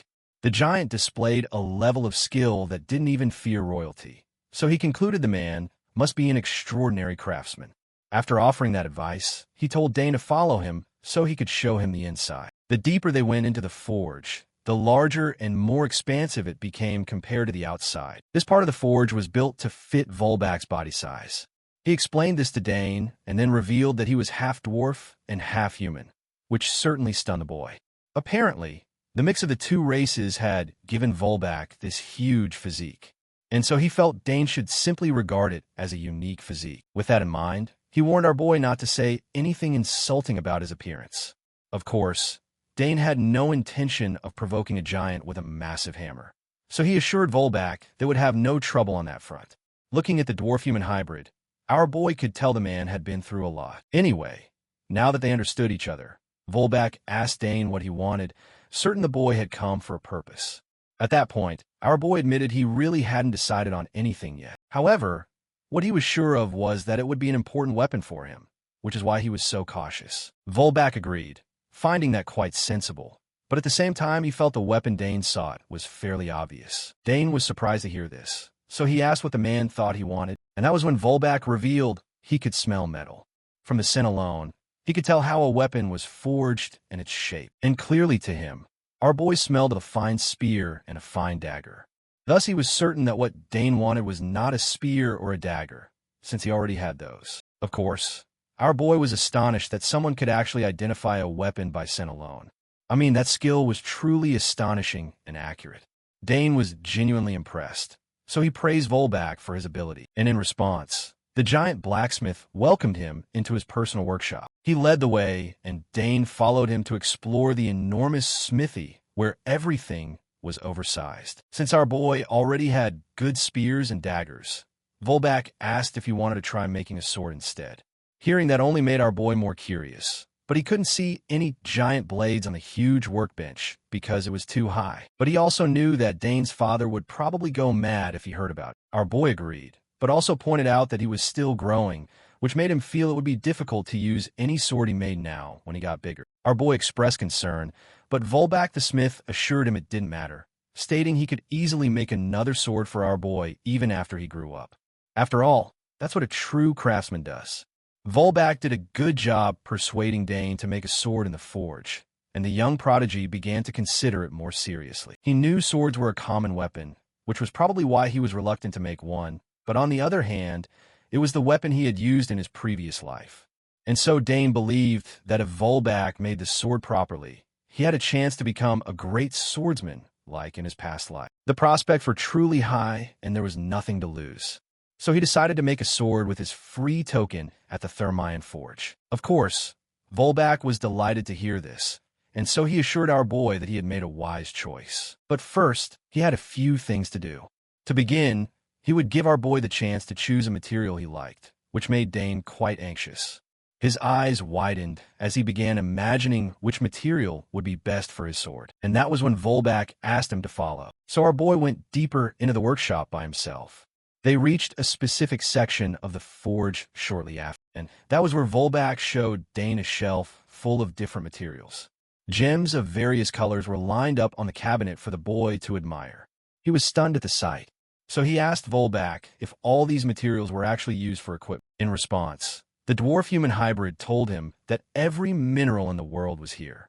Hearing that made the prodigy extremely excited, so he asked if he could freely look around. Of course, that was the only way he could truly make the best choice. So Volbak allowed him to inspect the place. Dane dashed to the other side of the large shelf where more sparkling stones lay, and many caught his eye because they looked rare. However, a few in particular held his gaze. So when Volbak noticed him lingering there, he praised the child for having a very good eye. Dane was genuinely amazed by the glittering stones, and he seemed somewhat familiar with these special gems. Among these alluring stones were not only rare minerals, but many he had never even seen with his own eyes. At this point, our boy was quite torn because he found it hard to make a choice. So many looked attractive, making him ponder what he should do. Of the rare minerals he was observing, the large blue stone he was looking at now was called Thermian. It was light, durable, and could reflect impact force. Volbak summarized a bit about this mineral for him, hoping it would help him decide. The giant explained that Thermian was more suitable for armor than weapons, but ironically, there wasn't even enough of the mineral to make a full set of armor. Once that was finished, he pointed to another large red stone on the shelf to explain it. Just as Dane reached out to touch it, Volbak warned him not to touch it because it contained poison, and then identified the mineral as a sendano. The giant smith stopped Dane and informed the child that he would need neutralizing gloves to handle that glittering red stone. He certainly didn't need anything that could actually poison him. A sendano was too dangerous, so he concluded it couldn't be used. Just as that thought crossed his mind, his gaze suddenly shifted from the red or to another mineral in the room. It was a large black stone like glass, similar to the others, but this one was a bit odd, especially in how it sat alone on a pedestal. Dane was immediately captivated by the stone, so he rushed over to it. He asked Volbak what it was called. The smith suddenly wore a very stern expression, as if he disliked the turn of events. Despite that, he told Dane exactly what he was looking at, revealing that it was called Arkin. Apparently, our boy was familiar with the name because he was almost shocked to hear it. It turned out the mysterious black material sitting alone was a mineral from the ancient magical kingdom, Arcana. He wasn't certain, but Volbak confirmed his guess, revealing that Arcana was a metal excavated from the ruins of an ancient royal castle. Very few ruins remained, and hardly anything of the old castle grounds. But beyond knowing that the glass-like material was actually a metal, no one could uncover its purpose or composition. Of course, this made our boy quite curious. The smith explained that it was because the mineral could not be smelted or analyzed. With current technology, no one could melt or test that, so it was treated as a rare collectible. Dane was stunned for a few seconds, and then Volbak told him to look at something else, because Arcanum was essentially unusable.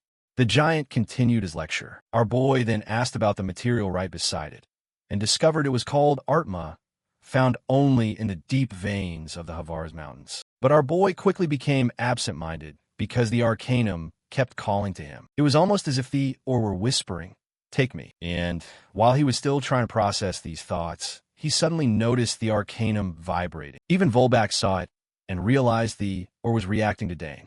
He couldn't believe his eyes, and before he could do anything about it, a connection formed between our boy and the Arcanum Or. He stared in astonishment. A blinding beam of light suddenly appeared. His entire body was enveloped by a tremendous energy. He shouted anxiously, "Hey kid." Volbak was horrified to see a strange sphere of energy glowing right before him.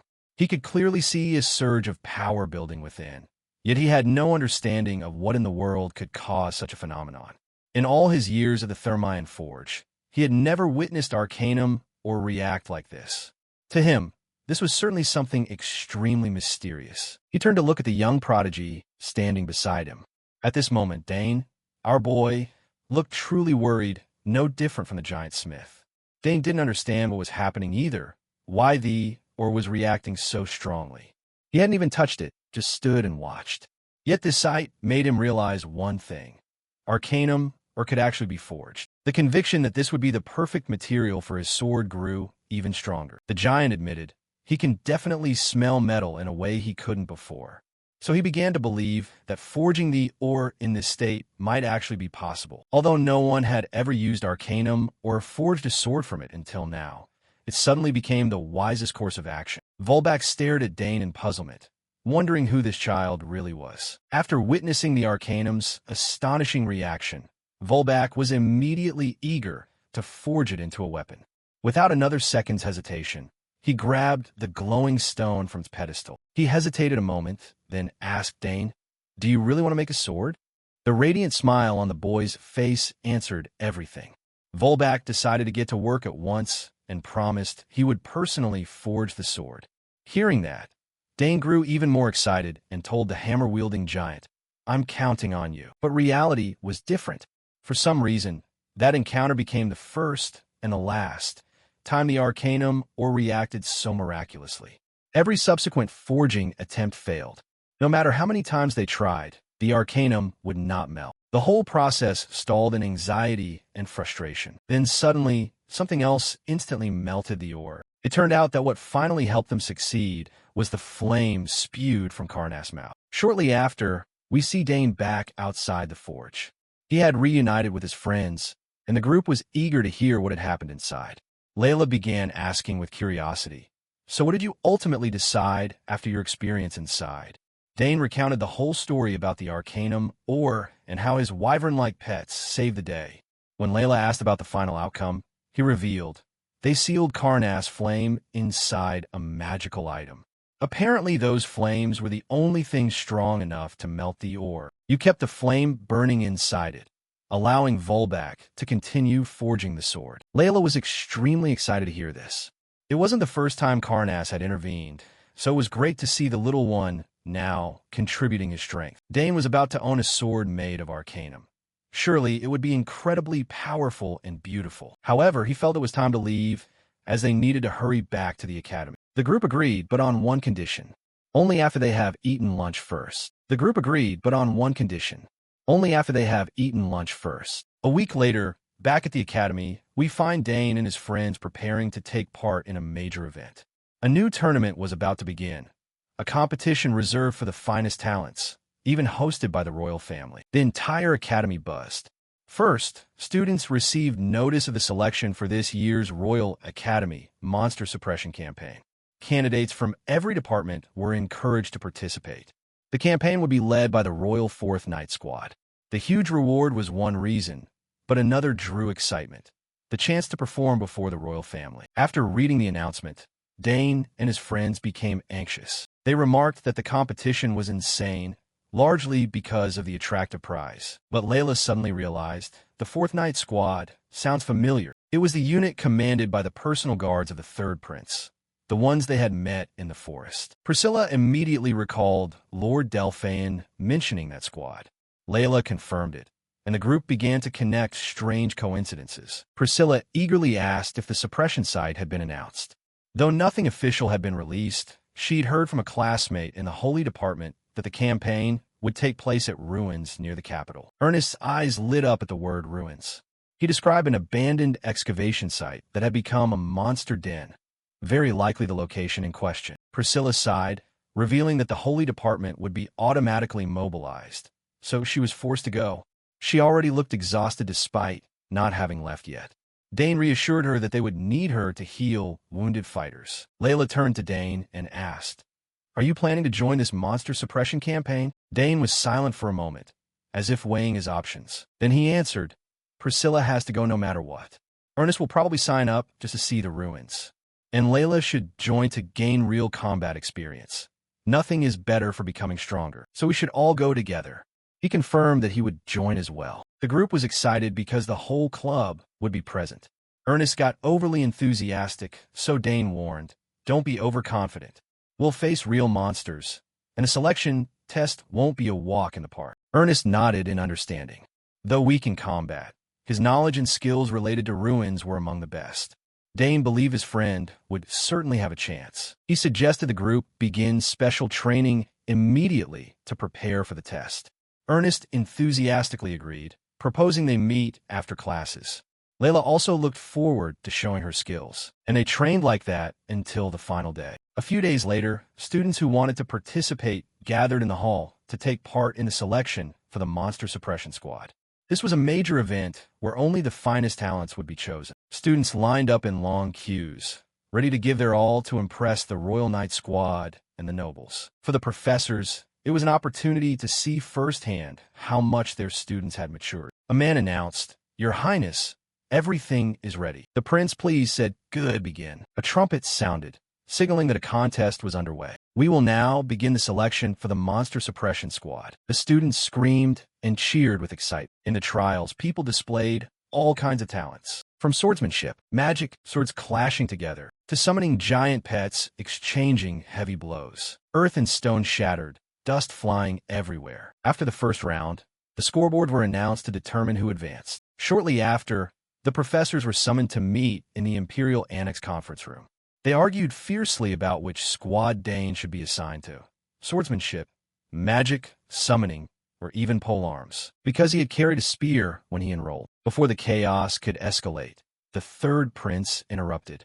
He gently said that arguments like this rarely end well, and asked everyone to calm down. Everyone fell silent for a moment. The cadets also bowed their heads in anxious silence. With a worried smile, he admitted, "Dane must be an exceptionally outstanding student to make you all argue so vehemently." He asked Sir Onet for his opinion.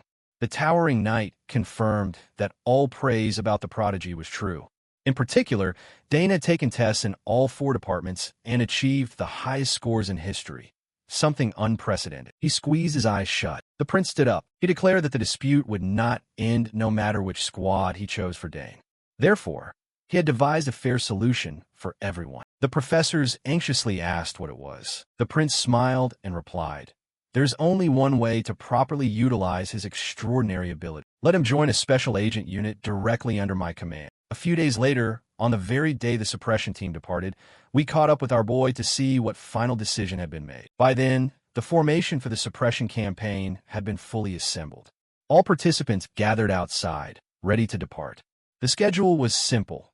They would stay at the ruins for 2 days to hunt monsters, securing the area while testing the students' combat abilities. The professors hoped no one would die this time. In reality, events like this carried a high risk of fatalities, to the point that some families had forbidden their children from participating. No matter how great the talent, It's meaningless if one dies at the hands of monsters. The atmosphere was tense. Understandably so, since this was real combat. Priscilla shouted from the rear, so everyone could hear her advice. She urged caution and to avoid injury, because the healing squad couldn't be everywhere at once. Her words were both counsel and a warning. She couldn't heal everyone simultaneously. Not only Priscilla was worried. Dane was also uneasy thinking about what lay ahead. Since everyone moved separately by squad, he knew he couldn't protect all his friends, meaning each person had to be extremely careful during the campaign. At that moment, Priscilla spoke up to reassure them. You don't need to be overly afraid. After all, I'm confident the Knight Squad will adequately protect the Academy students during the campaign. That's the usual procedure, so I don't want you to be too terrified, although there may be casualties at times. She was trying to raise morale, but also wanted everyone to understand the mission's seriousness. Upon hearing about casualties, Ernest and Layla began to break into a sweat. Ernest, physically weak, wondered if he would really be okay on this trip. Before he could panic further, Dane reminded the club members, don't overexert yourselves or act alone when the campaign begins. He bluntly said, run immediately when the situation starts to become dangerous. This reminder put them a little more at ease, knowing Dane would still provide support even if he was assigned to a different squad. They promised to follow his advice, but the brief talk was cut short when the responsible knights approached. The lead knight asked everyone to pay attention, then announced they must quickly move to their designated squads to advance. I urge you to do your best in the role assigned to you, and finally told them not to die in the process. Those words gave many people goosebumps, though they tried to remain calm when the very knights protecting them said that their anxiety only deepened. Only Dane showed no hesitation. On the contrary, he looked genuinely excited and eager to set out. It turned out the prince had gotten his wish. Dane was assigned to the Royal Direct Unit, separated from his friends. Layla Thermian was placed in the combat squad and was also very eager. Ernest, the explorer, was placed in the reconnaissance squad, which was no surprise since he fit the role best. Priscilla and Ariel from the healing squad bade farewell to the other club members. As everyone set off with backpacks on their shoulders, the scene shifted to Ruweza. The group of students descended the mountain road. After a while, Dane broke the silence and said to Sir Hilderin, he has a question. The knight told him to speak. Dane explained. He was informed that they would head west of Ruweza and reach the camp in half a day. So now he wonders why they crossed to the east instead of going west. Sir Hilderin, deputy commander of the 4th Night Squad, was impressed by Dane's keen observation and praised him. He explained they were taking a different route, then asked Dane to keep this information secret from the other students, since if everyone knew something was wrong, they might panic. Dane assured him he would keep quiet. Hilderin then revealed that monster movements had been detected west of Ruweza, the place they had initially planned to go. A large horde of monsters, at least 300, was reported advancing toward the ruins by the patrol unit. Dane found the number alarming, not only because of the large scale, but also because of the monsters' nature. They were usually highly solitary and rarely gathered. Hundreds moving to one place was extremely unusual. Hilderin admitted that it was strange, but from his experience, the ruins themselves could attract monsters. Dane was stunned, having never heard of this. He wondered what kind of ruins they were facing. Hilderin concluded that that was why they detoured to the east. He reassured Dane that no matter how many monsters gathered, they would be reduced to ash before their forces. Dane agreed. I feel the same way right now. He was glad the knights were confident, but still couldn't dispel his unease. They were approaching ruins that attracted monsters, that worried him that if not dealt with quickly, things could get very bad. Dane's thoughts were interrupted when another knight reported they had reached the campsite. Hilderin ordered the camp to be set up immediately to finish preparations before sunset. The knights set to work. Time passed quickly, and night fell. Most units had camped, but Dane and his friend were not with their squad. They slipped into the woods to meet and plan. Ernest commented that the terrain was terrible for defense. They were on a hill. The camp was exposed. Dane agreed. With so many people, they had few alternatives. Layla anxiously asked Dane if they would be okay. He admitted, it's hard to say for sure in this situation. He suggested careful watch rotations to avoid ambushes, especially facing toward Ruweza. He didn't mention the 300-strong horde to avoid causing panic. Ernest looked toward Ruweza, sensing something dreadful. At the same time, Dane felt movement beneath his cloak. Karnas was rustling, extremely restless, then suddenly flew out, as if sniffing something. Layla asked what was happening with his pet. Dane admitted, I don't know what's going on, but it suggests he's sensing something. Priscilla and Ernest also noticed Karnas was on high alert. Ernest asserted that one should not ignore the instincts of a dragon in the wild. Clearly, something serious was happening. Priscilla advised reporting it to Sir Hilderin immediately, but Dane hesitated.